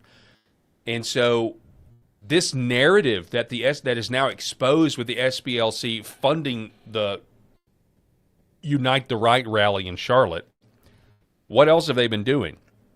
And I think it's safe to say that everything they've ever touched needs to be suspect. And what it also shows you, and I think this is maybe the larger point, it shows you that these organizations that are arms of the left are being used as intelligence agencies. They're being used by the intelligence agency, or they themselves are intelligence. Just like it is an NGO, and we know what do NGOs do on foreign soil. What do they do on foreign soil? NGOs, non-governmental organizations, are governmental organizations. This isn't complicated.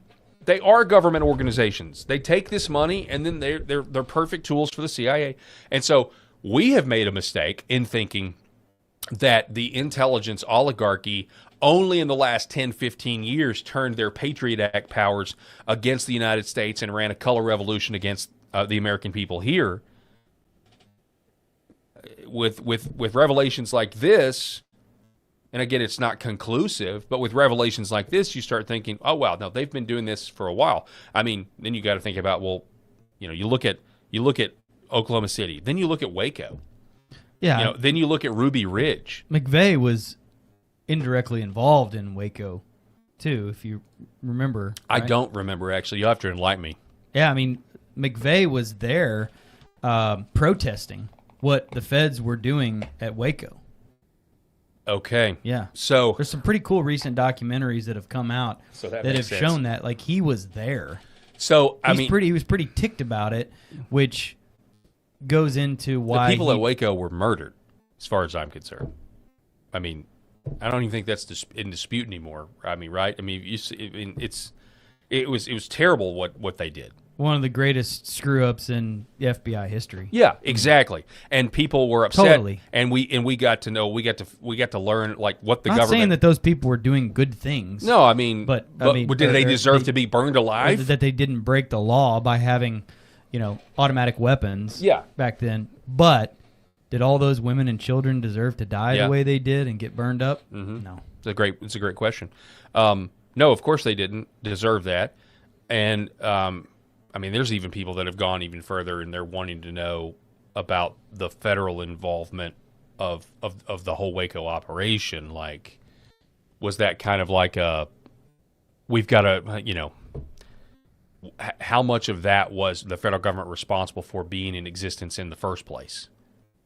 And was this time to wipe the slate clean time? Like, okay, enough of that. We got to get rid of you, right? Because I'm willing to entertain anything at this point, but the documentaries are pretty incredible to watch. Well, if you take into account the timeline, so Waco happens before OKC, right? So you've got this situation with Waco and the American people. It's a trap. Obviously, the media covers it up. But if you were a sentient human being, you're like, oh my goodness, what happened? Yeah, you can't do that to people. McVeigh knew the situation that was going on in Waco. He was so it's a sympathetic thing, and then it's like, okay, you have it radicalized him, right? That's the conventional wisdom, that it radicalized him. Or this guy could have been radicalized by the Southern Poverty Law Center. You just don't. You don't know. It's speculation. Yeah, exactly. It is speculation. I get it, but this is we have to ask all these questions now. And by the way, we'll never know. Correct. That, but it's knowing what the SPLC has done and is doing, and who all they're in bed with. Like, I wouldn't. Nothing shot. Nothing. I guess me the point I'm trying to make is just the narrative in my mind is, okay, what we did at Waco was bad. We look really bad. Let's remind everybody that white supremacists are evil. Let's remind everybody that not only are they evil, let's remind everybody that they're dangerous and they're terrorists. Right. We got to remind. See, this is what happens if you don't let us burn women and children alive in Waco. This is what happens. And have you ever looked into Ruby Ridge? Oh, yeah. Okay. That one is even, to me, that is so much worse. Yeah. Just in terms of the stuff the government we have, I think we have more, and I could be wrong about this, but I think we have more record of exactly what they did to this guy at Ruby Ridge, and how the government makes a statement of, hey, if you're not going to be our source, we will frame you for having a sawed-off shotgun after the federal agent's the one that cut it off and then charges them with having it. And if you don't become an informant for us, we'll show up to your house and we'll shoot you and your family and put you in prison. Yeah. That's what the federal government really thought of average Americans in the Clinton administration. Yeah. There's a whole run there of the early, mid, late 90s where it was just cluster after cluster mistakes by the feds. Yeah, the feds were kind of acting, honestly, they were acting like they were working for like a drug a drug dealer. Oh, wait. Maybe they were. Maybe we can go down the whole. I feel like the Curb Your Enthusiasm music needed to start playing when you said, "Oh wait." Dun, dun, dun, dun, dun, dun. Yeah. He said, "Oh wait." But no, I'm serious. Like if you look in if you really go down, you look into what was going on in our state of Arkansas, Boys on the Tracks, Governor Clinton, Mena, Arkansas, Barry Seal, and you start to think, was Bill Clinton just a glorified drug dealer that happened to be governor of Arkansas when all that was going on? And then you got to remember the U.S. attorney from the Western District of Arkansas at that time was Asa Hutchinson. I think there was probably just a lot of residual coke abuse going on from the 80s. Yeah. That was ingrained into everybody's brain in the 90s. But Arkansas was just complete idiots. Arkansas was perfect, though. Where you get it right into the middle of the country, and then where can it go from there? The inner cities.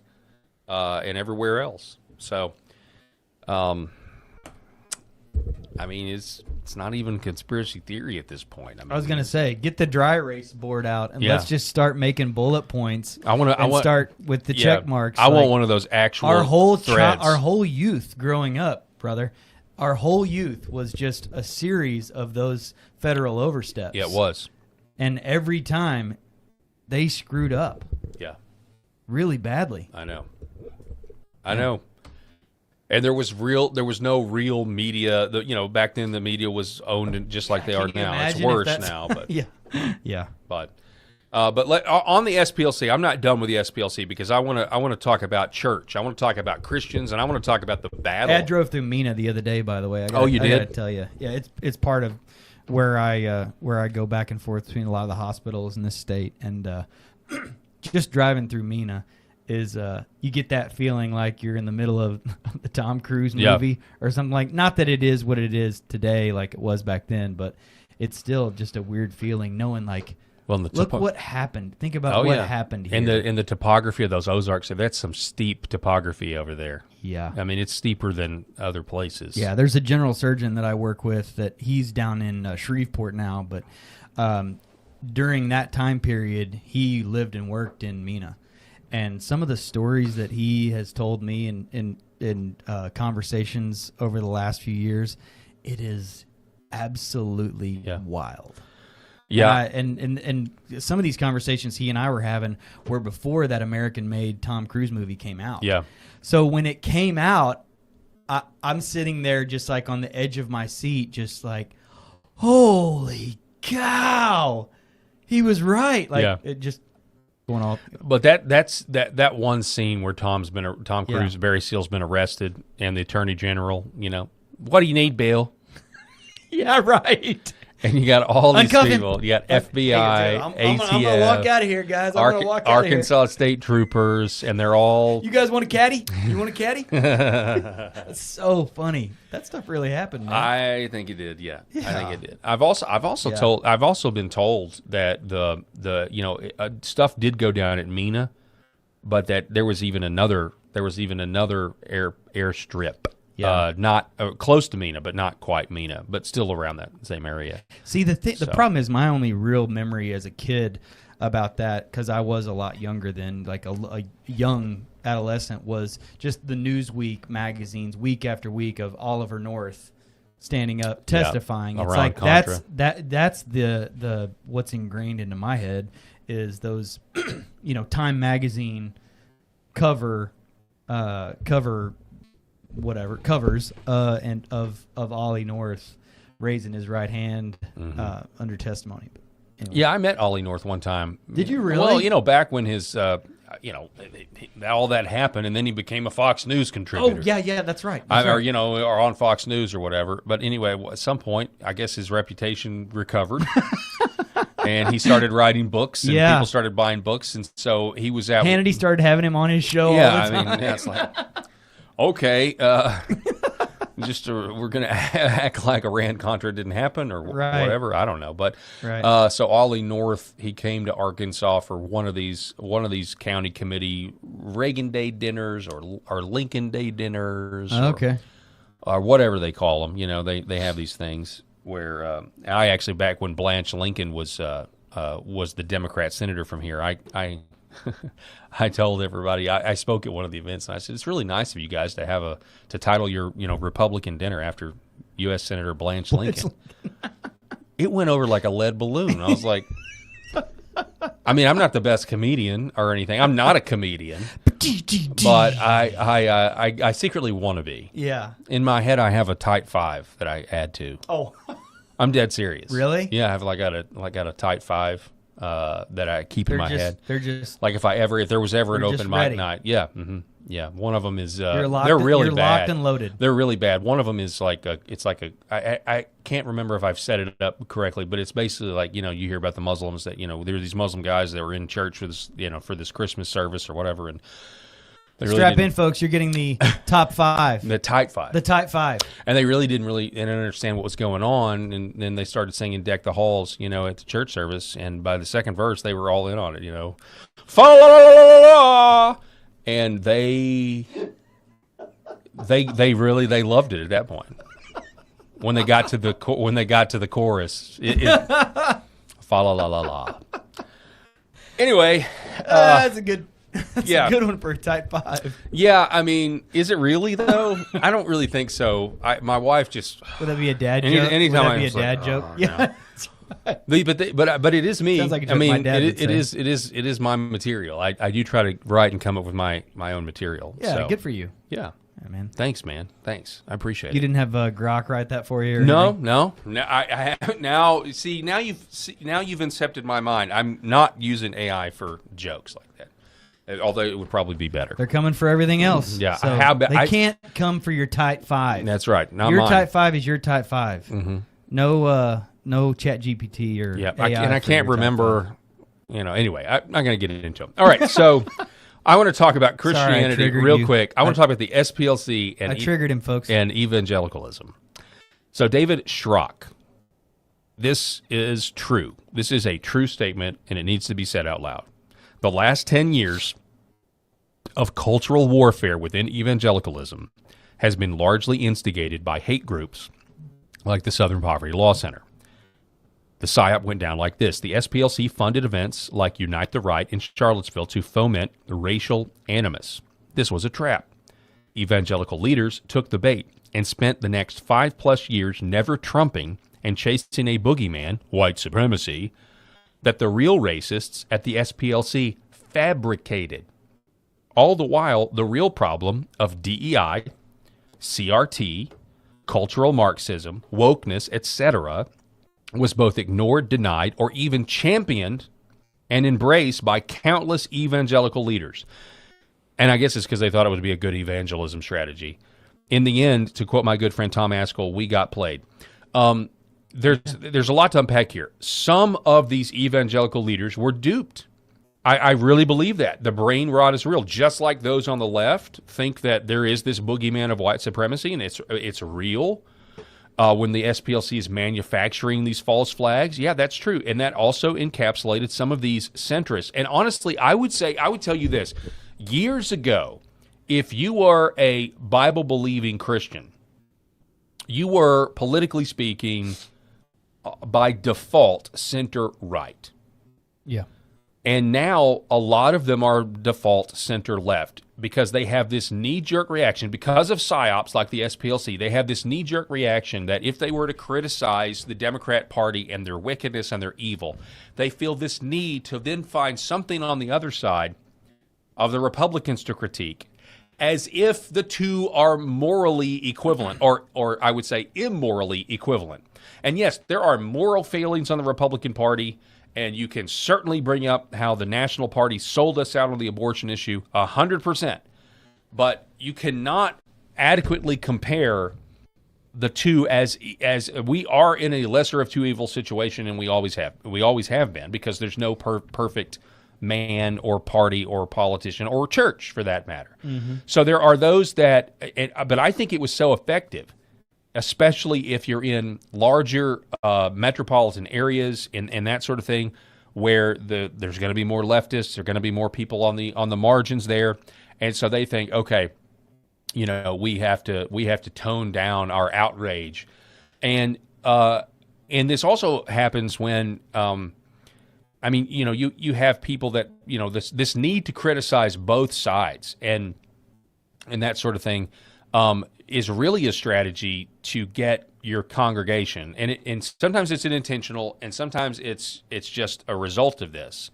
Either way, the SPLC gets what they want, to get Christians who need to be political. I am not one of these people that believe, and Stephen Wolf was talking about this today online, I'm not one of these people that a pastor's job is to be political. A pastor's job is to care for their sheep, is to preach the word of God, administer the sacraments. Like that is their job. When they're going to come to things in Scripture that do speak to the evil in this world and the things that we're going to, and they should definitely speak that. But it's not their responsibility to be political. It's yours. If you want your country back, it's yours. You take those biblical principles and you go out in every sphere of your influence, whether it's politics or dog catcher, and you do that. That is our responsibility. And so the SPLC false flag woke mind virus that they planted and everything, fundamentally, and I think successfully they did this, they use it. Well, we're going to criticize both sides now. So you sit on your hands and you comply. You sit on your hands and you just comply, and you don't actually try to do anything because both sides are bad. And that is a way where we silently get put on the boxcars. And we need William Wilberforces. He was not a pastor. He was a guy that was, a catechized Christian who spent his entire political career in Great Britain ending the slave trade without a shot fired. And he did that. He did that from a conviction of, hey, I don't think owning people is the end result of the gospel, and baptizing the nations in the name of the Father, Son, and the Holy Spirit, and teaching them to obey all that I've commanded you. I think doing that eventually is going to lead to saying, hey, maybe we're not going to own people. So that's my point. And Joe Rigney reposted this by saying, further evidence of this manipulation by progressives that Megan Basham lays out in her book, Shepherds for Sale. The actual money went to the SPLC and then to the KKK, while evangelicals living under the progressive gaze sought to be the right kind of respectable Christian by dancing to the SPLC's tune. And I just think we need to me, it's just personal for me, because I see it and I read a lot, and on X I follow a lot of people in Christian circles. And I see the battles that they have, and the fact that the SPLC was essentially running, and it's not just them, but running a psyop that infected a lot of evangelical leaders, is just something that we need to recognize. It happened, folks, and it's incredible, actually. I think churches are in a tough spot these days because of the liberal progressive agenda, and not all liberal progressives are atheists. So the fact is that no matter what denomination or church that you're in, you're probably going to have some liberals that are down sitting across, behind, in front, or in the same pew as you. And there's the squeaky wheel gets the oil. In a lot of cases, they're the squeaky wheel that ends up voicing a lot of things up to management in congregations in this country, and are influencing some folks that don't want to take a stand and are being pandered to by congregations and leadership within those congregations that don't want them to leave, so they allow that nonsense and try to just keep the peace and try to let things just play out and take a very Switzerland, and I see it all the time. And I know leadership in these congregations are in a tough spot because they are trying to shepherd to everyone. Churches don't need to be MAGA rallies any more than they need to be Antifa hotspots. Of course. So, there is at least a balance that's needed.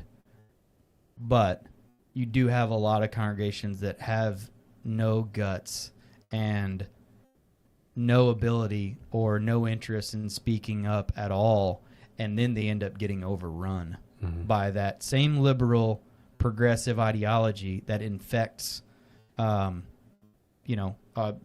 politics. Yeah. And so then you've got a lot of people silently or not silently on social media and whatever hollering back and forth, and now leadership is in the middle saying, okay, now what do? We didn't take a stand on anything. We tried to just let this play out and be in the middle and away from it and out of the fray and tried to speak the truth in love, but we didn't really get on top of this like we should have. And we didn't end up addressing anything. Yeah. And now no one knows where we stand on this issue. Yeah, well, this side doesn't understand where we stand on it, and this side doesn't understand. Yeah. And that's what happens when you try to make everybody happy, which, as I said yesterday, I can be guilty of sometimes. Yeah. But I would say this. I think, a lot of times, especially if you have like an existing congregation that, believes that the Bible is inerrant, preaches the Word of God, and also doesn't take verses out of context, like, oh, this be kind to the sojourner means no border wall, right? And so if a leftist comes into that situation, they're not going to leave. They're going to leave. They just are in a lot of cases. I feel like, yeah. But and you got to help them find the exit too. Yeah. Unfortunately, that's the tough thing sometimes. For leadership. And yeah, what's sad is that a lot of people end up taking their money with them, yeah. and that becomes a problem. Yeah, and and it shouldn't be a problem. It should just be okay, man. Like, sorry, whatever. But that's the reality of what churches are dealing with. All right, so real quick to kind of wrap this up. This was another one on the SPLC. You can really see how the modern left stages. Remember this. Let me see. Let me pipe this in here. Jews will not replace us! Jews will not replace us! Jews will not replace us! So, I mean, Kyle Becker writes, you can really see how the modern leftist stages these fake fights to divide Americans. This is from Charlottesville. It's like these riots are scripted by socialist theater kids. Turns out many are. Nothing the left believes in or fights against is real. I'm sorry, it's just really funny when you think about it. It really is. It's all just a big farce. It is, man. It is. It is, and it's insane. Here's how it's in the same category as what's infecting us everywhere. What's infecting our healthcare system? What's infecting our border issues, our gender ideology? It's infecting everything, and it's hard to stay positive and stay happy and just focus on what's good in life. Like we want to sometimes, because you've got so much of this nonsense going on, and you look at it's like, how many articles about Van Nuys, California do I have to see with all these Russian, Armenian... Yeah, I would say, what's going on in... Where is it? This is where all the Russian, Armenian hospices are that we talked about before. Okay. Van Nuys is like the capital of it. Okay. Nick Shirley's been there, all that stuff. How many videos and articles do you have to see before you eventually just throw in the towel and decide to, get off the grid or something? I don't know. Yeah. I just sense a lot of people are going to start going to extremes, and I think about people in Virginia right now who are like, look what they just did here. Uh-huh. And who knows if that... I don't have a vote now. Right. Depending on where I live, if I don't live in that bottom southwest portion of Virginia, I do not have a voice. And yeah, they don't know. I mean, the court's obviously overturned it, so Sure. they don't know that's going to hold. They don't know that the South Carolina Supreme Court's going to say, yeah, it was unconstitutional. I mean, apparently the legislature did not follow the proper procedure at all in actually getting this on the ballot. Yeah. It's not just the fact that they've disenfranchised half the state, but it's the fact that apparently, they didn't even care to. Yeah. And then there's a lot of there's stuff about people are looking at the elections as they were coming in, the numbers, and there's very weird anomalies. Not just we talked about just the mail-in. Yeah, we talked mail-in yesterday, but there's very strange vote dumps and things like that had occurred. But here's a congressman in Virginia named J.P. Cooney. J.P. Cooney. This is how, if you want to know how the left is taking the SPLC indictment, this is how they're taking it.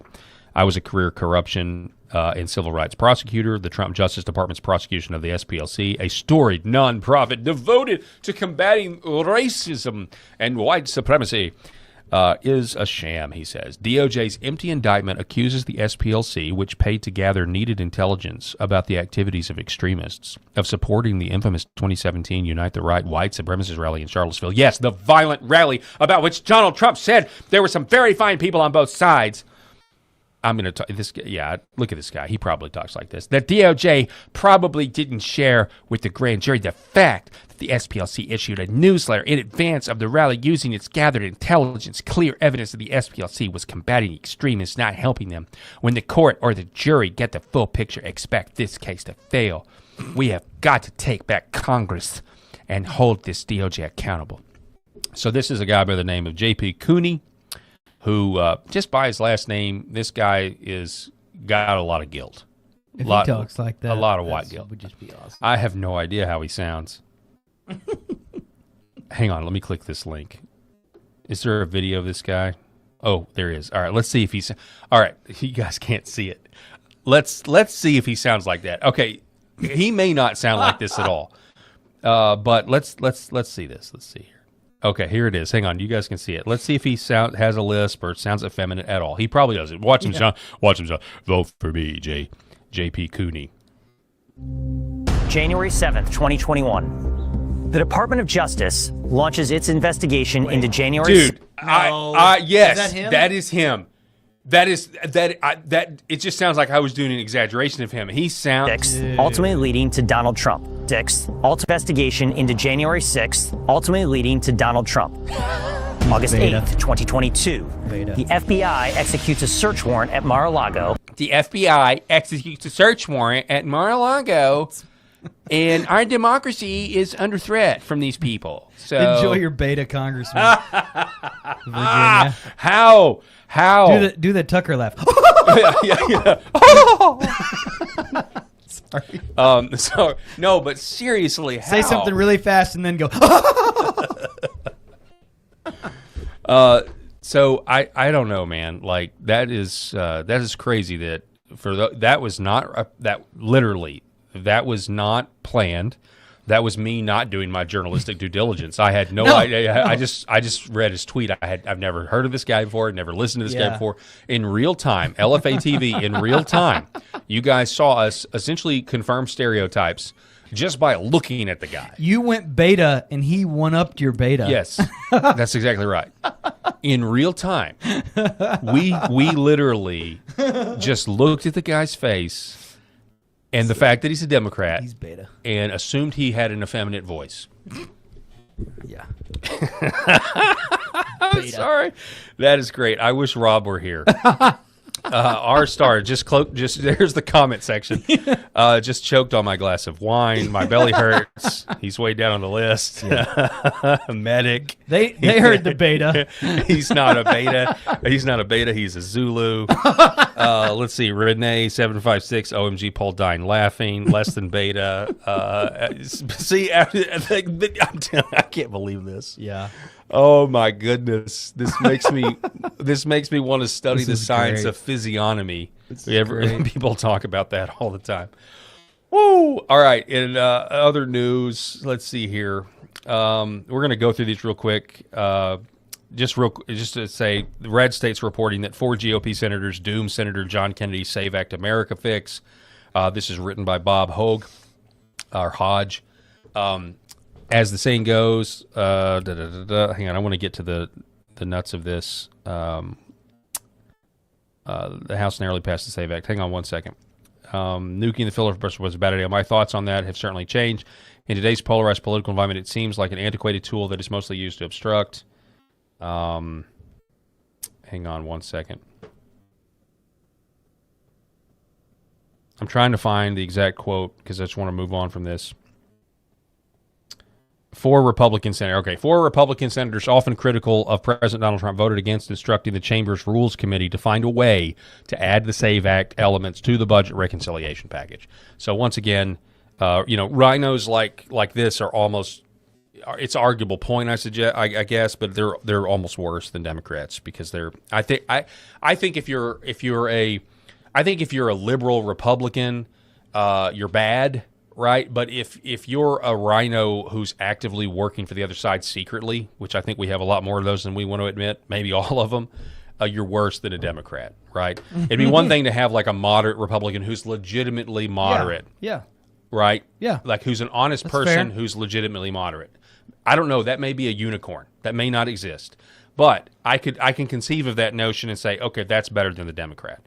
But some of these people, I really do believe, are wolves in sheep's clothing. They are actively working for the other side. They want the other side to win. They want their own party to lose. I think there's a few in the House, and then maybe like if you want to put John Fetterman in the Senate into that category or something like that. But yeah, it's like you're not going to find a lot of balance anymore. So everybody needs to just, have that in mind. There is no balance anymore. There are no 90s House and Senates where you at least had cordial negotiations and conversations. Mm-hmm. Now you just have the stuff we see every day. Yeah. And the trash.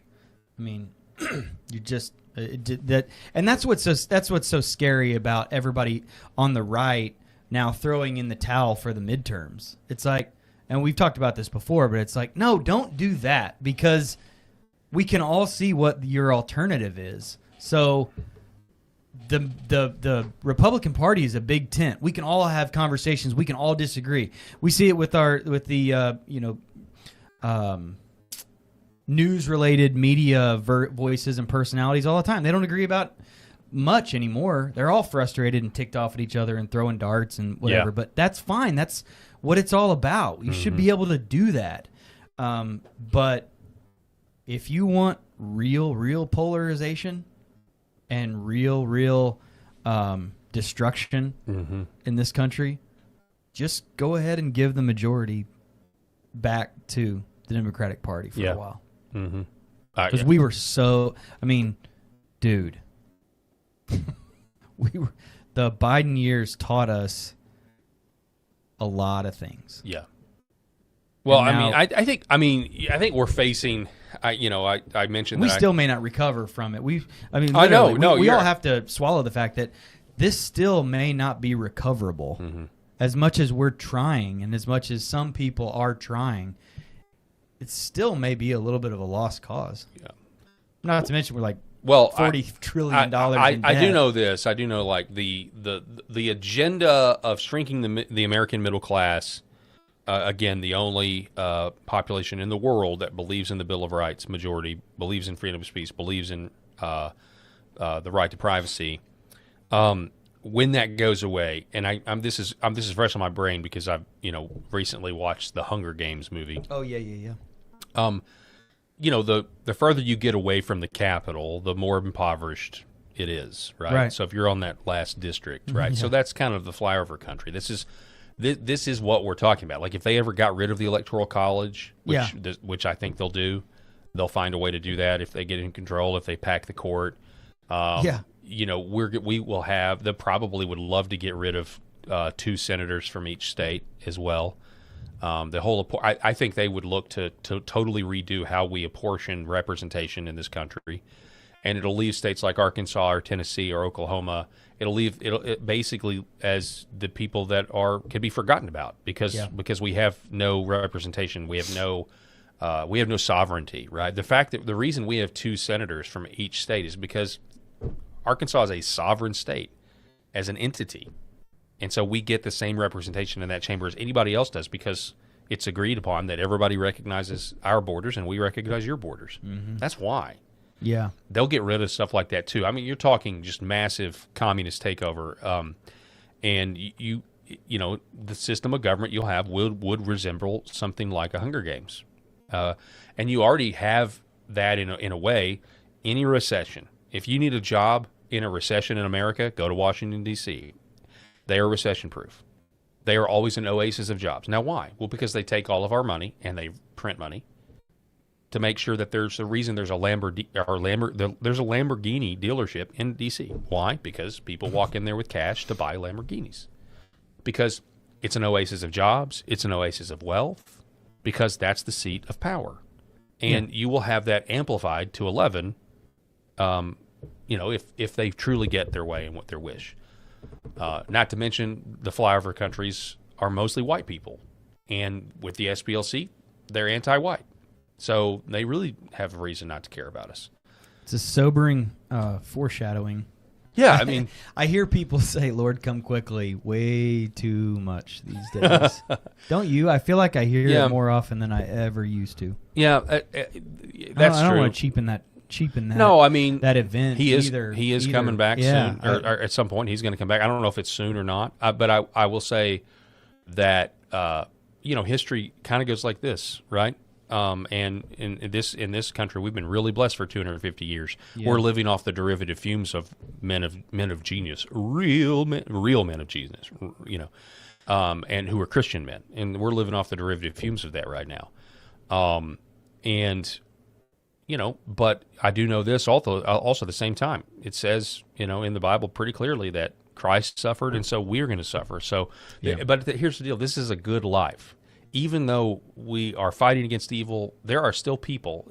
There are people who are yet to be born that the Lord wants a relationship with, that the Lord will have a relationship with. That's why He hasn't come back yet. Yeah, there are more people. You've benefited from the grace of God. I've benefited from the grace and mercy of God. People out there, you, Eric, have, and there are more people that have yet to be born. More people that are alive today that are not Christians yet. That the Lord wants them. He wants them. And so, if you ever wonder why it hadn't happened yet, it's because His redemptive plan isn't over. Right. And that actually, if you think about it in those terms, like you love your Christian brothers and sisters, well, we also love the ones that aren't here yet. And that's why we go forth every day, and we go to, subdue the earth and go and multiply. So, real quick, I'm just going to go over these headlines real quick. President Trump did release a statement on the ousted Secretary of the Navy, John Phelan, and this is what he said. Take a listen. Questions, please? Yes, sir. Could you talk a little bit about why your Navy Secretary was fired yesterday, sir? He's a wonderful guy. I just put out a statement about him. He's a very good man. I really liked him, but he had some conflict with, not necessarily Pete, with some other. He's a hard charger, and he had some conflicts with some other people, mostly as to building and buying new ships. I'm very aggressive in the new shipbuilding, and somehow he just didn't get along with them. He's an excellent guy. I think he would have gotten along great with me. I didn't really deal with him too much, but he's I consider him to have done a very good job. I put out a nice statement about him. You got to get along, especially in the military. You got to get along, and some people liked him, some people didn't, and that's usually the truth about everything. But I found him to be a very good man, and isn't that the truth about everybody? Like, some people like you and some people don't. So, and that's the official statement. I haven't heard. Thanks, Captain Obvious. I haven't heard. I haven't heard if there's something else. There's always the official narrative, and then there's people that are like, "Well, is that really the truth?" There's probably something else as well as that. But anyway, that's that story. I don't know. Take it with do what you want to with it. Also, I want to report this. This is me being maybe a little selfish because I live in this area. A 4.0 magnitude earthquake was reported near Cooter, Missouri, on the New Madrid fault line. It's the strongest one in 20 years. For those of you that don't know, I live in the little corner of the Shire known as Northeast Arkansas, which is technically kind of on the edge of if we ever get the big one. The New Madrid faults. Oh, yeah. But this was, by the way, this was done. Yeah, I know. This. I mean, Cooter's an hour from here, man. Yeah. I grew up in the Boot Heel of Missouri. Like, it was always, why are we getting under our desks right now? I know. If the big one hits, like, it's not going to matter. Right. I choked him up, everybody. Yeah, Cooter is a hop, skip, and a jump from here, man. Sorry, I got something stuck in my throat. Yeah, so it excuse me. Not really sure what's going on, but just right up there by Blytheville. Yeah, it's not far from Steele, Missouri either, and that's where I used to drive through there on the way to Cardinals games when I was a kid to pick up my uncle. But here is... I mean, it was so close that I was texting people from the radio. Where I grew up. Yeah. Like, hey, did you feel that? Did they? I haven't heard back yet from anybody. I didn't feel specific, it, but I mean, they said people in Memphis felt it. The deal here, for those of you that don't know, is they say the New Madrid fault line is a ticking time bomb. I mean, there's always been earthquakes there, but the big one was in 1811 and 1812. The ground liquefied, folks. I mean, the Mississippi River ran backwards. It was such a severe earthquake. And, there's been people thinking that, we're kind of due for another one. in this area. You pray that doesn't happen, but I know the National Guard has been planning on this happening for a long time. I think the National Guard does drills based on, okay, like if the big one ever happens, what do we do? How do we help the people there? I literally live right in this thing's radius, and we don't really have very much seismic activity ever. So the fact that we just got a 4.0 is a pretty big deal. That's not nothing. So it'll be a game changer if it ever does happen. I pray it doesn't, just because of what. Yeah, I mean, I don't. The damage and destruction it'll do. Yeah, like we'll be done. We'll be gone. But I mean, you would think that these areas have like earthquake coated buildings or no. Not stop from that. No, not at all, man. Like, not really.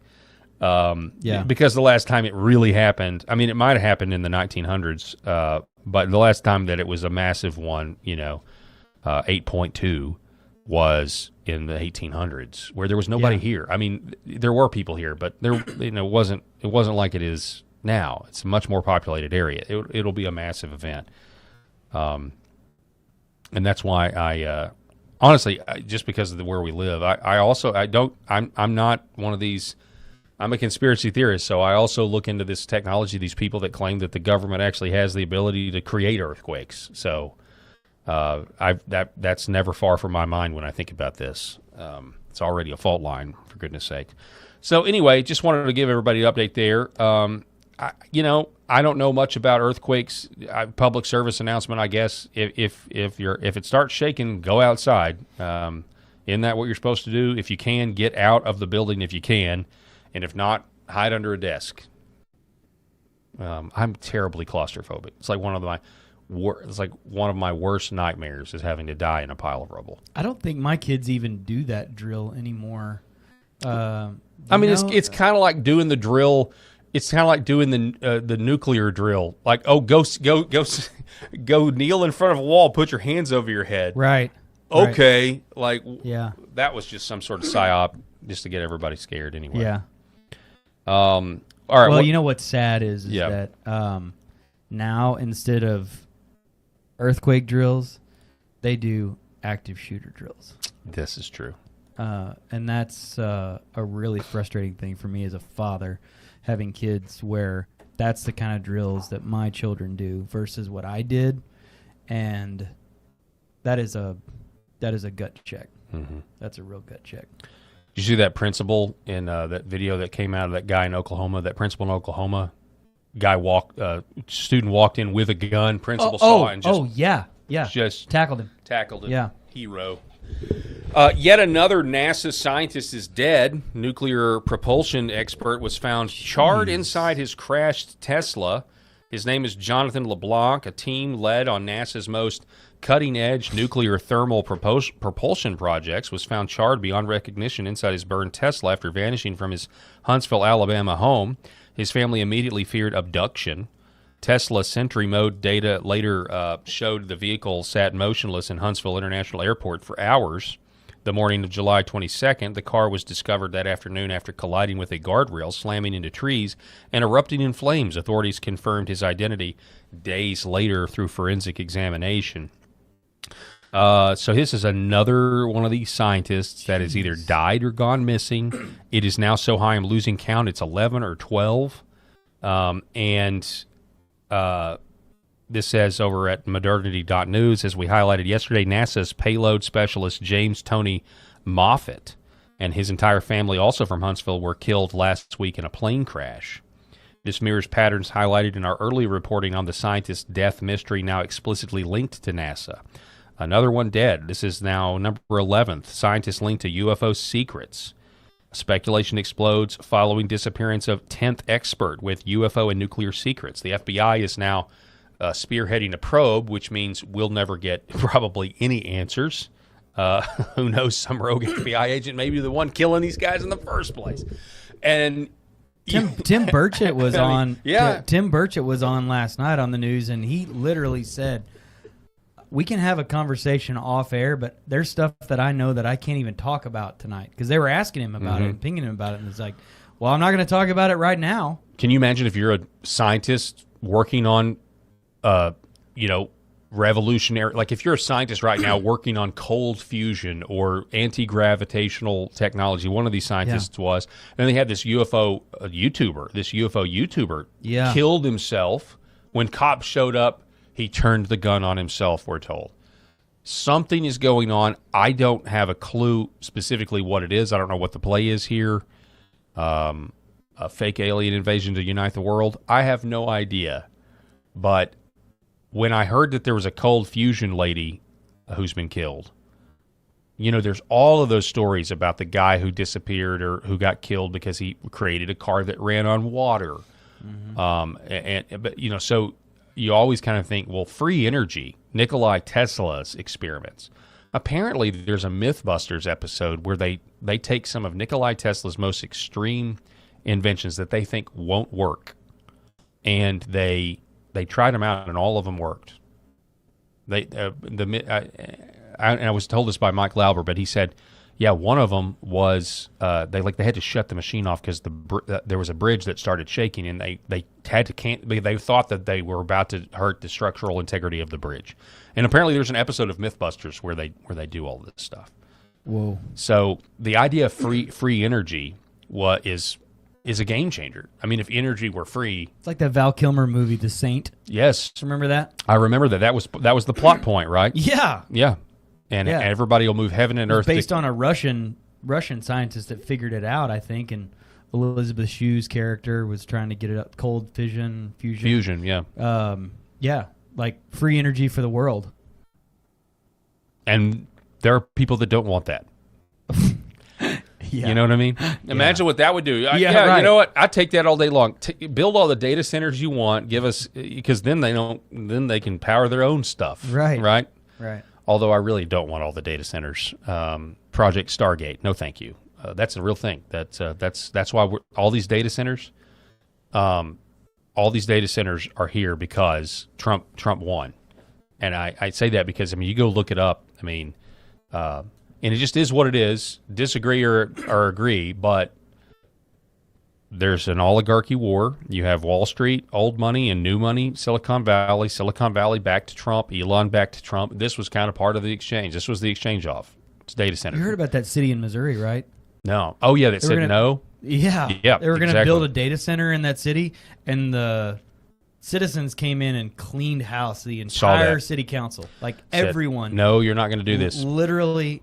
And that's your only shot. Your only shot is not allowing them to build them, because once they're there, and especially when they get tied to AI, you're not allowed to regulate AI. That was one of the things that was in the BBB. It's the noise too, right? There is a noise component. Deafening, noise component, water component. Although I did hear somebody say they don't use as much water as you think because they recycle it. They do take a lot of water to cool everything, but it's like. It's like I watched a video, man, and this guy, somebody was filming it, and just the sound alone was wild. Yeah. How loud it is in this community of people. At least the ones I saw in Missouri. Yeah. They were like, no. I know the city council had approved it, and then they came in and just totally cleaned house. You wonder, about pitchfork diplomacy, or you wonder at what point. If it really gets bad, where people are like, people get so fed up, it's like, no, they're not going for the bankers, they're not going for the politicians. They're like, no, we're going to burn and I'm not suggesting anybody do this, but burn the ships. You kind of wonder, we're going to the data centers because we're sick of this nonsense. You kind of wonder, you could write like a dystopian novel based on that. Or what will the people of Virginia do now if they're not allowed to have a voice?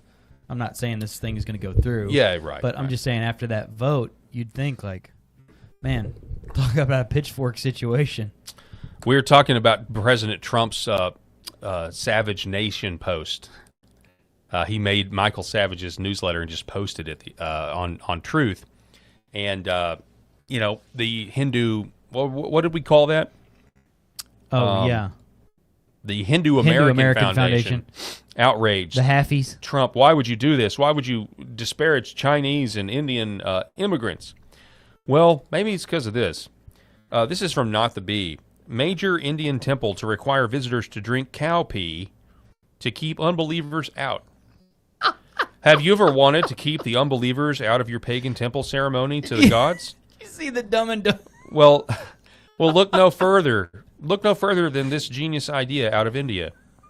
One of India's holiest temples makes it mandatory for visitors to drink cow urine. Temple management says the new entry rules meant to keep away non-believers. You get that Jim Carrey reference, right? Yeah. You get that? Oh, yeah. So that's from Dumb and Dumber when Lloyd like hands him the bottle. Get the hell out of here. Tic Tac, sir. You'd keep your mouth shut if you knew it was good for you, buddy. Give me that beer bottle, pumpkin pie haircutted freaks. Yeah, here it is right here. Look, here he is. You'd keep your mouth shut if you knew it was good for you, buddy. People visiting one of the holiest Hindu temples in India's Himalayan mountains must consume cow urine as a test of faith before they are allowed inside. New entry rules for the Gangotri temple in Yucca Raka, not going to work here anymore, make it compulsory for every visitor to consume Panchagavya, a ritual concoction made from 5 cow derived products: milk, curd, ghee, honey, and cow urine. The idea, according to the committee overseeing the shrine, is to keep out non-believers. Lloyd's filling up bottle after bottle. He's They're like, I can't stop once I've started. It stings. I feel like I feel like I would be counted. Here, as hold this one. If I ever got the desire to tour India, which would never happen, I feel like I would definitely be counted as an unbeliever standing in line for the piss temple. No, I will not be drinking bovine. No, I will not be drinking cow urine at your piss temple. In other news, Trump administration has moved medical marijuana to a Schedule 3 drug. You know what's interesting about this is this would have been huge news 10 years ago. Yeah. I feel like the nation is becoming more sober, though. And I don't know if the decrease in drinking, because young people are not drinking. Alcohol manufacturers are really concerned about this. The younger generation is not drinking as much as the older generation did or is. And I don't know if they're smoking more pot or not as a trade-off. I don't know. But I also just kind of get this feeling that a lot of people are just are just wanting to be sober. Yeah, there's a huge go sober movement, and I love it. Yeah, it's fantastic. To where, I mean, for medicine and stuff like that, sure. I mean, I know there are medicinal purposes for marijuana. I totally get that. But it just struck me today. I mean, this 10 years ago would have been huge news. People would have been like, yes! And there are people that are celebrating this. Marijuana is now Schedule 3, not Schedule 1, right? Am I getting that right? You know more about the schedule of drugs than I do. Because you're in that industry. So, What does Schedule 3 mean? I'm in the marijuana industry. No, but you're in the medical field, healthcare. You're in healthcare. So, what does Schedule 3 mean versus Schedule 1? It depends on it. It's more about the prescribing of it and what its addictive effects. Okay.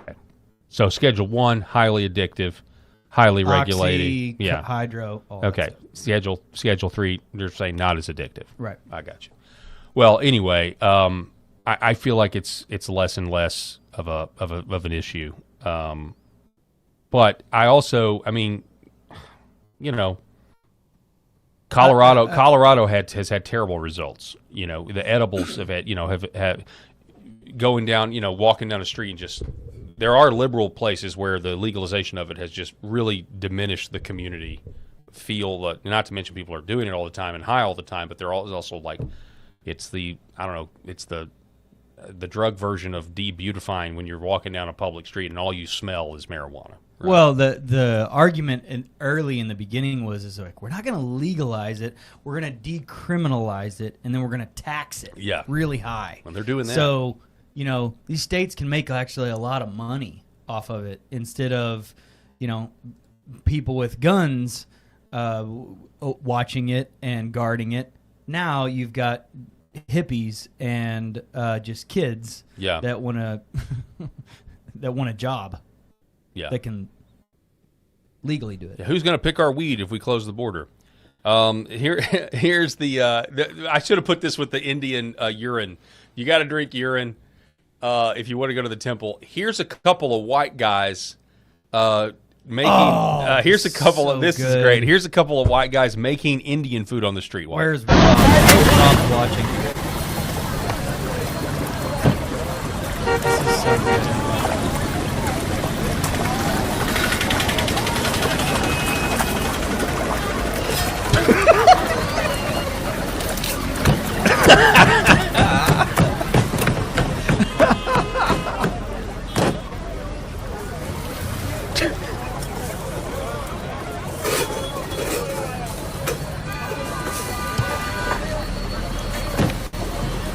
Here we go. Watch this.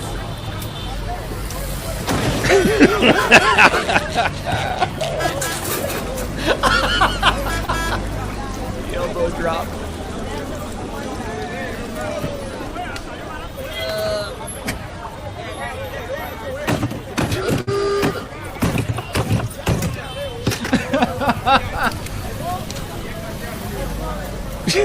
Puts his foot up there. It's so gross.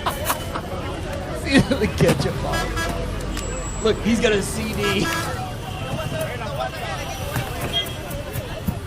That's what he's cutting it with, the CD. Indian street food, ladies and gentlemen. Look at them afterwards. They act like look on their faces at the end. The look on their faces at the end is that is my favorite part. This look right here. I mean, that is a really good impersonation. Like they're kind of put out that they had to do. Like, oh, that's so good. All right, another clip that is just a feel-good clip as well is this clip here, where there's this overweight basketball player in youth sports who I haven't seen this one. Okay, well, so let me set it up for you. He gets the ball and blows a kiss to the defender and then drains a three. But it's what happens afterwards that I think is hilarious. Okay. All right, take a look at this. Tell me what you think.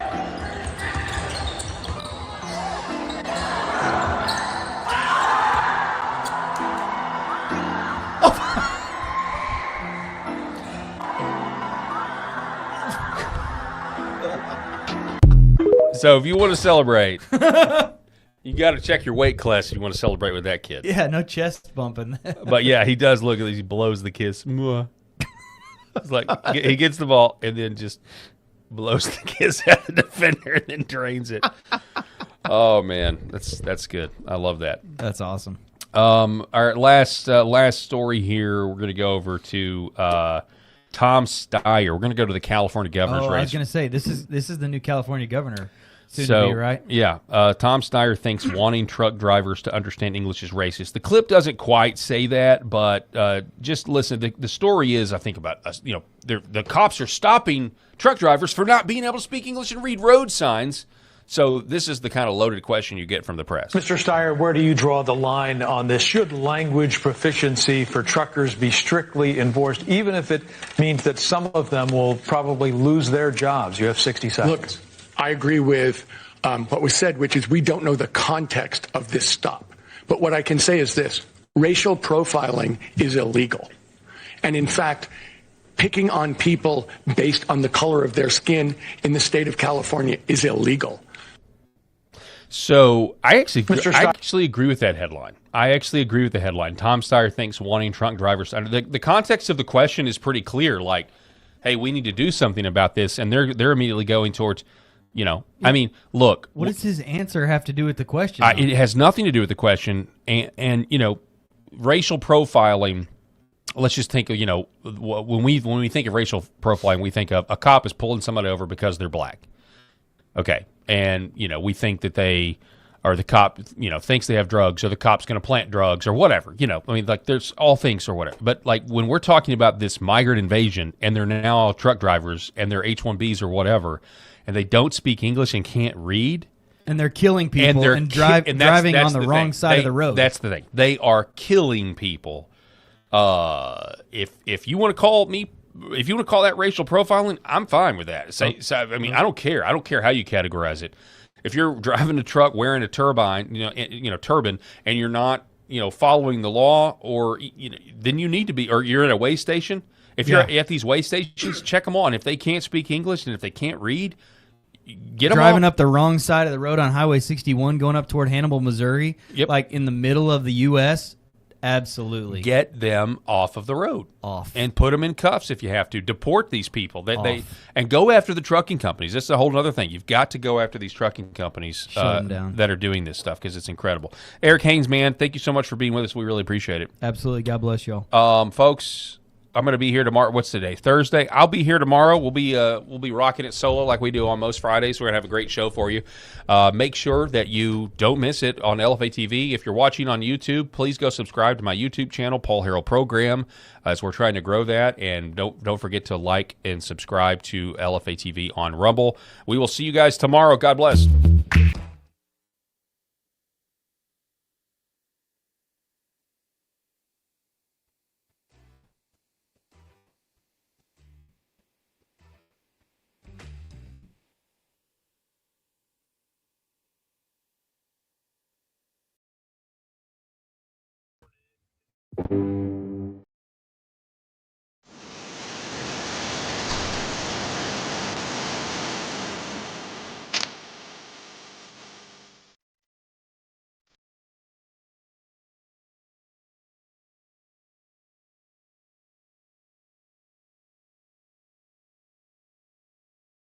This is Secret America.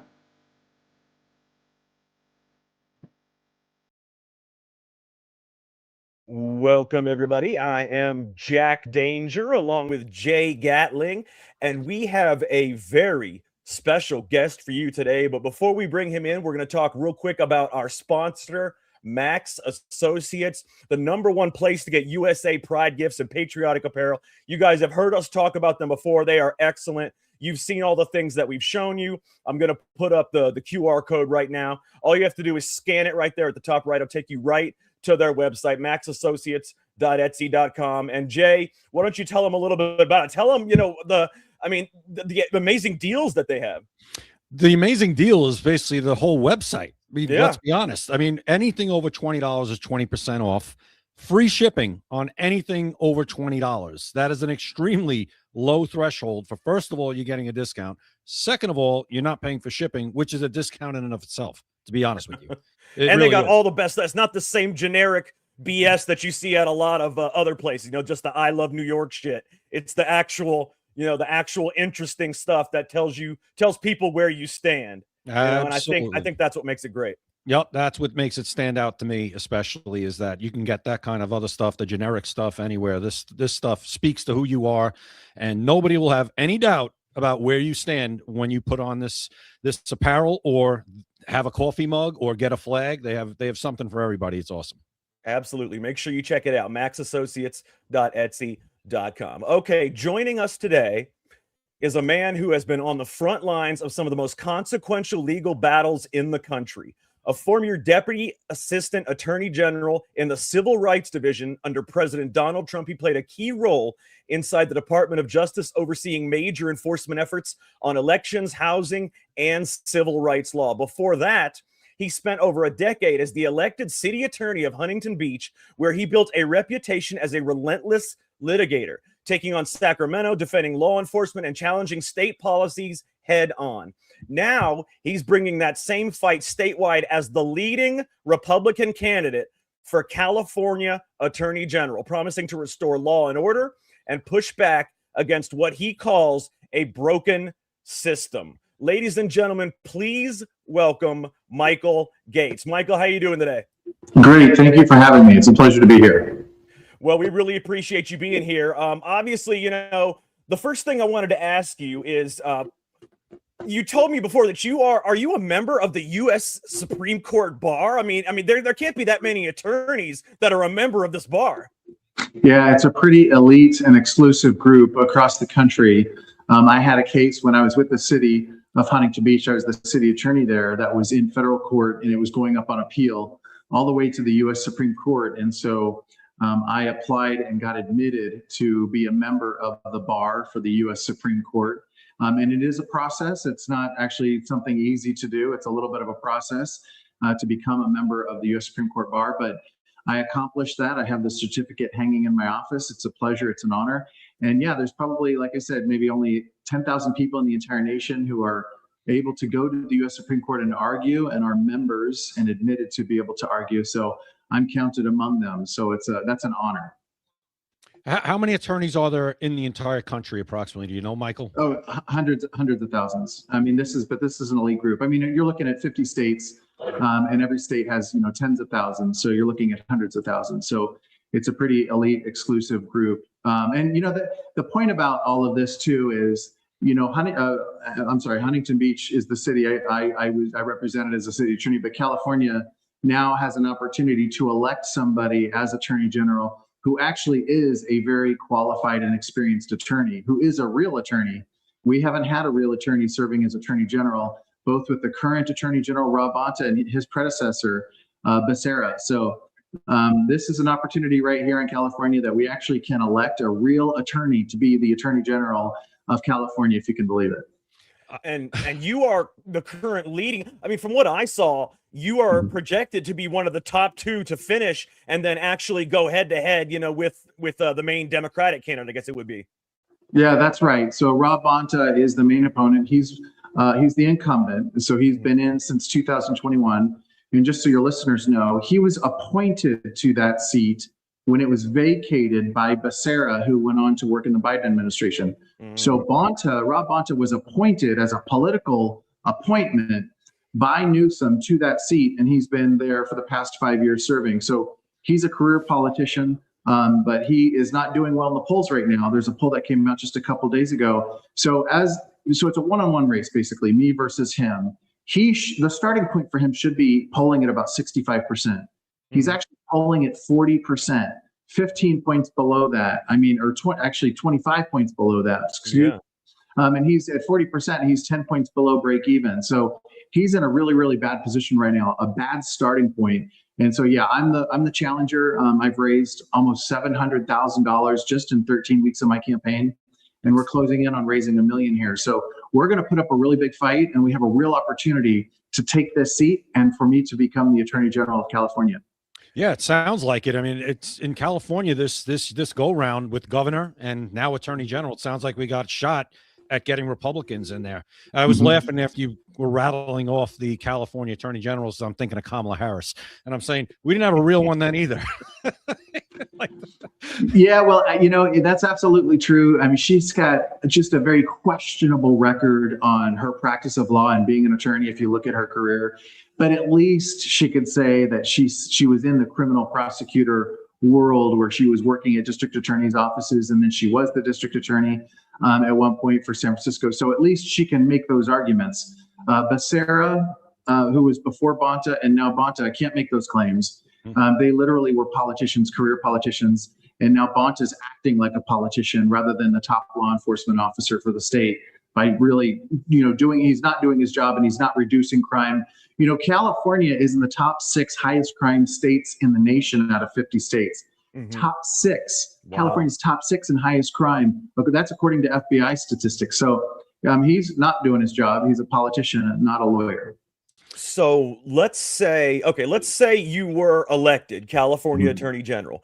Would you, how would you basically force local prosecutors to do their job? Because that seems to be one of the biggest problems, like the local, especially in Los Angeles area with Mayor, Karen Bass over there, and then they kind of, and even the supervisor, the LA County supervisor, I forget who the hell her name is, but she's not doing her job anyway, so it doesn't matter. So what would you do to bring down crime in California if the local prosecutors won't prosecute anybody? Well, because of Rob Bonta, who is our top law enforcement officer, because he is not prosecuting, he doesn't abide by the law. In fact, he doesn't really enforce any laws that we know of, other than weaponizing his office for political gain. He's created this culture of lawlessness in California. And there's a wanton disregard for the law at the local levels because Attorney General Rob Bonta has created this culture.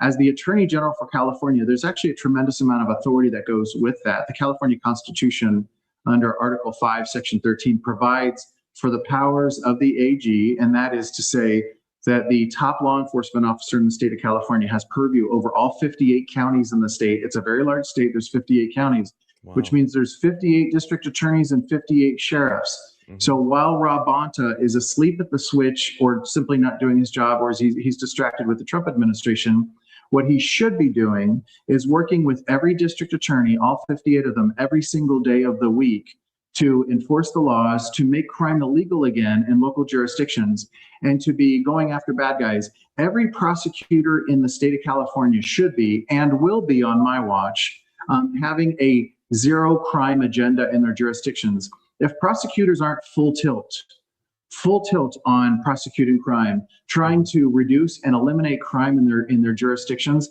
they're simply not doing their job. I mean, that's what prosecutors are there for. But instead of actually rolling up their sleeves and doing their jobs and fighting crime, what they're doing is they've got their feet kicked up on their desk and they're taking days off. They're just simply not doing their job. Why? Because they're soft on crime or they're absent on crime. And so when I'm in office, we are going to be tough on crime. And then you add the sheriffs to the mix. I'm going to be working with the sheriffs up and down the state of California too to be tough on crime. So I spent my career in Huntington Beach, and even before that, working for the Orange County Sheriff's Department as being very, very tough on crime. And we, like I said, we made Huntington Beach in the top 10 safest cities in the state of California out of 482 cities. Wait, you said you worked for the county sheriffs? What did you do there? I represented the Orange County Sheriff's deputies when they were sued for doing their job. So when they were sued for going out into the field and doing their job and enforcing the law, and they got sued, I defended them in court. I didn't settle their cases. I took their cases to trial. I was in court every day of the week defending our Orange County Sheriff's deputies. And then as city attorney, I did the same thing. I didn't delegate or outsource. I went to court myself. I rolled up my sleeves and did the work. In fact, in 2022, I got a complete defense verdict when the city and a couple of our officers were sued in a $20 million officer-involved shooting case. I took that case to trial myself, a 5-week jury trial. We got a complete defense verdict, totally exonerating our officers and paying zero on the case. That's the kind of case that many other jurisdictions, any other city would have settled for millions of dollars. So I believe in the work that our law enforcement do. I have put my money where my mouth is. I've put in the work. Like I said, I'm an experienced trial attorney. I've done many, many millions, multi-million dollar trials. I've done this kind of work regularly. And so I believe in our cops. I have defended our cops, like I said, at trial. I don't settle their cases or sell them out.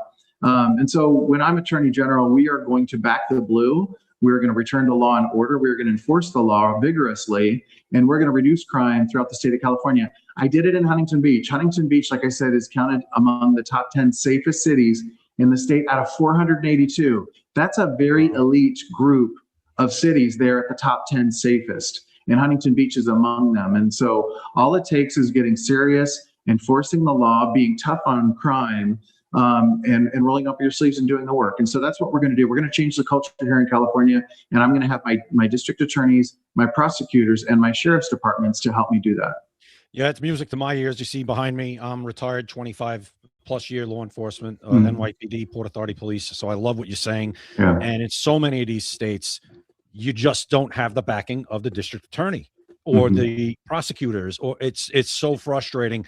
And we've seen this infiltration of Soros-backed prosecutors and district attorneys basically ruining states that they're in. I mean, totally ruining it. Like with homelessness in California, huge problem. So that leads also to crime. What would you say politicians are afraid to touch it in California? What's the problem? How would you approach it differently? So politicians in California have not wanted to touch solving the homeless problem. I think it's in part political, but they just didn't want to, again, roll up their sleeves and do the work. They just wanted to throw money at it and have a bunch of talking points for political gain. But what we did in Huntington Beach, and look, Huntington Beach is not just a one-off. It's a very large city. It's the 23rd largest city in the state of California out of 482 cities. What's the population, Michael? 200,000 residents, and we get 15 million visitors a year. Wow. So after our leaders in California over the years have eroded our criminal justice system and have eroded our criminal laws and have made it basically they've criminalized, or they've basically made crime, there's not many penalties, right? It's just hard to enforce criminal laws. What we did in Huntington Beach is we started a city level criminal prosecutor program. And so at the city level, we have our own baby district attorney working alongside our county district attorney. And that's what we did to reduce crime. We had a second layer of enforcement to crack down on crime. And so that proved to be very, very effective. So look, getting serious about the law and enforcing the law and cracking down on crime is very, very doable. When we attacked homelessness in Huntington Beach with the same type of work where we were enforcing the laws that were on the books, we didn't need to throw millions and billions at it. We just simply enforced the laws that are on the books. And when we did that in Huntington Beach with homeless, we reduced our homeless population by over 60%. So we can do for the entire state of California what we did in Huntington Beach. We can reduce homelessness by over 60% as well. And what that looks like is, like I said, rolling up your sleeves and doing the work and doing the hard work, scooping people up off the street, getting them into services, county level services. And there are food services, shelter services, mental health services, VA services. There's all kinds of services at the county level. Get them into services and then get them back home in many cases. We actually got a lot of our homeless off of our street and back home. So, but it's a lot of work, right? You actually have to do the hard work. You can't just sit there in front of a podium, throw out a bunch of fancy talking points, and then try to throw millions or billions at it. What you need to do is stop the talk and get to work and go out and get the people off the street and into services. So let me ask you, I kind of want to go back to your time in the DOJ. Mm-hmm. Were you for your position, were you appointed by Trump? And if Yes. you were, how did that feel? I mean, did you talk to him? Did you get to speak to him? So basically the way it works is because of the great work that we did in Huntington Beach and the great work that I did in Huntington Beach. Look, just so the listeners know, I was really pushing the envelope. I mean, I was doing a lot of stuff that other city attorneys weren't doing and other city councils weren't doing throughout the state of California. That's awesome. I was the architect of Huntington Beach's local voter ID law, and Huntington Beach has a voter ID law on the books. I was the architect of Huntington Beach's declaration that it's a non-sanctuary city. So out of 482 cities, Huntington Beach is literally a non-sanctuary city. I was the architect of the city's declaration. It's a parent's right to know city. And that was in response to the state law that basically said that teachers have to keep secrets from parents with regard to their children's gender. No wonder why Trump picked you. Right. So that's the point, right? So we did a lot of great work in Huntington Beach, and I consider Huntington Beach the land of the free and home of the brave in crazy California. Yeah. And it's because of all that work and all those headlines and the White House seeing, hey, this guy's the real deal. He's a fighter for everyday Californians, and he's a patriot. And so the White House reached out and interviewed me and then offered me a spot. Trump was not directly involved in that. There's a White House personnel office who was.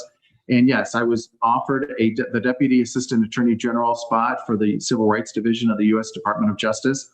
I took that job and I went back to D.C. I did it for about a year. It was pretty unsustainable though, because I will tell you, I've got my family back here in Huntington Beach. Mm-hmm. I've been married almost 30 years, have 5 kids and 4 grandkids. Wow. And wow. so working in DC and only being able to come back once a month for a weekend to see my kids and grandkids. But still, what a great experience though, right? I mean, you were, even if wasn't there during you were picked by the Trump administration.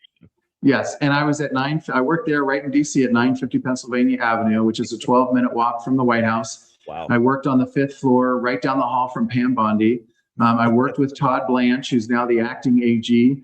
I met Charlie Kirk at the DOJ. I worked with Stephen Miller. Oh yeah. Very cool. So a lot of amazing experiences. And like you said in the intro, I got to enforce federal elections law throughout the state or throughout the nation, including suing. I actually sued the state of California for violating federal elections laws. Yes, I saw that. That's amazing. Was that with Harmeet Dillon? Yes. That was in her division, the Civil Rights Division. Yes. Before we go any further, though, I gotta ask you, and I want the truth here. I want the truth. What do you honestly think about Pam Bondi and Todd Blanche? I want the truth here. Now, because I'll tell you what I think first, just to kind of give you some cover based on what you want to say. I thought Pam Bondi was not very good. She didn't seem like she did what she was. I mean, like if you were there, let's put a little comparison. If you were there, things would have probably been a whole lot different. You know, people would have been prosecuted. You know, I mean, because we all wanted the swamp to be taken down. There's so many crimes that these politicians out here could be prosecuted for, even Gavin Newsom and others, but they're not. You know, especially in Congress, tons of them. But so for her, she was, I'm glad she's gone. But I personally believe, and I don't know how many others believe this, that Todd Blanche was the driving force behind her not doing anything. I personally believe Todd Blanche is the swamp. But I'd love to hear your opinion on that, because you were actually there, so you know more than I do.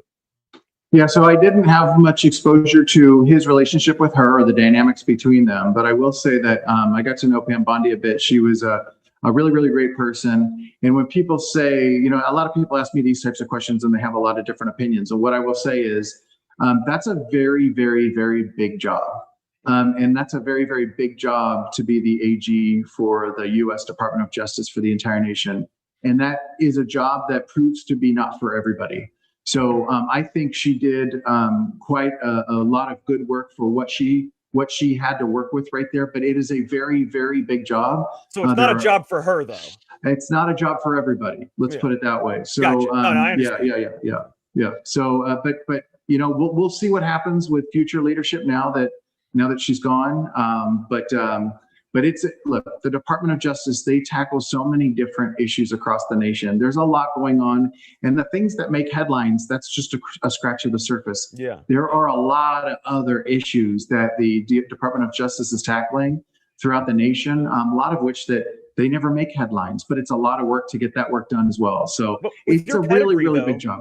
With your pedigree, as good as you've been, part of the Trump DOJ, you did all the great work at Huntington. Now you're running for, you're the leading candidate for the Republican side for California Attorney General. Let's fast forward. Okay. And I think you got a good chance to win this, but let's put that aside for a second. Let's say for some insane reason, it does not happen. Have you ever thought about moving out and becoming an attorney general at a different state? Because there are states such as my state, North Carolina, that would love to have a great attorney general. We've had Josh Stein for the longest of times. Now he's terrible. We had the guy, I don't even remember who the guy was before him. They're just forgettable people. I mean, there are plenty of states that would love to have somebody like you. Have you thought about that, the future after this? So I'm very, very well equipped to be the Attorney General for California, or frankly, any Attorney General. And here's the thing I think that I would highlight for your listeners. So normally Attorney General candidates, if you set aside the political hacks we've recently had here in California, and you look at real Attorney General candidates for, even for other states across the nation, they're usually career criminal prosecutors, right? And they can say, I did 25 years at the district attorney's office, or I was the DA for 10 years. And that's fine and good, especially if they're good criminal prosecutors and they're effective. But that is relative to me, that's pretty one-dimensional. I was the top criminal prosecutor in Huntington Beach, and I actually prosecuted crimes and hate crimes with the Department of Justice too. I've done criminal prosecution very effectively, but I also did election integrity work, both at the federal level and at the local level. I protected parents' rights. I did California constitutional law. I litigated and argued cases on First Amendment, Second Amendment. I have done a whole array of different areas of practice when it comes to the practice of law. So I'm very well equipped. I'm multidimensional. When it comes to the work that it takes to be the Attorney General. That's no question. You should be. If it were up to me, you would be the California Attorney General. I just meant, like if for some ungodly reason, and the way California is, you never know what's going to happen there because of things beyond, but I was just saying that there are so many other places that would love to have you. Well, and look, I've been very, very blessed, both with my family, with my wife, my kids, and my grandkids. My experience here in Huntington Beach, and then my career, absolutely blessed. Not too many people can say this. For instance, we mentioned in the beginning, I'm a member of the bar for the U.S. Supreme Court, but also I got to go into federal district court in Washington, D.C., and I got to represent and defend the Trump administration when it was sued over one of the executive orders for election integrity. And really? I got to stand in court and look the judge in the eye and say, I am here with the Department of Justice, here to defend President Donald J. Trump and Attorney General Bondi, and then go down the list of defendants. You defended a Trump executive order in court. Yes. Wow. Listen to that, people. Not too many attorneys can say that. And then also, I flew to Washington when I was with the DOJ. I flew to Washington and was in federal court there, basically arguing against and attacking the new state law there that mandated that Catholic priests, report to state agents what they hear and learn in the confessional, which is obviously, as you know, is an attack on the First Amendment, free exercise of religion. And I got to argue that case and we won. And so there's just so many things that I've done in my career that I'm so blessed by. And so I guess what I would say is, look, just like you said, I'm ready, and I'm a fighter. I mean, people know me as a fighter. I'm ready. Put me in, coach. You seem like a fighter. So wherever my path takes me, I'm ready to serve, and I'm ready to fight for Americans. I'm ready to fight for Californians. I'm ready to fight for the rule of law and return my jurisdictions, and in this case, it's the state of California, back to law and order. Excellent. Well, first of all, I'm not just saying this because you're on our show. You look way too young to have grandkids. That's number one. I'll say that. Also, when it comes to sanctuary, as a sanctuary state, let's say you win, and I really hope you do. Yeah, me but too. It's not a Republican, Bianco or Hilton doesn't win, and you're dealing with a Democrat governor. Right. How would you deal with that as far as sanctuary policies in California? What kind of power under the Constitution of California do you have as Attorney General as far as that's concerned? Yeah, so in addition to everything else I've done, I also sued the state of California twice, challenging its sanctuary state law. I was the one in court challenging it in state court and then also in federal court. And if you read the news a couple days ago, the American Legal Foundation is the one is taking this case up on appeal. It's that federal case. That's the case the original case I drafted that lawsuit over Christmas vacation of 2024. So I literally wrote the lawsuit challenging California's sanctuary state law and filed it in federal court. And then I went off to work and serve in the Trump administration. But the case was ongoing and now it's up on appeal. So I've actually done a bunch of sanctuary law challenges as well here in California. What I would say is when I'm Attorney General, I just can't be any clearer about this. We are going to comply in California with all federal laws, and we are going to enforce all state laws. What that means for the sanctuary policy is, look, the federal government has exclusive purview to have an immigration policy and enforce it, period. The law couldn't be any clearer on that. And for the state to have its own sanctuary policy, that's like it's trying to have its own immigration policy. Right. And that's illegal. You can't do that. It violates Title 8 USC Section 1324 of federal law. And so when I'm Attorney General, well, you add that to the supremacy clause. So that's not the supremacy clause specifically, but you then layer the supremacy clause on it and you make these arguments in court. But what I would tell the audience is like, look, in California, what we're going to have is the peaceful enforcement of all laws. That means that we are going to have our sheriffs and our district attorneys work with federal agencies on immigration enforcement. It does not mean that our state is going to have to proactively enforce federal immigration. That's not what I'm talking about. What I'm talking about is that we as a state are going to recognize the supremacy of federal law and allow the federal agencies to do their job in California to enforce federal immigration law. And what that's going to look like is we are going to get the conflicts with ICE off of the streets and back into jails and prisons. Look, the sanctuary policies, for the audience who don't know what this is exactly, basically the sanctuary policies, the effect is that the transfer of violent criminals to federal custody used to take place in jails and prisons under the peaceful and tight control of local authorities. Now it occurs in the street because the sanctuary policies say, well, we can't have these individuals in our jails and prisons anymore. Yeah, so they're not honoring the detainers. I always thought sanctuary policies like that were illegal because these people were harboring fugitives.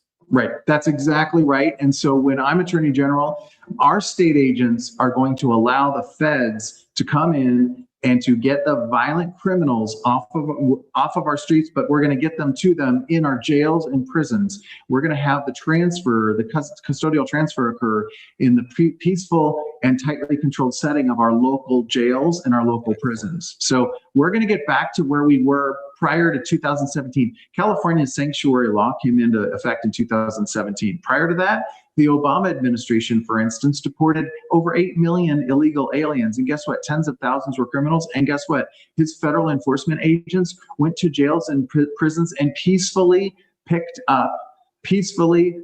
took control of and custody of these violent criminals and got them out of our country, all and it didn't happen in our streets, and it didn't happen in the midst of conflicts with protesters and media. It literally happened in the jails and in the prisons. And that was under Obama. We need to get back to those days where we have the peaceful enforcement of all laws. Let me ask you, what is the biggest risk you're taking by running for Attorney General of California right now? Some say, look, you're talking too much common sense. You're going up against the machine. You're talking about fighting the corruption, the political corruption, but also the waste, fraud, and abuse, where a lot of people are invested in that industry. Exactly. And so they're saying, hey, watch your back. So I guess I would have to say, look, I'm speaking plainly about my common sense, but also a very aggressive approach to restoring California, rescuing California away from this culture of criminality, away from this culture of corruption, and trying to restore it back to a law and order state and a rule of law state. And people think that that's a threat to a lot of people who might be invested. And all I can say is this: I get it, but I'm unafraid. I've been a fighter my whole life. I was a fighter for Huntington Beach. I was unafraid then. I'm unafraid now. I know that God's going to protect me and take care of me. I feel like this is his will for me right here, right now, at this time in my life, especially in California. California has to be rescued. We are in a very, very bad place right now. We are in a crisis. We have children. So here's where we are, if the listeners don't know this. Our Attorney General, Rob Bonta, for instance, just filed recent lawsuits against hospitals, including a children's hospital, to force them to perform trans surgeries on minors. These are lawsuits that are forcing medical facilities in California to perform trans surgeries on minors. It's child abuse. It's abuse. Oh, it's beyond the pale. And we also have young girls in Los Angeles and Oakland and other cities who are prostituting themselves on the street because they're subject to human trafficking, and our local authorities are not doing anything about it. They're allowing these 13 and 14-year-old girls in broad daylight. So we are in a crisis here in California, and I am on a mission here to protect the most vulnerable in our society. And you know what? If that means I'm putting myself in jeopardy or risk, by all means, let's do it, because somebody needs to step up and try to rescue California. And I think I'm uniquely situated to do it. I'm ready to do it. And maybe it's because I'm Irish, but I got the fight in me, and I'm ready to take this fight on and try to help the most vulnerable in our society here in California, but also return California to a state of law and order. That I really like that, because that's the test of true character, willing to put yourself up at personal risk for the betterment of society. So, I really appreciate that, Jay. Yeah. Enforcing these laws, this isn't rocket science. It's just not.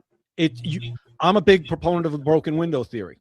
When I first got on the NYPD in 1996, that's when Mayor Giuliani was there about a year, and incredible. William Bratton was the police commissioner, and they instituted the broken window theory, and that turned everything around. And it's not, like I said, this isn't rocket science. It's enforcing laws. It's holding people accountable for what they do. And when you do that with the small crimes, all of a sudden you pull somebody in for jumping a turnstile in the New York City subway. You run their name. Oh, this guy's wanted for a robbery too. Oh, this guy knows somebody that committed Stops a lot of extra crime. It stops so much, and it's not rocket science. It just takes the will, like you have, to actually do it.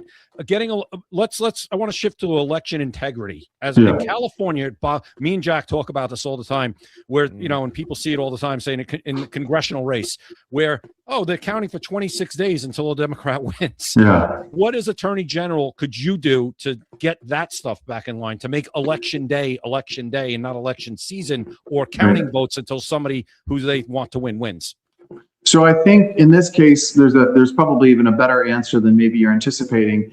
There is help on the way, and it's coming from the U.S. Supreme Court. There's a case out of Mississippi.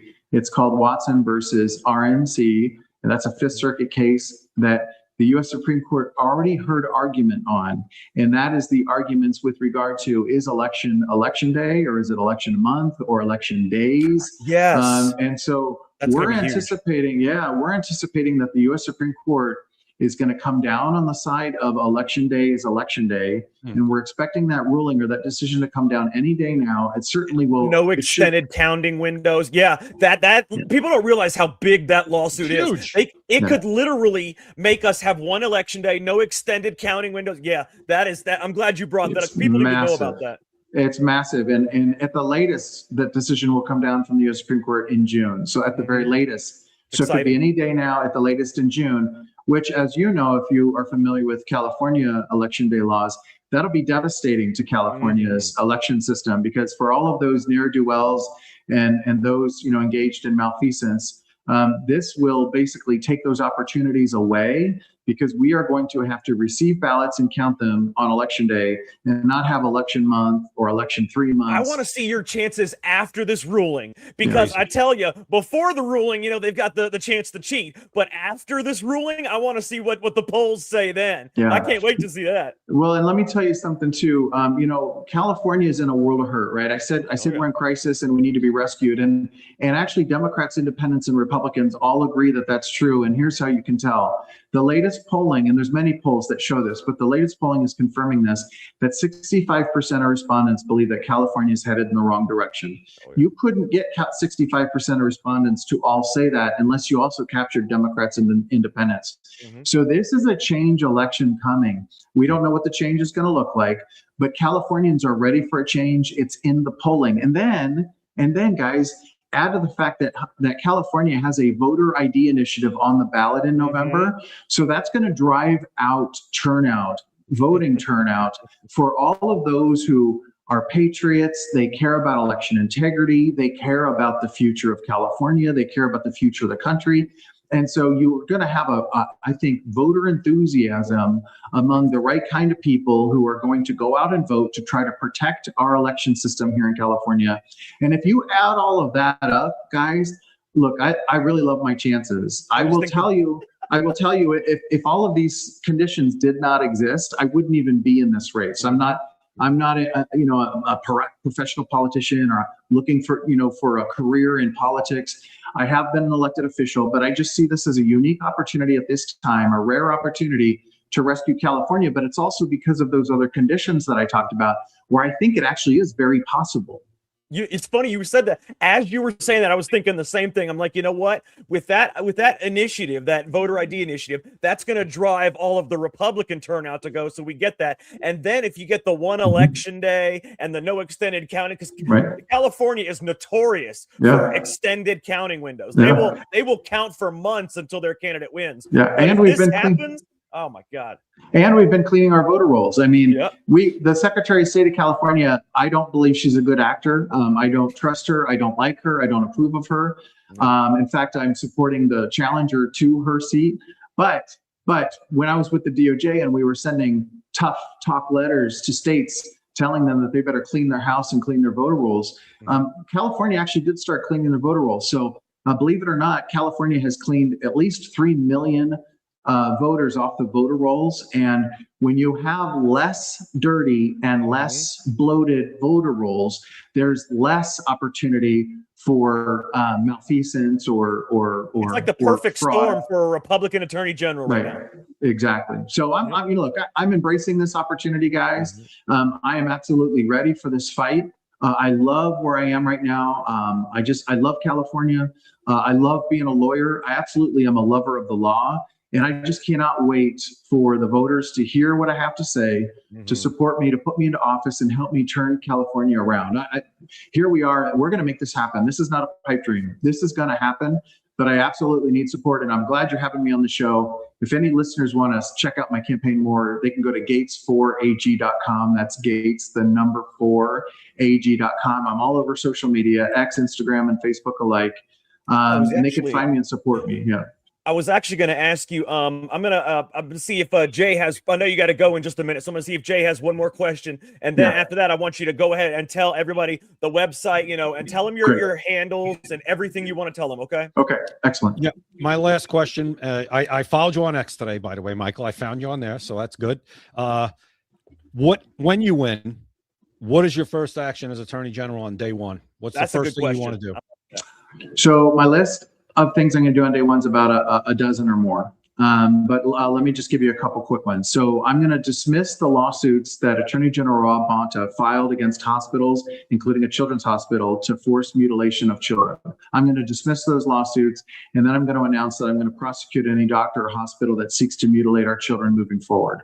The other thing I want to do is I'm going to send a notice to all of the sheriffs in the state of California, all 58 of them, letting them know that if they don't issue concealed carry weapons or CCWs within 90 days, they're in violation of the Second Amendment, because California is lawless right now, and we're lawless as it relates to the Second Amendment, the First Amendment, Title IX, Title VI, Title VII, the general U.S. Constitution. We are lawless here. We've turned our back on constitutional law here in California. I'm going to restore that, including the Second Amendment. In Los Angeles, for instance, it takes anywhere from 9 months to 3 years to get a concealed carry. Even people that have been approved, they don't give it. It's ridiculous. It's crazy. I know. They've given out like 5, I think, in the last years. It's crazy. So I am going to be tough as nails on this, very rigid. We are going to comply with the constitutional rights of everybody. And you may have heard about this anti-Nick Shirley bill that's floating around Sacramento right now. That's another attack. First of all, that's Mia Bonta, the legislator, Mia Bonta. She's married to Rob Bonta, which, I call them the family of corruption in Sacramento, the Bontas. But they're floating now this bill, and it's actually moving through the legislature. It's an attack on the First Amendment. It's an attack on free speech, but then also freedom of the press. We have leaders in Sacramento who are so elitist and so out of touch and so lawless that they're going out of their way to violate our constitutional rights. And so I want to stand in the breach as Attorney General. I want to stand in the breach and stop this nonsense. And I want to get to the business of protecting the constitutional rights of everyday Californians. I want to be their champion. I want to be their warrior. I want to be their defender.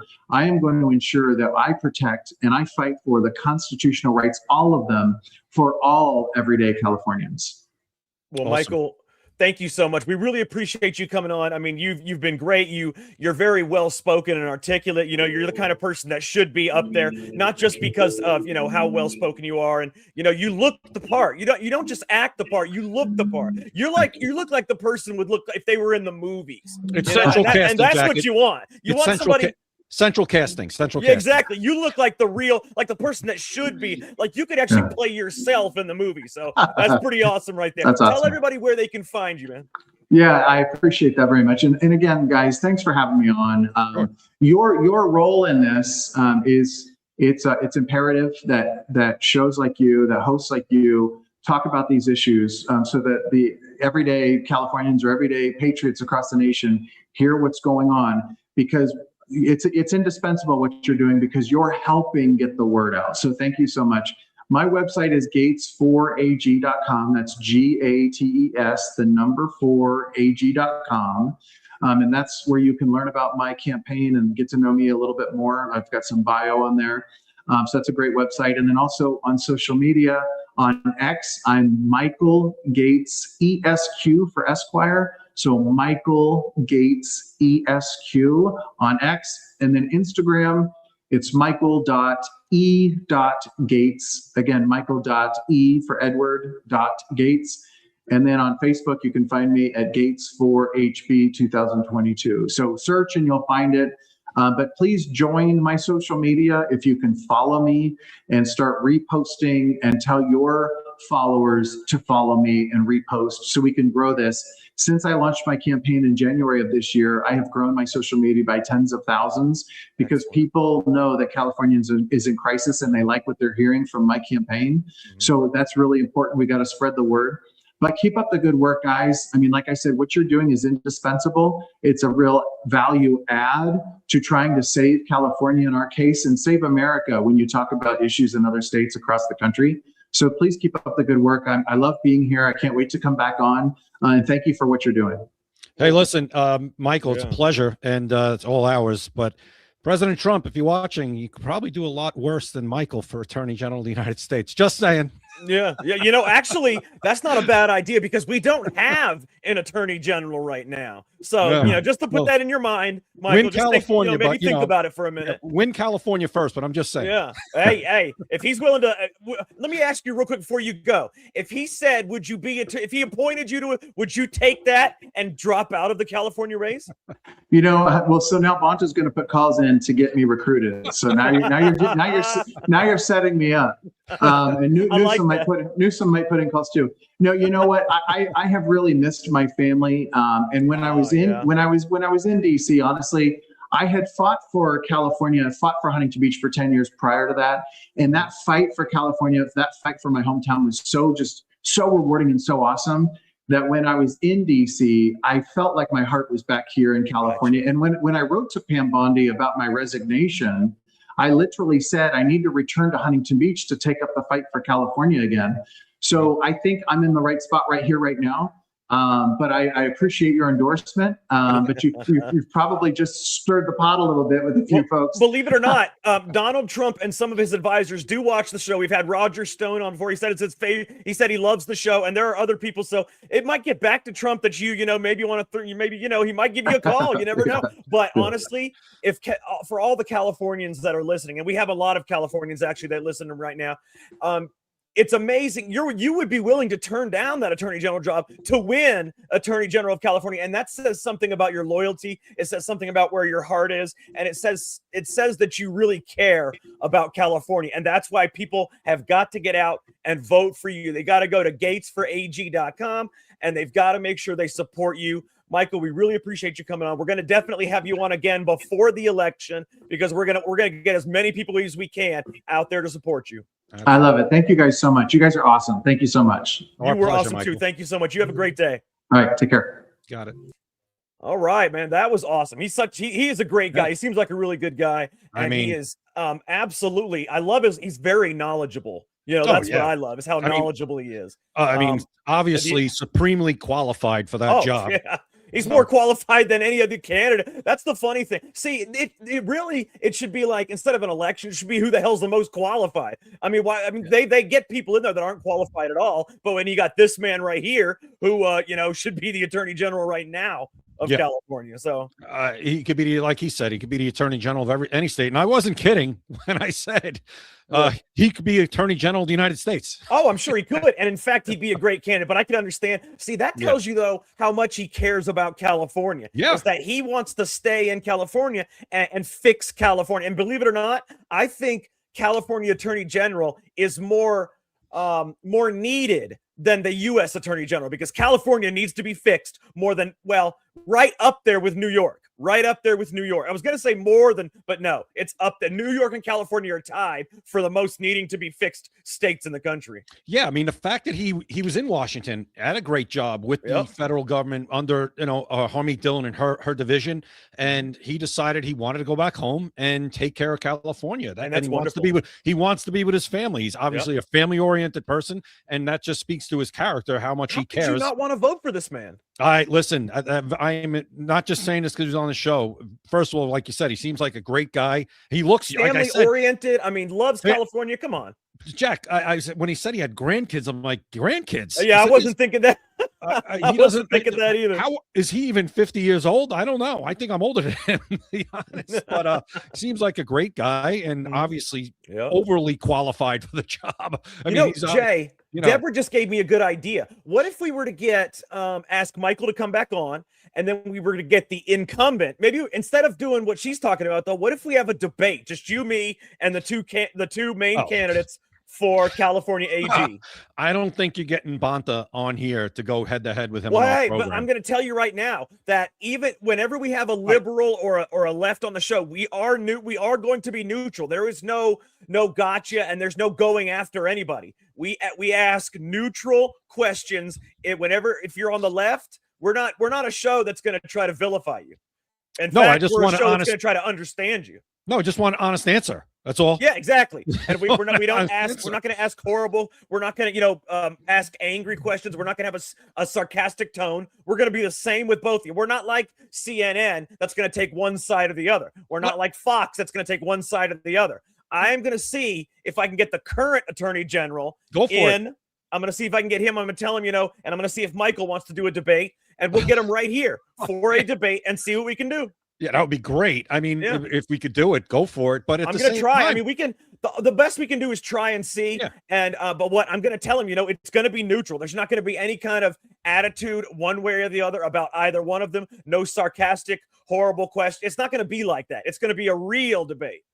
Yeah. Well, how about the way a debate should be? the way Michael answered those questions. He Exactly. answered them. He didn't. Normal question. There was no, I don't know, or there was no like spin. There was no kind of like back and forth or we're not gonna have avoidance like or that deflection. He if he answered the does question. come on the show though, Jay, we're not going to have like that attitude where well, we want you to answer the question, that kind of thing. We're just going to ask them the question. Whatever they say is whatever they say. We're not going to, be angry or sarcastic or whatever. Because we want leftists to come on this show.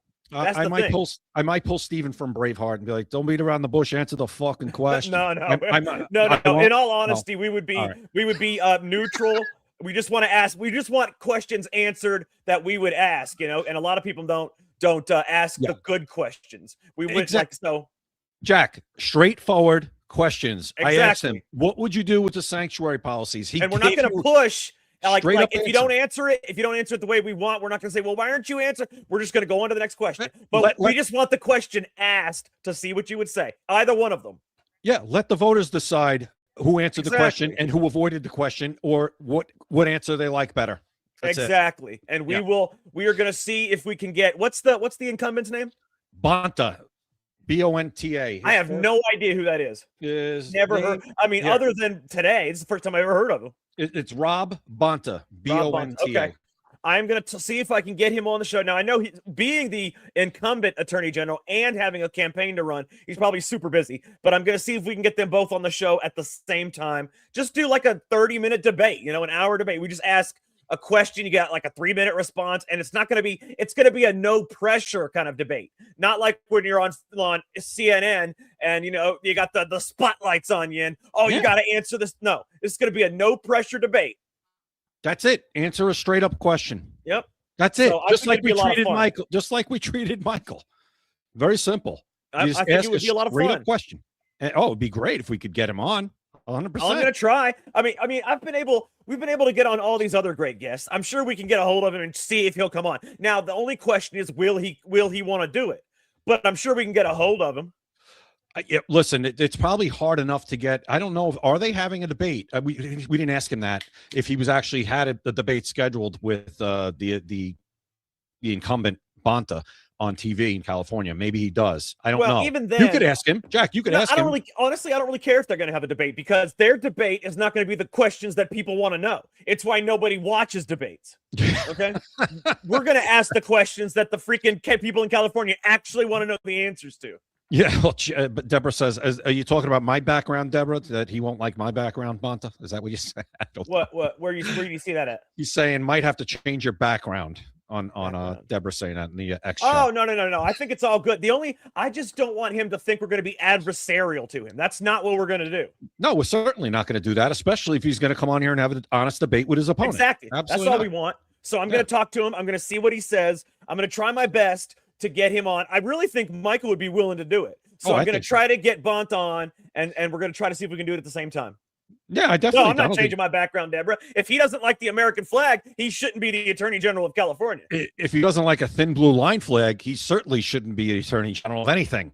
But I love Michael's, the way Michael talked about this backing the police, which is desperately needed in places like California, where they can't be afraid to just do their job. That's part of the problem. Excellent backdrop. The California Republic flag, and he had an excellent backdrop. It looked like something you would see, on a Fox News backdrop. It was really good. He did really well. No, he's great. Listen, that was a great interview. I think he was outstanding, extremely impressive. We're gonna have some good viral clips too, I think. Yeah, no, I think we'll get some great sound bites out of because he said a lot of important stuff. I mean, that's what people want to hear. They want to hear actual information. They don't want to hear nonsense. And he gave actual information about what he would do as the Attorney General of California. Absolutely. And he is not only is he the Republican front runner for the Attorney General, he's the leading Republican candidate, but with all these things that are converging as like a perfect storm, with the voter ID initiative, all the Republicans in California are going to come out to vote for that because that means all of them are going to be there to vote, and they're probably going to vote Republican down the line, which is him. So you got that for one thing to get everybody in there. Then if the Supreme Court, which they probably will rule before June, they probably will rule that there's going to be one election day and no extended counting windows. That's going to help a lot too, because then they can't count for a month and cheat. They can't keep bringing in ballots. So you got that. And then you got the other lawsuit. I forget what it's about, but it's a converging perfect storm to actually get a Republican attorney general in there. Well, you're also going to have, I think California is one of those states where you do right. You have a lot of enthusiasm for this election with the governor, like what's going on with the governor's race. There's going to be a good turnout in California. There's no doubt about it. Well, I don't even know who the hell the Republican. I don't think the governor. I don't think anybody cares. Honestly. No, they do. No, the Republican governor is. Who the hell is he? Steve Hilton is running, and the other Republican is Bianco. He's a sheriff in one of the counties, and it is a hotly contested race. They just had a debate last night, I think it was, Jack. It was about Tom Steyer. I tend to not watch that kind of stuff. Well, it is a big race, and it's getting a lot of attention. We want to know the answers to. Well, it's getting a lot of attention because now you have Tom. Well, it was Swalwell. Swalwell was the one who got kicked out. So, but he still was the leading winner. He was going to win. He's still on the ballot, Jack, which is good for Republicans. No, that's good. That's great. Leave him on. That's great. Right, leave him on there because Split he'll drag some votes away from the other Democrats. The votes. Yeah, he'll drag some votes. But you have Chad. Is it Chad Bianco? Yeah, it's Chad Bianco. He's a sheriff. He's got the crew cut. I know who you're talking about. And Steve Hilton, who a lot of people don't like because he's only been a citizen for 4 years or whatever. Yeah, I don't trust that at all. And Bianco has a couple of squishy positions. That's on why nobody actually cares about, because I'm going to tell you, they know who's going to win. But the attorney general is the one that is up for grabs right now. I'm telling you, even though at the moment, whoever the hell Bonta, what's his name? Rob Bonta. Even though Bonta is the leading candidate, once this Supreme Court decision is made, and once everybody knows that the voter ID initiative is on the ballot, I am telling you the one thing that has a chance, actual chance to flip, will be the attorney general to Republican. Well, the fact that he said that Rob Bonta's numbers right now are 25 points below what they should be as a Democrat incumbent, that is a very good sign. And that's not even including the Supreme Court decision that's going to come down, No. and then the voter ID initiative. No. I think that California is kind of ready to make a change here because there's a lot of people that have probably been sitting on the sidelines for a while. So I can't sit in the sidelines anymore. I have to vote. I I can't and with do that it anymore. ID initiative, it's going to draw all the Republicans out to vote. It very well could, because this is your one shot. This is your one shot. Yeah, and they're tired of the Democrats ruining the state, and if they want any kind of semblance of not cheating, voter ID is their chance. Trust me, they are going to come out in droves to vote for that. And if they do, that means they're most likely going to vote Republican down the ballot, which is a huge plus for Michael Gates. And then the decision to where there's no extended counting windows, they can't count a week later. That's huge. You know what could also happen with an election like this? You could have some Democrats who might just still vote for a Democrat governor, but at the same time say, you know what, though? I need a change at the attorney general because I want to feel safe. Exactly. You could have that. You could have that. Exactly. You could definitely have that where you'll have Democrats, maybe that, sensible ones who say, I still got to vote blue for governor. I just can't vote for Republican. But attorney general, you know what? I could do that because attorney general is not a political position to me. It's a law and order position for me. And I want somebody to take control of the state again. Michael Gates has a good shot. Don't worry about what the numbers are right this minute. That doesn't matter. I'm telling you right now, Michael Gates has a really good shot to win Republican attorney general, to win the attorney general as a Republican. Put up his information again for his donations for his website. Yep, we got to get going in just a minute, so we're going to put this up right here. Make sure you guys visit gatesforag.com to help support Michael Gates for California attorney general. That is Gates for AG, Gates, the number 4, and AG.com. Also, I'm gonna donate, Jack. After we get off the air, I'm gonna go to his website and I'm gonna donate some money to his campaign. I believe. Excellent. You hear that, Michael? Jay Gatling is going to donate to your campaign. I'm sure there's lots of others that are watching this that will donate to your campaign as well. Also, go follow him on X. It's at Michael Gates ESQ, which stands for Esquire because he's a lawyer. At Michael Gates ESQ. Make sure you guys go follow him on X, but definitely go to Gates, the number 4, AG.com. Gates4AG.com to help support Michael Gates. All right, guys, I want to tell you real quick about our sponsor. Make sure you also go check out our sponsor, which is maxassociates.etsy.com. They are number 1 in USA Pride gifts and patriotic apparel. They are absolutely amazing. You can go to the website or you can scan the QR code at the top right. Jay, tell them a little bit about it. I mean, the deal that they get just for buying something. I mean, anything you buy plus the free shipping. Listen, anything over $20, that is not a high threshold to get 20% off plus free shipping. You're looking at probably like 40% off once you tack on the free shipping, because shipping's expensive. I know this. I used to run a t-shirt company. It's expensive. It costs money for the person that is sending you the goods. So to give you free shipping with something over $20 and they're giving you 20% off, you will not see that anywhere that I've seen. You can't beat that. You can't. No, you cannot. maxassociates.etsy.com or scan the QR code at the top right. I'm going to leave the QR code up there for the rest of the show because we just got a couple minutes left. So I'm going to keep that up there if you guys want to scan it, or go to maxassociates.etsy.com. Jay, I want everybody to follow us on X, YouTube, Rumble, Kick, Instagram. It's all Secret America TV on every social media. We are banned from TikTok for telling the truth, but Jay is still on TikTok because he doesn't tell the truth. So you follow him. That's why they haven't banned him, because he doesn't tell the truth. Yeah, I've toned the truth down a little bit on TikTok. On TikTok, you have to not tell the truth if you don't want to get banned. And Jay is not banned, so you put 2 and 2 together. You figure it out. I'm kidding. Make sure you guys follow Jay on TikTok. That's at @opinionsvary.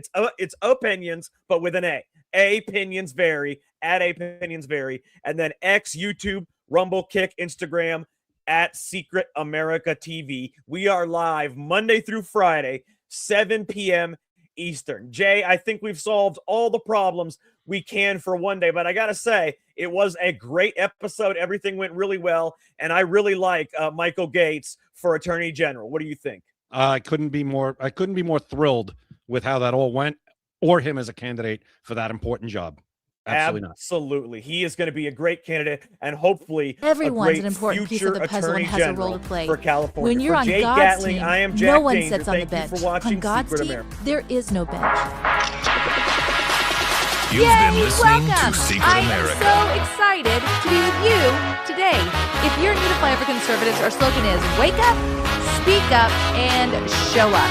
We all wanted President Trump to do 80 million things to save our country. And what we've learned over these last few years, what we really need is 80 million of us doing one thing every single day to save our own country. And a big part of this prophetic report is learning how to prophetically intercede into the words that God is speaking, either asking God to stop, change, or alter by putting his words in our mouth, or by coming into agreement, declaring and decreeing what we do want to see happen here in the earth. What an exciting time to be alive. Welcome, welcome, welcome. And today's show is called Trump and America's Turnaround. This is such a great show. I am so excited to share with you everything that the contributors brought together and then what the Lord and I put together today. It is really exciting. I want to do a shout out to the contributors of today's prophetic report.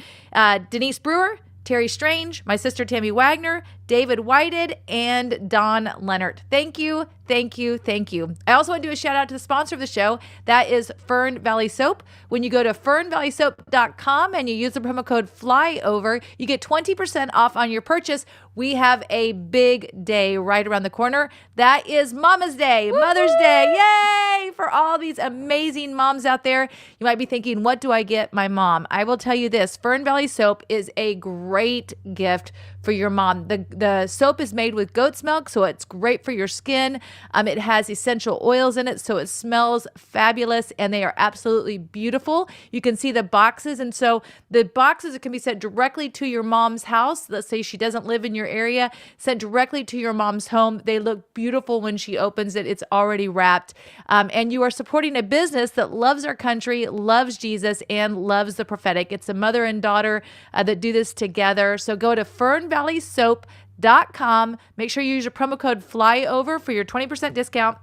Don't forget, Mom's Day is Sunday, May the 10th, 2026. It's just around the corner. So make sure that you get something really nice for your mom. Also, the other sponsor of the show is Patriot Mobile, patriotmobile.com/flyover. So, no matter who you are currently using, if it's not Patriot Mobile, it's really hard to tell what are they doing with our dollars. But when you partner with Patriot Mobile, they support the things that we support. They are freedom of speech. They are right to bear arms. They are pro-life, pro-military, and first responders. They're using the same towers as you are currently using if you are with AT&T, if you are with Verizon, no matter what company you're with, it's the same tower. So you're getting the same great service, but you're with a company that you know where your finances are going to. And I think that's really important. Plus, you're dealing with a company that's based here in the United States, so that when you call customer service, you're getting people that you can completely understand. And Avery actually had that experience yesterday. Avery, can you share with Flyover, because you actually talked to Patriot Mobile yesterday? I did. So my husband and I have been traveling a lot, and there was a few times when we were somewhere, he forgot to put it on the Wi-Fi. So he ran out of data for the month. And so I just called in. They're like, no problem, totally great. I talked to a lady named Jennifer in Dallas, Texas.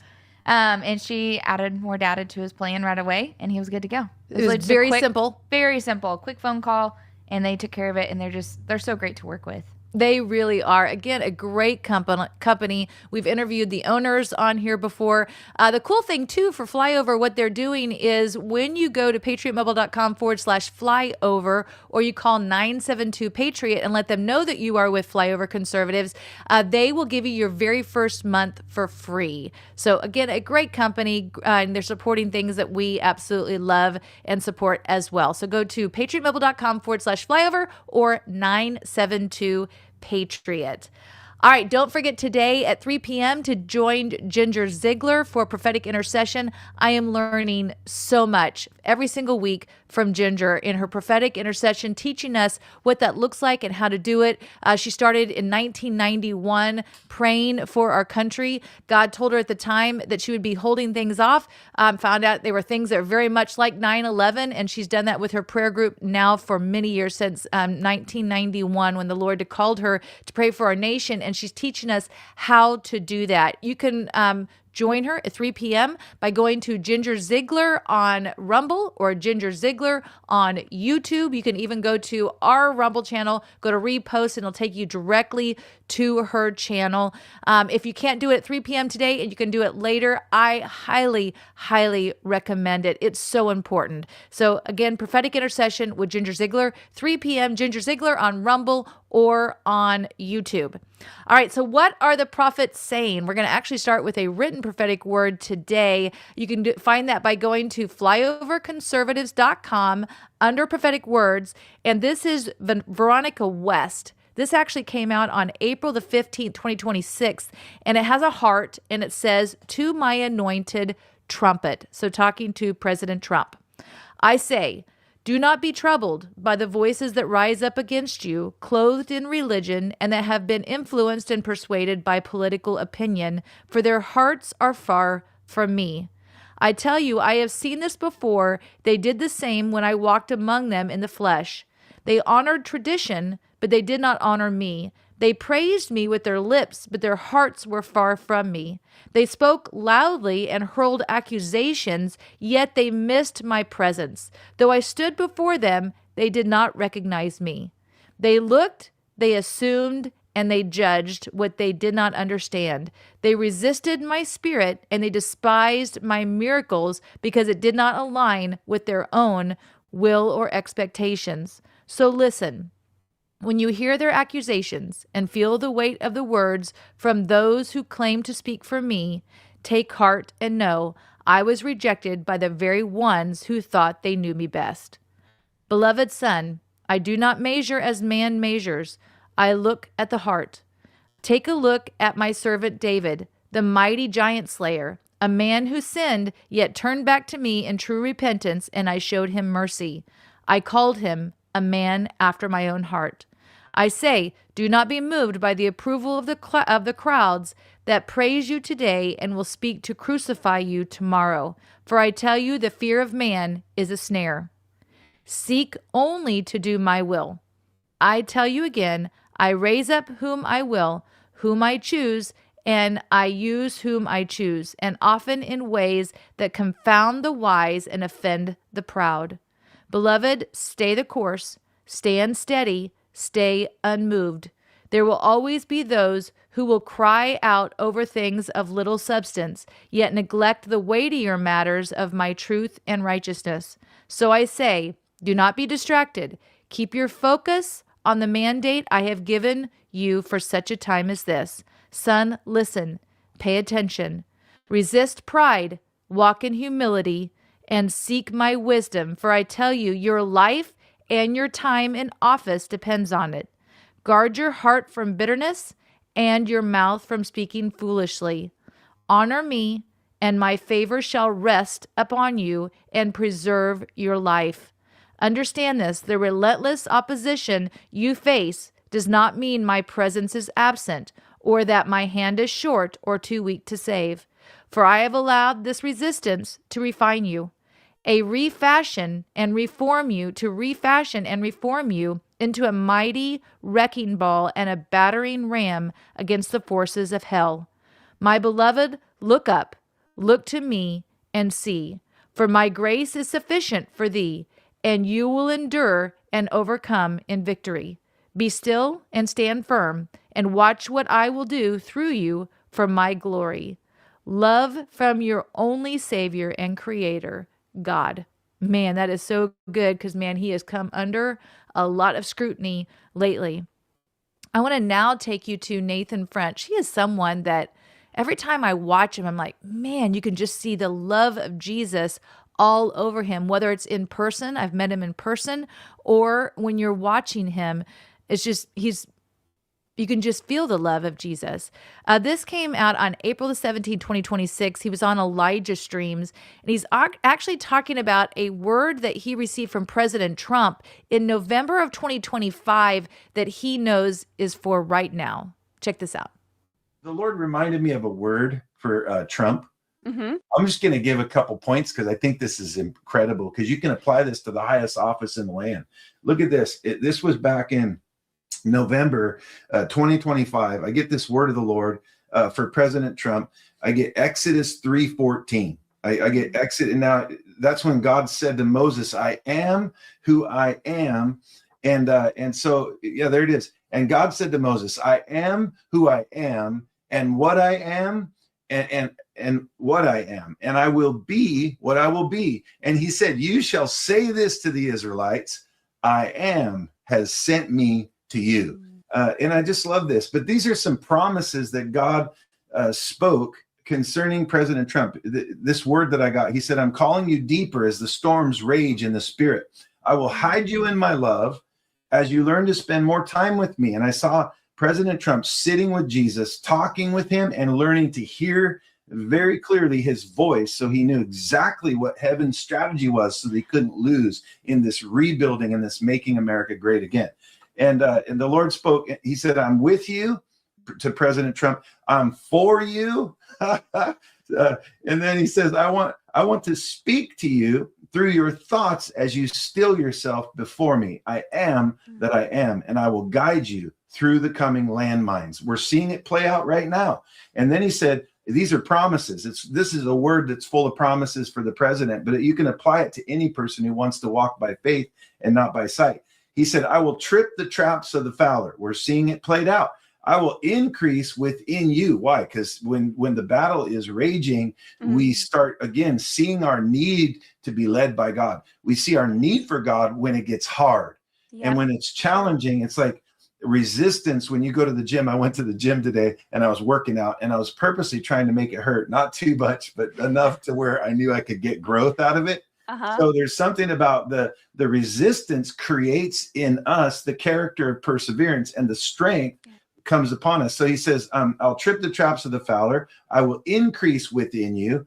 I have given you strength, and I have given you the ability to prosper and to prosper this nation. So President Trump, if you watch this, you should know that God is supernaturally giving you the capacity, not just to prosper, but to prosper the entire nation, and the whole planet is going to actually have a prosperity, and it's coming because of decisions that you're going to make to put things in order.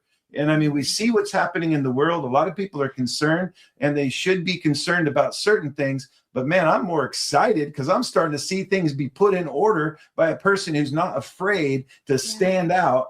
And so many people are scared to get it wrong, so they're not getting it right. So taking courage and stepping out, making bold, strategic moves, and it is really just a blessing to watch. So again, thank you, to the commander in chief. Also, he said, I've given you the ability to prosper, not just yourself, but the nation. I know exactly what to do. The Lord says, I know exactly how to handle the enemy's schemes. And then the Lord says to him, keep asking the right questions. Why? Because when you ask questions, it shows you desire to learn, which is actually an act of humility to ask questions. He says, ask, as you seek me, you will find me when you seek me with your whole heart. Jeremiah 29:13. And then he said, I will settle the disputes. I will shut the mouth of your accusers. He's doing it. He's doing it right now. He said, I will rule from my court in heaven to give you the ability to overcome again and again and again. This is a promise from God. He said, today I release upon you, and that was then, but this is still relevant. He said, today I release upon you a new level of my peace, bringing rest to your soul. That's the mind, the will, the emotions. Not everyone who calls me Lord has actually made me Lord. And Trump's seen this with some of the bad advisors in the past, and he's bringing in a new guard. He's changing the guard. He's pulling out people whose hearts have been, turned. And he wants people who will truly be in position with pure hearts that don't have a motivation towards a political agenda, but that just love God and want to speak what he is saying, and that will be an amazing thing. The wisdom's found in a multitude of counsel. The counsel God assigns to speak into a particular matter. So then the Lord says, I'm releasing upon you a new level of peace, bringing rest to your soul. Not everyone who calls me Lord has actually made me Lord. But when you seek me, you will find me. When you ask me questions about anything, I am honored, says God, to give you the answer. I call you friend. Come on, that's amazing to be a friend of God, man. If God before you, who can be against you that matters?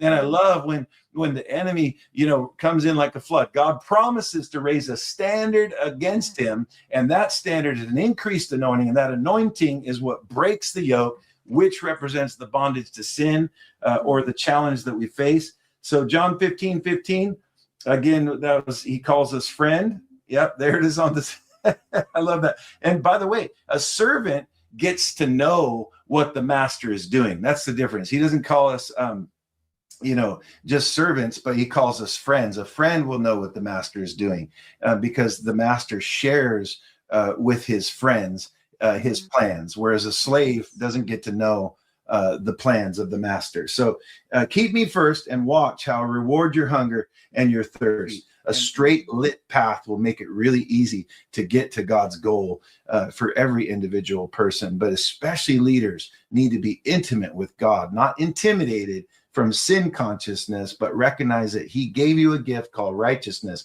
for any who has received it. And now that you're right with God, if you sin or you do something wrong, you can go, Lord, I confess that. He said he's faithful and just to forgive and cleanse you from all unrighteousness. So he cleans you up, and that's the washing for Washington. It needs a ton of washing. He called it Washington, D.C., Washington State, but he's washing Washington because it needs a ton of washing. So confession brings the cleansing. The cleansing is the washing. And when things get washed, cleansed from all unrighteousness, you'll start seeing a huge revival. And that's the moment that we're in. This is the beginning of a massive outpouring that fulfills the book of Joel. In the end times, I'll pour my spirit out on all flesh. Sons and daughters will prophesy, old men will dream dreams, and young men will see visions. He said, never has there been nor ever will there be a more pronounced manifestation of my Holy Spirit than what you're about to witness. We're in the beginning of the end, where the Spirit of God is going to empower the saints of God to rise up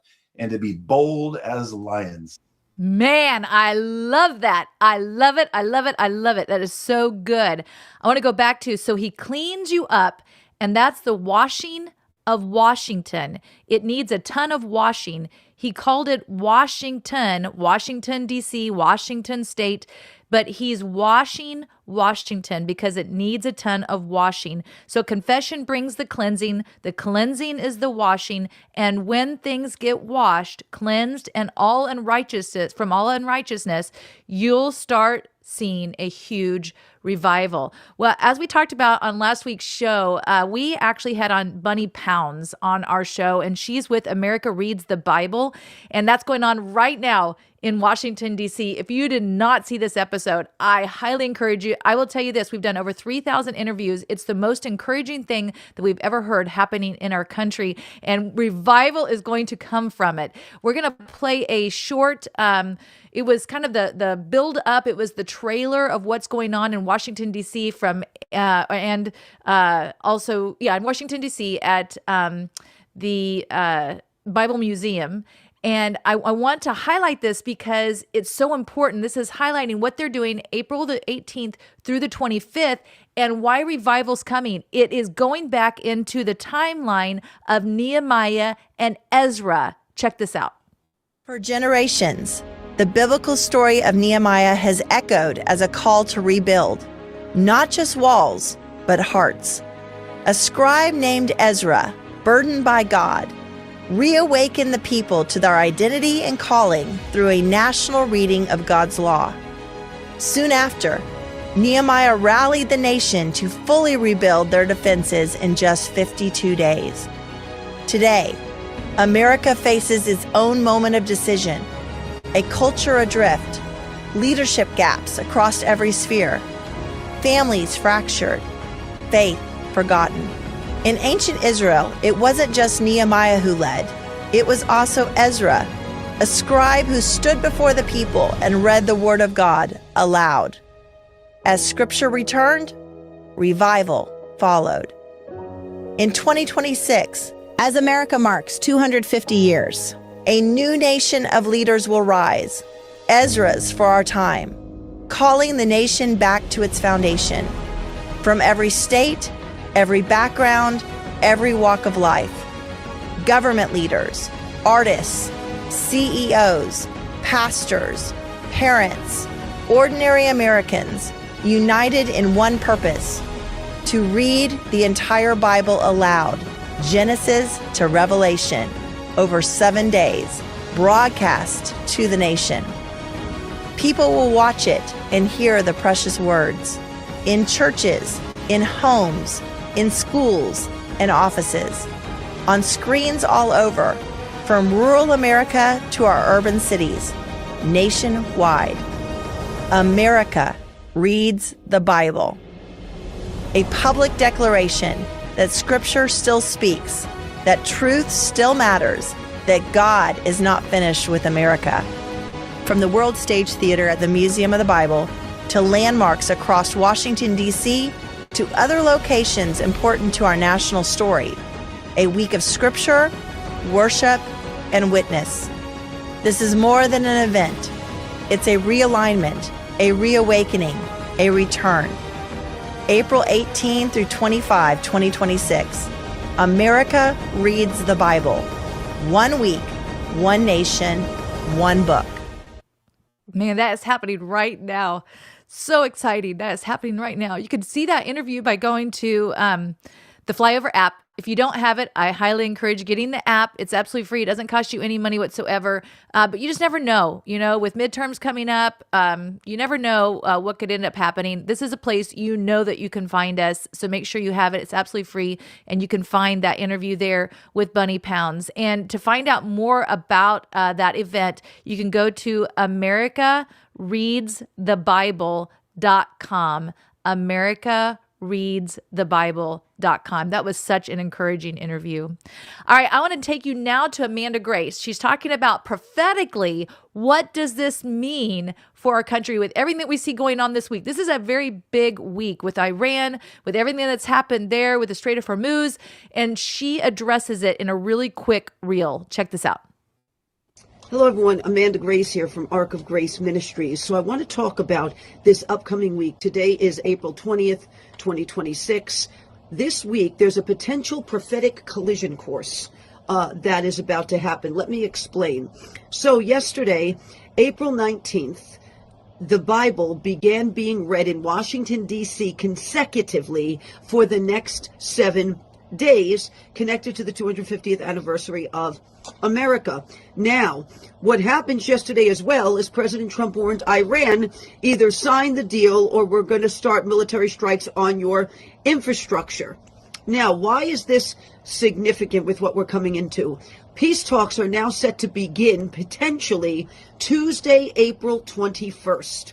Tuesday, April 21st as well, President Trump is slated to read his portion of the Bible from the Oval Office, which is 2 Chronicles 7, 11 through 22, which contains 2 Chronicles 7:14, which says, if my people who are called by my name will humble themselves and pray and seek my face and turn from their wicked ways, I will hear from heaven, forgive their sin, and heal their land. Now, also, in Daniel chapter 10, it is noted that it was the 21st day of the month that the Lord's warring army subdued the principality over Persia, which is Iran, subdued that principality in the spirit in order to break through the answer that Daniel was waiting for. They warred for 3 weeks with this principality. It was the 21st day of the month. It was subdued and moved out of the way by Almighty God's warring army, and breakthrough came. So the 21st day, right, spoken of in Daniel chapter 10, and now April 21st is when the ceasefire is set to expire between the United States and Iran. April 21st is now also when these peace talks potentially begin again. And April 21st is also when President Trump is going to read from the Oval Office 2 Chronicles chapter 7 verses 11 through 22. I don't think this is a coincidence. We are watching all of this collide in this week, surrounding what is happening globally and surrounding what's happening not only with the U.S. and Iran, but what's happening here on our soil, having to do with the 250th anniversary of America. So continue to be watchmen with this right now. This could get very interesting. Be in the Word of God every single day. Keep the faith. So good. We're going to be talking more about the ceasefire later on in the show. But now I want to take you to actually see President Trump. So you could either see it on AmericaReadsTheBible.com, or you can also see it on PureFlix. This is from the Oval Office on April the 21st, 2026. President Trump reading 2 Chronicles 7, 11 through 22. Check this out.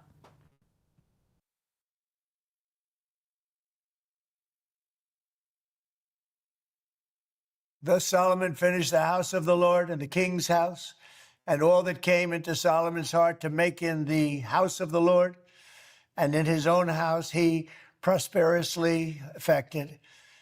And the Lord appeared to Solomon by night and said to him, I have heard your prayer and have chosen this place to myself for a house of sacrifice. If I shut up heaven, that there be no rain, or if I command the locusts to devour the land, or if I send pestilence among my people, if my people, which are called by my name, shall humble themselves and pray and seek my face and turn from their wicked ways, then will I hear from heaven and will forgive their sin and will heal their land. Now my eyes shall be open and my ears attent to the prayer that is made in this place. For now I have chosen and sanctified this house, that my name may be there forever, and my eyes and my heart shall be there perpetually. And as for you, if you will walk before me, as David your father walked, and do according to all that I have commanded you, and shall observe my statutes and my judgments, then will I establish the throne of my kingdom according to as I have covenanted with David your father, saying, there shall not fail you as a man to be ruler in Israel. But if you turn away and forsake my statutes and my commandments, which I have set before you, and shall go and serve other gods and worship them, then will I pluck them up from the roots out of my land which I have given them, and this house which I have sanctified for my name will I cast out of my sight, and will make it to be a proverb and a byword among nations. And this house which is high shall be an astonishment to every one that passes by it. so that he shall say, why has the Lord done thus to this land and to this house? And it shall be answered, because they forsook the Lord God of their fathers, which brought them forth out of the land of Egypt, and laid hold on other gods, and worshiped them and served them. Therefore has he brought all this evil upon them.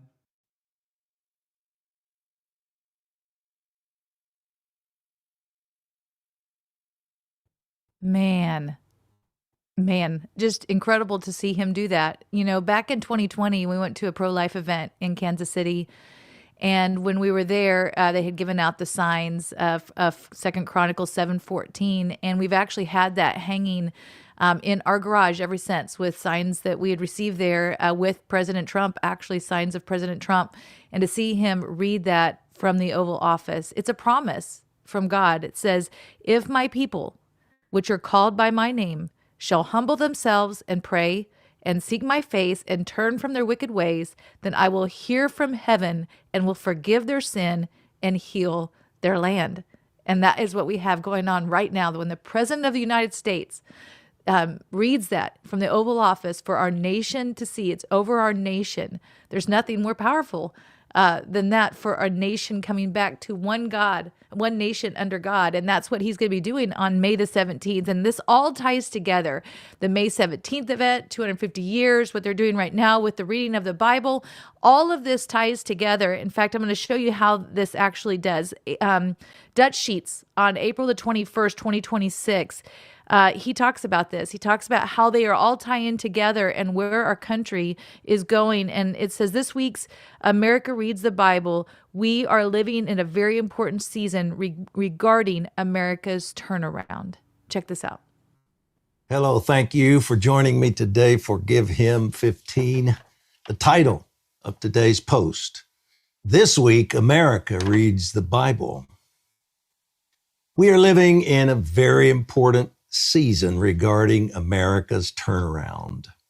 The redemptive changes we have requested of the Lord for decades are occurring. From revival breaking out on our campuses to prayer and worship in the White House, from a call for the reading of the scriptures over our nation to the rededication of America as one nation under God, significant events are taking place. It is critical that the church supports and partners with these changes. Number one, America Reads the Bible. An endeavor to exalt God's word over our nation began last Saturday. The reading actually began on Sunday. The organizers state, and I quote, just as Ezra read the word aloud to the people of Israel, Nehemiah 8, 1-3, awakening revival and repentance, inspiring them to rebuild the temple, and working with Nehemiah to mobilize the people to rebuild Jerusalem's walls. America Reads the Bible is a sacred opportunity to call our nation back to its spiritual foundations.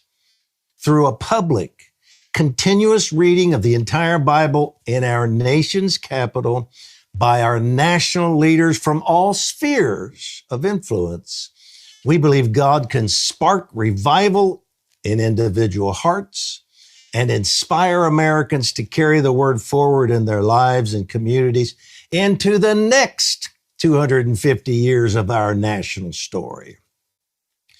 Continuing the quote, in honor of the 250th birthday of the United States, America Reads the Bible serves as a spiritual celebration of our nation's founding ideals and a call to rediscover the truth that still anchors us today.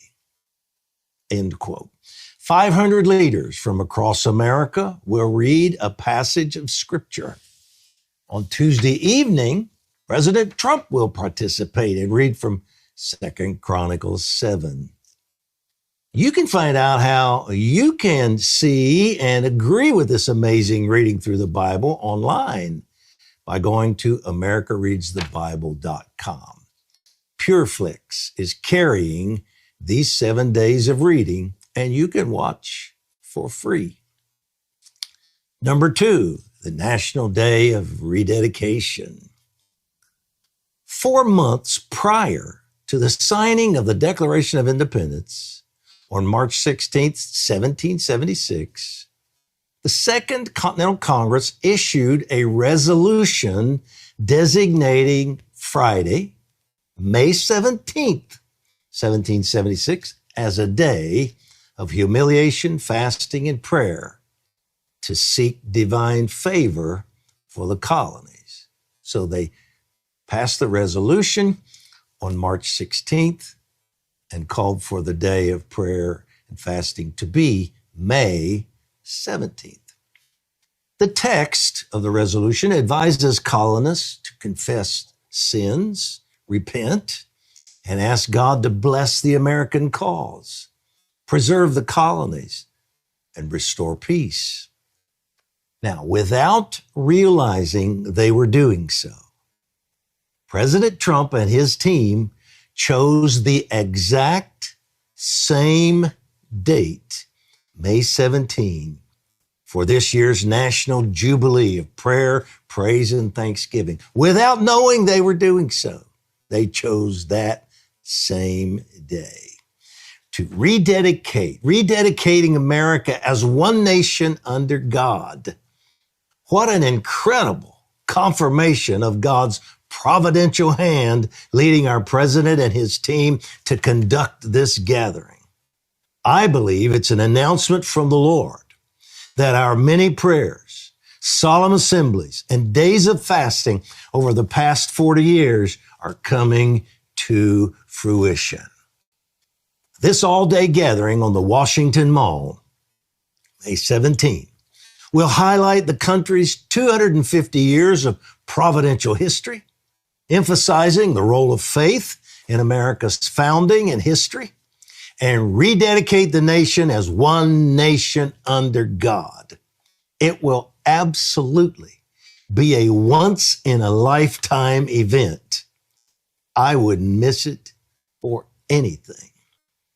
Here's a portion of the 1776 resolution. Quote, in times of impending calamity and distress, when the liberties of America are imminently endangered by the secret machinations and open assaults of an insidious and vindictive administration, it becomes the indispensable duty of these hitherto free and happy colonies, with true penitence of heart and the most reverent devotion, publicly to acknowledge the overruling providence of God, to confess and deplore our offenses against him, and to supplicate his interposition for averting the threatened danger and prospering our strenuous efforts in the cause of freedom, virtue, and posterity. They went on to say, we're desirous at the same time to have people of all ranks and degrees duly impressed with a solemn sense of God's superintending providence and of their duty devoutly to rely in all their lawful enterprises on his aid and direction. We do earnestly recommend that Friday, the 17th day of May next, be observed by the said colonies as a day of humiliation, fasting, and prayer, that we may with united hearts confess and bewail our manifold sins and transgressions, and by a sincere repentance appease his righteous displeasure, and through the merits and mediation of Jesus Christ, obtain his pardon and forgiveness. What a proclamation. We are going to do it again, and he will respond with grace and mercy. Let's pray. For our prayer today, we're going to read passages from 1 Kings 8 describing Solomon's dedication of the temple. We are going to read the word, and we're going to read about a dedication, which God responded to. Just pulling out a few verses. Then Solomon stood before the altar of the Lord in the presence of all the assembly of Israel, spread out his hands toward heaven. And he said, O Lord, the God of Israel, there's no God like you in heaven above or on earth beneath, keeping covenant and showing loving kindness to your servants who walk before you with all their heart. Have regard to the prayer of your servant and to his supplication, O Lord my God, to listen to the cry and to the prayer which your servant prays before you today, that your eyes may be open toward this house night and day, toward the place of which you've said, my name will be there, to listen to the prayer which your servant shall pray toward this place. Listen to the supplication of your servant and of your people Israel when they pray toward this place here in heaven, your dwelling place here, and forgive. If there's famine in the land, or pestilence, if there's blight or mildew, locust or grasshopper, if their enemy besieges them in the land of their cities, whatever plague, whatever sickness there is, whatever prayer or supplication is made by any man or by all of your people Israel, each knowing the affliction of his own heart and spreading his hands toward this house, here in heaven, your dwelling place, and forgive and act and render to each according to his ways, whose heart you know, for you alone know the hearts of all the sons of men, that they may fear you all the days that they live in the land which you have given to our fathers. Well, they prayed a lot more, but when Solomon had finished praying this entire prayer and supplication to the Lord, he arose from before the altar of the Lord, from kneeling on his knees with his hands spread toward heaven, and he stood and blessed all the assembly of Israel with a loud voice, saying, Blessed be the Lord, who has given rest to his people Israel, according to all that he has promised. Not one word has failed of all his good promise, which he promised through Moses, his servant. May the Lord our God be with us, as he was with our fathers. May he not leave us or forsake us, that he may incline our hearts to himself, to walk in all his ways and keep his commandments and his statutes and ordinances, which he commanded our fathers. And may these words of mine, with which I've made supplication before the Lord, be near to the Lord our God day and night, that he may maintain the cause of his servant and the cause of his people Israel as each day requires, so that all the peoples of the earth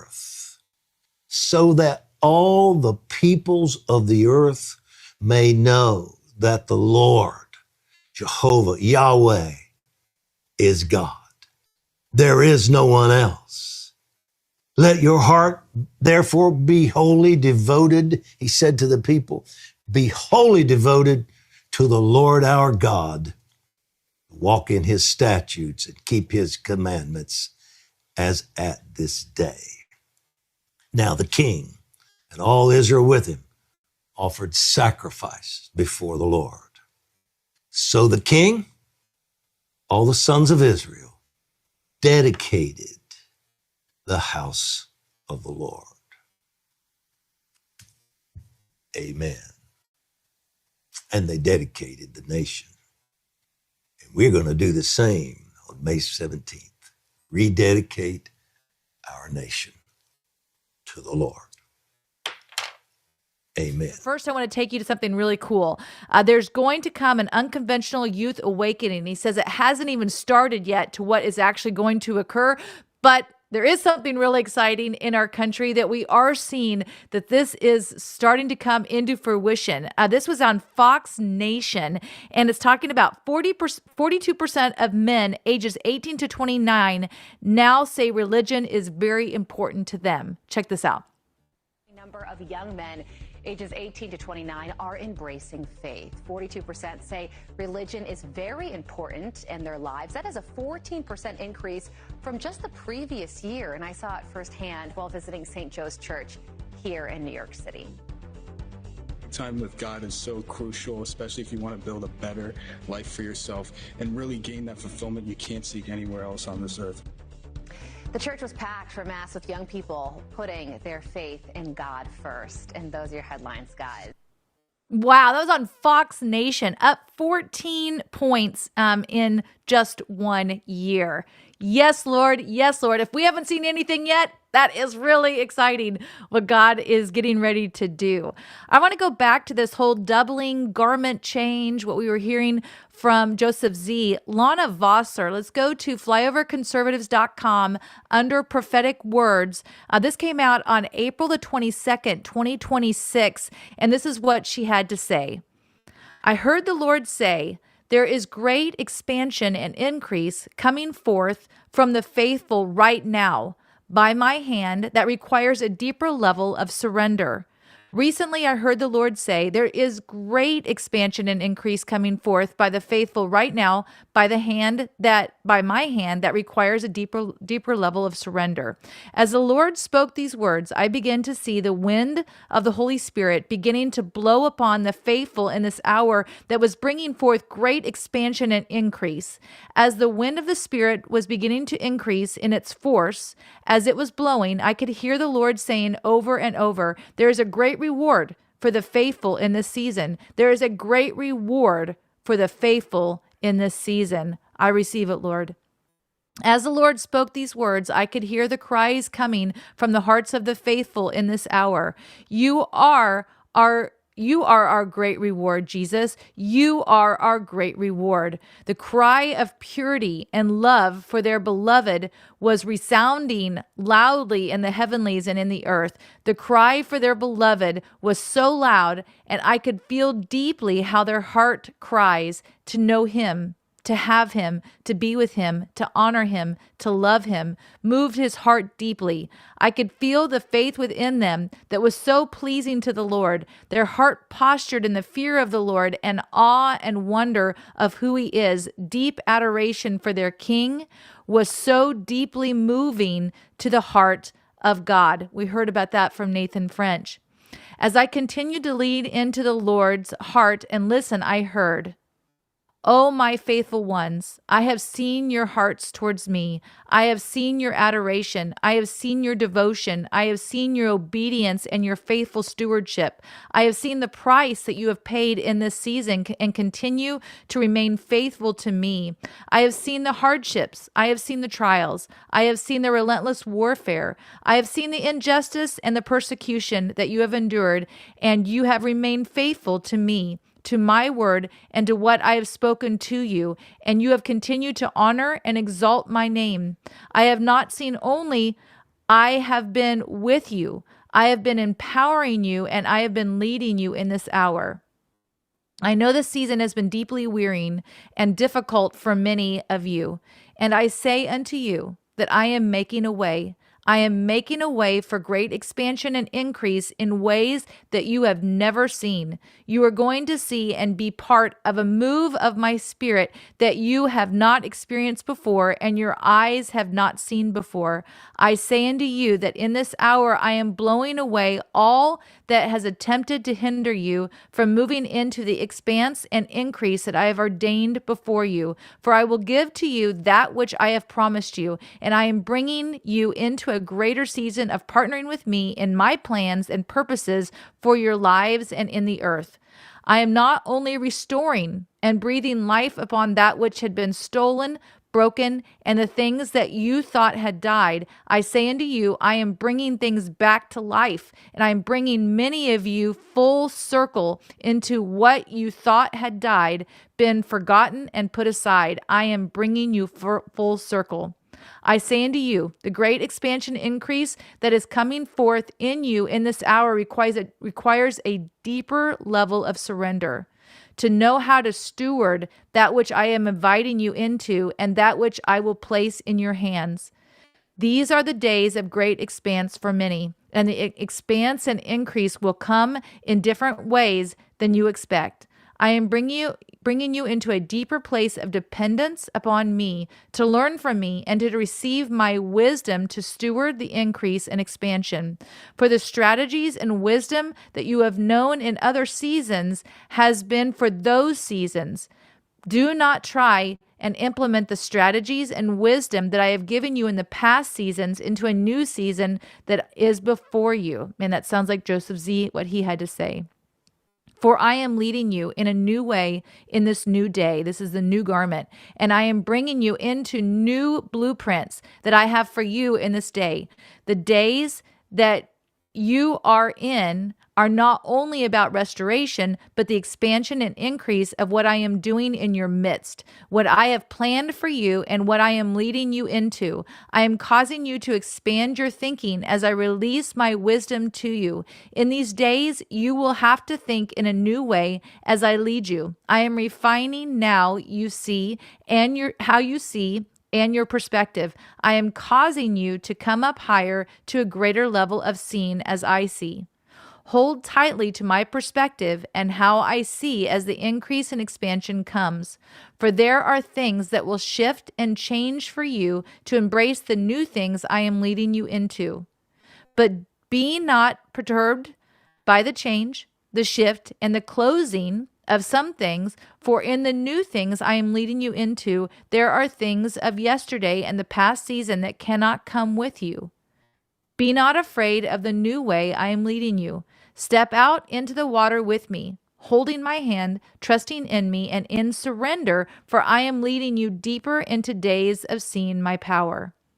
You must incline your ear toward me and listen to my voice and be sensitive to my leading, for there are some that will come with strategies that look like me, but they are not of me. You must pay attention to the leading of my spirit. You must listen to my voice and my instruction. There are new strategies I am bringing to you to steward the expansion and increase, and some will not understand my wisdom and my ways. Do not be caught up in yesterday, but there is greater insight in my wisdom that I have for you today, for this new season of increase and expansion that I have for you. Continue to posture your hearts before me, asking for my wisdom, James 1:5, and watch how I shall lead you in these days in my wisdom, in ways you have not walked.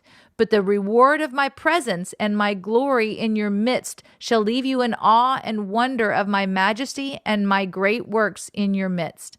I say unto you, there is great grace upon you. That was the grace. Man, we received that grace that we heard about from Joseph Z. My grace to walk in and implement my strategies and wisdom that I have given you in this day. For I say unto you, watch and see in the days ahead as you walk into obedience to my wisdom, surrendered to my ways, the acceleration that I shall bring forth in your midst. My wisdom is going to lead you into uncharted territories, but do not be afraid, for I have already gone before you. There will be many moments in this season where you will have to choose to follow me in my wisdom and my ways that feels different to what you have known and is against the grain and the crowd. But where you shall follow me in my wisdom and obedience, you shall see acceleration and a mighty move of my spirit that you may not even comprehend. I am bringing forth a convergence for the faithful of restoration of what has been stolen and broken, and the acceleration of expansion and increase. Do not put your hands upon what I am building and leading you into by trying to make things happen. You must come deeper into surrender to me and my ways right now and allow me to lead you, especially in the places that feel unfamiliar. Oh, the depths of my joy that you shall know in this new day as I bring forth a mighty expansion and increase. Where hearts have been tired and despondent, watch as my mighty winds blow. The hope and courage that I am breathing back into your hearts as you look to me. Get ready for the expansion to the right and to the left through your posture of surrender to me and my ways. I am about to do a thing in your midst that you have not seen before, and oh, how great and oh, how your heart will be glad and marked with awe. Wow, that is powerful. We receive it in Jesus' name.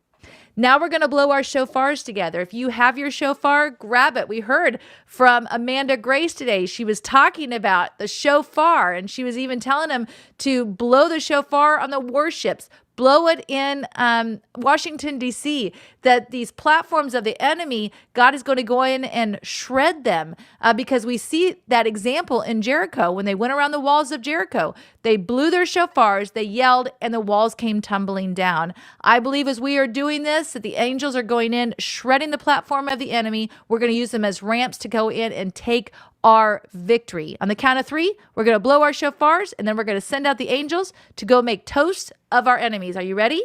1, 2, 3. Woo!